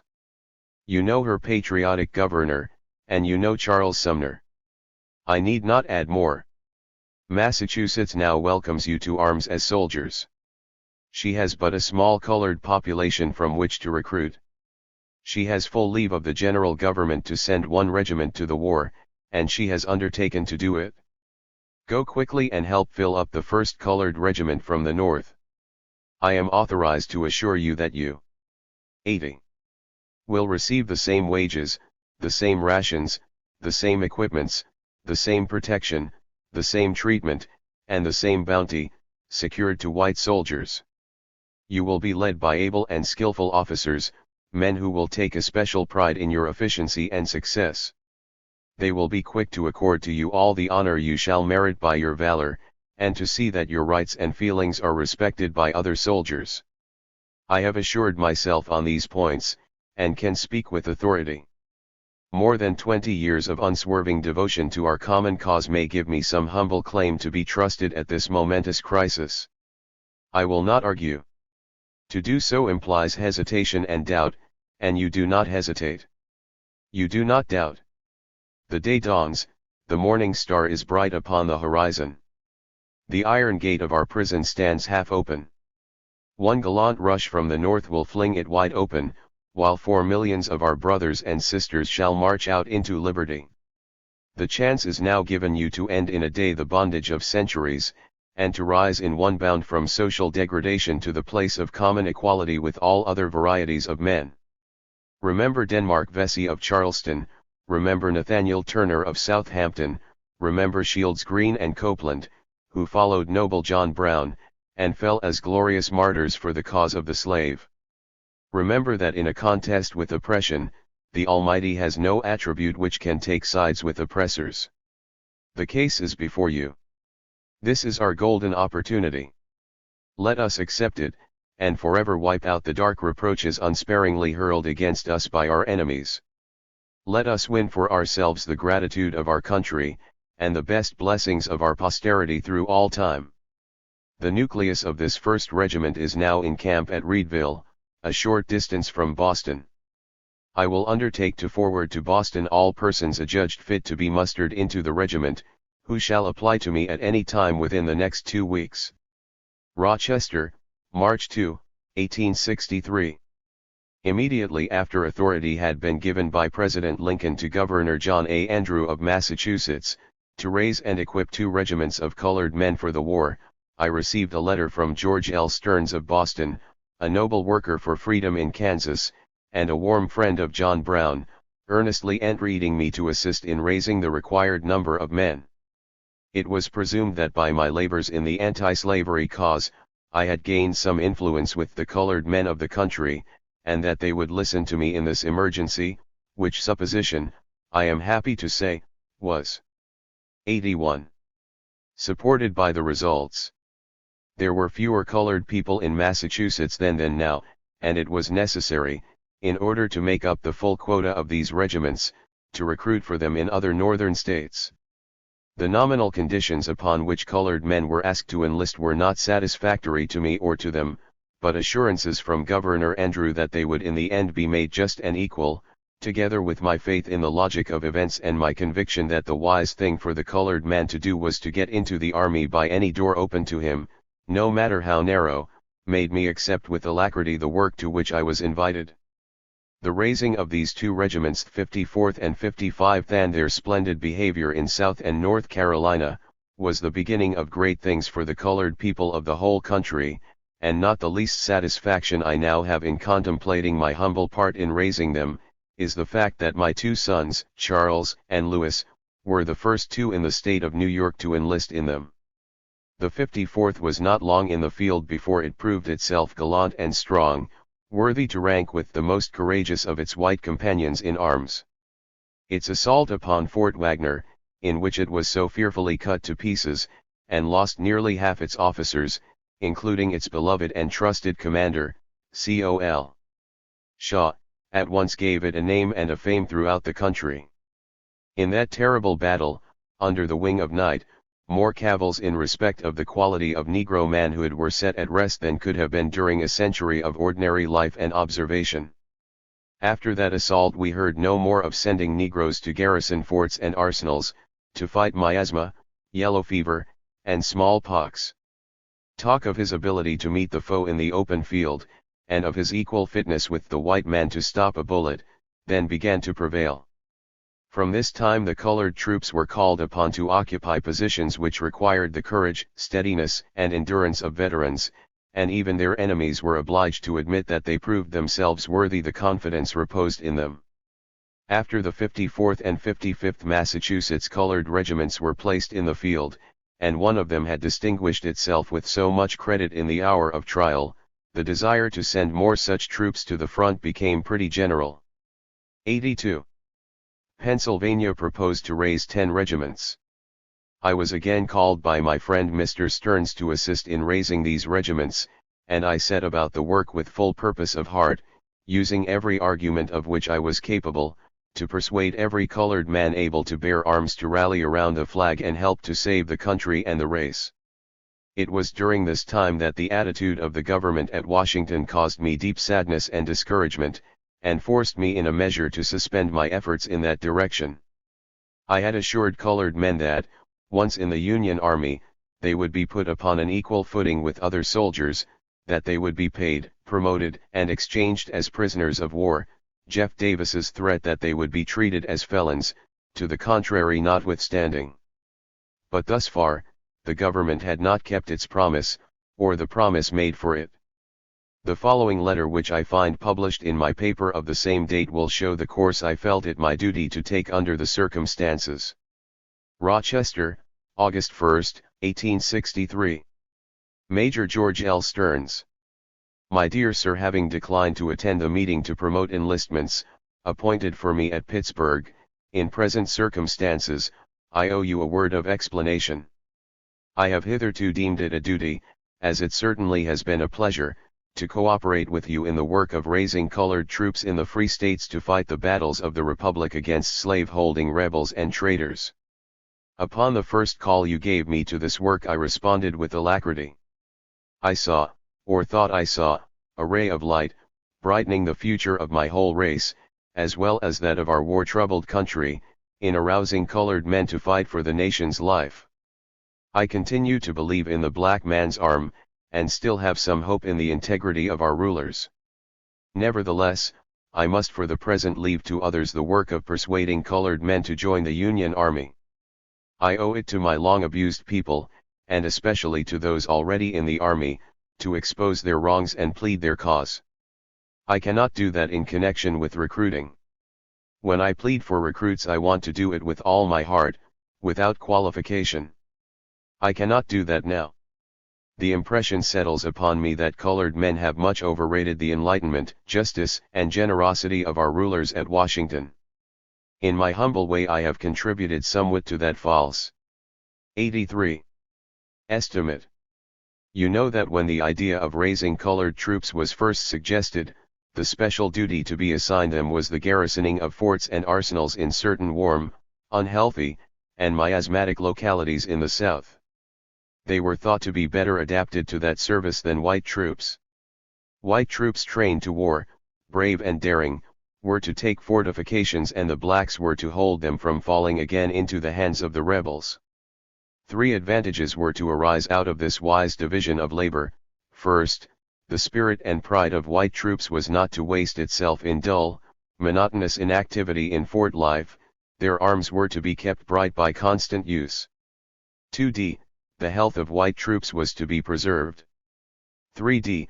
Black troops were to have the advantage of sound military training and to be otherwise useful, at the same time that they should be tolerably secure from capture by the rebels, who early avowed their determination to enslave and slaughter them in defiance of the laws of war.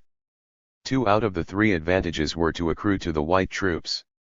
Thus far, however, I believe that no such duty as holding fortifications has been committed to colored troops. They have done far other and more important work than holding fortifications. I have no special complaint to make at this point, and I simply mention it to strengthen the statement that, from the beginning of this business, it was the confident belief among both the colored and white friends of colored enlistments that President Lincoln, as Commander-in-Chief of the Army and Navy, would certainly see to it that his colored troops should be so handled and disposed of as to be but little exposed to capture by the rebels, and that, if so exposed, as they have repeatedly been from the first, the President possessed both the disposition and the means for compelling the rebels to respect the rights of such as might fall into their hands.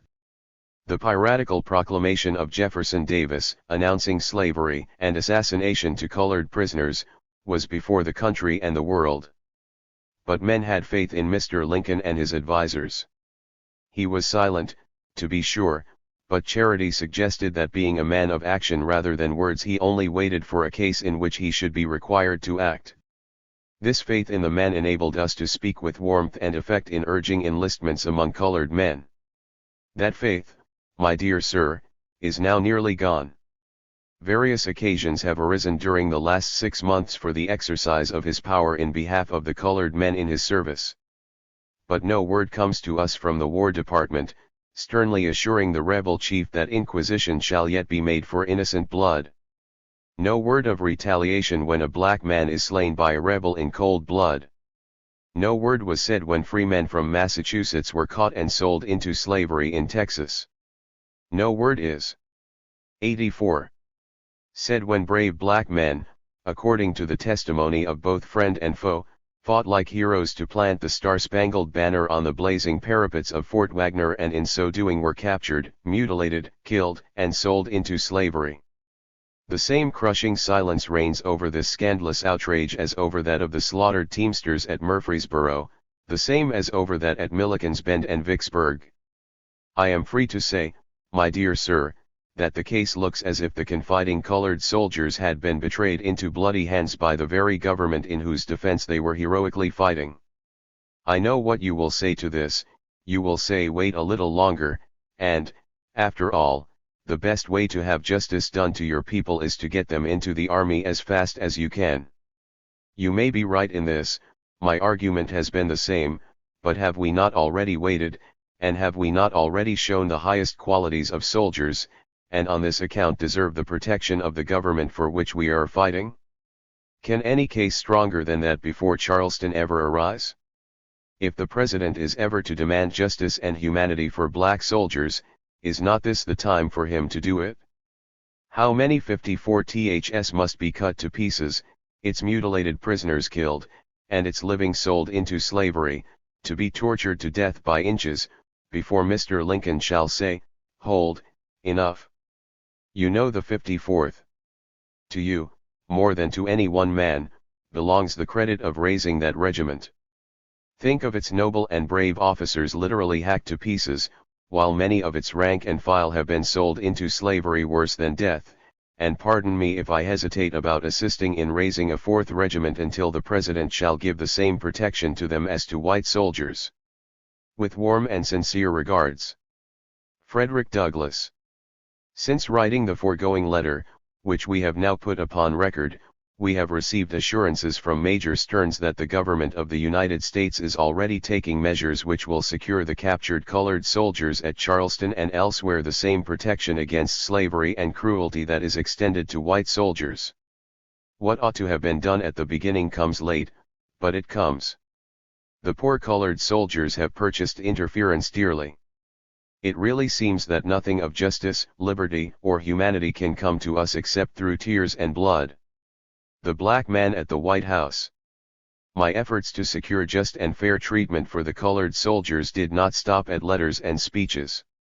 At the suggestion 85 of my friend, Major Stearns, to whom the foregoing letter was addressed, I was induced to go to Washington and lay the complaints of my people before President Lincoln and the Secretary of War, and to urge upon them such action as should secure to the colored troops then fighting for the country a reasonable degree of fair play. I need not say that at the time I undertook this mission it required much more nerve than a similar one would require now. The distance then between the black man and the white American citizen was immeasurable. I was an ex-slave, identified with a despised race, and yet I was to meet the most exalted person in this great republic. It was altogether an unwelcome duty, and one from which I would gladly have been excused. I could not know what kind of a reception would be accorded me. I might be told to go home and mind my business, and leave such questions as I had come to discuss to be managed by the men wisely chosen by the American people to deal with them. Or I might be refused an interview altogether. Nevertheless, I felt bound to go, and my acquaintance with Senators Charles Sumner, Henry Wilson, Samuel Pomeroy, Secretary Salmon P. Chase, Secretary William H. Seward, and Assistant Secretary of War Charles A. Dana encouraged me to hope at least for a civil reception. My confidence was fully justified in the result. I shall never forget my first interview with this great man. I was accompanied to the Executive Mansion and introduced to President Lincoln by Senator Pomeroy. The room in which he received visitors was the one now used by the President's secretaries. I entered it with a moderate estimate of my own consequence, and yet there I was to talk with, and even to advise, the head man of a great nation. Happily for me, there was no vain pomp and ceremony about him. I was never more quickly or more completely put at ease in the presence of a great man than in that of Abraham Lincoln. He was seated, when I entered, in a low armchair with his feet extended on the floor, surrounded by a large number of documents and several busy secretaries. The room bore the marks of business, and the persons in it, the President included, appeared to be much overworked and tired. Long lines of care were already deeply written on Mr. Lincoln's brow, and his strong face, full of earnestness, lighted up as soon as my name, 86, was mentioned. As I approached and was introduced to him, he arose and extended his hand, and bade me welcome. I at once felt myself in the presence of an honest man on whom I could love, honor, and trust without reserve or doubt. Proceeding to tell him who I was and what I was doing, he promptly, but kindly, stopped me, saying, "I know who you are, Mr. Douglas. Mr. Seward has told me all about you. Sit down. I am glad to see you." I then told him the object of my visit, that I was assisting to raise colored troops, that several months before I had been very successful in getting men to enlist, but that now it was not easy to induce the colored men to enter the service, because there was a feeling among them that the government did not, in several respects, deal fairly with them. Mr. Lincoln asked me to state particulars. I replied that there were 3 particulars which I wished to bring to his attention. First, that colored soldiers ought to receive the same wages as those paid to white soldiers. Second, that colored soldiers ought to receive the same protection when taken prisoners, and be exchanged as readily and on the same terms as any other prisoners, and if Jefferson Davis should shoot or hang colored soldiers in cold blood, the United States government should, without delay, retaliate in kind and degree upon Confederate prisoners in its hands. Third, when colored soldiers, seeking the bubble reputation at the cannon's mouth, performed great and uncommon service on the battlefield, they should be rewarded by distinction and promotion precisely as white soldiers are rewarded for like services. Mr. Lincoln listened with patience and silence to all I had to say. He was serious and even troubled by what I had said and by what he himself had evidently before thought upon the same points. He, by his silent listening not less than by his earnest reply to my words, impressed me with the solid gravity of his character. He began by saying that the employment of colored troops at all was a great gain to the colored people, that the measure could not have been successfully adopted at the beginning of the war, that the wisdom of making colored men soldiers was still doubted, that their enlistment was a serious offense to popular prejudice, that they had larger motives for being so. 87. Deers than white men, that they ought to be willing to enter the service upon any condition, that the fact that they were not to receive the same pay as white soldiers seemed a necessary concession to smooth the way to their employment at all as soldiers, but that ultimately they would receive the same. On the second point, in respect to equal protection, he said the case was more difficult. Retaliation was a terrible remedy, and one which it was very difficult to apply, that, if once begun, there was no telling where it would end, that if he could get hold of the Confederate soldiers who had been guilty of treating colored soldiers as felons he could easily retaliate, but the thought of hanging men for a crime perpetrated by others was revolting to his feelings. He thought that the rebels themselves would stop such barbarous warfare, that less evil would be done if retaliation were not resorted to, and that he had already received information that colored soldiers were being treated as prisoners of war. In all this I saw the tender heart of the man rather than the stern warrior and commander-in-chief of the American Army and Navy, and, while I could not agree with him, I could but respect his humane spirit. On the third point he appeared to have less difficulty, though he did not absolutely commit himself. He simply said that he would sign any commission to colored soldiers whom his Secretary of War should commend to him. Though I was not entirely satisfied with his views, I was so well satisfied with the man and with the educating tendency of the conflict that I determined to go on with the recruiting. From the President I went to see Secretary Stanton. The manner of no two men could be more widely different. I was introduced by Assistant Secretary Dana, whom I had known many years before at Brook Farm, Massachusetts, and afterward as managing editor of the New York Tribune. Every line in Mr. Stanton's face told me that my communication with him must be brief, clear, and to the point, that he might turn his back upon me as a bore at any moment, that politeness was not one of his weaknesses. His first glance was that of a man who says, "Well, what do you want? I have no time to waste upon you or anybody else, and I shall waste none. Speak quick, or I shall leave you." The man and the place seemed alike busy. 88. Seeing I had no time to lose, I hastily went over the ground I had gone over to President Lincoln. As I ended I was surprised by seeing a changed man before me. Contempt and suspicion and brusqueness had all disappeared from his face and manner, and for a few minutes he made the best defense that I had then heard from anybody of the treatment of colored soldiers by the government. I was not satisfied, yet I left in the full belief that the true course to the black man's freedom and citizenship was over the battlefield, and that my business was to get every black man I could into the Union armies.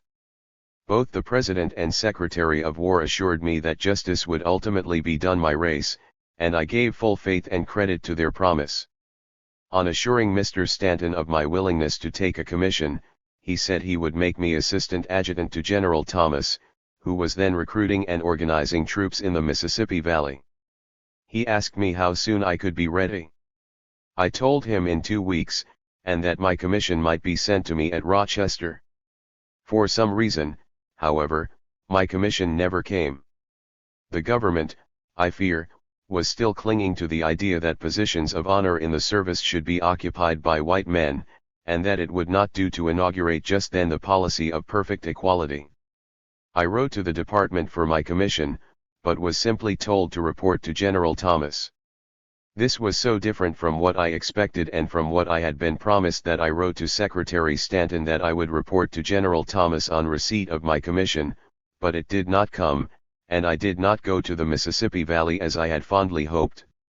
I knew too much of camp life and the value of shoulder straps in the army to go into the service without some visible mark of my rank. I have no doubt that Mr. Stanton in the moment of our meeting meant all he said, but thinking the matter over he felt that the time had not then come for a step so radical and aggressive. Meanwhile my 3 sons were in the service, Louis and Charles, as already named, in the Massachusetts regiments, and Frederick recruiting colored troops in the Mississippi Valley. 89. Chapter 12. Hope for the Nation. Proclamation of Emancipation. Its reception in Boston. Objections brought against ID's effect on the country. Interview with President Lincoln. New York riots. Re-election of Mr. Lincoln. His inauguration, and inaugural Vice President Johnson presidential reception fall of Richmond Faneuil Hall assassination condolence. The 1st of January, 1863, was a memorable day in the progress of American liberty and civilization. It was the turning point in the conflict between freedom and slavery. A death blow was given to the slave-holding rebellion. Until then the federal arm had been more than tolerant to that relic of barbarism. It had defended it inside the slave states, it had countermanded the emancipation policy of John C. Fremont in Missouri, it had returned slaves to their so-called owners, it had threatened that any attempt on the part of the slaves to gain their freedom by insurrection, or otherwise, should be put down with an iron hand. It had even refused to allow the Hutchinson family to sing their anti-slavery songs in the camps of the Army of the Potomac. It had surrounded the house of slaveholders with bayonets for their protection, and through its Secretary of War, William H. Seward, had given notice to the world that, however the war for the Union might terminate, no change would be made in the relation of master and slave. Upon this pro-slavery platform the war against the rebellion had been waged during more than 2 years. It had not been a war of conquest, but rather a war of conciliation. McClellan, in command of the army, had been trying, apparently, to put down the rebellion without hurting the rebels, certainly without hurting slavery, and the government had seemed to cooperate with him in both respects. Charles Sumner, William Lloyd Garrison, Wendell Phillips, Gerrit Smith, and the whole anti-slavery phalanx at the North, had denounced this policy, and had besought Mr. Lincoln to adopt an opposite one, but in vain. Generals in the field, and councils in the cabinet, had persisted in advancing this policy. 90. Through defeats and disasters, even to the verge of ruin. We fought the rebellion, but not its cause.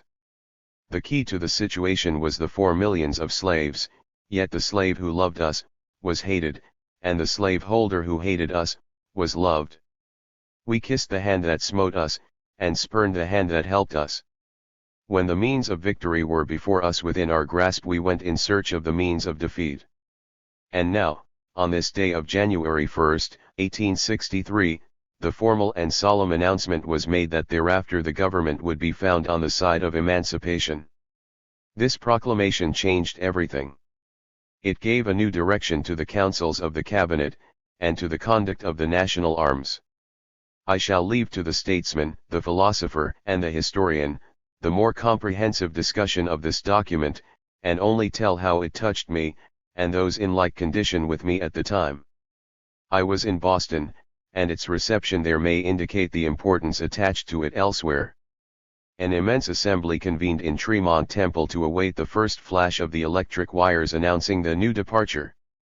2 years of war, prosecuted in the interests of slavery, had made free speech possible in Boston, and we were now met together to receive and celebrate the first utterance of the long-hoped-for proclamation, if it came, and, if it did not come, to speak our minds freely, for, in view of the past, it was by no means certain that it would come. The occasion, therefore, was one of both hope and fear. Our ship was on the open sea, tossed by a terrible storm, wave after wave was passing over us, and every hour was fraught with increasing peril.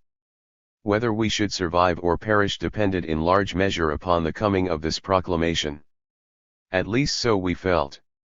Although the conditions on which Mr. Lincoln had promised to withhold it had not been complied with, yet, from many considerations, there was room to doubt and fear. Mr. Lincoln was known to be a man of tender heart, and boundless patience. No man could tell to what length he might go, or might refrain from going, in the direction of peace and reconciliation. Hitherto, he had not shown himself a man of heroic measures, and, properly enough, this step belonged to that class. It must be the end of all compromises with slavery, a declaration that thereafter the war was to be 91. Conducted on a new principle, with a new aim. It would be a full and fair assertion that the government would neither trifle, or be trifled with, any longer. But would it come? On the side of doubt, it was said that Mr. Lincoln's kindly nature might cause him to relent at the last moment, that Mrs. Lincoln, coming from an old slave-holding family, would influence him to delay, and to give the slaveholders one other chance. Every moment of waiting chilled our hopes, and strengthened our fears.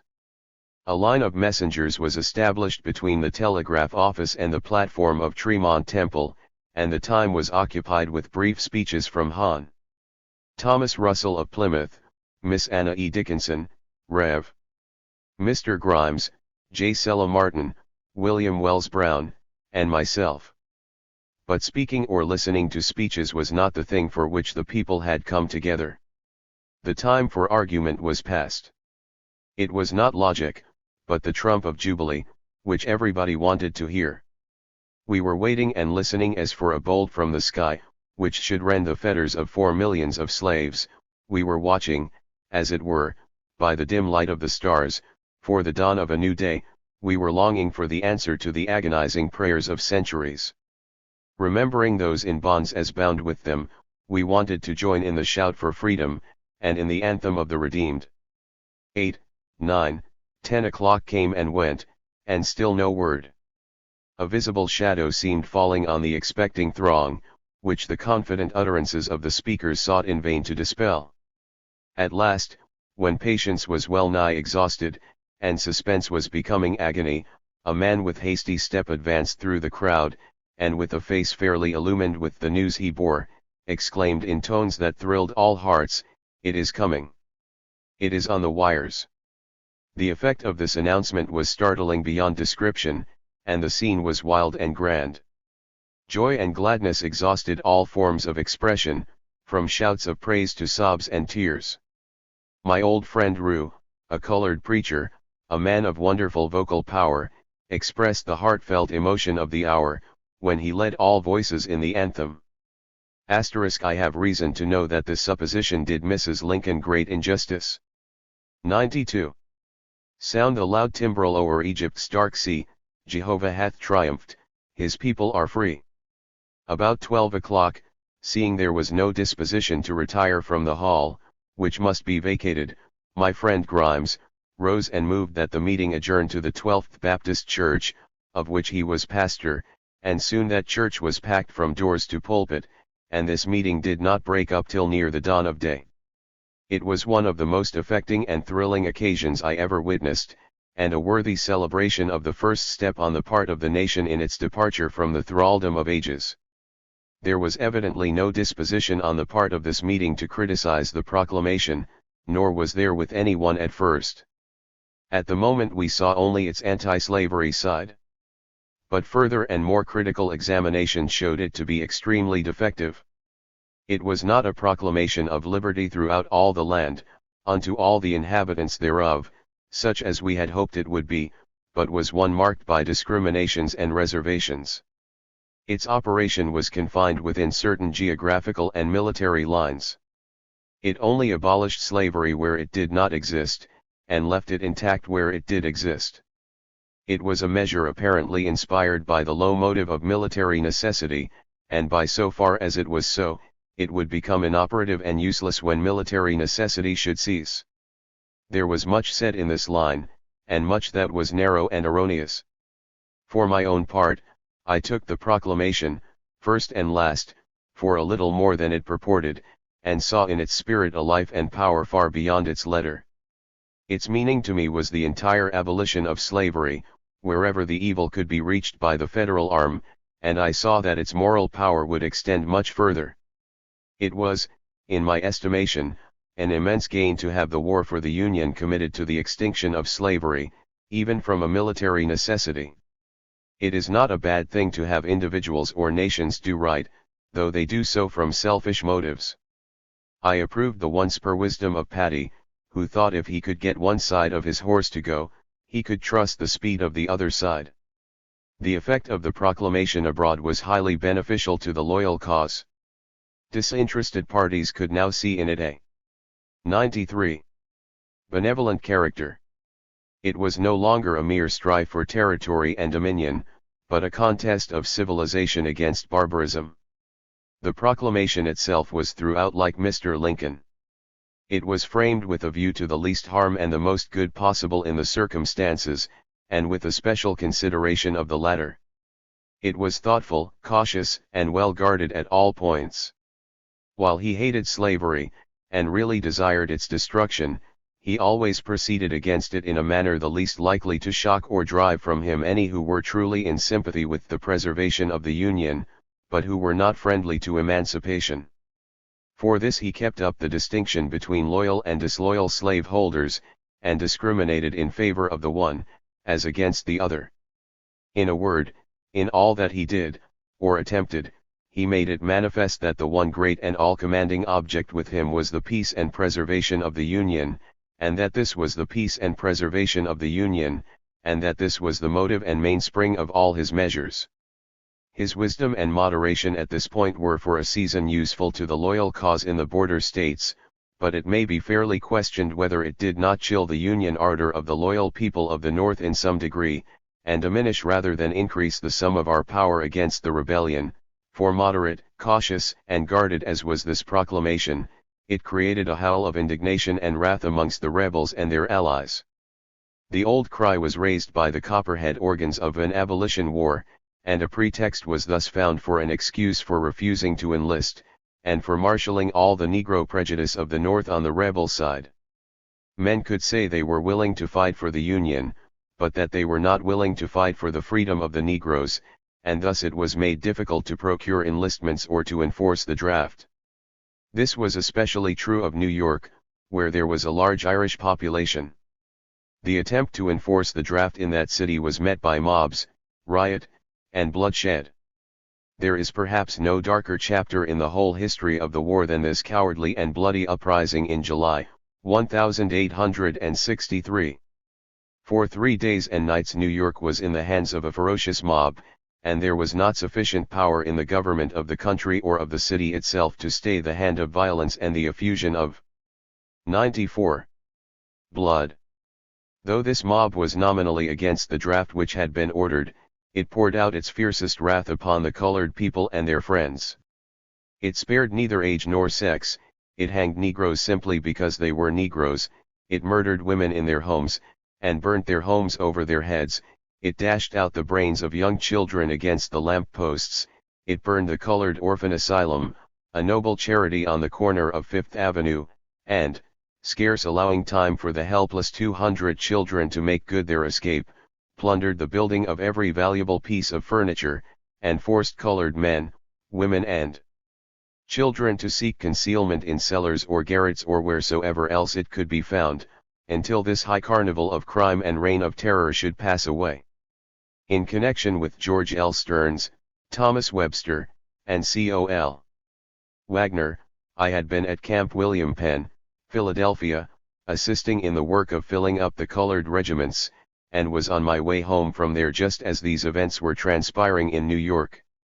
I was met by a friend at Newark, who informed me of this condition of things.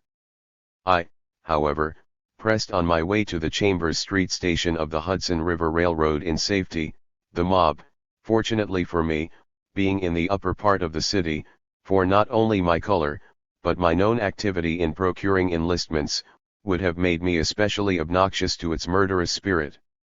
This was not the first time I had been in imminent peril in New York City. My first arrival there, after my escape from slavery, was full of danger. My passage through its borders after the attack of John Brown on Harper's Ferry was scarcely less safe. I had encountered Isaiah Rynders and his gang of ruffians in the old Broadway Tabernacle at our anti-slavery anniversary meeting, and I knew something of the crazy temper of such crowds, but this anti-draft, anti-Negro mob, was something more and something worse. It was a part of the rebel force, without the rebel uniform, but with all its deadly hate, it was the fire of the enemy opened in the rear of the loyal army. Such men as Franklin Pierce and Horatio Seymour had done much in their utterances to encourage resistance to the drafts. Seymour was then governor of the state of New York, and while the mob was doing its deadly work he addressed them. 95. As my friends, telling them to desist then, while he could arrange at Washington to have the draft arrested. Had Governor Seymour been loyal to his country, and to his country's cause, in this her moment of need, he would have burned his tongue with a red-hot iron sooner than allow it to call these thugs, thieves, and murderers his friends. My interviews with President Lincoln and his able secretary, before narrated, greatly increased my confidence in the anti-slavery integrity of the government, although I confess I was greatly disappointed at my failure to receive the commission promised me by Secretary Stanton. I, however, faithfully believed, and loudly proclaimed my belief, that the rebellion would be suppressed, the Union preserved, the slaves emancipated, and that the colored soldiers would in the end have justice done them. This confidence was immeasurably strengthened when I saw Gen. George B. McClellan relieved from the command of the Army of the Potomac and General U.S. Grant placed at its head, and in command of all the armies of the United States. My confidence in Gen. Grant was not entirely due to his brilliant military successes, but there was a moral as well as military basis for my faith in him. He had shown his single-mindedness and superiority to popular prejudice by his prompt cooperation with President Lincoln in his policy of employing colored troops and by his order commanding his soldiers to treat such troops with due respect. In this way he proved himself to be not only a wise general, but a great man who could adjust himself to new conditions, and adopt the lessons taught by the events of the hour. This quality in General Grant was and is made all the more conspicuous and striking in contrast with his West Point education and his former political associations, for neither West Point nor the Democratic Party have been good schools in which to learn justice and fair play to the Negro. It was when General Grant was fighting his way through the wilderness to Richmond, on the line he meant to pursue if it took all summer, and every reverse to his arms was made the occasion for a fresh demand for peace without emancipation, that President Lincoln did me the honor to invite me to the Executive Mansion for a conference on the situation. I need not say I went most gladly. The main subject, 96, on which he wished to confer with me was as to the means most desirable to be employed outside the army to induce the slaves in the rebel states to come within the federal lines. The increasing opposition to the war, in the North, and the mad cry against it, because it was being made an abolition war, alarmed Mr. Lincoln, and made him apprehensive that a peace might be forced upon him which would leave still in slavery all who had not come within our lines. What he wanted was to make his proclamation as effective as possible in the event of such a peace. He said, in a regretful tone, "The slaves are not coming so rapidly and so numerously to us as I had hoped." I replied that the slave holders knew how to keep such things from their slaves, and probably very few knew of his proclamation.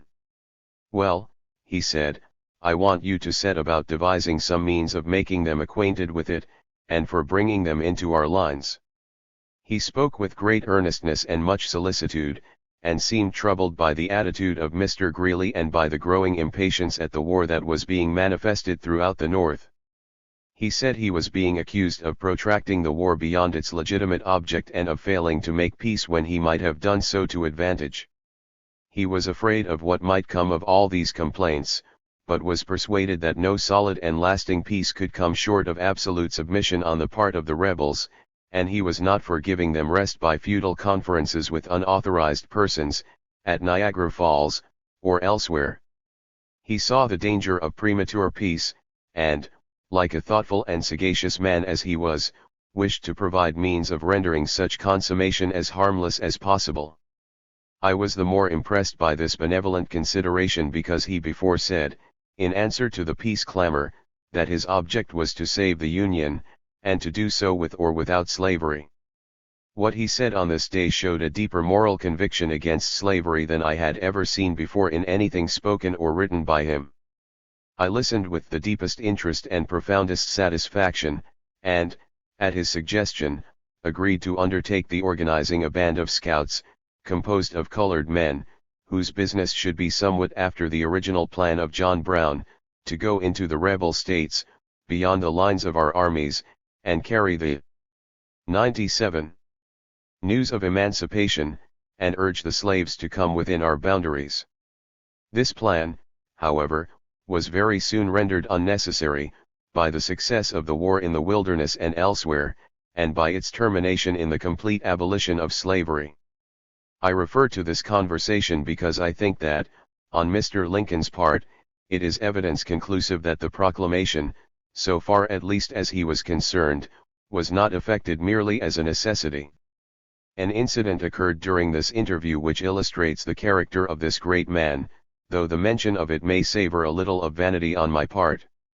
While in conversation with him, his secretary twice announced Governor Buckingham of Connecticut, one of the noblest and most patriotic of the loyal governors.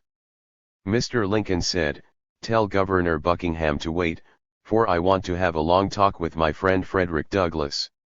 I interposed, and begged him to see the governor at once, as I could wait, but no, he persisted that he wanted to talk with me and that Governor Buckingham could wait. This was probably the first time in the history of this republic when its chief magistrate had found an occasion or shown a disposition to exercise such an act of impartiality between persons so widely different in their positions and supposed claims upon his attention. From the manner of the governor, when he was finally admitted, I inferred that he was as well satisfied with what Mr. Lincoln had done, or had omitted to do, as I was. I have often said elsewhere what I wish to repeat here, that Mr. Lincoln was not only a great president, but a great man and too great to be small in anything. In his company I was never in any way reminded of my humble origin, or of my unpopular color. While I am, as it may seem, boasting of the kind consideration which I have reason to believe that Mr. Lincoln entertained towards me, I may mention one thing more.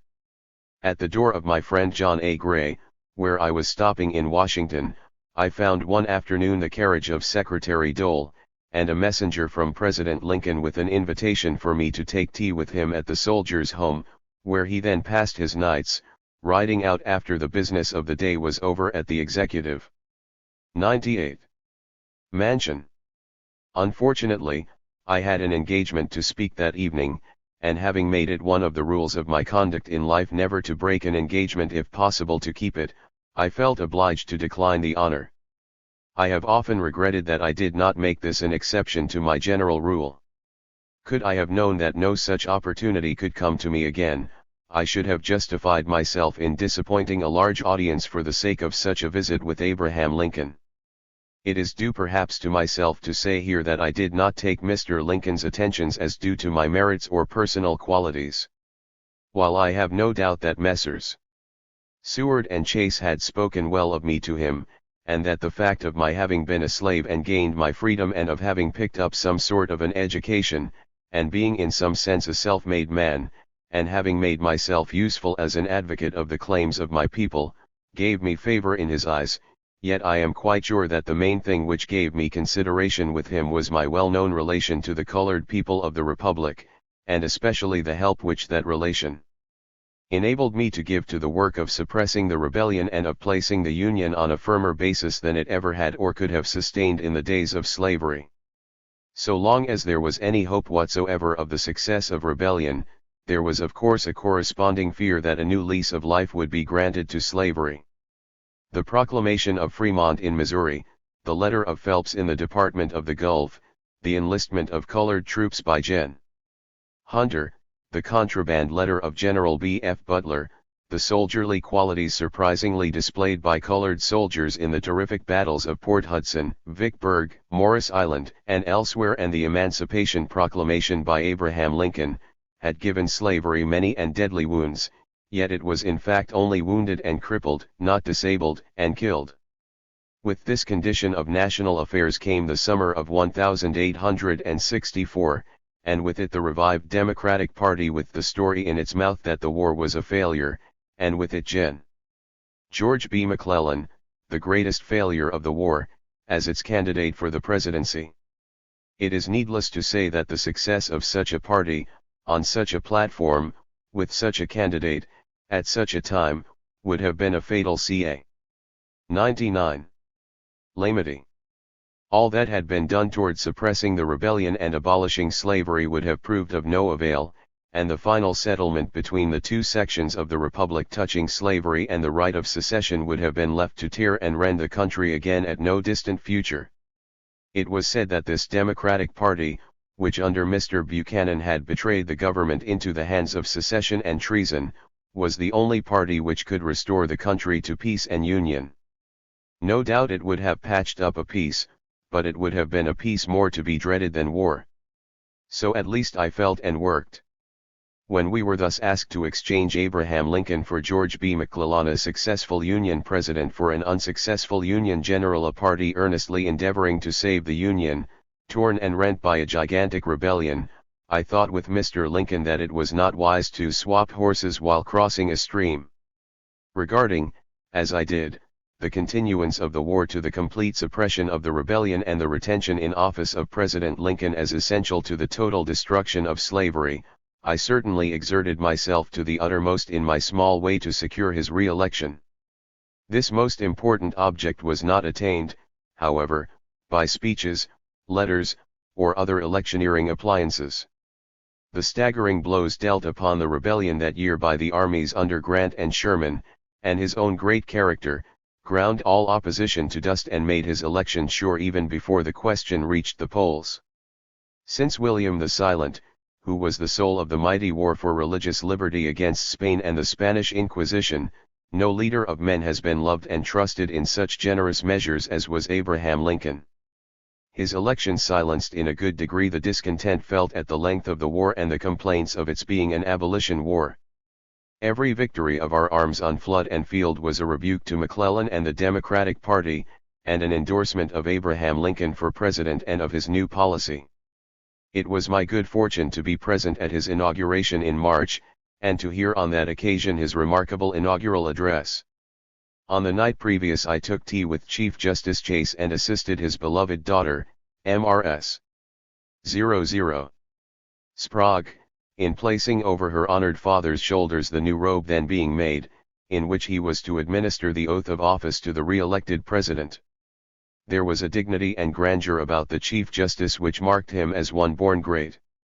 He had known me in early anti-slavery days and had welcomed me to his home and his table when to do so was a strange thing in Washington, and the fact was by no means an insignificant one.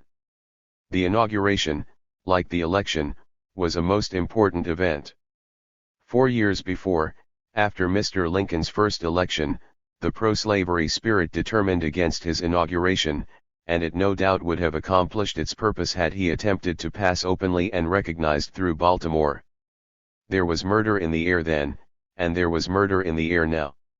His first inauguration arrested the fall of the Republic, and the second was to restore it to enduring foundations. At the time of the second inauguration the rebellion was apparently vigorous, defiant, and formidable, but in reality, weak, dejected, and desperate.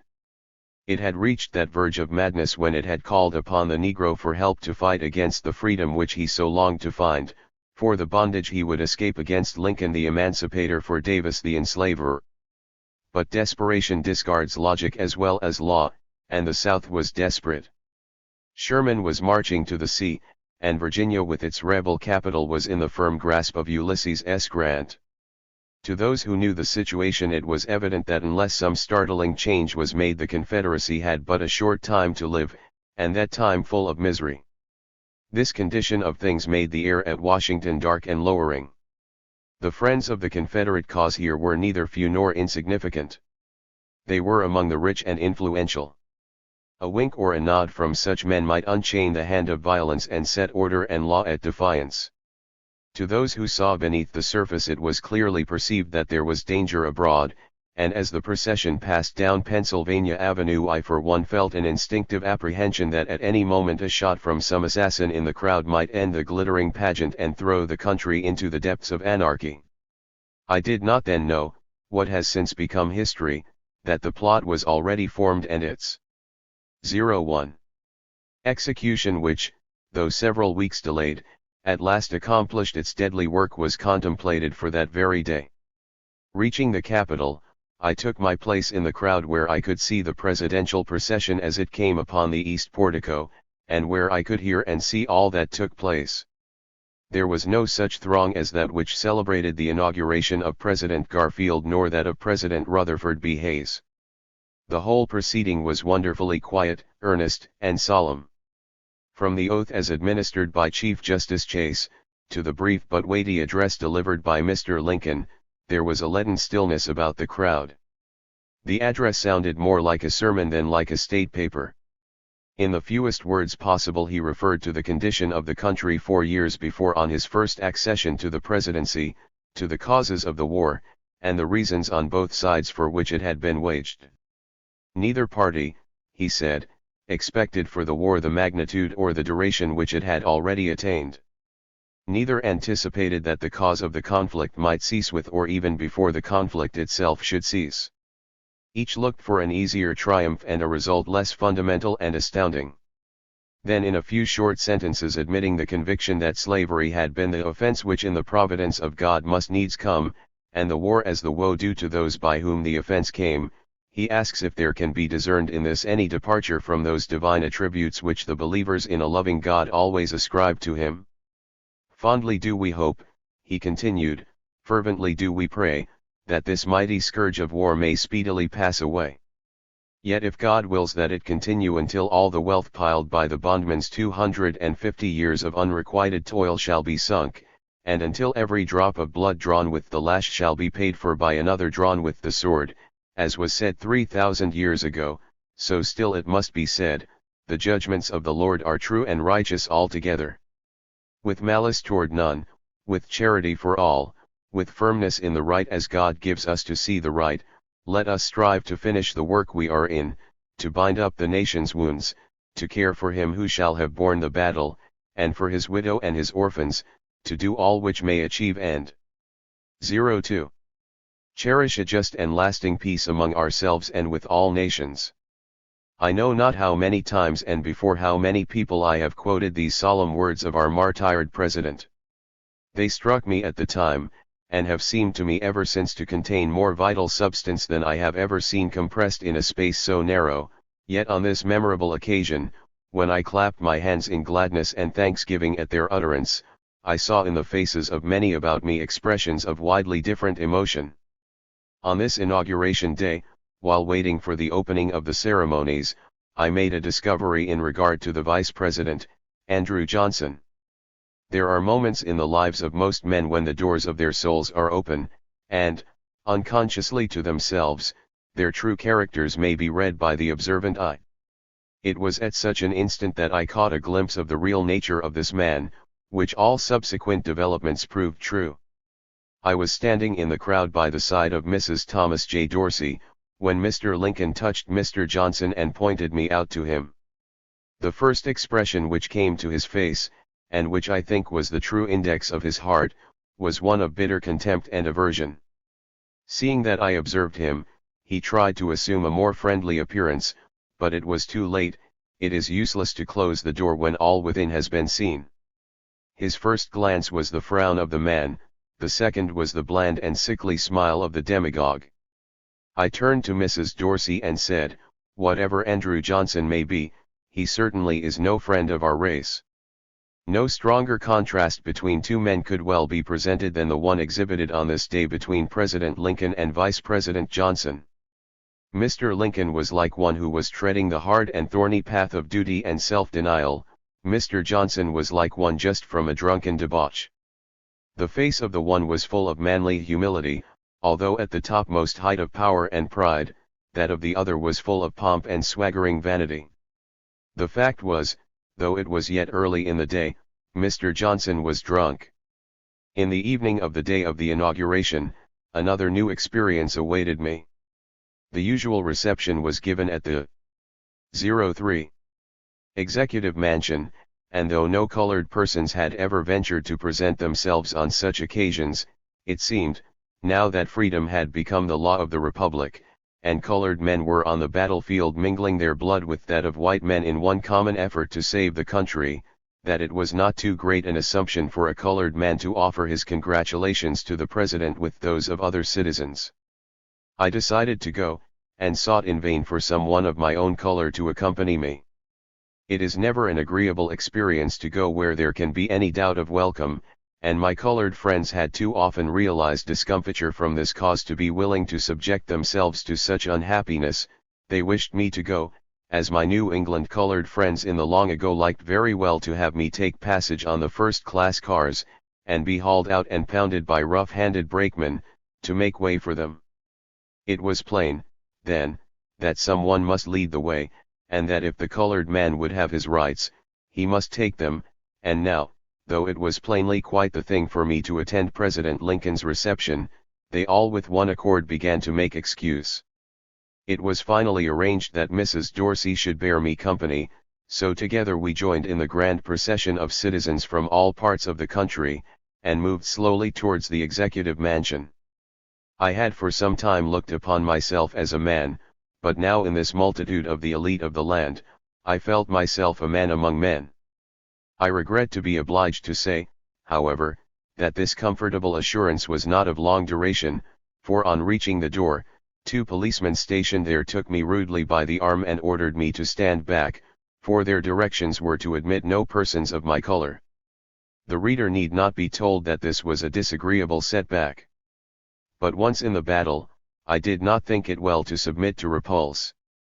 I told the officers I was quite sure there must be some mistake, for no such order could have emanated from President Lincoln, and that if he knew I was at the door he would desire my admission. They then, to put an end to the parley, as I suppose, for we were obstructing the doorway, and were not easily pushed aside, assumed an air of politeness, and offered to conduct me in. We followed their lead, and soon found ourselves walking 04. Some planks out of a window, which had been arranged as a temporary passage for the exit of visitors. We halted so soon as we saw the trick, and I said to the officers, "You have deceived me. I shall not go out of this building till I see President Lincoln." At this moment a gentleman who was passing in recognized me, and I said to him, "Be so kind as to say to Mr. Lincoln that Frederick Douglass is detained by officers at the door." It was not long before Mrs. Dorsey and I walked into the spacious East Room, amid a scene of elegance such as in this country I had never before witnessed. Like a mountain pine high above all others, Mr. Lincoln stood, in his grand simplicity, and homelike beauty. Recognizing me, even before I reached him, he exclaimed, so that all around could hear him, "Here comes my friend Douglass." Taking me by the hand, he said, "I am glad to see you. I saw you in the crowd today, listening to my inaugural address. How did you like it?" I said, "Mr. Lincoln, I must not detain you with my poor opinion, when there are thousands waiting to shake hands with you." "No, no," he said, "you must stop a little, Douglass, there is no man in the country whose opinion I value more than yours. I want to know what you think of it." I replied, "Mr. Lincoln, that was a sacred effort.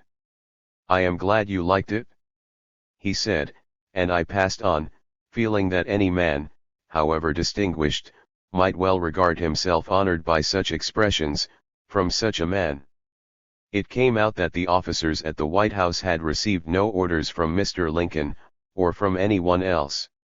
They were simply complying with an old custom, the outgrowth of slavery, as dogs will sometimes rub their necks, long after their collars are removed, thinking they are still there. My colored friends were well pleased with what had seemed to them a doubtful experiment, and I believe were encouraged by its success to follow my example. I have found in my experience that the way to break down an unreasonable custom, is to contradict it in practice. To be sure, in pursuing this course I have had to contend not merely with the white race, but with the black. The one has condemned me for my presumption in daring to associate with it, and the other for pushing myself where it takes it for granted I am not wanted. I am pained to think that the latter objection springs largely 05. From a consciousness of inferiority, for as colors alone can have nothing against each other, and the conditions of human association are founded upon character rather than color, and character depends upon mind and morals, there can be nothing blameworthy in people thus equal meeting each other on the plane of civil or social rights.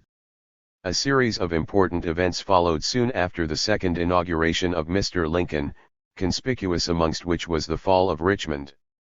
The strongest endeavor, and the best generalship of the rebellion, was employed to hold that place, and when it fell, the pride, prestige, and power of the rebellion fell with it, never to rise again. The news of this great event found me again in Boston. The enthusiasm of that loyal city cannot be easily described. As usual when anything touches the great heart of Boston, Faneuil Hall became vocal and eloquent. This hall is an immense building, and its history is correspondingly great. It has been the theater of much patriotic declamation from the days of the Revolution, and before, as it has since my day been the scene where the strongest efforts of the most popular orators of Massachusetts have been made. Here Webster, the great expounder, addressed the sea of upturned faces. Here Choate, the wonderful Boston barrister, by his weird, electric eloquence, enchained his thousands. Here Everett charmed with his classic periods the flower of Boston aristocracy, and here, too, Charles Sumner, Horace Mann, John A. Andrew, and Wendell Phillips, the last equal to most, and superior to many, have for 40 years spoken their great words of justice, liberty, and humanity, sometimes in the calm and sunshine of unruffled peace, but oftener in the tempest and whirlwind of mobocratic violence. It was here that Mr. Phillips made his famous speech in denunciation of the murder of Elijah P. Lovejoy in 1837, which changed the whole current of his life, and made him preeminently the leader of anti-slavery thought in New England. Here, too, Theodore Parker, whose early death not only Boston, but the lovers of liberty throughout the world, still mourn, gave utterance to his deep and life-giving thoughts in words of fullness and power. But I set out to speak of the meeting which was held there, in celebration of the fall of Richmond, for it was a meeting as remarkable for its compo. 06. Session as for its occasion. Among the speakers by whom it was addressed and who gave voice to the patriotic sentiments which filled and overflowed each loyal heart, were Hon. Henry Wilson, and Hon. Robert C. Winthrop. It would be difficult to find two public men more distinctly opposite than these. If any one may properly boast an aristocratic descent, or if there be any value or worth in that boast, Robert C. Winthrop may, without undue presumption, avail himself of it.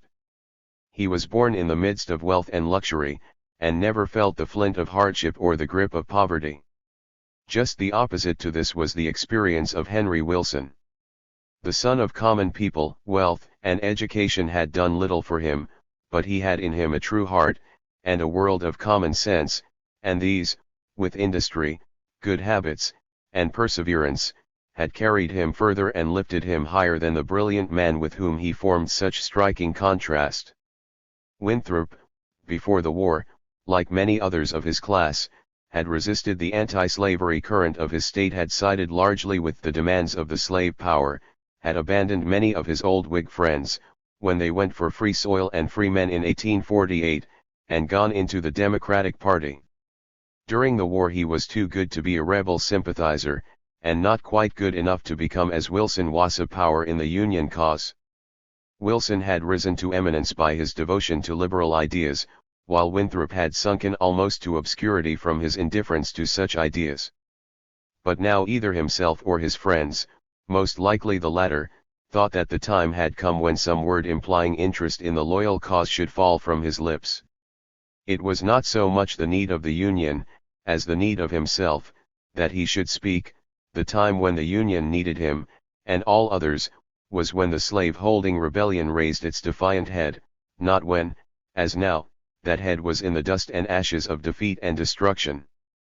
But the beloved Winthrop, the proud representative of what Daniel Webster once called the solid men of Boston, had great need to speak now. It had been no fault of the loyal cause that he had not spoken sooner. Its gates, like those of heaven, stood open night and day. If he did not come in, it was his own fault. Regiment after regiment, brigade after brigade, had passed over Boston. 07. Common to endure the perils and hardships of war, Governor Andrew had poured out his soul, had exhausted his wonderful powers of speech in patriotic words to the brave departing sons of old Massachusetts, and a word from Winthrop would have gone far to nerve up those young soldiers going forth to lay down their lives for the life of Republic, but no word came yet now, in the last quarter of the 11th hour, when the day's work was nearly done, Robert C. Winthrop was seen standing upon the same platform with the veteran Henry Wilson. He was there in all his native grace and dignity, elegantly and aristocratically clothed, his whole bearing marking his social sphere as widely different from many present. Happily for his good name, and for those who shall bear it when he is no longer among the living, that he was found, even at the last hour, in the right place on Old Faneuil Hall side by side with plain Henry Wilson shoemaker senator. But this was not the only contrast on that platform on that day. It was my strange fortune to follow Mr. Winthrop on this interesting occasion. I remember him as the guest of John H. Clifford of New Bedford, afterwards governor of Massachusetts, when 25 years before, I had been only a few months from slavery. I was behind his chair as waiter, and was even then charmed by his elegant conversation, and now, after this lapse of time, I found myself no longer behind the chair of this princely man, but announced to succeed him in the order of speakers, before that brilliant audience. I was not insensible to the contrast in our history and positions, and was curious to observe if it affected him, and how. To his credit, I am happy to say he bore himself grandly throughout. His speech was fully up to the enthusiasm of the hour, and the great audience greeted his utterances with merited applause. I need not speak of the speeches of Henry Wilson and others, or of my own. The meeting was every way a remarkable expression of popular feeling, created by a great and important event. After the fall of Richmond, the collapse of the rebellion was not long delayed, though it did not perish without adding to its long list of atrocities one which sent a thrill of horror. See note on page 810. 08. Throughout the civilized world, in the assassination of Abraham Lincoln, a man so amiable, so kind, humane, and honest, that one is at a loss to know how he could have had an enemy on earth. The details of his taking off are too familiar to be more than mentioned here. The recently attempted assassination of James Abraham Garfield has made us all too painfully familiar with the shock and sensation produced by the hell-black crime to make any description necessary. The curious will note that the Christian name of both men is the same, and that both were remarkable for their kind qualities and for having risen by their own energies from among the people, and that both were victims of assassins at the beginning of a presidential term. Mr. Lincoln had reason to look forward to a peaceful and happy term of office.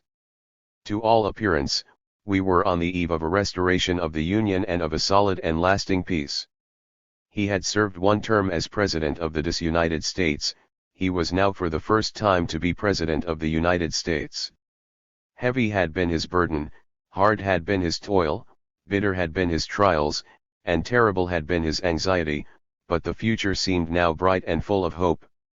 Richmond had fallen, Grant had General Lee and the Army of Virginia firmly in his clutch, Sherman had fought and found his way from the banks of the great river to the shores of the sea, leaving the two ends of the rebellion squirming and twisting in agony, like the severed parts of a serpent, doomed to inevitable death, and now there was but a little time longer for the good president to bear his burden, and be the target of reproach.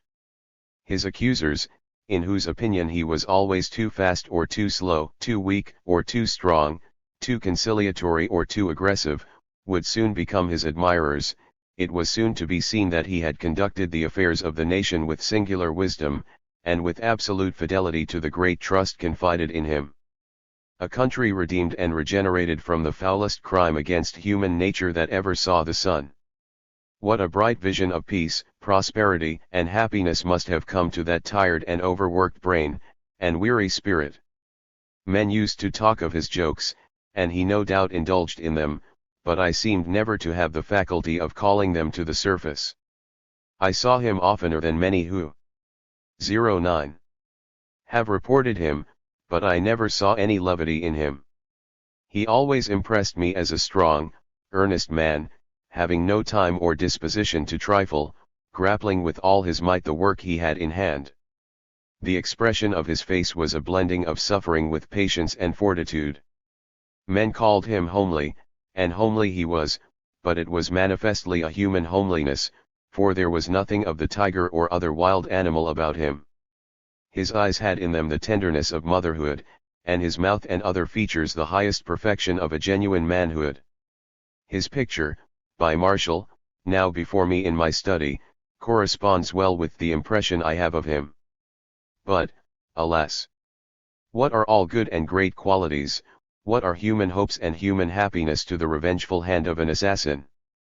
What are sweet dreams of peace, what are visions of the future?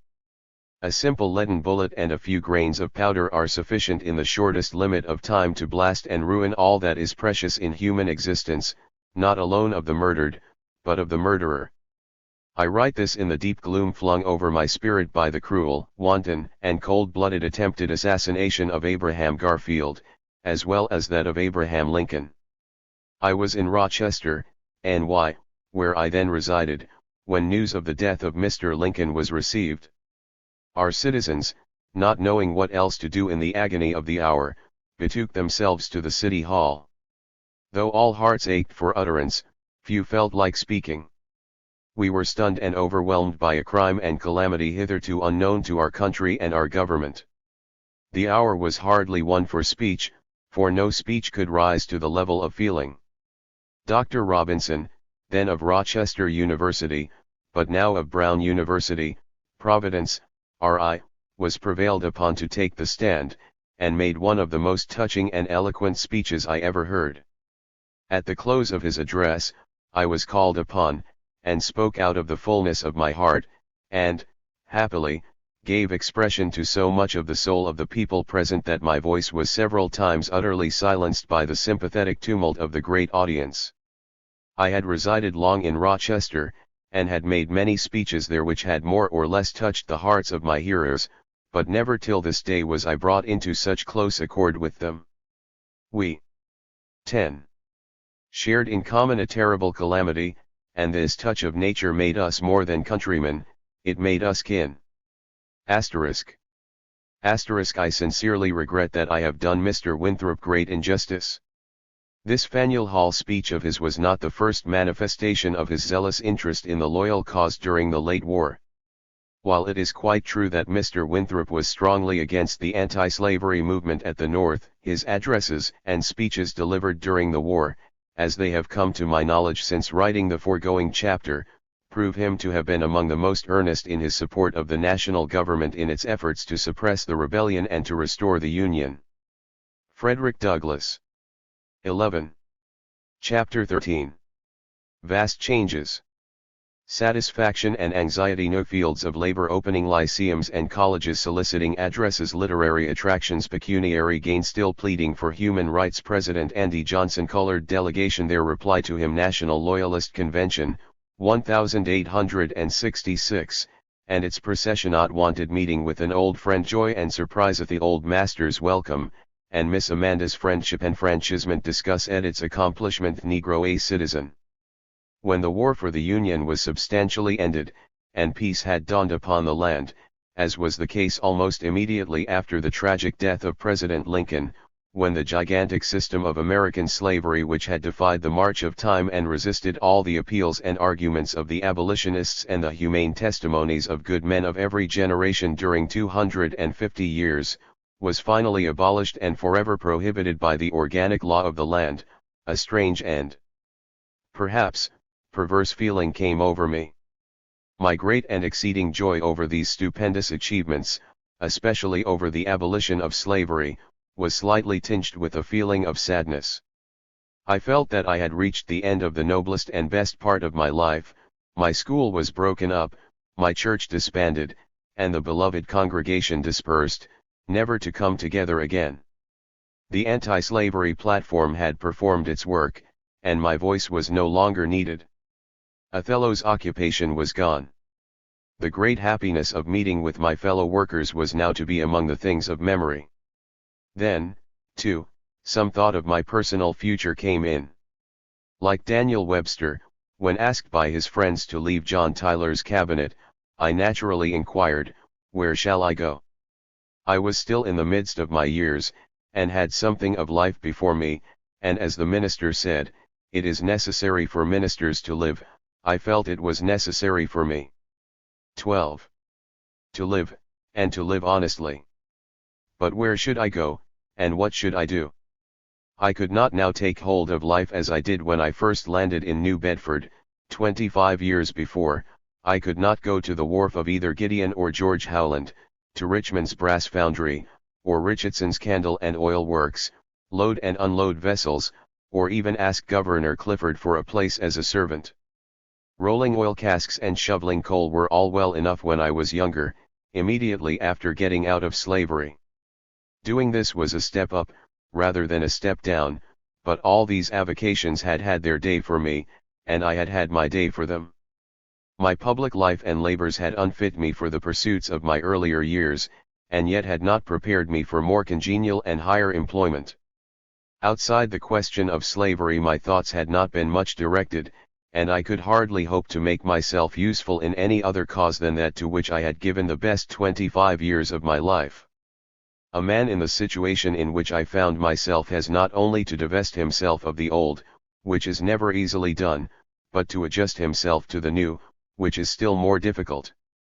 Delivering lectures under various names, John B. Goff says, whatever may be the title, my lecture is always on temperance, and such is apt to be the case with any man who has devoted his time and thoughts to one subject for any considerable length of time. But what should I do, was the question. I had a few $1,000s saved from the sale of my bondage and my freedom, and the proceeds of my lectures at home and abroad, and with this sum I thought of following the noble example of my old friends Stephen and Abby Kelly Foster, purchase a little farm and settle myself down to earn an honest living by tilling the soil. My children were grown and ought to be able to take care of themselves. This question, however, was soon decided for me. I had after all acquired a little more knowledge and aptitude fitting me for the new condition of things than I knew, and had a deeper hold upon public attention than I had supposed. Invitations began to pour in upon me from colleges, lyceums, and literary societies, offering me $100, and even $200 for a single lecture. 13. I had, some time before, prepared a lecture on self-made men, and also one upon ethnology, with special reference to Africa. The latter had cost me much labor, though, as I now look back upon it, it was a very defective production. I wrote it at the instance of my friend Dr. M.B. Anderson, president of Rochester University, himself a distinguished ethnologist, a deep thinker and scholar.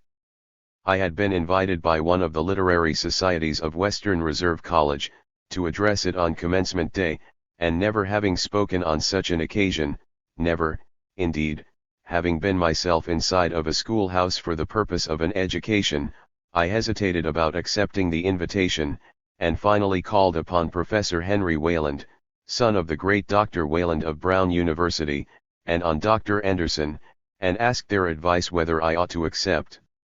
Both gentlemen advised me to do so. They knew me, and evidently thought well of my ability. But the puzzling question now was, what shall I say if I do go there? It won't do to give them an old-fashioned anti-slavery discourse. But what shall I talk about? Became the difficult question. I finally hit upon the one before mentioned. I had read, with great interest, when in England a few years before, parts of Dr. Pritchard's Natural History of Man, a large volume marvelously calm and philosophical in its discussion of the science of the origin of the races, and was thus in the line of my then convictions. I at once sought in our bookstores for this valuable book, but could not obtain it anywhere in this country.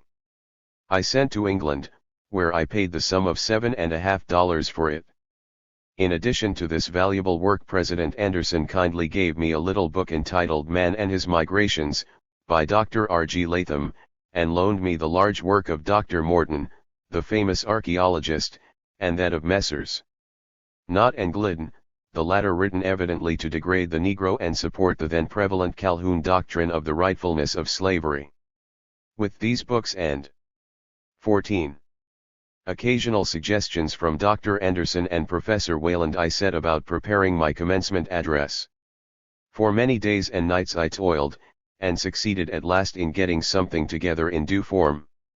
Written orations had not been in my line.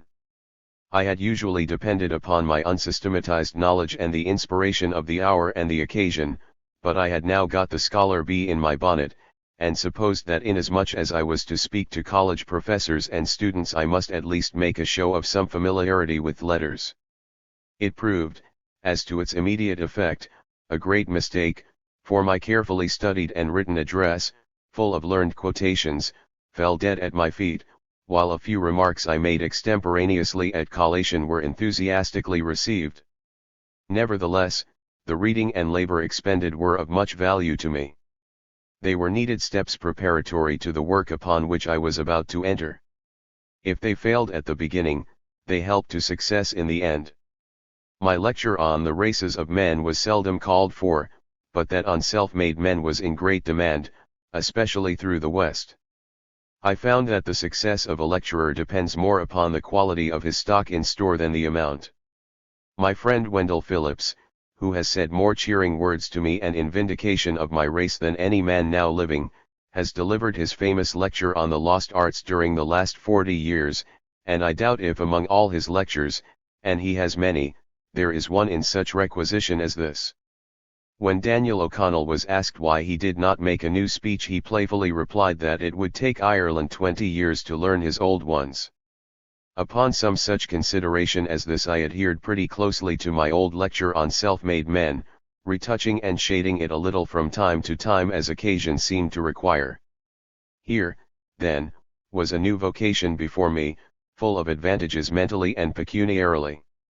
When in the employment of the American Anti-Slavery Society my salary was about $450 a year, and I felt I was well paid for my services, but I could now make from $50 to $100 a night, and have the satisfaction, too, that I was in some small measure helping to lift my race into consideration, for no man who lives at all lives unto himself, he either 15. Helps or hinders all who are in any wise connected with him. I never rise to speak before an American audience without something of the feeling that my failure or success will bring blame or benefit to my whole race. But my activities were not now confined entirely to lectures before lyceums. Though slavery was abolished, the wrongs of my people were not ended. Though they were not slaves, they were not yet quite free. No man can be truly free whose liberty is dependent upon the thought, feeling, and action of others, and who has himself no means in his own hands for guarding, protecting, defending, and maintaining that liberty. Yet the Negro, after his emancipation, was precisely in this state of destitution. The law on the side of freedom is of great advantage only where there is power to make that law respected. I know no class of my fellow men, however just, enlightened, and humane, which can be wisely and safely trusted absolutely with the liberties of any other class. Protestants are excellent people, but it would not be wise for Catholics to depend entirely upon them to look after their rights and interests. Catholics are a pretty good sort of people, yet no enlightened Protestants would commit their liberty to their care and keeping. And yet the government had left the freedman in a worse condition than either of these. It felt that it had done enough for him. It had made him free, and henceforth he must make his own way in the world. Yet he had none of the conditions for self-preservation or self-protection. He was free from the individual master, but the slave of society. He had neither money, property, nor friends. He was free from the old plantation, but he had nothing but the dusty road under his feet. He was free from the old quarter that once gave him shelter, but a slave to the rains of summer and to the frosts of winter. He was, in a word, literally turned loose, naked, hungry, and destitute, to the open sky. The first feeling toward him by the old master classes was full of bitterness and wrath. They resented his emancipation as an act of hostility toward them, and, since they could not punish the emancipator, they felt like punishing the object which that act had emancipated. Hence they drove him off the old plantation, and told him he was no longer wanted there. They not only hated him because 16. He had been freed as a punishment to them, but because they felt that they had been robbed of his labor. An element of greater bitterness still came into their hearts. The freedman had been the friend of the government, and many of his class had borne arms against them during the war. The thought of paying cash for labor that they could formerly extort by the lash did not in any wise improve their disposition to the emancipated slave, or improve his own condition. Now, since poverty has, and can have, no chance against wealth, the landless against the landowner, the ignorant against the intelligent, the freedman was powerless. He had nothing left him with which to fight the battle of life, but a slavery distorted and diseased body and lame and twisted limbs. I therefore soon found that the Negro had still a cause, and that he needed my voice and pen with others to plead for it. The American Anti-Slavery Society under the lead of Mr. Garrison had disbanded, its newspapers were discontinued, its agents were withdrawn from the field, and all systematic efforts by abolitionists were abandoned. Many of the society, Mr. Phillips, and myself amongst the number, differed from Mr. Garrison as to the wisdom of this course. I felt that the work of the society was not done and that it had not fulfilled its mission, which was, not merely to emancipate, but to elevate the enslaved class. But against Mr. Garrison's leadership, and the surprise and joy occasioned by the emancipation, it was impossible to keep the association alive, and the cause of the freedmen was left mainly to individual effort and to hastily extemporized societies of an ephemeral character, brought together under benevolent impulse, but having no history behind them, and, being new to the work, they were not as effective for good as the old society would have been had it followed up its work and kept its old instrumentalities in operation. From the first I saw no chance of bettering the condition of the freedman until he should cease to be merely a freedman and should become a citizen. I insisted that there was no safety for him or for anybody else in America outside the American government, that to guard, protect, and maintain his liberty the freedman should have the ballot, that the liber. 17. Ties of the American people were dependent upon the ballot box, the jury box, and the cartridge box, that without these no class of people could live and flourish in this country, and this was now the word for the hour with me, and the word to which the people of the North willingly listened when I spoke. Hence, regarding as I did the elective franchise as the one great power by which all civil rights are obtained, enjoyed, and maintained under our form of government, and the one without which freedom to any class is delusive if not impossible, I set myself to work with whatever force and energy I possessed to secure this power for the recently emancipated millions. The demand for the ballot was such a vast advance upon the former objects proclaimed by the friends of the colored race, that it startled and struck men as preposterous and wholly inadmissible. Anti-slavery men themselves were not united as to the wisdom of such demand.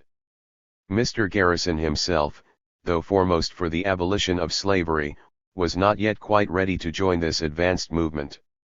In this respect he was in the rear of Mr. Phillips, who saw not only the justice, but the wisdom and necessity of the measure. To his credit it may be said, that he gave the full strength of his character and eloquence to its adoption.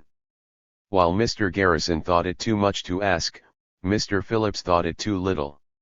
While the one thought it might be postponed to the future, the other thought it ought to be done at once. But Mr. Garrison was not a man to lag far in the rear of truth and right, and he soon came to see with the rest of us that the ballot was essential to the freedom of the freedman. A man's head will not long remain wrong, when his heart is right. The applause awarded to Mr. Garrison by the conservatives, for his moderation both in respect of his views on this question, and the disbandment of the American Anti-Slavery Society must have disturbed him. He was at any rate soon found on the right side of the suffrage question. The enfranchisement of the freedmen was resisted on many grounds, but mainly on these two: first, the tendency of the measure to bring the freedmen into conflict with the old master class and the white people of the South generally. 18. Secondly, their unfitness, by reason of their ignorance, servility, and degradation, to exercise over the destinies of this great nation so great a power as the ballot. These reasons against the measure, which were supposed to be unanswerable, were in some sense the most powerful arguments in its favor. The argument that the possession of suffrage would be likely to bring the Negro into conflict with the old master class at the South, had its main force in the admission that the interests of the two classes antagonized each other and that the maintenance of the one would prove inimical to the other. It resolved itself into this, that, if the Negro had the means of protecting his civil rights, those who had formerly denied him these rights would be offended and make war upon him. Experience has shown in a measure the correctness of this position. The old master was offended to find the Negro whom he lately possessed the right to enslave and flog to toil, casting a ballot equal to his own, and resorted to all sorts of meanness, violence, and crime, to dispossess him of the enjoyment of this point of equality. In this respect the exercise of the right of suffrage by the Negro has been attended with the evil, which the opponents of the measure predicted, and they could say I've told you so, but immeasurably and intolerably greater would have been the evil consequences resulting from the denial to one class of this natural means of protection, and granting it to the other, and hostile class. It would have been, to have committed the lamb to the care of the wolf, arming of one class and disarming the other, protecting one interest, and destroying the other, making the rich strong, and the poor weaneth white man a tyrant, and the black man a slave. The very therefore that the old master classes of the South felt that their interests were opposed to those of the freedmen, instead of being a reason against their enfranchisement, was the most powerful one in its favor. Until it shall be safe to leave the lamb in the hold of the lion, the laborer in the power of the capitalist, the poor in the hands of the rich, it will not be safe to leave a newly emancipated people completely in the power of their former masters, especially when such masters have not ceased to be such from enlightened moral convictions but by irresistible force. Then on the part of the government itself. 19. Had it denied this great right to the freedmen, it would have been another proof that republics are ungrateful. It would have been rewarding its enemies, and punishing its friends, embracing its foes, and spurning its allies, setting a premium on treason, and degrading loyalty. As to the second point, viz., the Negro's ignorance and degradation, there was no disputing either. It was the nature of slavery, from whose depths he had arisen, to make him so, and it would have kept him so. It was the policy of the system to keep him both ignorant and degraded, the better and more safely to defraud him of his hard earnings. This argument never staggered me. The ballot in the hands of the Negro was necessary to open the door of the schoolhouse and to unlock to him the treasures of its knowledge. Granting all that was said of his ignorance, I used to say, if the Negro knows enough to fight for his country, he knows enough to vote; if he knows enough to pay taxes for the support of the government, he knows enough to vote; if he knows as much when sober, as an Irishman knows when drunk, he knows enough to vote. And now, while I am not blind to the evils which have thus far attended the enfranchisement of the colored people, I hold that the evils from which we escaped, and the good we have derived from that act, amply vindicate its wisdom. The evils it brought are in their nature temporary, and the good is permanent. The one is comparatively small, the other absolutely great. The young child has staggered on his little legs, and he has sometimes fallen and hurt his head in the fall, but then he has learned to walk. The boy in the water came near drowning, but then he has learned to swim. Great changes in the relations of mankind can never come, without evils analogous to those which have attended the emancipation and enfranchisement of the colored people of the United States. I am less amazed at these evils, than by the rapidity with which they are subsiding, and not more astonished at the facility with which the former slave has become a free man, than at the rapid adjustment of the master class to the new situation. Unlike the movement for the abolition of slavery, the success of the effort for the enfranchisement of the freedmen was not long delayed. It is another illustration of how any advance in pursuance of a right principle prepares and makes easy the 20. way to another. The way of transgression is a bottomless pit, one step in that direction invites the next, and the end is never reached, and it is the same with the path of righteous obedience. 200 years ago, the pious Dr. Godwin dared affirm that it was not a sin to baptize a Negro, and won for him the right of baptism. It was a small concession to his manhood, but it was strongly resisted by the slave holders of Jamaica and Virginia. In this they were logical in their argument, but they were not logical in their object.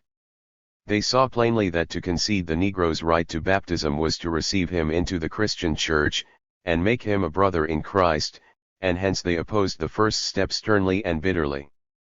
So long as they could keep him beyond the circle of human brotherhood, they could scourge him to toil, as a beast of burden, with a good Christian conscience, and without reproach. What? Said they, baptize a Negro? Preposterous. Nevertheless the Negro was baptized and admitted to church fellowship, and though for a long time his soul belonged to God, his body to his master, and he, poor fellow, had nothing left for himself, he is at last not only baptized, but emancipated and enfranchised.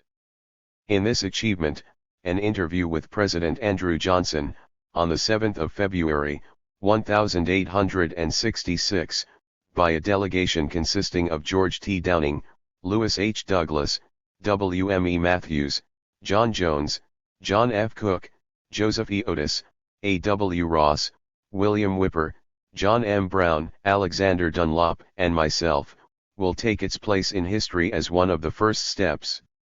What was said on that occasion brought the whole question virtually before the American people. Until that interview the country was not fully aware of the intentions and policy of President Johnson on the subject of Reconstruction, especially in respect of the newly emancipated class of the South.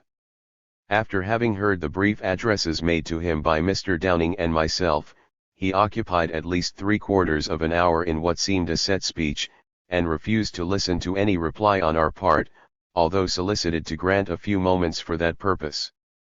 Seeing the advantage that Mr. Johnson would have over us in getting his speech paraded before the country in the morning papers, the members of the delegation met on the evening of that day, and instructed me. 21. To prepare a brief reply, which should go out to the country simultaneously with the President's speech to us. Since this reply indicates the points of difference between the President and ourselves, I produce it here as a part of the history of the times, it being concurred in by all the members of the delegation. Both the speech and the reply were commented upon very extensively. Mr. President, in consideration of a delicate sense of propriety as well as of your own repeated intimations of indisposition to discuss or listen to a reply to the views and opinions you were pleased to express to us in your elaborate speech today, the undersigned would respectfully take this method of replying thereto. Believing as we do that the views and opinions you expressed in that address are entirely unsound and prejudicial to the highest interests of our race as well as to our country at large, we cannot do other than expose the same and, as far as may be in our power, arrest their dangerous influence. It is not necessary at this time to call attention to more than 2 or 3 features of your remarkable address. 1. The first point to which we feel especially bound to take exception, is your attempt to found a policy opposed to our enfranchisement, upon the alleged ground of an existing hostility on the part of the former slaves toward the poor white people of the South. We admit the existence of this hostility, and hold that it is entirely reciprocal. But you obviously commit an error by drawing an argument from an incident of slavery, and was incited on both sides by the cunning of the slave masters. Those masters secured their ascendancy over both the poor whites and blacks by putting enmity between them. They divided both to conquer each. There was no earthly reason why the blacks should not hate and dread the poor whites when in a state of slavery, for it was from this class that their masters received their slave catchers, slave drivers, and overseers. They were the men called in upon all occasions by the masters whenever any fiendish outrage was to be committed upon the slave. Now, sir, you cannot but perceive, that the cause of this hatred removed, the effect must be removed also. Slavery is abolished. The cause of this antagonism is removed, and you must see that it is altogether illogical to legislate from slave-holding and 22. Slave-driving premises for a people whom you have repeatedly declared it your purpose to maintain in freedom. 2. Besides, even if it were true, as you allege, that the hostility of the blacks toward the poor whites must necessarily project itself into a state of freedom, and that this enmity between the two races is even more intense in a state of freedom than in a state of slavery, in the name of heaven, we reverently ask how can you, in view of your professed desire to promote the welfare of the black man, deprive him of all means of defense, and clothe him whom you regard as his enemy in the panoply of political power? Can it be that you recommend a policy which would arm the strong and cast down the defenseless? Can you, by any possibility of reasoning, regard this as just, fair, or wise? Experience proves that those are most abused who can be abused with the greatest impunity. Men are whipped oftenest who are whipped easiest. Peace between races is not to be secured by degrading one race and exalting another, by giving power to one race and justice between all classes. First pure, then peaceable. 3. On the colonization theory you were pleased to broach, very much could be said. It is impossible to suppose, in view of the usefulness of the black man in time of peace as a laborer in the South, and in time of war as soldier at the North, and the growing respect for his rights among the people and his increasing adaptation to a high state of civilization in his native land, that there can ever come a time when he can be removed from this country without a terrible shock to its prosperity and peace. Besides, the worst enemy of the nation could not cast upon its fair name a greater infamy than to admit that Negroes could be tolerated among them in a state of the most degrading slavery and oppression, and must be cast away, driven into exile, for no other cause than having been freed from their chains. Washington, February 7, 1866. From this time onward the question of suffrage for the freedmen was not allowed to rest. The rapidity with which it gained strength was something quite marvelous and surprising even to its advocates. Senator Charles Sumner soon took up the subject in the Senate, and treated it in his usually able and exhaustive manner. It was a great treat to listen to his argument running through 2 days, abounding as it did in eloquence, learning, and conclusive reasoning. A committee of the Senate had reported a proposition giving to the states 23. Lately in rebellion, in so many words, complete option as to the enfranchisement of their colored citizens, only coupling with that proposition the condition that, to such states as chose to enfranchise such citizens, the basis of their representation in Congress should be proportionately increased, or, in other words, that only 3/5 of the colored citizens should be counted in the basis of representation in states where colored citizens were not allowed to vote, while in the states granting suffrage to colored citizens, the entire colored people should be counted in the basis of representation. Against this proposition myself and associates addressed to the Senate of the United States the following memorial. To the Honorable the Senate of the United States. The undersigned, being a delegation representing the colored people of the several states, and now sojourning in Washington, charged with the duty to look after the best interests of the recently emancipated, would most respectfully, but earnestly, pray your honorable body to favor no amendment of the Constitution of the United States which will grant any one or all of the states of this Union to disfranchise any class of citizens on the ground of race or color, for any consideration whatever. They would further respectfully represent that the Constitution as adopted by the Fathers of the Republic in 1789, evidently contemplated the result which has now happened, to wit, the abolition of slavery. The men who framed it, and those who adopted it, framed and adopted it for the people, and the whole people colored men being at that time legal voters in most of the states. In that instrument, as it now stands, there is not a sentence or a syllable conveying any shadow of right or authority by which any state may make color or race a disqualification for the exercise of the right of suffrage, and the undersigned will regard as a real calamity the introduction of any words, expressly or by implication, giving any state or states such power, and we respectfully submit that if the amendment now pending before your honorable body shall be adopted, it will enable any state to deprive any class of citizens of the elective franchise, notwithstanding it was obviously framed with a view to affect the question of Negro suffrage only. For these and other reasons the undersigned respectfully pray that the amendment to the Constitution, recently passed by the House and now before your body, be not adopted. And as in duty bound, etc. 24. It was the opinion of Senator W.M.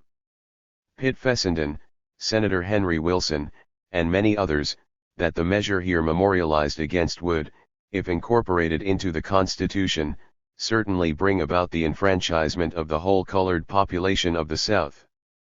It was held by them to be an inducement to the states to make suffrage universal, since the basis of representation would be enlarged or contracted according as suffrage should be extended or limited, but the judgment of these leaders was not the judgment of Senator Sumner, Senators Wade, Yates, Howe, and others, or of the colored people. Yet, weak as this measure was, it encountered the united opposition of Democratic senators. On that side the Hon. Thomas H. Hendricks, of Indiana, took the lead in appealing to popular prejudice against the Negro. He contended that among other objectionable and insufferable results that would be, that a Negro would ultimately be a member of the United States Senate. I never shall forget the ineffable scorn and indignation with which Mr. Hendricks deplored the possibility of such an event. In less, however, than a decade from that debate, Senators Revels and Bruce, both colored men, had fulfilled the startling prophecy of the Indiana senator. It was not, however, by the halfway measure, which he was opposing for its radicalism, but by the 14th and 15th Amendments, that these gentlemen reached their honorable positions. In defeating the option proposed to be given to the states to extend or deny suffrage to their colored population, much credit is due to the delegation already named as visiting President Johnson. That delegation made it their business to personally see and urge upon leading Republican statesmen the wisdom and duty of impartial suffrage. Day after day Mr. Downing and myself saw and conversed with those members of the Senate whose advocacy of suffrage would be likely to ensure its success. The second marked step in effecting the enfranchisement of the Negro was made at the National Loyalists' Convention, held at Philadelphia, in September, 1866. This body was composed of delegates from the South, North, and West. Its object was to diffuse clear views of the situation of affairs at the South and to indicate the principles by it deemed advisable to 25. Be observed in the reconstruction of society in the Southern states. This convention was, as its history shows, numerously attended by the ablest and most influential men from all sections of the country, and its deliberations participated in by them. The policy foreshadowed by Andrew Johnson, a policy based upon the idea that the rebel states were never out of the Union, and hence had forfeited no rights which his pardon could not restore, gave importance to this convention, more than anything which was then occurring at the South, for through the treachery of this bold, bad man, we seemed then about to lose nearly all that had been gained by the war. I was at the time residing in Rochester and was duly elected as a delegate from that city to attend this convention. The honor was a surprise and a gratification to me. It was unprecedented for a city of over 60,000 white citizens and only about 200 colored residents, to elect a colored man to represent them in a national political convention, and the announcement of it gave a shock of no inconsiderable violence to the country. Many Republicans, with every respect for me personally, were unable to see the wisdom of such a course. They dreaded the clamor of social equality and amalgamation which would be raised against the party, in consequence of this startling innovation. They, dear fellows, found it much more agreeable to talk of the principles of liberty as glittering generalities, than to reduce those principles to practice.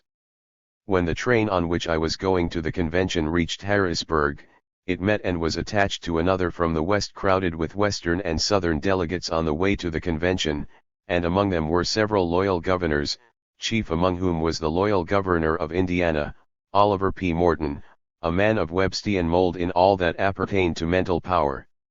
When my presence became known to these gentlemen, a consultation was immediately held among them, upon the question as to what was best to do with me.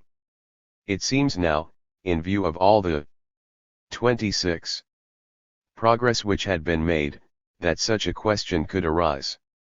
But the circumstances of the times made me the Jonah of the Republican ship, and responsible for the contrary winds and misbehaving weather. Before we reached Lancaster, on our eastward bound trip, I was duly waited upon by a committee of my brother delegates, which had been appointed by other honorable delegates, to represent to me the undesirableness of my attendance upon the National Loyalists' Convention. The spokesman of these subdelegates was a gentleman from New Orleans with a very French name, which has now escaped me, but which I wish I could that might credit him with a high degree of politeness and the gift of eloquence.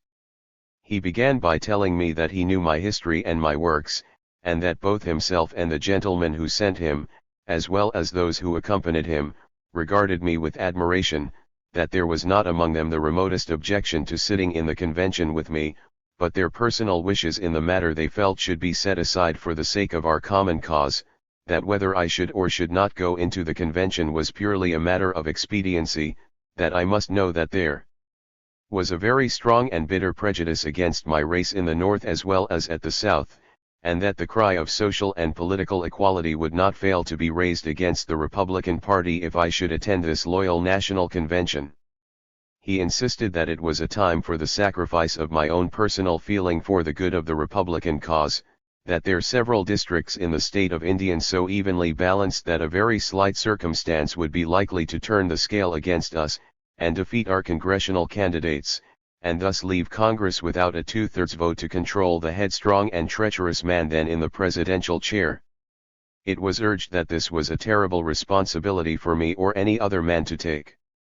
I listened very attentively to this address, uttering no word during its delivery, but when it was finished, I said to the speaker and the committee, with all the emphasis I could throw into my voice and manner, "Gentlemen, with all respect, you might as well ask me to put a loaded pistol to my head and blow my brains out, as to ask me to keep out of this 27 convention, to which I have been duly elected.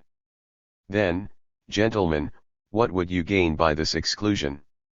Would not the charge of cowardice, certain to be brought against you, prove more damaging than that of amalgamation? Would you not be branded all over the land as dastardly hypocrites, professing principles which you have no wish or intention of carrying out? As a matter of policy or expediency, you will be wise to let me in. Everybody knows that I have been duly elected by the city of Rochester as a delegate. The fact has been broadly announced and commented upon all over the country. If I am not admitted, the public will ask, where is Douglas? Why is he not seen in the convention? And you would find that inquiry more difficult to answer than any charge brought against you for favoring political or social equality, but, ignoring the question of policy altogether, and looking at it as one of right and wrong, I am bound to go into that convention. Not to do so, would contradict the principle and practice of my life. With this answer, the committee retired from the car in which I was seated, and did not again approach me on the subject, but I saw plainly enough then, as well as on the morning when the Loyalist procession was to march through the streets of Philadelphia, that while I was not to be formally excluded, I was to be ignored by the convention. I was the ugly and deformed child of the family, and to be kept out of sight as much as possible while there was company in the house. Especially was it the purpose to offer me no inducement to be present in the ranks of the procession of its members and friends, which was to start from Independence Hall on the first morning of its meeting. In good season, however, I was present at this grand starting point. My reception there confirmed my impression as to the policy intended to be pursued towards me. Few of the many I knew were prepared to give me a cordial recognition, and among these few I may mention Gen. Benj F. Butler, who, whatever others may say of him, has always shown a courage equal to his convictions. Almost everybody else on the ground whom I met seemed to be ashamed or afraid of me. On the previous night I had been warned that I should not be allowed to walk through the city in the procession. 28. Fears had been expressed that my presence in it would so shock the prejudices of the people of Philadelphia, as to cause the procession to be mobbed. The members of the convention were to walk two abreast, and as I was the only colored member of the convention, the question was, as to who of my brother members would consent to walk with me. The answer was not long in coming.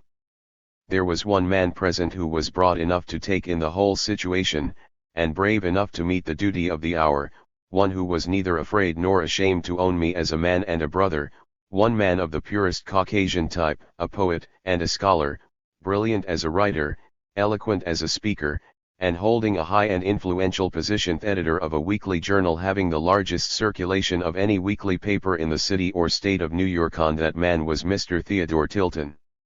He came to me in my isolation, seized me by the hand in a most brotherly way, and proposed to walk with me in the procession. I have in my life been in many awkward and disagreeable positions when the presence of a friend would have been highly valued, but I think I never appreciated an act of courage and generous sentiment more highly than I did that of this brave young man when we marched through the streets of Philadelphia on this memorable day. Well, What came of all these dark forebodings of timid men? How was my presence regarded by the populace? And what effect did it produce? I will tell you. The fears of the loyal governors who wished me excluded to propitiate the favor of the crowd, met with a signal reproof. Their apprehensions were shown to be groundless, and they were compelled, as many of them confessed to me afterwards, to own themselves entirely mistaken. The people were more enlightened and had made more progress than their leaders had supposed. An act for which those leaders expected to be pelted with stones, only brought to them unmeasured applause. Along the whole line of march my presence was cheered repeatedly and enthusiastically.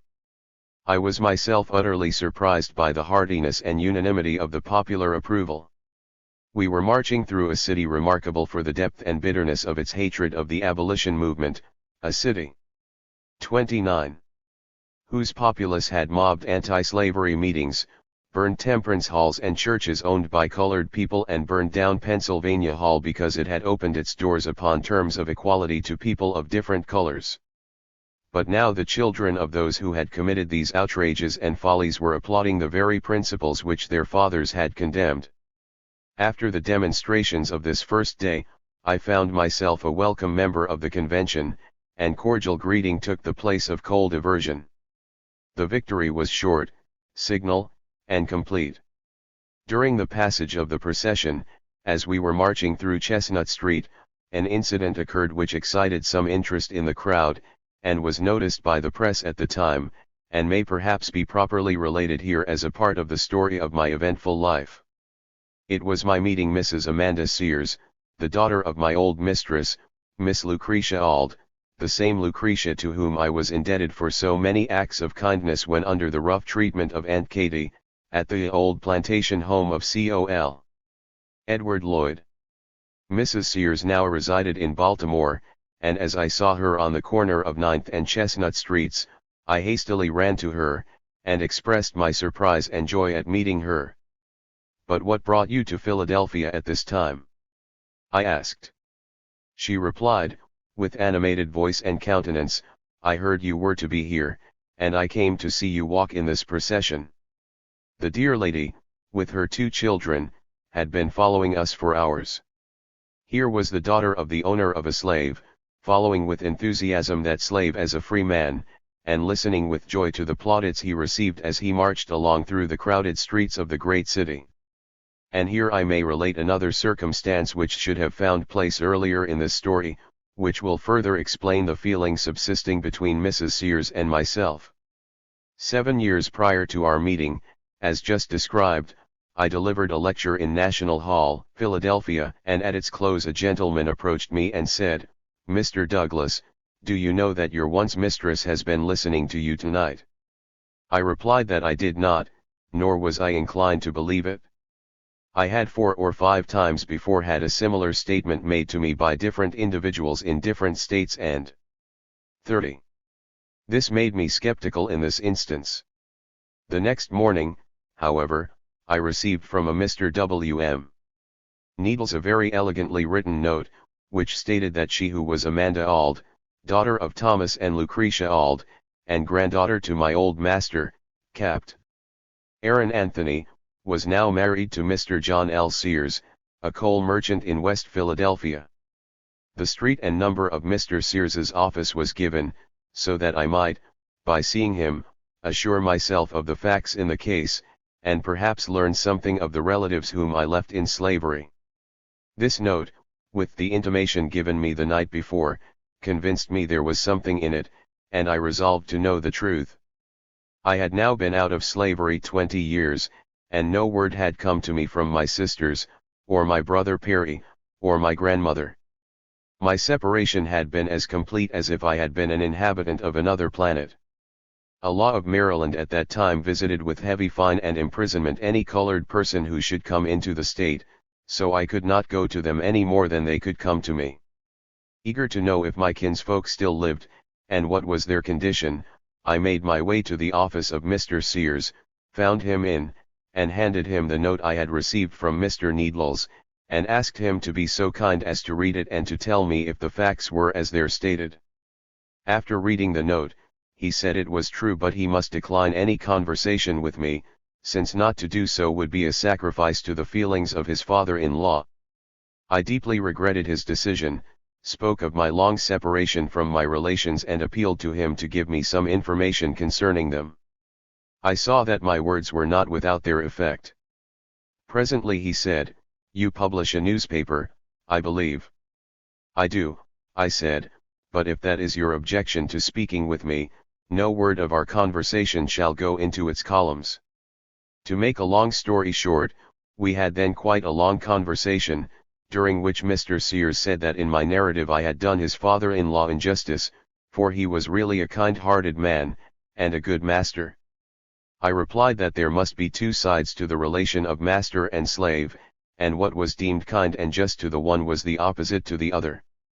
Mr. Sears was not disposed to be unreasonable, and the longer we talked the 31 nearer we came together. I finally asked permission to see Mrs. Sears, the little girl of 7 or 8 years, when I left the eastern shore of Maryland.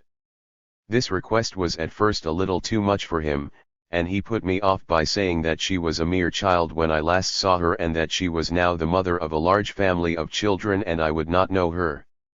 He, as well as she, could tell me everything about my people. I pressed my suit, however, insisting that I could select Miss Amanda out of 1,000 other ladies. My recollection of her was so perfect, and begged him to test my memory at this point. After much parley of this nature, he at length consented to my wishes, giving me the number of his house and name of street, with permission to call at 3:00 p.m. on the next day. I left him, delighted, and prompt to the hour was ready for my visit. I dressed myself in my best, and hired the finest carriage I could get to take me, partly because of the distance, and partly to make the contrast between the slave and the free man as striking as possible. Mr. Sears had been equally thoughtful. He had invited to his house a number of friends to witness the meeting between Mrs. Sears and myself. I was somewhat disconcerted when I was ushered into the large parlors occupied by about 30 ladies and gentlemen, to all of whom I was a perfect stranger. I saw the design to test my memory by making it difficult for me to guess who of the company was Miss Amanda. In her girlhood she was small and slender, and hence a thin and delicately formed lady was seated in a rocking chair near the center of the room with a little girl by her side. The device was good, but it did not succeed. Glancing around the room, I saw in an instant the lady who was a child 25 years before, and the wife and mother now. Satisfied of this, I said, "Mr. Sears, if you will allow me, I will select Miss Amanda from this company." I started towards her, and she, seeing that I recognized her, bounded to me with joy in every feature, and expressed her great happiness at seeing me. All thought of slavery, color, or what might seem to belong to the dignity of her position vanished, and the meeting was as the meeting of friends long separated, yet still present in each other's memory and affection. 32. Amanda made haste to tell me that she agreed with me about slavery, and that she had freed all her slaves as they had become of age. She brought her children to me, and I took them in my arms, with sensations which I could not if I would stop here to describe. One explanation of the feeling of this lady towards me was, that her mother, who died when she was yet a tender child, had been briefly described by me in a little narrative of my life, published many years before our meeting, and when I could have had no motive but the highest for what I said of her. She had read my story and had through me learned something of the amiable qualities of her mother. She also recollected that as I had had trials as a slave she had had her trials under the care of a stepmother, and that when she was harshly spoken to by her father's second wife she could always read in my dark face the sympathy of one who had often received kind words from the lips of her beloved mother. Mrs. Sears died 3 years ago in Baltimore, but she did not depart without calling me to her bedside, that I might tell her as much as I could about her mother, whom she was firm in the faith that she should meet in another and better world. She especially wished me to describe to her the personal appearance of her mother, and desired to know if any of her own children then present resembled her. I told her that the young lady standing in the corner of the room was the image of her mother in form and features. She looked at her daughter and said, Her name is Lucretia after my mother. After telling me that her life had been a happy one, and thanking me for coming to see her on her deathbed, she said she was ready to die. We parted to meet no more in life. The interview touched me deeply, and I could not help thinking, a strange another proof that truth is often stranger than fiction. If any reader of this part of my life shall see in it the evidence of a want of manly resentment for wrongs inflicted by slavery upon myself and race, and by the ancestors of this lady, so it must be. No man can be stronger than nature, one touch of which, we are told, makes all the world akin. I esteem myself a good, persistent hater of injustice and oppression, but my resentment ceases when they cease, and I have no heart to visit upon children the sins of their fathers. 33. It will be noticed that when I first met Mr. Sears in Philadelphia he declined to talk with me, on the ground that I had been unjust to Captain Auld, his father-in-law. Soon after that meeting Captain Auld had occasion to go to Philadelphia, and, as usual, went straight to the house of his son-in-law. He had hardly finished the ordinary salutations when he said, "Sears, I see by the papers that Frederick has recently been in Philadelphia. Did you go to hear him?" "Yes, sir," was the reply. After asking something about my lecture he said, "Well, Sears, did Frederick come to see you?" "Yes, sir," said Sears. "Well, how did you receive him?" Mr. Sears then told him all about my visit, and had the satisfaction of hearing the old man say that he had done right in giving me welcome to his house. This last fact I have from Reverend J. D. Long, who, with his wife, was one of the party invited to meet me at the house of Mr. Sears on the occasion of my visit to Mrs. Sears. But I must now return from this digression and further relate my experience in the Loyalist National Convention, and how, from that time, there was an impetus given to the enfranchisement of the freedmen which culminated in the 15th Amendment to the Constitution of the United States. From the first the members of the convention were divided in their views of the proper measures of Reconstruction, and this division was in some sense sectional. The men from the far South, strangely enough, were quite radical, while those from the border states were mostly conservative, and unhappily, these last had from the first the control of the convention. A Kentucky gentleman was made president. Its other officers were for the most part Kentuckians and all were in sentiment opposed to colored suffrage. There was a whole heap of halfness in that state during the war for the Union, and there was much more there after the war. The Maryland delegates, with the exception of Hon. John L. Thomas, were in sympathy with Kentucky. Those from Virginia, except Hon. John Minor Botts, were unwilling to entertain the question. The result was that the convention was broken square in two. The Kentucky president declared it adjourned, and left the chair, against the earnest protests of the Friends of Manhood Suffrage. 34. But the friends of this measure were not to be outgeneraled and suppressed in this way, and instantly reorganized, elected Hon. John M. Botts of Virginia president, discussed and passed resolutions in favor of enfranchising the freedmen, and thus placed the question before the country in such a manner that it could not be ignored. The delegates from the southern states were quite in earnest, and bore themselves grandly in support of the measure, but the chief speakers and advocates of suffrage on that occasion were Mr. Theodore Tilton and Miss Anna E. Dickinson. Of course, on such a question, I could not be expected to be silent. I was called forward and responded with all the energy of my soul, for I looked upon suffrage to the Negro as the only measure which could prevent him from being thrust back into slavery. From this time onward the question of suffrage had no rest. The rapidity with which it gained strength was more than surprising to me. In addition to the justice of the measure, it was soon commended by events, as a political necessity. As in the case of the abolition of slavery, the white people of the rebellious states have themselves to thank for its adoption. Had they accepted with moderate grace the decision of the court to which they appealed, and the liberal conditions of peace offered to them, and united heartily with the national government in its efforts to reconstruct their shattered institutions, instead of sullenly refusing as they did their counsel and their votes to that end, they might easily have defeated the argument based upon the necessity for the measure. As it was, the question was speedily taken out of the hands of colored delegations and mere individual efforts and became a part of the policy of the Republican Party, and President U.S. Grant, with his characteristic nerve and clear perception of justice, promptly recommended the great amendment to the Constitution by which colored men are today invested with complete citizenship, the right to vote and to be voted for in the American Republic. 35. Chapter 14. Living and Learning. Inducements to a political career. Objection. Saw newspaper enterpriseth a new national ear rights abandonment. Freedmen's Savings and Trust Companies. It experience vindication. The adoption of the 14th and 15th Amendments and their incorporation into the Constitution of the United States opened a very tempting field to my ambition, and one to which I should probably have yielded had I been a younger man. I was earnestly urged by many of my respected fellow citizens, both colored and white, and from all sections of the country, to take up my abode in some one of the many districts of the South where there was a large colored vote and get myself elected, as they were sure I easily could do, to a seat in Congress, possibly in the Senate.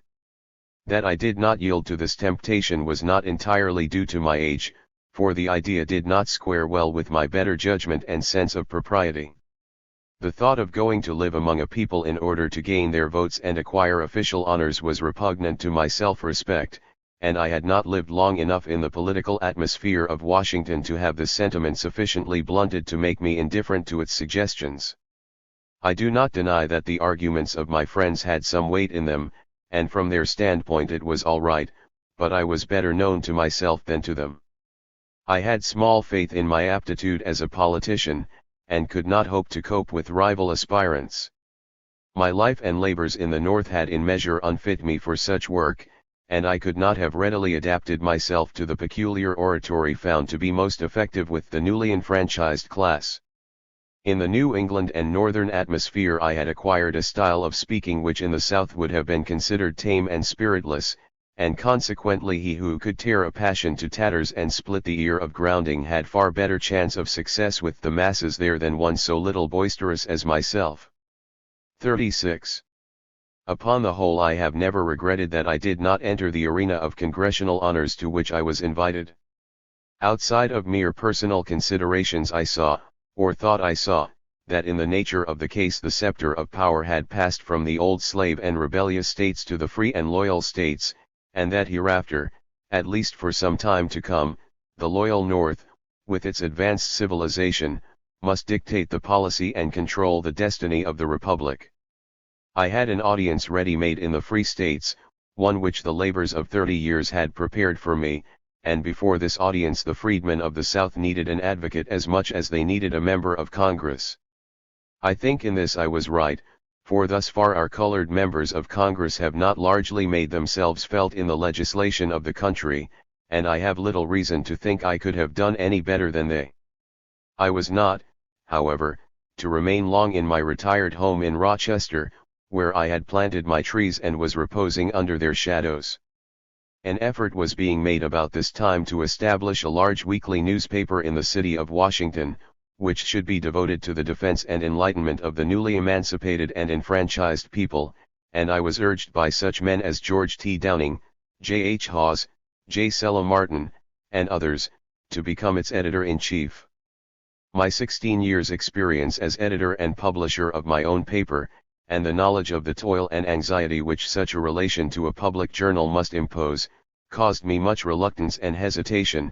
Nevertheless, I yielded to the wishes of my friends and counselors, went to Washington, threw myself into the work, hoping to be able to lift up a standard at the national capital for my people which should cheer and strengthen them in the work of their own improvement and elevation. I was not long connected with this enterprise before I discovered my mistake. The cooperation so liberally promised, and the support which had been assured, were not very largely realized. By a series of circumstances, a little bewildering as I now look back upon them, I found myself alone, under the mental and pecuniary burden involved in the prosecution of the enterprise. I had been misled by loud talk of a 37. Grand Incorporated Publishing Company, in which I should have shares if I wished, and in any case a fixed salary for my services, and after all these fair-seeming conditions I had not been connected with the paper 1 year before its affairs had been so managed by the agent appointed by this invisible company, or corporate body, as to compel me to bear the burden alone, and to become the sole owner of the printing establishment. Having become publicly associated with the enterprise, I was unwilling to have it prove a failure, and had allowed it to become in debt to me, both for money loaned and for services, and at last it seemed wise that I should purchase the whole concern, which I did, and turned it over to my sons Louis and Frederick, who were practical printers, and who, after a few years, were compelled to discontinue its publication. This paper was the New National Era, to the columns of which the colored people are indebted for some of the best things ever uttered in behalf of their cause, for, aside from its editorials and selections, many of the ablest colored men of the country made it the medium through which to convey their thoughts to the public. A misadventure though it was, which cost me from $9,000 to $10,000, over it I have no tears to shed. The journal was valuable while it lasted, and the experiment was to me full of instruction, which has to some extent been heeded, for I have kept well out of newspaper undertakings since. Someone has said that experience is the best teacher. Unfortunately, the wisdom acquired in one experience seems not to serve for another and new one. At any rate, my first lesson at the national capital, bought rather dearly as it was, did not preclude the necessity of a second whetstone to sharpen my wits in this, my new home and new surroundings. It is not altogether without a feeling of humiliation that I must narrate my connection with the Freedmen's Savings and Trust Company. This was an institution designed to furnish a place of security and profit for the hard earnings of the colored people, especially at the South. Though its title was the Freedmen's Savings and Trust Company, it is known generally as the Freedmen's Bank. According to its managers, it was to be this and something more. There was something missionary in 38.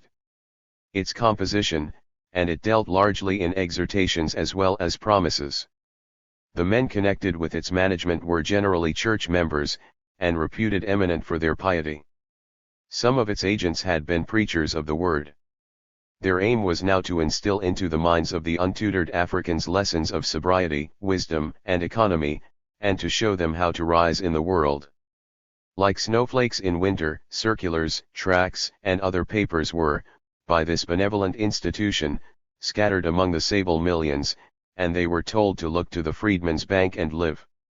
Branches were established in all the southern states, and as a result, money to the amount of millions flowed into its vaults.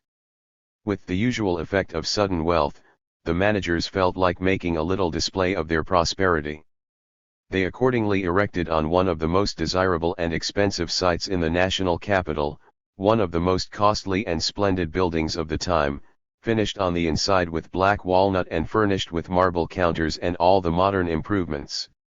The magnificent dimensions of the building bore testimony to its flourishing condition. In passing it on the street I often peeped into its spacious windows, and looked down the row of its gentlemanly and elegantly dressed colored clerks, with their pens behind their ears and buttonhole bouquets in their coat fronts, and felt my very eyes enriched. It was a sight I had never expected to see. I was amazed with the facility with which they counted the money. They threw off the thousands with the dexterity, if not the accuracy, of old and experienced clerks. The whole thing was beautiful.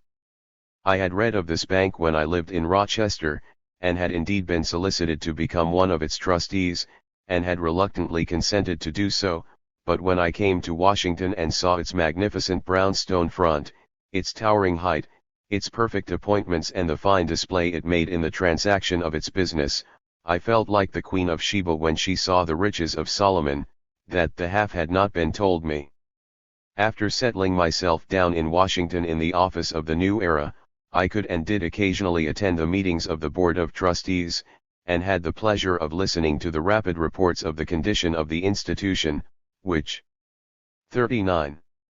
Were generally of a most encouraging character. My confidence in the integrity and wisdom of the management was such that at one time I had entrusted to its vaults about $12,000. It seemed fitting to me to cast in my lot with my brother freedmen and to help build up an institution which represented their thrift and economy to so striking advantage, for the more millions accumulated there, I thought, the more consideration and respect would be shown to the colored people of the whole country. About 4 months before this splendid institution was compelled to close its doors in the starved and deluded faces of its depositors, and while I was assured by its president and by its actuary of its sound condition, I was solicited by some of its trustees to allow them to use my name in the board as a candidate for its presidency. So I waked up one morning to find myself seated in a comfortable armchair, with gold spectacles on my nose, and to hear myself addressed as president of the Freeman's Bank. I could not help reflecting on the contrast between Frederick the slave boy, running about at Col. Lloyd's with only a tow linen shirt to cover him, and Frederick president of a bank counting its assets by millions. I had heard of golden dreams, but such dreams had no comparison with this reality. And yet this seeming reality was scarcely more substantial than a dream. My term of service on this golden height covered only the brief space of 3 months, and these 3 months were divided into 2 parts, during the first part of which I was quietly employed in an effort to find out the real condition of the bank and its numerous branches. This was no easy task. On paper, and from the representations of its management, its assets amounted to $3 millions, and its liabilities were about equal to its assets. With such a showing I was encouraged in the belief that by curtailing the expenses, and doing away with non-paying branches, which policy the trustees had now adopted, we could be carried safely through the financial distress then upon the country. So confident was I of this, that in order to meet what was said to be a temporary emergency, I was induced to loan the bank $10,000 of my own money, to be held by it until it could realize on a part of its abundant securities. This money, though it was repaid, was 40. Not done so as promptly as, under the supposed circumstances, I thought it should be, and these circumstances increased my fears lest the chasm was not so easily bridged as the actuary of the institution had assured me it could be. The more I observed and learned, the more my confidence diminished. I found that those trustees who wished to issue cards and publish addresses professing the utmost confidence in the bank, had themselves not $1 deposited there. Some of them, while strongly assuring me of its soundness, had withdrawn their money and opened accounts elsewhere. Gradually I discovered that the bank had, through dishonest agents, sustained heavy losses at the South, that there was a discrepancy on the books of $40,000 for which no account could be given, and that, instead of our assets being equal to our liabilities, we could not in all likelihoods of the case pay 72 cents on the dollar. There was an air of mystery, too, about the spacious and elegant apartments of the bank building, which greatly troubled me, and which I have only been able to explain to myself on the supposition that the employees, from the actuary and the inspector down to the messengers, were naturally anxious to hold their places, and consequently have the business continued. I am not a violent advocate of the doctrine of the total depravity of human nature. I am inclined, on the whole, to believe it a tolerably good nature, yet instances do occur which oblige me to concede that men can and do act from mere personal and selfish motives.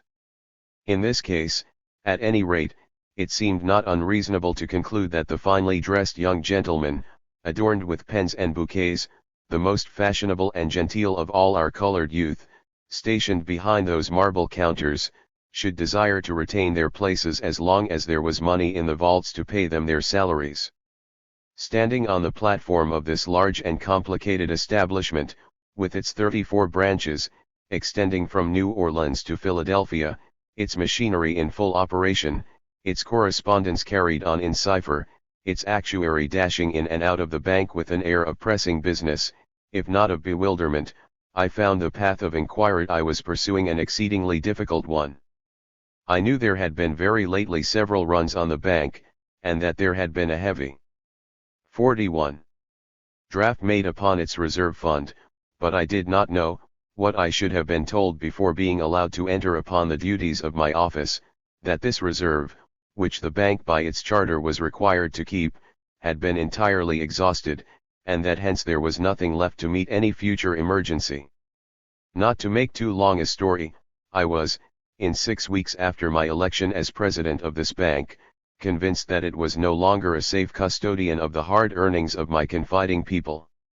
This conclusion once reached, I could not hesitate as to my duty in the premises, and this was, to save as much as possible of the assets held by the bank for the benefit of the depositors, and to prevent their being further squandered in keeping up appearances, and in paying the salaries of myself and other officers in the bank.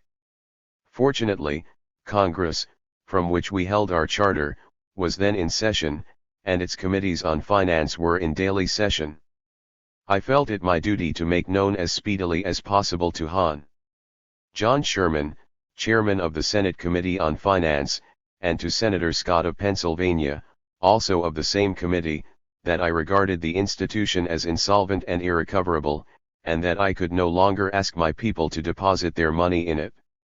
This representation to the Finance Committee subjected me to very bitter opposition on the part of the officers of the bank.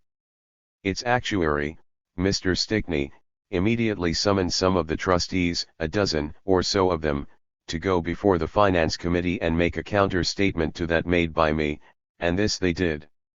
Some of them who had assisted me by giving me facts showing the insolvency of the bank, now made haste to contradict that conclusion and to assure the committee that it was, if allowed to go on, abundantly able to weather the financial storm and pay dollar for dollar to its depositors. I was not exactly thunderstruck, but I was much amazed by this contradiction. I, however, adhered to my statement that the bank ought to stop. The Finance Committee substantially agreed with me and in a few weeks so legislated, by appointing 3 commissioners to take charge of its affairs, as to bring this imposing banking business to a close. This is a fair and unvarnished narration of my connection with the Freedmen Savings and Trust Company, otherwise 42. Known as the Freedmen Savings Bank, a connection which has brought upon my head an amount of abuse and detraction greater than any encountered in any other part of my life.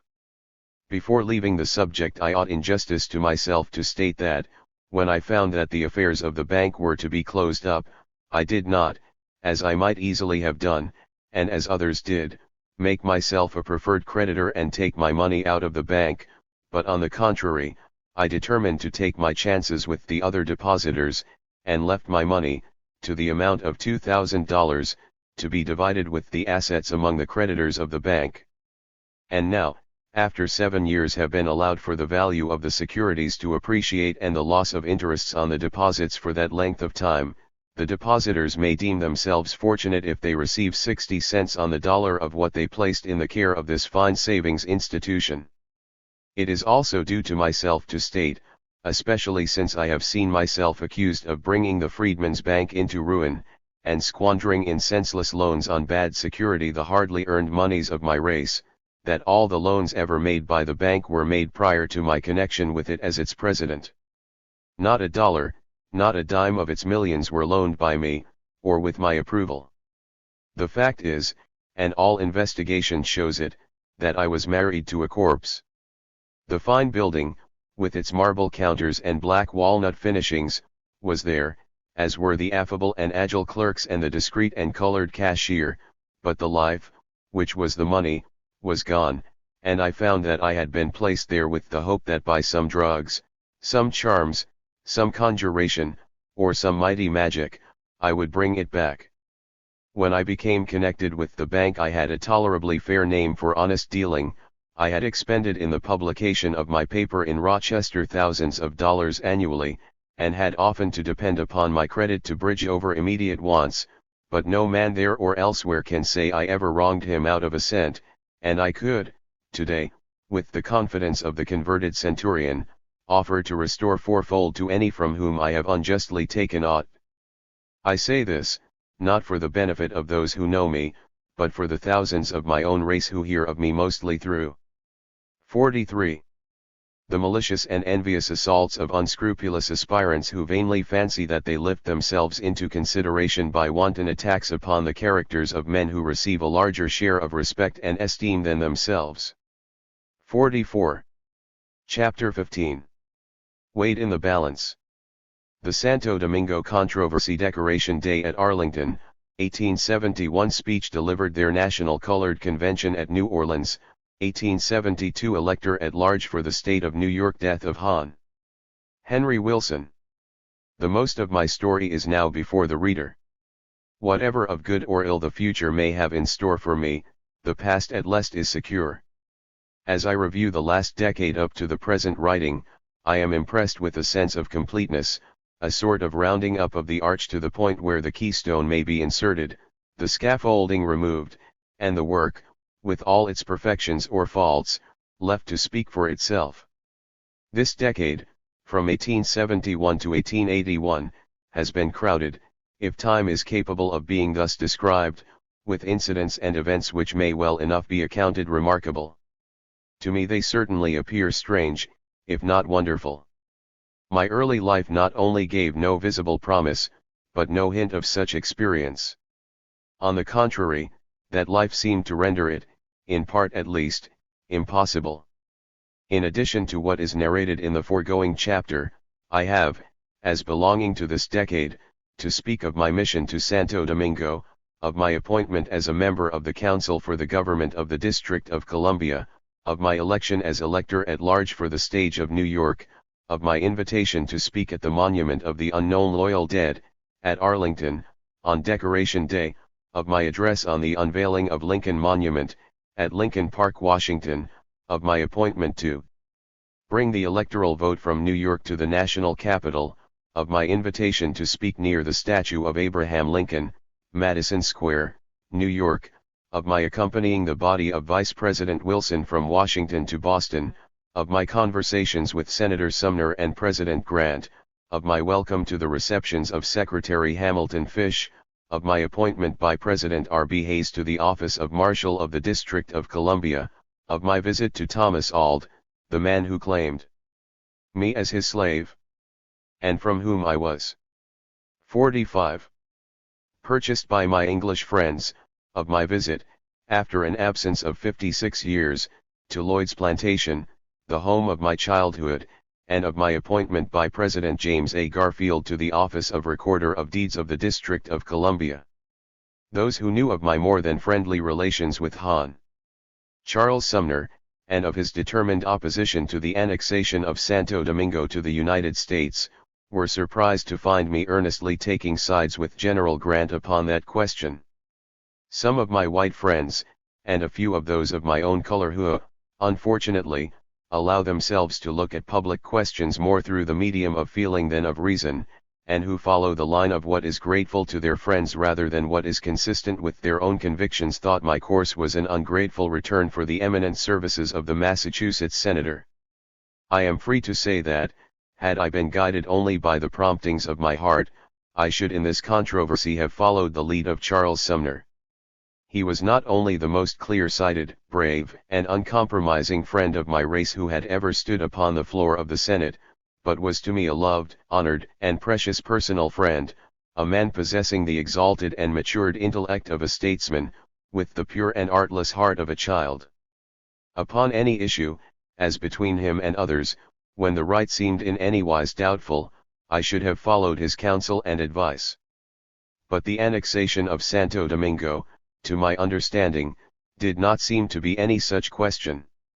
The reasons in its favor were many and obvious, and those against it, as I thought, were easily answered. To Mr. Sumner, annexation was a measure to extinguish a colored nation, and to do so by dishonorable means and for selfish motives.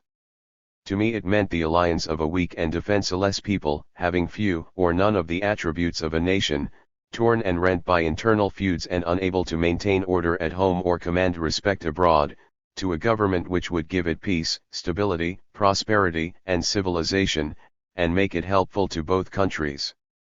To favor annexation at the time when Santo Domingo asked for a place in our union, was a very different thing from what it was when Cuba and Central America were sought by filibustering. 46. Expeditions. When the slave power bore rule, and a spirit of injustice and oppression animated and controlled every part of our government, I was for limiting our dominion to the smallest possible margin, but since liberty and equality have become the law of our land, I am for extending our dominion whenever and wherever such extension can peaceably and honorably, and with the approval and desire of all the parties concerned, be accomplished. Santo Domingo wanted to come under our government upon the terms thus described, and for more reasons than I can stop here to give. I then believed, and do now believe, it would have been wise to have received her into our sisterhood of states. The idea that annexation meant degradation to a colored nation was altogether fanciful. There was no more dishonor to Santo Domingo in making her a state of the American Union, than in making Kansas, Nebraska, or any other territory such a state. It was giving to a part the strength of the whole, and lifting what must be despised for its isolation into an organization and relationship which would compel consideration and respect. Although I differed from Mr. Sumner in respect of this measure, and although I told him that I thought he was unjust to President Grant, it never disturbed our friendship. After his great speech against annexation, which occupied 6 hours in its delivery, and in which he arraigned the President in a most bitter and fierce manner, being at the White House one day, I was asked by President Grant what I now thought of my friend, Mr. Sumner. I replied that I believed Mr. Sumner sincerely thought, that in opposing annexation, he was defending the cause of the colored race as he always had done, but that I thought he was mistaken. I saw that my reply was not very satisfactory, and said, "What do you, Mr. President, think of Senator Sumner?" He answered, with some feeling, "I think he is mad." The difference in opinion on this question between these two great men was the cause of bitter personal estrangement, and one which I intensely regretted. The truth is, that neither one was entirely just to the other, because neither saw the other in his true character, and having once fallen asunder. 47. The occasion never came when they could be brought together. Variance between great men finds no healing influence in the atmosphere of Washington. Interested parties are ever ready to fan the flame of animosity and magnify the grounds of hostility in order to gain the favor of one or the other. This is perhaps true in some degree in every community, but it is especially so of the national capital, and this for the reason that there is ever a large class of people here dependent for their daily bread upon the influence and favor of powerful public men. My selection to visit Santo Domingo with the commission sent thither, was another point indicating the difference between the old time and the new. It placed me on the deck of an American man of war, manned by 100 Marines and 500 men of war's men, under the national flag, which I could now call mine, in common with other American citizens, and gave me a place not in the forecastle, among the hands, nor in the caboose with the cooks, but in the captain's saloon and in the society of gentlemen, scientists, and statesmen. It would be a pleasing task to narrate the varied experiences and the distinguished persons encountered in this Santo Domingo tour, but the material is too boundless for the limits of these pages. I can only say that it was highly interesting and instructive. The conversations at the captain's table were usually led by Messrs.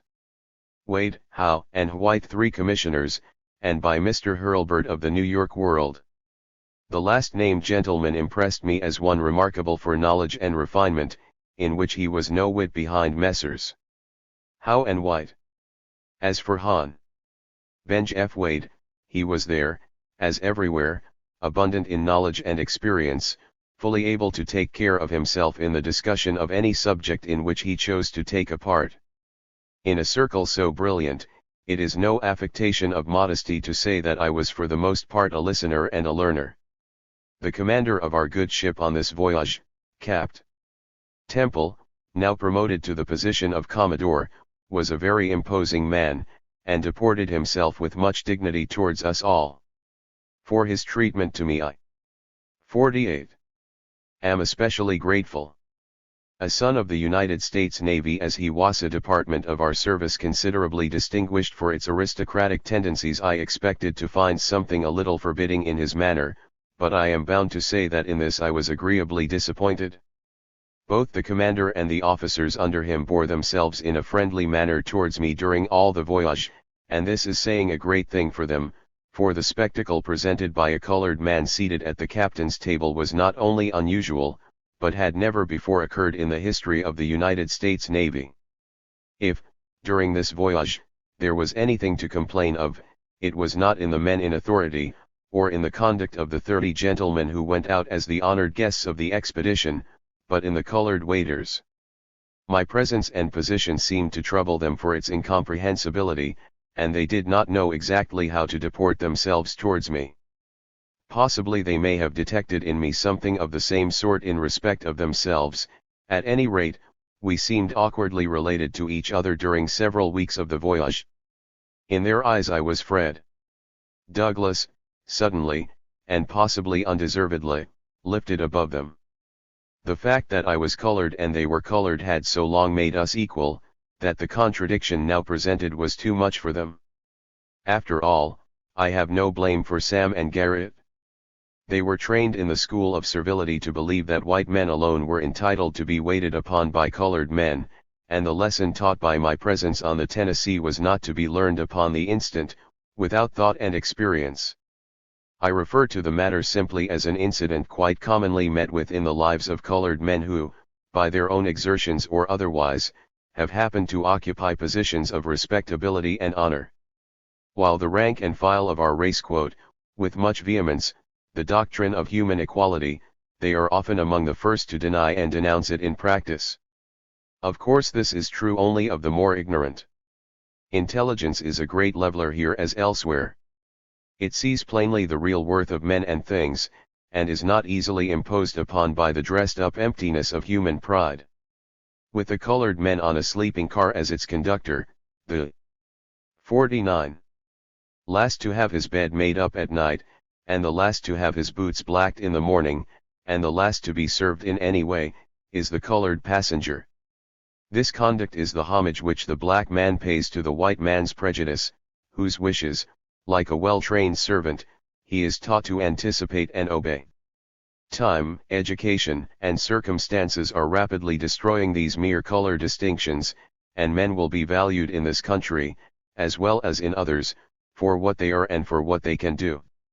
My appointment at the hands of President Grant to a seat in the council by way of eminence, sometimes called the upper house of the territorial legislature of the District of Columbia, must be taken as, at the time it was made, a signal evidence of his high sense of justice, fairness, and impartiality. The colored people of the district constituted then, as now, about 1/3 of the whole population. They were given by Gen. Grant 3 members of this legislative council, a representation more proportionate than any that has existed since the government has passed into the hands of commissioners, for they have all been white men. It has sometimes been asked why I am called honorable. My appointment to this council must explain this, as it explains the impartiality of Gen. Grant, though I fear it will hardly sustain this prodigious handle to my name, as well as it does the former part of this proposition. The members of this district council were required to be appointed by the President, with the advice and consent of the United States Senate. This is the ground, and only ground that I know of, upon which anybody has claimed this title for me. I do not pretend that the foundation is a very good one, but as I have generally allowed people to call me what they have pleased, and as there is nothing necessarily dishonorable in this, I have never taken the pains to dispute its application and propriety, and yet I confess that I am never so spoken of without feeling a trifle uncomfortable about, as much so as when I am called, as I sometimes am, the Rev. Frederick Douglass. My stay in this legislative body was of short duration. My vocation abroad left me little time to study the many matters of local legislation, hence my resignation, and the appointment of my son Louis to fill out my term. 50. I have thus far told my story without copious quotations from my letters, speeches, or other writings, and shall not depart from this rule in what remains to be told, except to insert here my speech, delivered at Arlington, near the monument to the unknown loyal dead, on Decoration Day, 1871. It was delivered under impressive circumstances, in presence of President Grant, his cabinet, and a great multitude of distinguished people, and expresses, as I think, the true view which should be taken of the great conflict between slavery and freedom to which it refers. Friends and fellow citizens, tarry here for a moment. My words shall be few and simple. The solemn rites of this hour and place call for no lengthened speech. There is, in the very air of this resting ground of the unknown dead, a silent, subtle, and all-pervading eloquence, far more touching, impressive, and thrilling than living lips have ever uttered.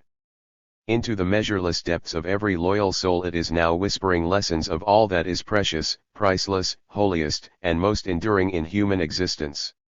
Dark and sad will be the hour to this nation when it forgets to pay grateful homage to its greatest benefactors. The offering we bring today is due alike to the patriot soldiers dead and their noble comrades who still live, for, whether living or dead, whether in time or eternity, the loyal soldiers who imperiled all for country and freedom are one and inseparable.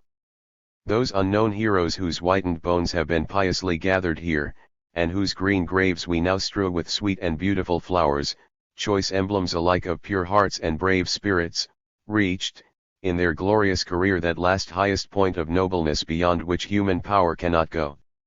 They died for their country. No loftier tribute can be paid to the most illustrious of all the benefactors of mankind than we pay to these unrecognized soldiers when we write above their graves this shining epitaph.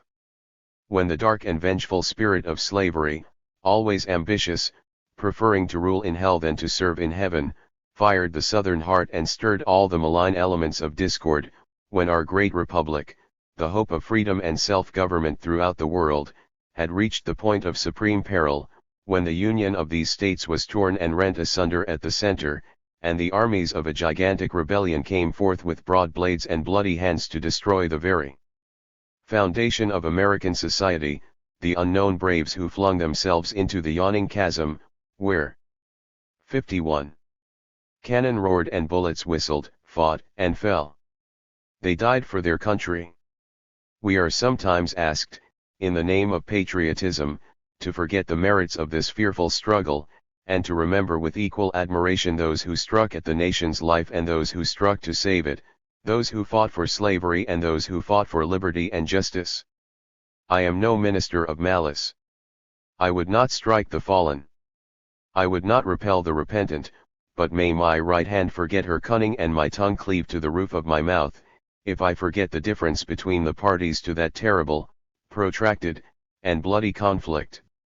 If we ought to forget a war which has filled our land with widows and orphans, which has made stumps of men of the very flower of our youth, which has sent them on the journey of life armless, legless, maimed and mutilated, which has piled up a debt heavier than a mountain of gold, swept uncounted thousands of men into bloody graves and planted agony at a million hearthstones, I say, if this war is to be forgotten, I ask, in the name of all things sacred, what shall men remember? The essence and significance of our devotions here today are not to be found in the fact that the men whose remains fill these graves were brave in battle. If we met simply to show our sense of bravery, we should find enough on both sides to kindle admiration. In the raging storm of fire and blood, in the fierce torrent of shot and shell, of sword and bayonet, whether on foot or on horse, unflinching courage marked the rebel not less than the loyal soldier. But we are not here to applaud manly courage, save as it has been displayed in a noble cause. We must never forget that victory to the rebellion meant death to the republic. We must never forget that the loyal soldiers who rest beneath this sod flung themselves between the nation and the nation's destroyers.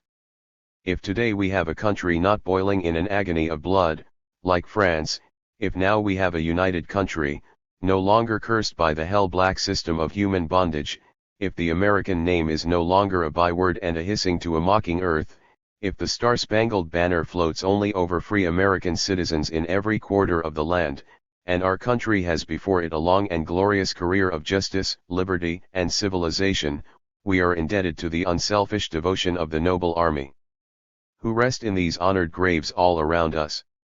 In the month of April, 1872, I had the honor to attend and preside over a national convention of colored citizens held in New Orleans.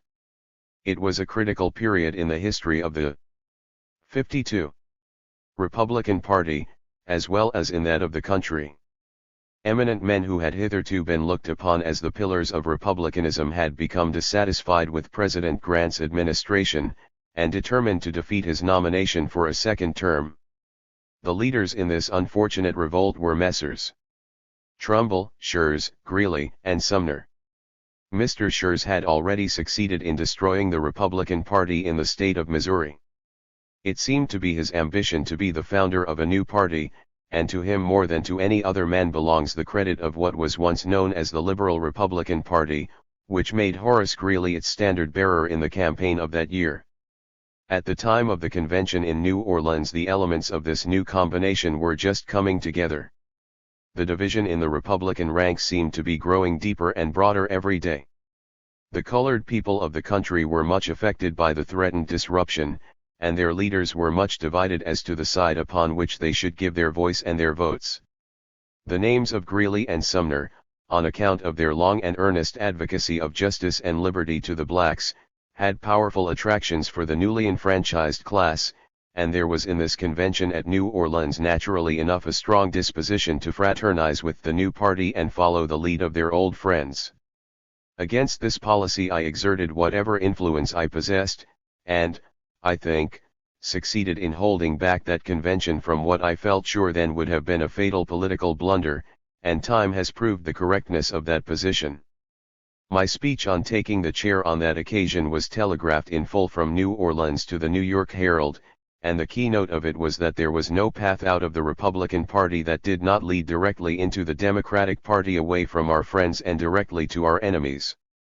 Happily this convention pretty largely agreed with me, and its members have not since regretted that agreement. From this convention onward, until the nomination and election of Grant and Wilson, I was actively engaged on the stump, a part of the time in Virginia with Hon. Henry Wilson, in North Carolina with John M. Langston and John H. 53. Smith, and in the state of Maine with Senator Hamlin, General B. F. Butler, Gen. Woodford, and Hon. James G. Blaine. Since 1872 I have been regularly what my old friend Parker Pillsbury would call a field hand in every important political campaign, and at each national convention have sided with what has been called the stalwart element of the Republican Party. It was in the Grant presidential campaign that New York took an advanced step in the renunciation of a timid policy. The Republicans of that state, not having the fear of popular prejudice before their eyes, placed my name as an elector at large at the head of their presidential ticket. Considering the deep-rooted sentiment of the masses against Negroes, the noise and tumult likely to be raised, especially among our adopted citizens of Irish descent, this was a bold and manly proceeding, and one for which the Republicans of the state of New York deserve the gratitude of every colored citizen of the Republic, for it was a blow at popular prejudice in a quarter where it was capable of making the strongest resistance. The result proved not only the justice and generosity of the measure, but its wisdom. The Republicans carried the state by a majority of 50,000 over the heads of the Liberal Republican and Democratic parties combined. Equally significant of the turn now taken in the political sentiment of the country was the action of the Republican Electoral College at its meeting in Albany, when it committed to my custody the sealed-up electoral vote of the great state of New York and commissioned me to bring that vote to the national capital. Only a few years before this any colored man was forbidden by law to carry a United States mail bag from one post office to another. He was not allowed to touch the sacred leather, though locked in triple steel, but now not a mail bag, but a document which was to decide the presidential question with all its momentous interests, was committed to the hands of one of this despised class, and around him, in the execution of his high trust, was thrown all the safeguards provided by the Constitution and the laws of the land. Though I worked hard and long to secure the nomination and election of Gen. Grant in 1872, I neither received nor sought office from him. He was my choice upon grounds Al. 54.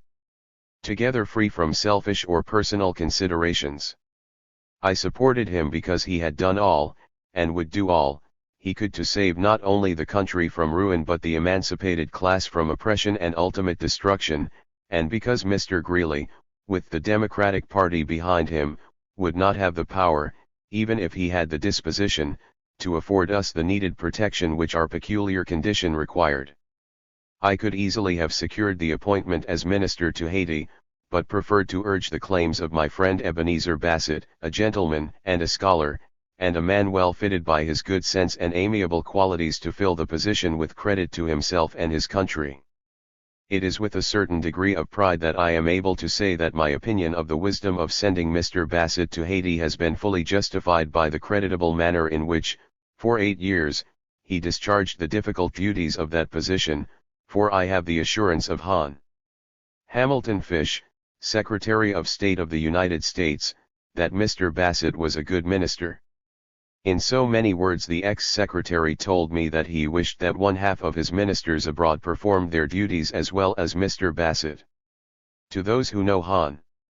Hamilton Fish this compliment will not be deemed slight, for few men are less given to exaggeration and are more scrupulously exact in the observance of law and in the use of language than is that gentleman. While speaking in this strain of complacency in reference to Mr. Bassett, I take pleasure also in bearing my testimony, based upon knowledge obtained at the State Department, that Mr. John Mercer Langston, the present minister to Haiti, has acquitted himself with equal wisdom and ability to that of Mr. Bassett in the same position. Having known both these gentlemen in their youth, when the one was at Yale and the other at Oberlin College, and witnessed their efforts to qualify themselves for positions of usefulness, it has afforded me no limited satisfaction to see them rise in the world. Such men increase the faith of all in the possibilities of their race, and make it easier for those who are to come after them. The unveiling of Lincoln Monument in Lincoln Park, Washington, April 14, 1876, and the part taken by me in the ceremonies of that grand occasion, takes rank among the 55 most interesting incidents of my life, since it brought me into mental communication with a greater number of the influential and distinguished men of the country than any I had before known. There were present the President of the United States and his cabinet, judges of the Supreme Court, the Senate and House of Representatives, and many thousands of citizens to listen to my address upon the illustrious man to whose memory the colored people of the United States had, as a mark of their gratitude, erected that impressive monument. Occasions like this have done wonders in the removal of popular prejudice and lifting into consideration the colored race, and I reckon it one of the high privileges of my life that I was permitted to have a share in this and several other like celebrations. The progress of a nation is sometimes indicated by small things. When Henry Wilson, an honored senator and vice president of the United States, died in the capital of the nation, it was a significant and telling indication of national advance, that 3 colored citizens, Mr. Robert Purvis, Mr. James Wormley and myself, were selected with the Senate Committee, to accompany his honored remains from Washington to the grand old Commonwealth he loved so well, and whom in turn she had so greatly loved and honored. It was meet and right that we should be represented in the long procession that met those remains in every state between here and Massachusetts, for Henry Wilson was among the foremost friends of the colored race in this country, and this was the first time in its history that a colored man had been made a pallbearer at the funeral, as I was in this instance, of a Vice President of the United States. An appointment to any important and lucrative office under the United States government usually brings its recipient a large measure of praise and congratulation on the one hand, and much abuse and disparagement on the other, and he may think himself singularly fortunate if the censure does not exceed the praise. I need not dwell upon the causes of this extravagance, but I may say that there is no office of any value in the country which is not desired and sought by many persons equally meritorious and equally deserving. But as only one person can be appointed to any one office, only one can. 56. Be pleased, while many are offended. Unhappily, resentment follows disappointment, and this resentment often finds expression in disparagement and abuse of the successful man. As in most else that I have said, I borrow this reflection from my own experience. My appointment as United States Marshal of the District of Columbia was in keeping with the rest of my life, as a freeman. It was an innovation upon long-established usage, and opposed to the general current of sentiment in the community. It came upon the people of the district as a gross surprise, and almost a punishment, and provoked something like a scream, I will not say a yell, of popular displeasure. As soon as I was named by President Hayes for the place, efforts were made by members of the bar to defeat my confirmation before the Senate. All sorts of reasons against my appointment, but the true one, were given, and that was withheld more from a sense of shame, than from a sense of justice. The apprehension doubtless was, that if appointed marshal, I would surround myself with colored deputies, colored bailiffs, and colored messengers and pack the jury box with colored jurors, in a word, Africanize the courts. But the most dreadful thing threatened, was a colored man at the executive mansion in white kid gloves, sparrow-tailed coat, patent leather boots, and alabaster cravat, performing the ceremony very empty of introducing the aristocratic citizens of the Republic to the President of the United States. This was something entirely too much to be borne, and men asked themselves in view of it, to what is the world coming? And where will these things stop? Dreadful! Dreadful! It is creditable to the manliness of the American Senate, that it was moved by none of these things, and that it lost no time in the matter of my confirmation. I learn, and believe my information correct, that foremost among those who supported my confirmation against the objections made to it, was Hon. Roscoe Conkling of New York. His speech in executive session is said by the senators who heard it, to have been one of the most masterly and eloquent ever delivered on the floor of the Senate, and this too I readily believe, for Mr. Conkling possesses the ardor and fire of Henry Clay, the subtlety of Calhoun, and the massive grandeur of Daniel Webster. 57.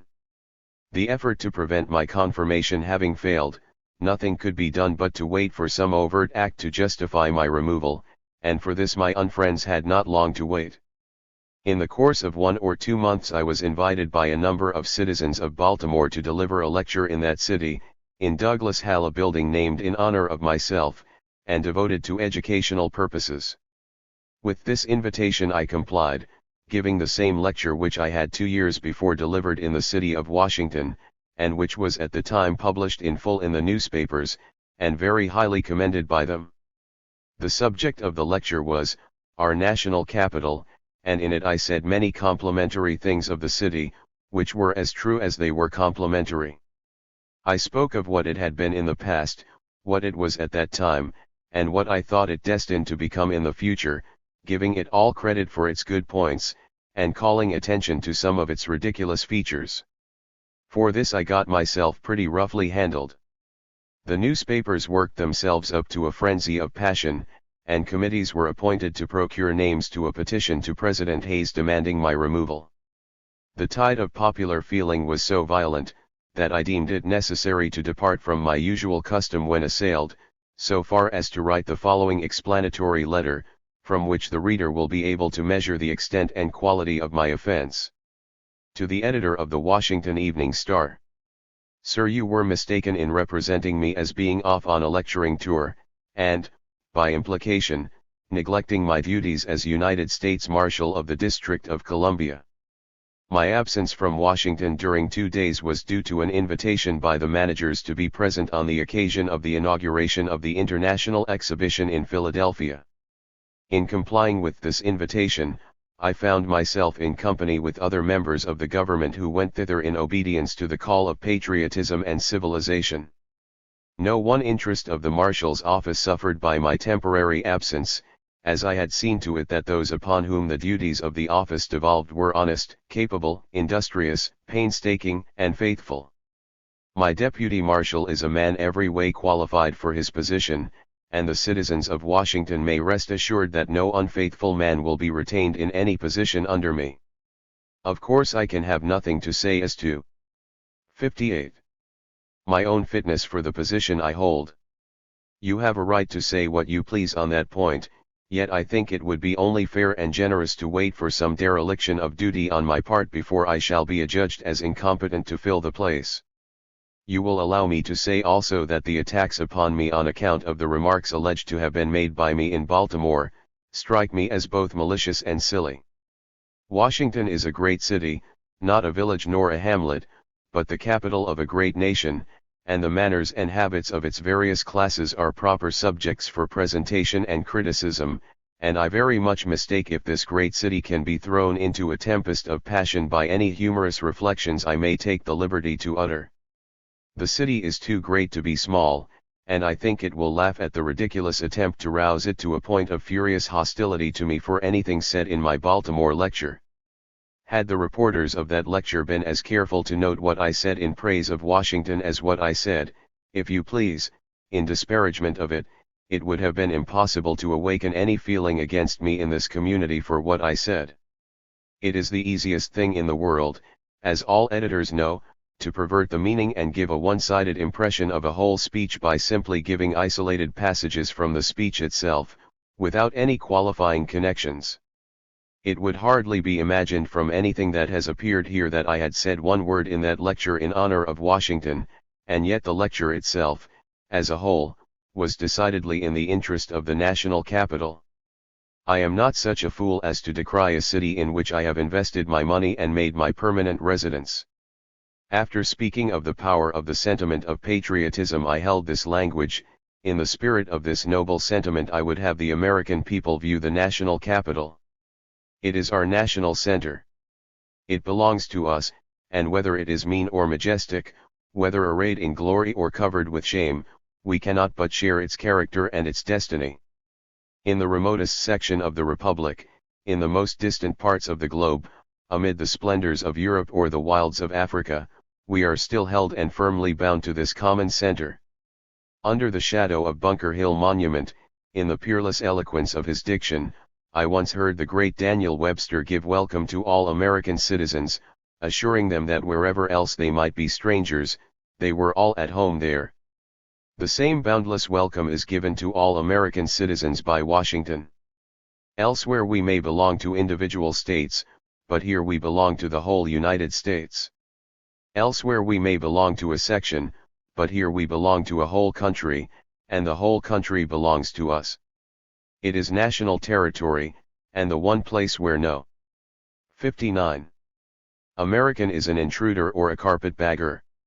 The newcomer is not less at home than the old resident. Under its lofty domes and stately pillars, as under the broad blue sky, all races and colors of men stand upon a footing of common equality. The wealth and magnificence which elsewhere might oppress the humble citizen has an opposite effect here. They are felt to be a part of himself and serve to ennoble him in his own eyes. He is an owner of the marble grandeur which he beholds about him, as much so as any of the 40 millions of this great nation. Once in his life every American who can should visit Washington, not as the Mohammedan to Mecca, not as the Catholic to Rome, not as the Hebrew to Jerusalem, nor as the Chinaman to the flowery kingdom, but in the spirit of enlightened patriotism, knowing the value of free institutions and how to perpetuate and maintain them.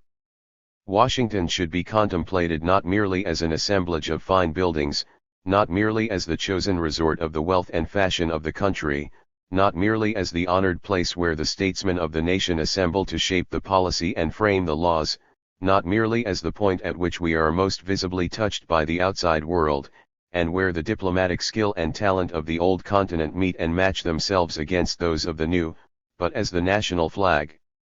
Itself a glorious symbol of civil religious liberty, leading the world in the race of social science, civilization, and renown. My lecture in Baltimore required more than an hour and a half for its delivery, and every intelligent reader will see the difficulty of doing justice to such a speech when it is abbreviated and compressed into a half or three-quarters of a column.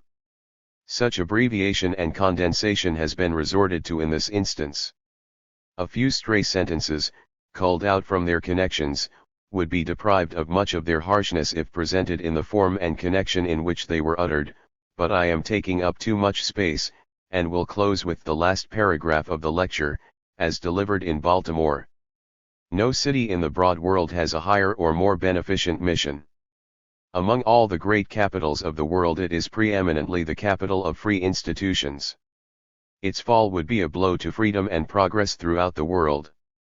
Let it stand then where it does now stand, where the father of his country planted it, and where it has stood for more than half a century, no longer sandwiched between two slave states, no longer a contradiction to human progress, no longer the hotbed of slavery and the slave trade, no longer the home of the duelist, the gambler, and the assassin, no longer the frantic partisan of one section of the country against the 60 other, no longer anchored to a dark and semi-barbarous past, but a redeemed city, beautiful to the eye and attractive to the heart, a bond of perpetual union, an angel of peace on earth and goodwill to men, a common ground upon which Americans of all races and colors, all sections, North and South, may meet and shake hands, not over a chasm of blood, but over a free, united, and progressive republic. I have already alluded to the fact that much of the opposition to my appointment to the office of United States Marshal of the District of Columbia was due to the possibility of my being called to attend President Hayes at the Executive Mansion upon state occasions, and having the honor to introduce the guests on such occasions. I now wish to refer to the reproaches liberally showered upon me for holding the office of Marshal while denied this distinguished honor, and to show that the complaint against me at this point is not a well-founded complaint. First, because the office of United States Marshal is distinct and separate and complete in itself, and must be accepted or refused upon its own merits.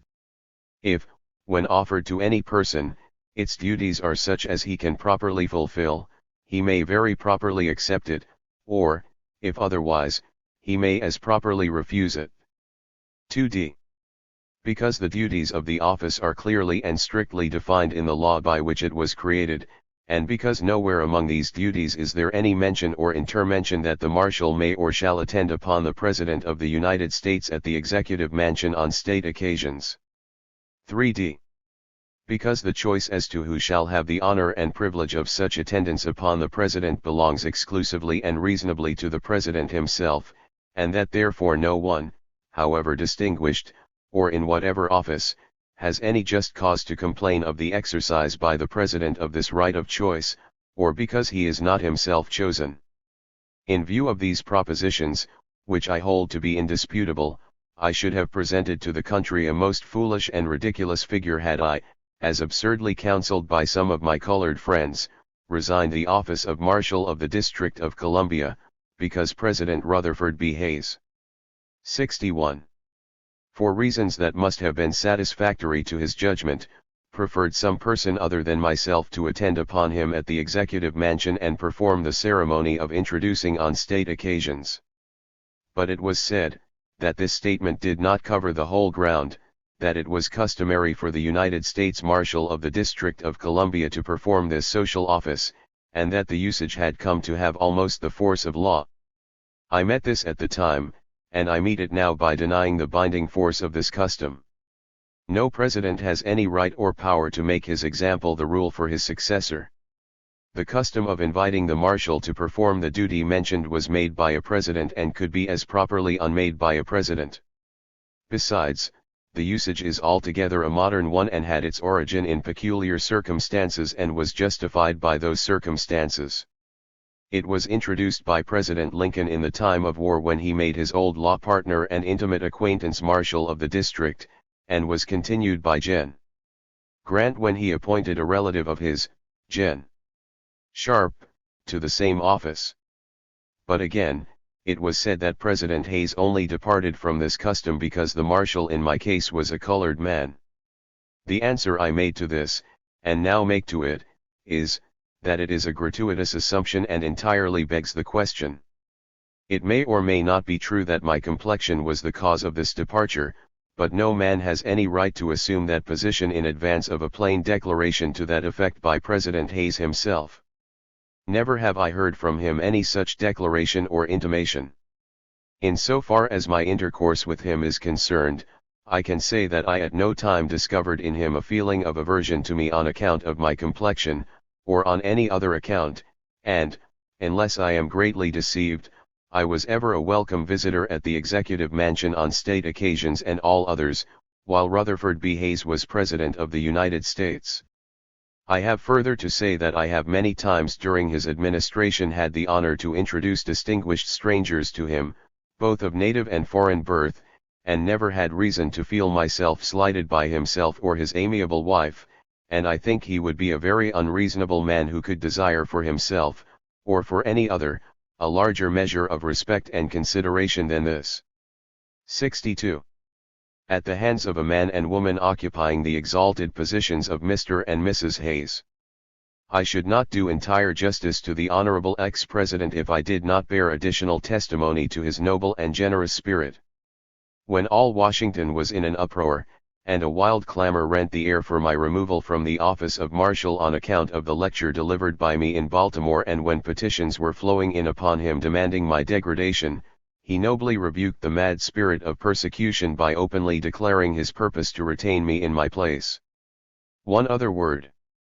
During the tumult raised against me in consequence of this lecture on the national capital, Mr. Columbus Alexander, one of the old and wealthy citizens of Washington, who was on my bond for $20,000, was repeatedly besought to withdraw his name, and thus leave me disqualified, but like the President, both he and my other bondsman, Mr. George Hill, Jr., were steadfast and immovable.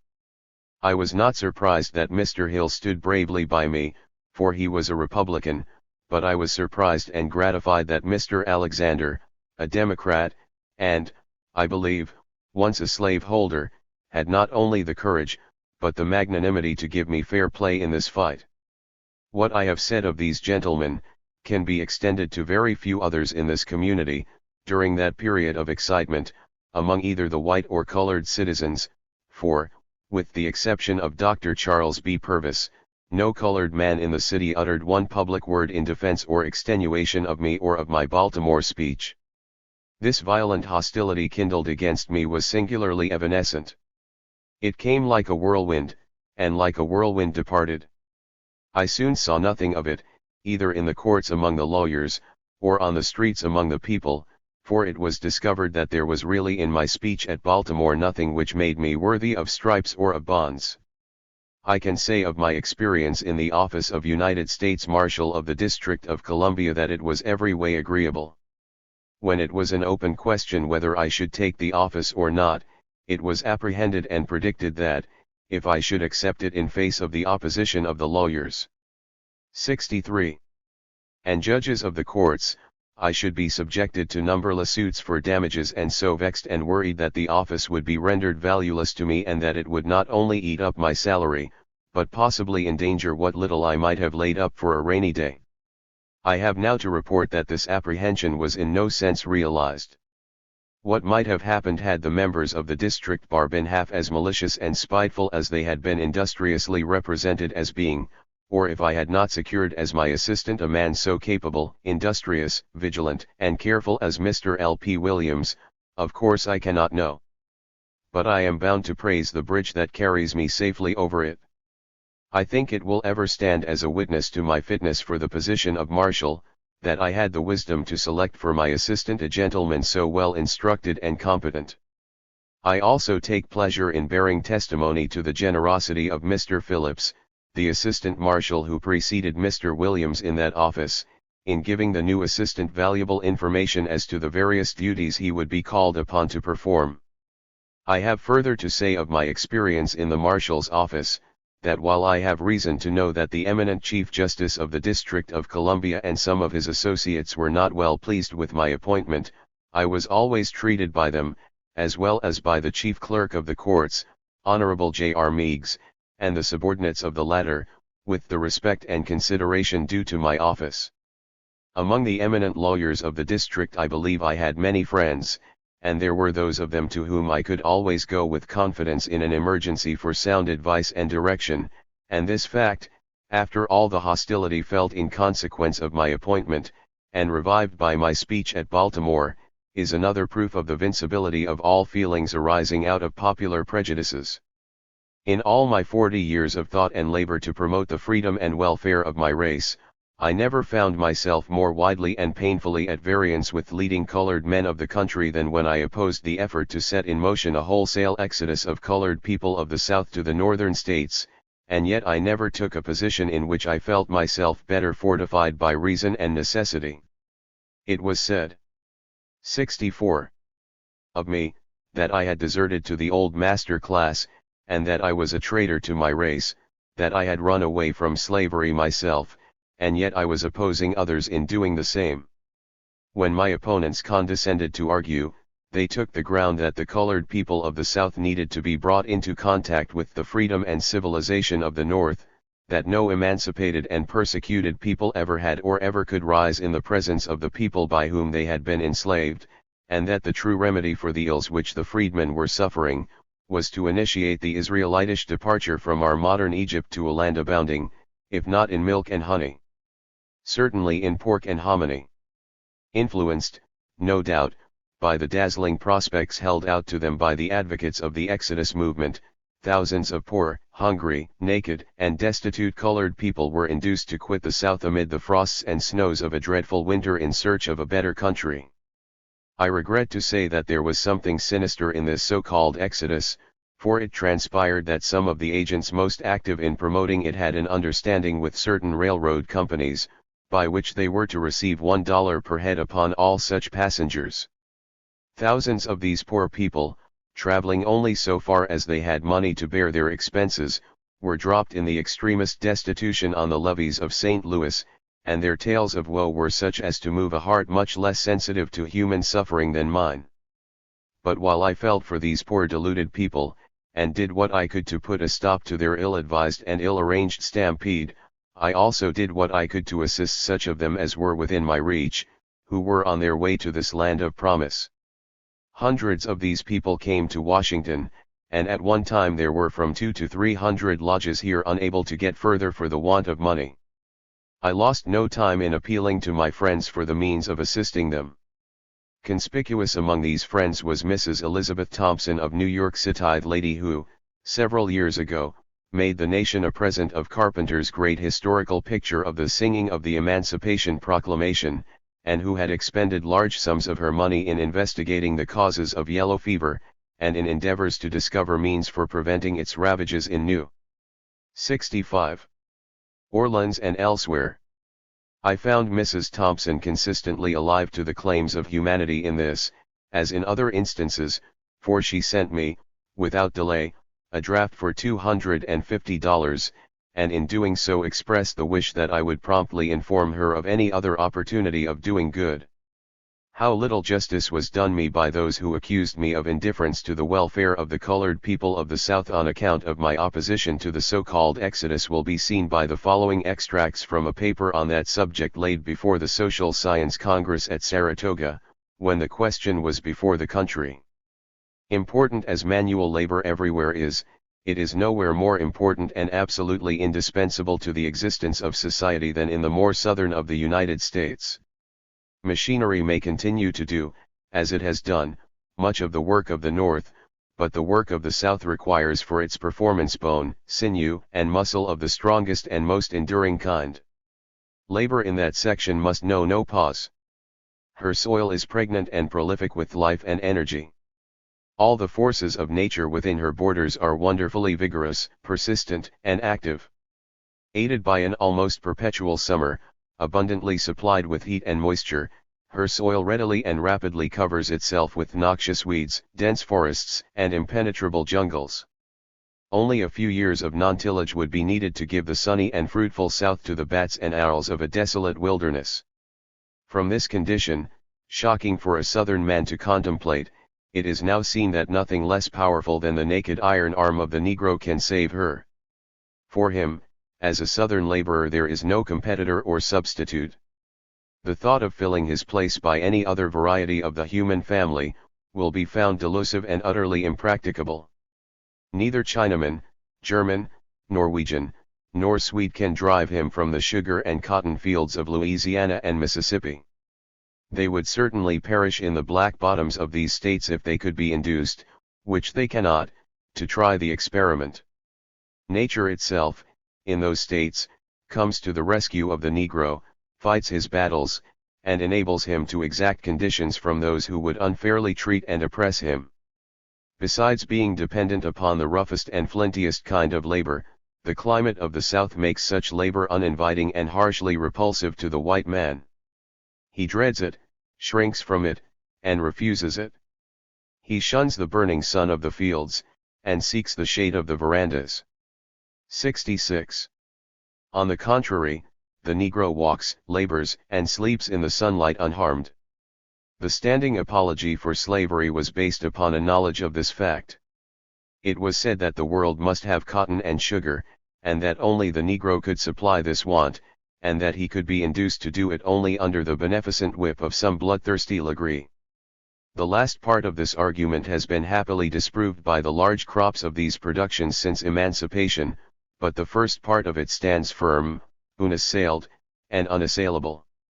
Even if climate and other natural causes did not protect the Negro from all competition in the labor market of the South, inevitable social causes would probably affect the same result. The slave system of that section has left behind it, as in the nature of the case it must, manners, customs, and conditions to which free white laboring men will be in no haste to submit themselves and their families. They do not emigrate from the free North, where labor is respected, to a lately enslaved South, where labor has for centuries been whipped, chained, and degraded. Naturally enough, such emigration follows the lines of latitude in which they who compose it were born. Not from south to north, but from east to west the star of empire takes its way. Hence it is seen that the dependence upon the Negro of the planters, landowners, and the old master class of the South, however galling and humiliating to Southern pride and power, is nearly complete and perfect. There is only one mode of escape for them, and that mode they will certainly not adopt. It is to take off their own coats, cease to whittle sticks and talk politics at crossroads, and go themselves to work in their broad and sunny fields of cotton and sugar. An invitation to do this is about as harsh and distasteful to all their inclinations as would be an invitation to step down into their graves. With the Negro all this is different. Neither natural, artificial, nor traditional causes stand in the way of the freedman's laboring in the South. Neither the heat nor the fever demon which lurks in her tangled and oozy swamps affrights him, and he stands today the admitted author of whatever prosperity, beauty, and civilization are now possessed by the South, and the admitted arbiter of her destiny. This, then, is the high vantage ground of the Negro. He has labor, the South wants it, and must have it or perish. Since he is free he can now give it or withhold it, use it where he is, or take it elsewhere as he pleases. His labor made him a slave, and his labor can, if he will, make him free, comfortable, and independent. It is more to him than fire, swords, ballot boxes, or bayonets. It touches the heart of the South through its pocket. This power served him. 67. Well, years ago, when in the bitterest extremity of destitution. But for it he would have perished when he dropped out of slavery. It saved him then, and it will save him again. Emancipation came to him surrounded by extremely unfriendly circumstances. It was not the choice or consent of the people among whom he lived, but against their will and a death struggle on their part to prevent it. His chains were broken in the tempest and whirlwind of civil war. Without food, without shelter, without land, without money, and without friends, he, with his children, his sick, his aged and helpless ones, were turned loose and naked to the open sky.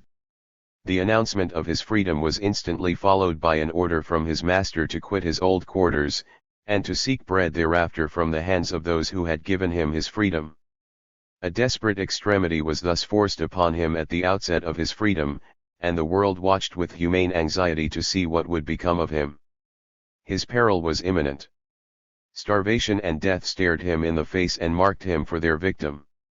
It will not soon be forgotten that, at the close of a 5 hours speech by the late Senator Sumner, in which he advocated, with unequaled learning and eloquence, the enfranchisement of the freedmen, the best argument with which he was met in the Senate was, that legislation at that point would be utterly superfluous, that the Negro was rapidly dying out, and must inevitably and speedily disappear and become extinct.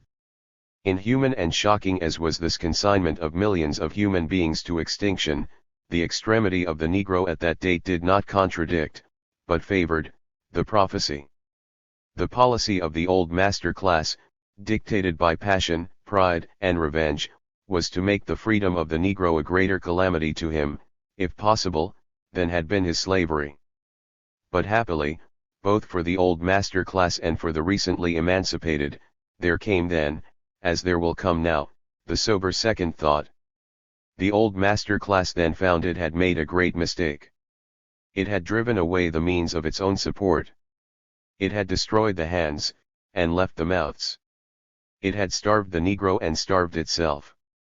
Not even to gratify its own anger and resentment could it afford to allow its fields to go uncultivated and its tables unsupplied with food. Hence the freedman, less from humanity than cupidity, less from choice than necessity, was speedily called back to labor and life. But now, after 14 years of service and 14 years of separation from the visible presence of slavery, during which he has shown both disposition and ability to supply the labor market of the South, and that he could do so far better as a freedman than he ever 68. did as a slave, that more cotton and sugar can be raised by the same hands under the inspiration of liberty and hope than can be raised under the influence of bondage and the whip, he is again, alas, in the deepest trouble, again without a home, out under the open sky with his wife and little ones. He lines the sunny banks of the Mississippi, fluttering in rags and wretchedness, mournfully imploring hard-hearted steamboat captains to take him on board, while the friends of the emigration movement are diligently soliciting funds all over the North to help him away from his old home to the new Canaan of Kansas. I am sorry to be obliged to omit the statement which here follows, of the reasons given for the Exodus movement, and my explanation of them, but from want of space I can present only such portions of the paper as express most vividly and in fewest words my position in regard to the question. I go on to say, bad as is the condition of the Negro today at the South, there was a time when it was flagrantly and incomparably worse. A few years ago he had nothing, he had not even himself. He belonged to somebody else, who could dispose of his person and his labor as he pleased. Now he has himself, his labor, and his right to dispose of one and the other as shall best suit his own happiness. He has more. He has a standing in the supreme law of the land and the Constitution of the United States not to be changed or affected by any conjunction of circumstances likely to occur in the immediate or remote future. The 14th Amendment makes him a citizen, and the 15th makes him a voter. With power behind him, at work for him, and which cannot be taken from him, the Negro of the South may wisely bide his time. The situation at the moment is exceptional and transient. The permanent powers of the government are all on his side. What though for the moment the hand of violence strikes down the Negro's rights in the South, those rights will revive, survive, and flourish again. They are not the only people who have been, in a moment of popular passion, maltreated and driven from the polls. The Irish and Dutch have frequently been so treated. Boston, Baltimore, and New York have been the scenes of lawless violence, but those scenes have now disappeared. Without abating one jot of our horror and indignation at the outrages committed in some parts of the southern states against the Negro, we cannot but regard the present agitation of an African exodus from the South as ill-timed and, in some respects, hurtful. We stand today, 69, at the beginning of a grand and beneficent reaction. There is a growing recognition of the duty and obligation of the American people to guard, protect, and defend the personal and political rights of all the people of all the states, and to uphold the principles upon which rebellion was suppressed, slavery abolished, and the country saved from dismemberment and ruin. We see and feel today, as we have not seen and felt before, that the time for conciliation and trusting to the honor of the late rebels and slave holders has passed. The President of the United States himself, while still liberal, just, and generous toward the South, has yet sounded a halt in that direction, and has bravely, firmly, and ably asserted the constitutional authority to maintain the public peace in every state in the Union and upon every day in the year, and has maintained this ground against all the powers of House and Senate. We stand at the gateway of a marked and decided change in the statesmanship of our rulers. Every day brings fresh and increasing evidence that we are, and of right ought to be, a nation, that confederate notions of the nature and powers of our government ought to have perished in the rebellion which they supported, that they are anachronisms and superstitions, and no longer fit to be above ground. At a time like this, so full of hope and courage, it is unfortunate that a cry of despair should be raised in behalf of the colored people of the South, unfortunate that men are going over the country begging in the name of the poor colored man of the South, and telling the people that the government has no power to enforce the Constitution and laws in that section, and that there is no hope for the poor Negro but to plant him in the new soil of Kansas or Nebraska. These men do the colored people of the South a real damage. They give their enemies an advantage in the argument for their manhood and freedom. They assume their inability to take care of themselves. The country will be told of the hundreds who go to Kansas, but not of the thousands who stay in Mississippi and Louisiana. It will be told of the destitute who require material aid, but not of the multitude who are bravely sustaining themselves where they are. In Georgia the Negroes are paying taxes upon $6 millions, in Louisiana upon 40 or 50 millions, and upon uncertain sums elsewhere in the southern states. Why should people who have made such progress in the course of a few years be humiliated and scandalized by exodus agents, begging money to remove them from their homes, especially at a time 70, when every indication favors the position that the wrongs and hardships which they suffer are soon to be redressed? Besides the objection thus stated, it is manifest that the public and noisy advocacy of a general stampede of the colored people from the South to the North is necessarily an abandonment of the great and paramount principle of protection to person and property in every state in the Union. It is an evasion of a solemn obligation and duty. The business of this nation is to protect its citizens where they are, not to transport them where they will not need protection.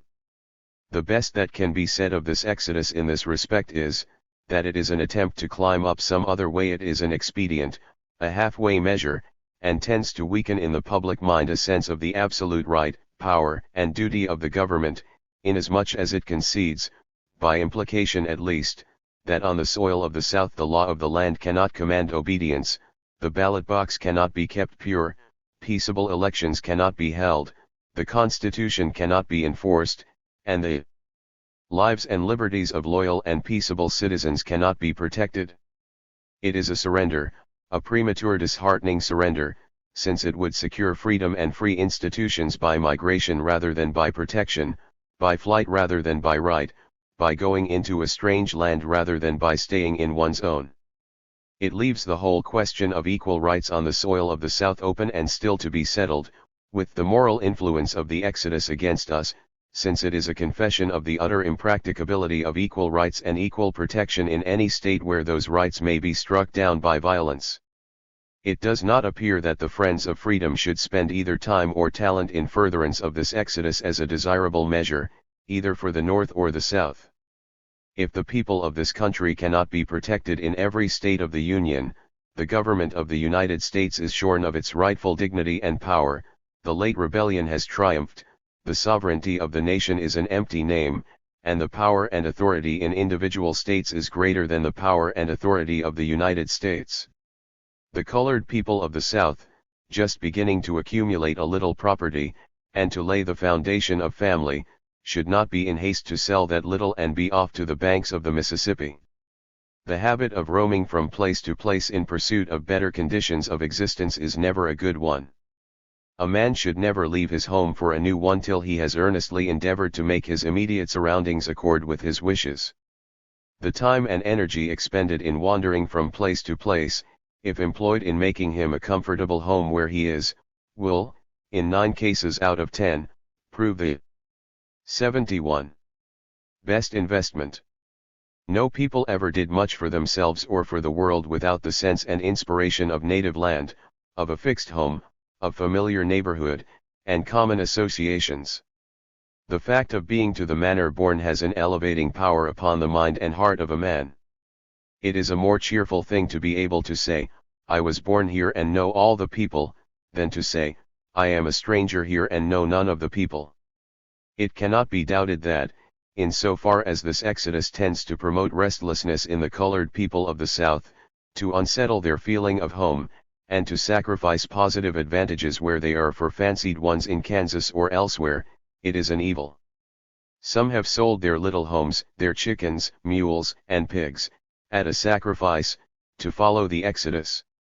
Let it be understood that you are going, and you advertise the fact that your mule has lost half its value, for your staying with him makes half his value. Let the colored people of Georgia offer their $6 millions worth of property for sale, with the purpose to leave Georgia, and they will not realize half its value. Land is not worth much where there are no people to occupy it, and a mule is not worth much where there is no one to drive him. It may be safely asserted that, whether advocated and commended to favor on the ground that it will increase the political power of the Republican Party, and thus help to make a solid North against a solid South, or upon the ground that it will increase the power and influence of the colored people as a political element, and enable them the better to protect their rights, and ensure their moral and social elevation, the exodus will prove a disappointment, a mistake, and a failure, because, as to strengthening the Republican Party, the emigrants will go only to those states where the Republican Party is strong and solid enough already with their votes, and in respect to the other part of the argument, it will fail because it takes colored voters from a section of the country where they are sufficiently numerous to elect some of their number to places of honor and profit, and places them in a country where their proportion to other classes will be so small as not to be recognized as a political element or entitled to be represented by one of themselves. And further, because go where they will, they must for a time inevitably carry with them poverty, ignorance, and other repulsive incidents inherited from their former condition of slaves, a circumstance which is about as likely to make votes for Democrats as for Republicans, and as likely to raise up bitter prejudice against them as to raise up friends for them. Plainly enough, the exodus is less harmful as a measure than are the arguments by which it is supported. The one is the result of a 72. feeling of outrage and despair, but the other comes of cool, selfish calculation. One is the result of honest despair, and appeals powerfully to the sympathies of men, the other is an appeal to our selfishness, which shrinks from doing right because the way is difficult. Not only is the South the best locality for the Negro, on the ground of his political powers and possibilities, but it is best for him as a field of labor. He is there, as he is nowhere else, an absolute necessity. He has a monopoly of the labor market. His labor is the only labor which can successfully offer itself for sale in that market. This fact, with a little wisdom and firmness, will enable him to sell his labor there on terms more favorable to himself than he can elsewhere. As there are no competitors or substitutes, he can demand living prices with the certainty that the demand will be complied with. Exodus would deprive him of this advantage. The Negro, as already intimated, is preeminently a Southern man. He is so both in constitution and habits, in body as well as mind. He will not only take with him to the North Southern modes of labor, but Southern modes of life. The careless and improvident habits of the South cannot be set aside in a generation. If they are adhered to in the North, in the fierce winds and snows of Kansas and Nebraska, the emigration must be large to keep up their numbers. As an assertion of power by a people hitherto held in bitter contempt, as an emphatic and stinging protest against high-handed, greedy, and shameless injustice to the weak and defenseless, as a means of opening the blind eyes of oppressors to their folly and peril, the exodus has done valuable service. Whether it has accomplished all of which for the present it is capable in this direction is a question which may well be considered. With a moderate degree of intelligent leadership among the laboring class of the South properly handling the justice of its cause and wisely using the exodus example, it can easily exact better terms for its labor than ever before. Exodus is a medicine, not food, it is for disease, not health, it is not to be taken from choice, but from necessity. In anything like a normal condition of things the South is the best place for the Negro. Nowhere else is there for him a promise of a happier future. Let him stay there if he can, and save both the South and himself to civilization. While, however, it may be the highest wisdom in the circumstances for the freedmen to stay where they are, no encouragement should be given to any measures of coercion to keep them there. The American people are bound, if they are or can be bound to anything, to keep the north gate of the South open to black and white and to all the people. The time to assert a 73. right, Webster says, is when it is called in question. If it is attempted by force or fraud to compel the colored people to stay there, they should by all means go quickly and die, if need be, in the attempt. 74. Chapter 16. Time makes all things even. Return to the old master. A last interview. Captain Ald's admission: had I been in your place I should have done as you did. Speech at Eastonfold Jail. They're invited to a sail on the revenue cutter Guthrie Hahn. John L. Thomas. Visit to the old plantation home of Colonel Lloyd. Kind reception and attentions. Familiar scenes. Old memories. Burial ground. Hospitality. Gracious reception from Mrs. Buchanan. A little girl's floral gift. A promise of a good time coming. Speech at Harper's Ferry, Decoration Day, 1881. Storer College. Hahn. A. J. Hunter. The leading incidents to which it is my purpose to call attention and make prominent in the present chapter will, I think, address the imagination of the reader with peculiar and poetic force, and might well enough be dramatized for the stage. They certainly afford another striking illustration of the trite saying that truth is stranger than fiction. The first of these events occurred 4 years ago, when, after a period of more than 40 years, I visited and had an interview with Captain Thomas Auld at St. Michael's, Talbot County, Maryland. It will be remembered by those who have followed the thread of my story that St. Michael's was at one time the place of my home and the scene of some of my saddest experiences of slave life, and that I left there, or rather was compelled to leave there, because it was believed that I had written passes for several slaves to enable them to escape from slavery, and that prominent slaveholders in that neighborhood had, for this alleged offense, threatened to shoot me on sight, and to prevent the execution of this threat my master had sent me to Baltimore. My return, therefore, in peace, to this place and among the same people, was strange enough in itself, but that I should, when there, be formally invited by Captain Thomas Auld, then over 80 years old, to come to the side of his dying bed, evidently with a view to a friendly talk over our past relations, was a fact still more strange, and one which, until 75. its occurrence, I could never have thought possible. To me Captain Auld had sustained the relation of master, a relation which I had held in extremest abhorrence, and which for 40 years I had denounced in all bitterness of spirit and fierceness of speech. He had struck down my personality, had subjected me to his will, made property of my body and soul, reduced me to a chattel, hired me out to a noted slave breaker to be worked like a beast and flogged into submission, taken my hard earnings, sent me to prison, offered me for sale, broken up my Sunday school, forbidden me to teach my fellow slaves to read on pain of 39 lashes on my bare back, and had, without any apparent disturbance of his conscience, sold my body to his brother Hugh and pocketed the price of my flesh and blood. I, on my part, had travelled through the length and breadth of this country and of England, holding up this conduct of his, in common with that of other slaveholders, to the reprobation of all men who would listen to my words.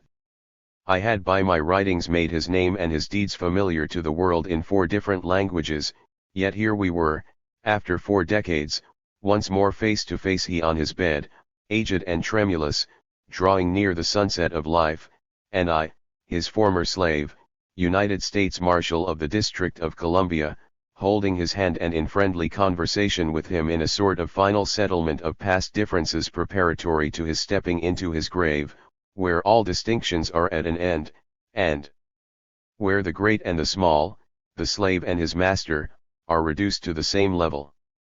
Had I been asked in the days of slavery to visit this man, I should have regarded the invitation as one to put fetters on my ankles and handcuffs on my wrists.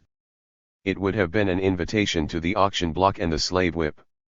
I had no business with this man under the old regime but to keep out of his way. But now that slavery was destroyed, and the slave and the master stood upon equal ground, I was not only willing to meet him, but was very glad to do so. The conditions were favorable for remembrance of all his good deeds, and generous extenuation of all his evil ones. He was to me longer a slaveholder either in fact or in spirit, and I regarded him as I did myself, a victim of the circumstances of birth, education, law, and custom. 76. Our courses had been determined for us, not by us. We had both been flung, by powers that did not ask our consent, upon a mighty current of life, which we could neither resist nor control.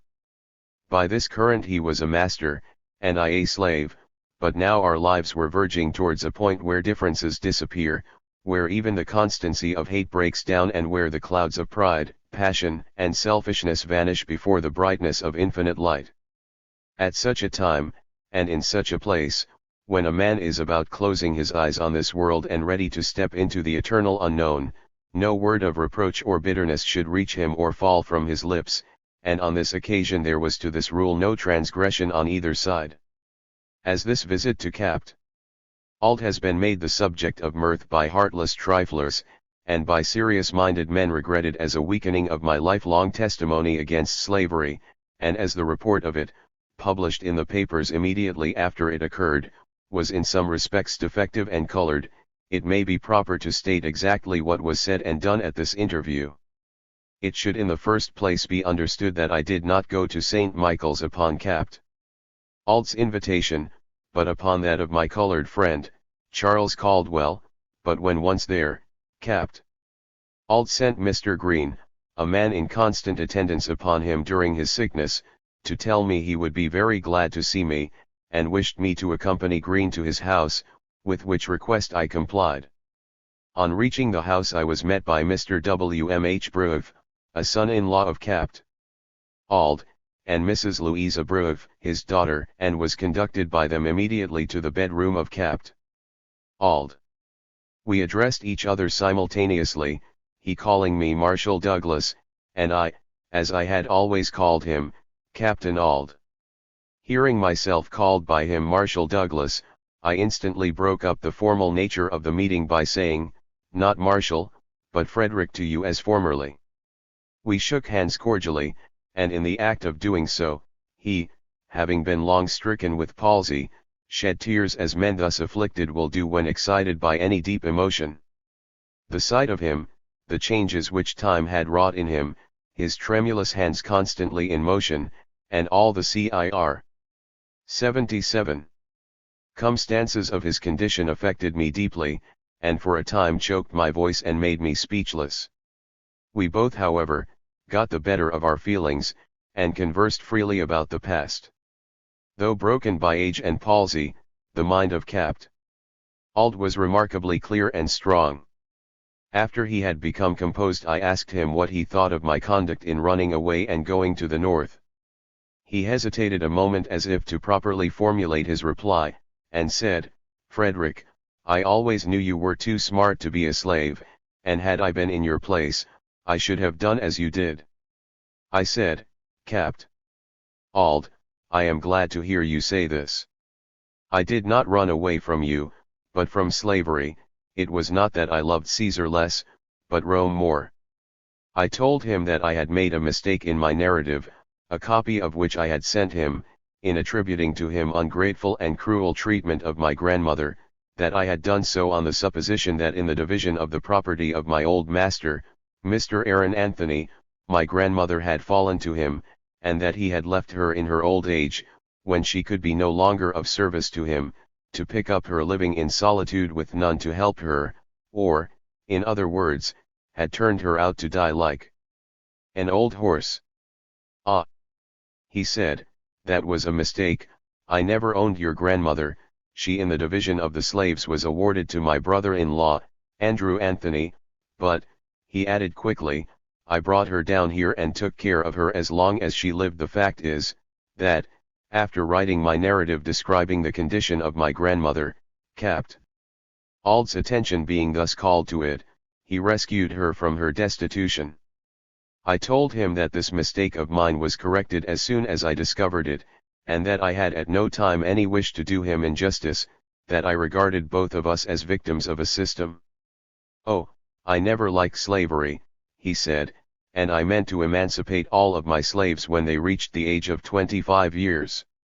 I told him I had always been curious to know how old I was and that it had been a serious trouble to me, not to know when was my birthday.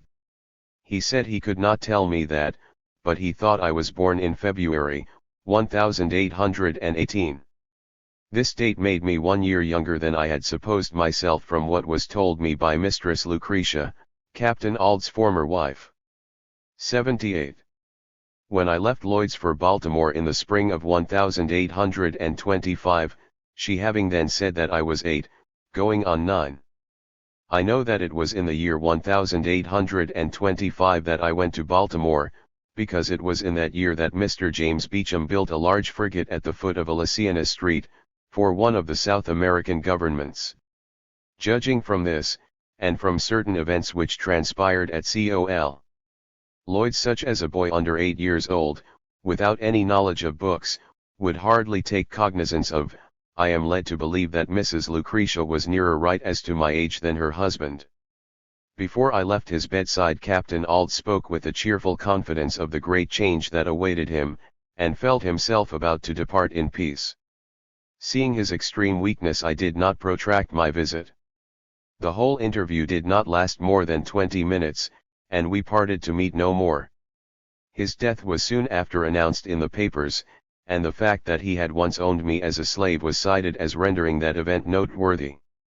It may not, perhaps, be quite artistic to speak in this connection of another incident of something of the same nature as that which I have just narrated, and yet it quite naturally finds place here, and that is, my visit to the town of Easton, county seat of Talbot County, 2 years later, to deliver an address in the courthouse, for the benefit of some association in that place. The visit was made interesting to me, by the fact that 45 years before I had, in company with Henry and John Harris, been dragged behind horses to Easton, with my hands tied, put in jail and offered for sale, for the offense of intending to run away from slavery. It may easily be seen that this visit, after this lapse of time, brought with it feelings and reflections such as only unusual circumstances can awaken. There stood the old jail, with its whitewashed walls and iron gratings, as when in my youth I heard its heavy locks and bolts clank behind me. Strange too, Mr. Joseph Graham, who was then sheriff of the county, and who locked me in this gloomy place, was still living, though verging towards 80, and was one of the gentlemen who now gave me a warm and friendly welcome, and was among my hearers when I delivered my address at the courthouse. There too in the same old place stood Sol. 79. Law's Tavern, where once the slave traders were wont to congregate, and where I now took up my abode and was treated with a hospitality and consideration undreamed of by me in the olden time as possible. When one has advanced far in the journey of life, when he has seen and traveled over much of this great world, and has had many and strange experiences of shadow and sunshine, when long distances of time and space have come between him and his point of departure, it is natural that his thoughts should return to the place of his beginning, and that he should be seized with a strong desire to revisit the scenes of his early recollection, and live over in memory the incidents of his childhood. At least such for several years had been my thoughts and feeling in respect of Col. Lloyd's plantation on Wye River, Talbot County, Maryland, for I had never been there since I left it, when 8 years old, in 1825.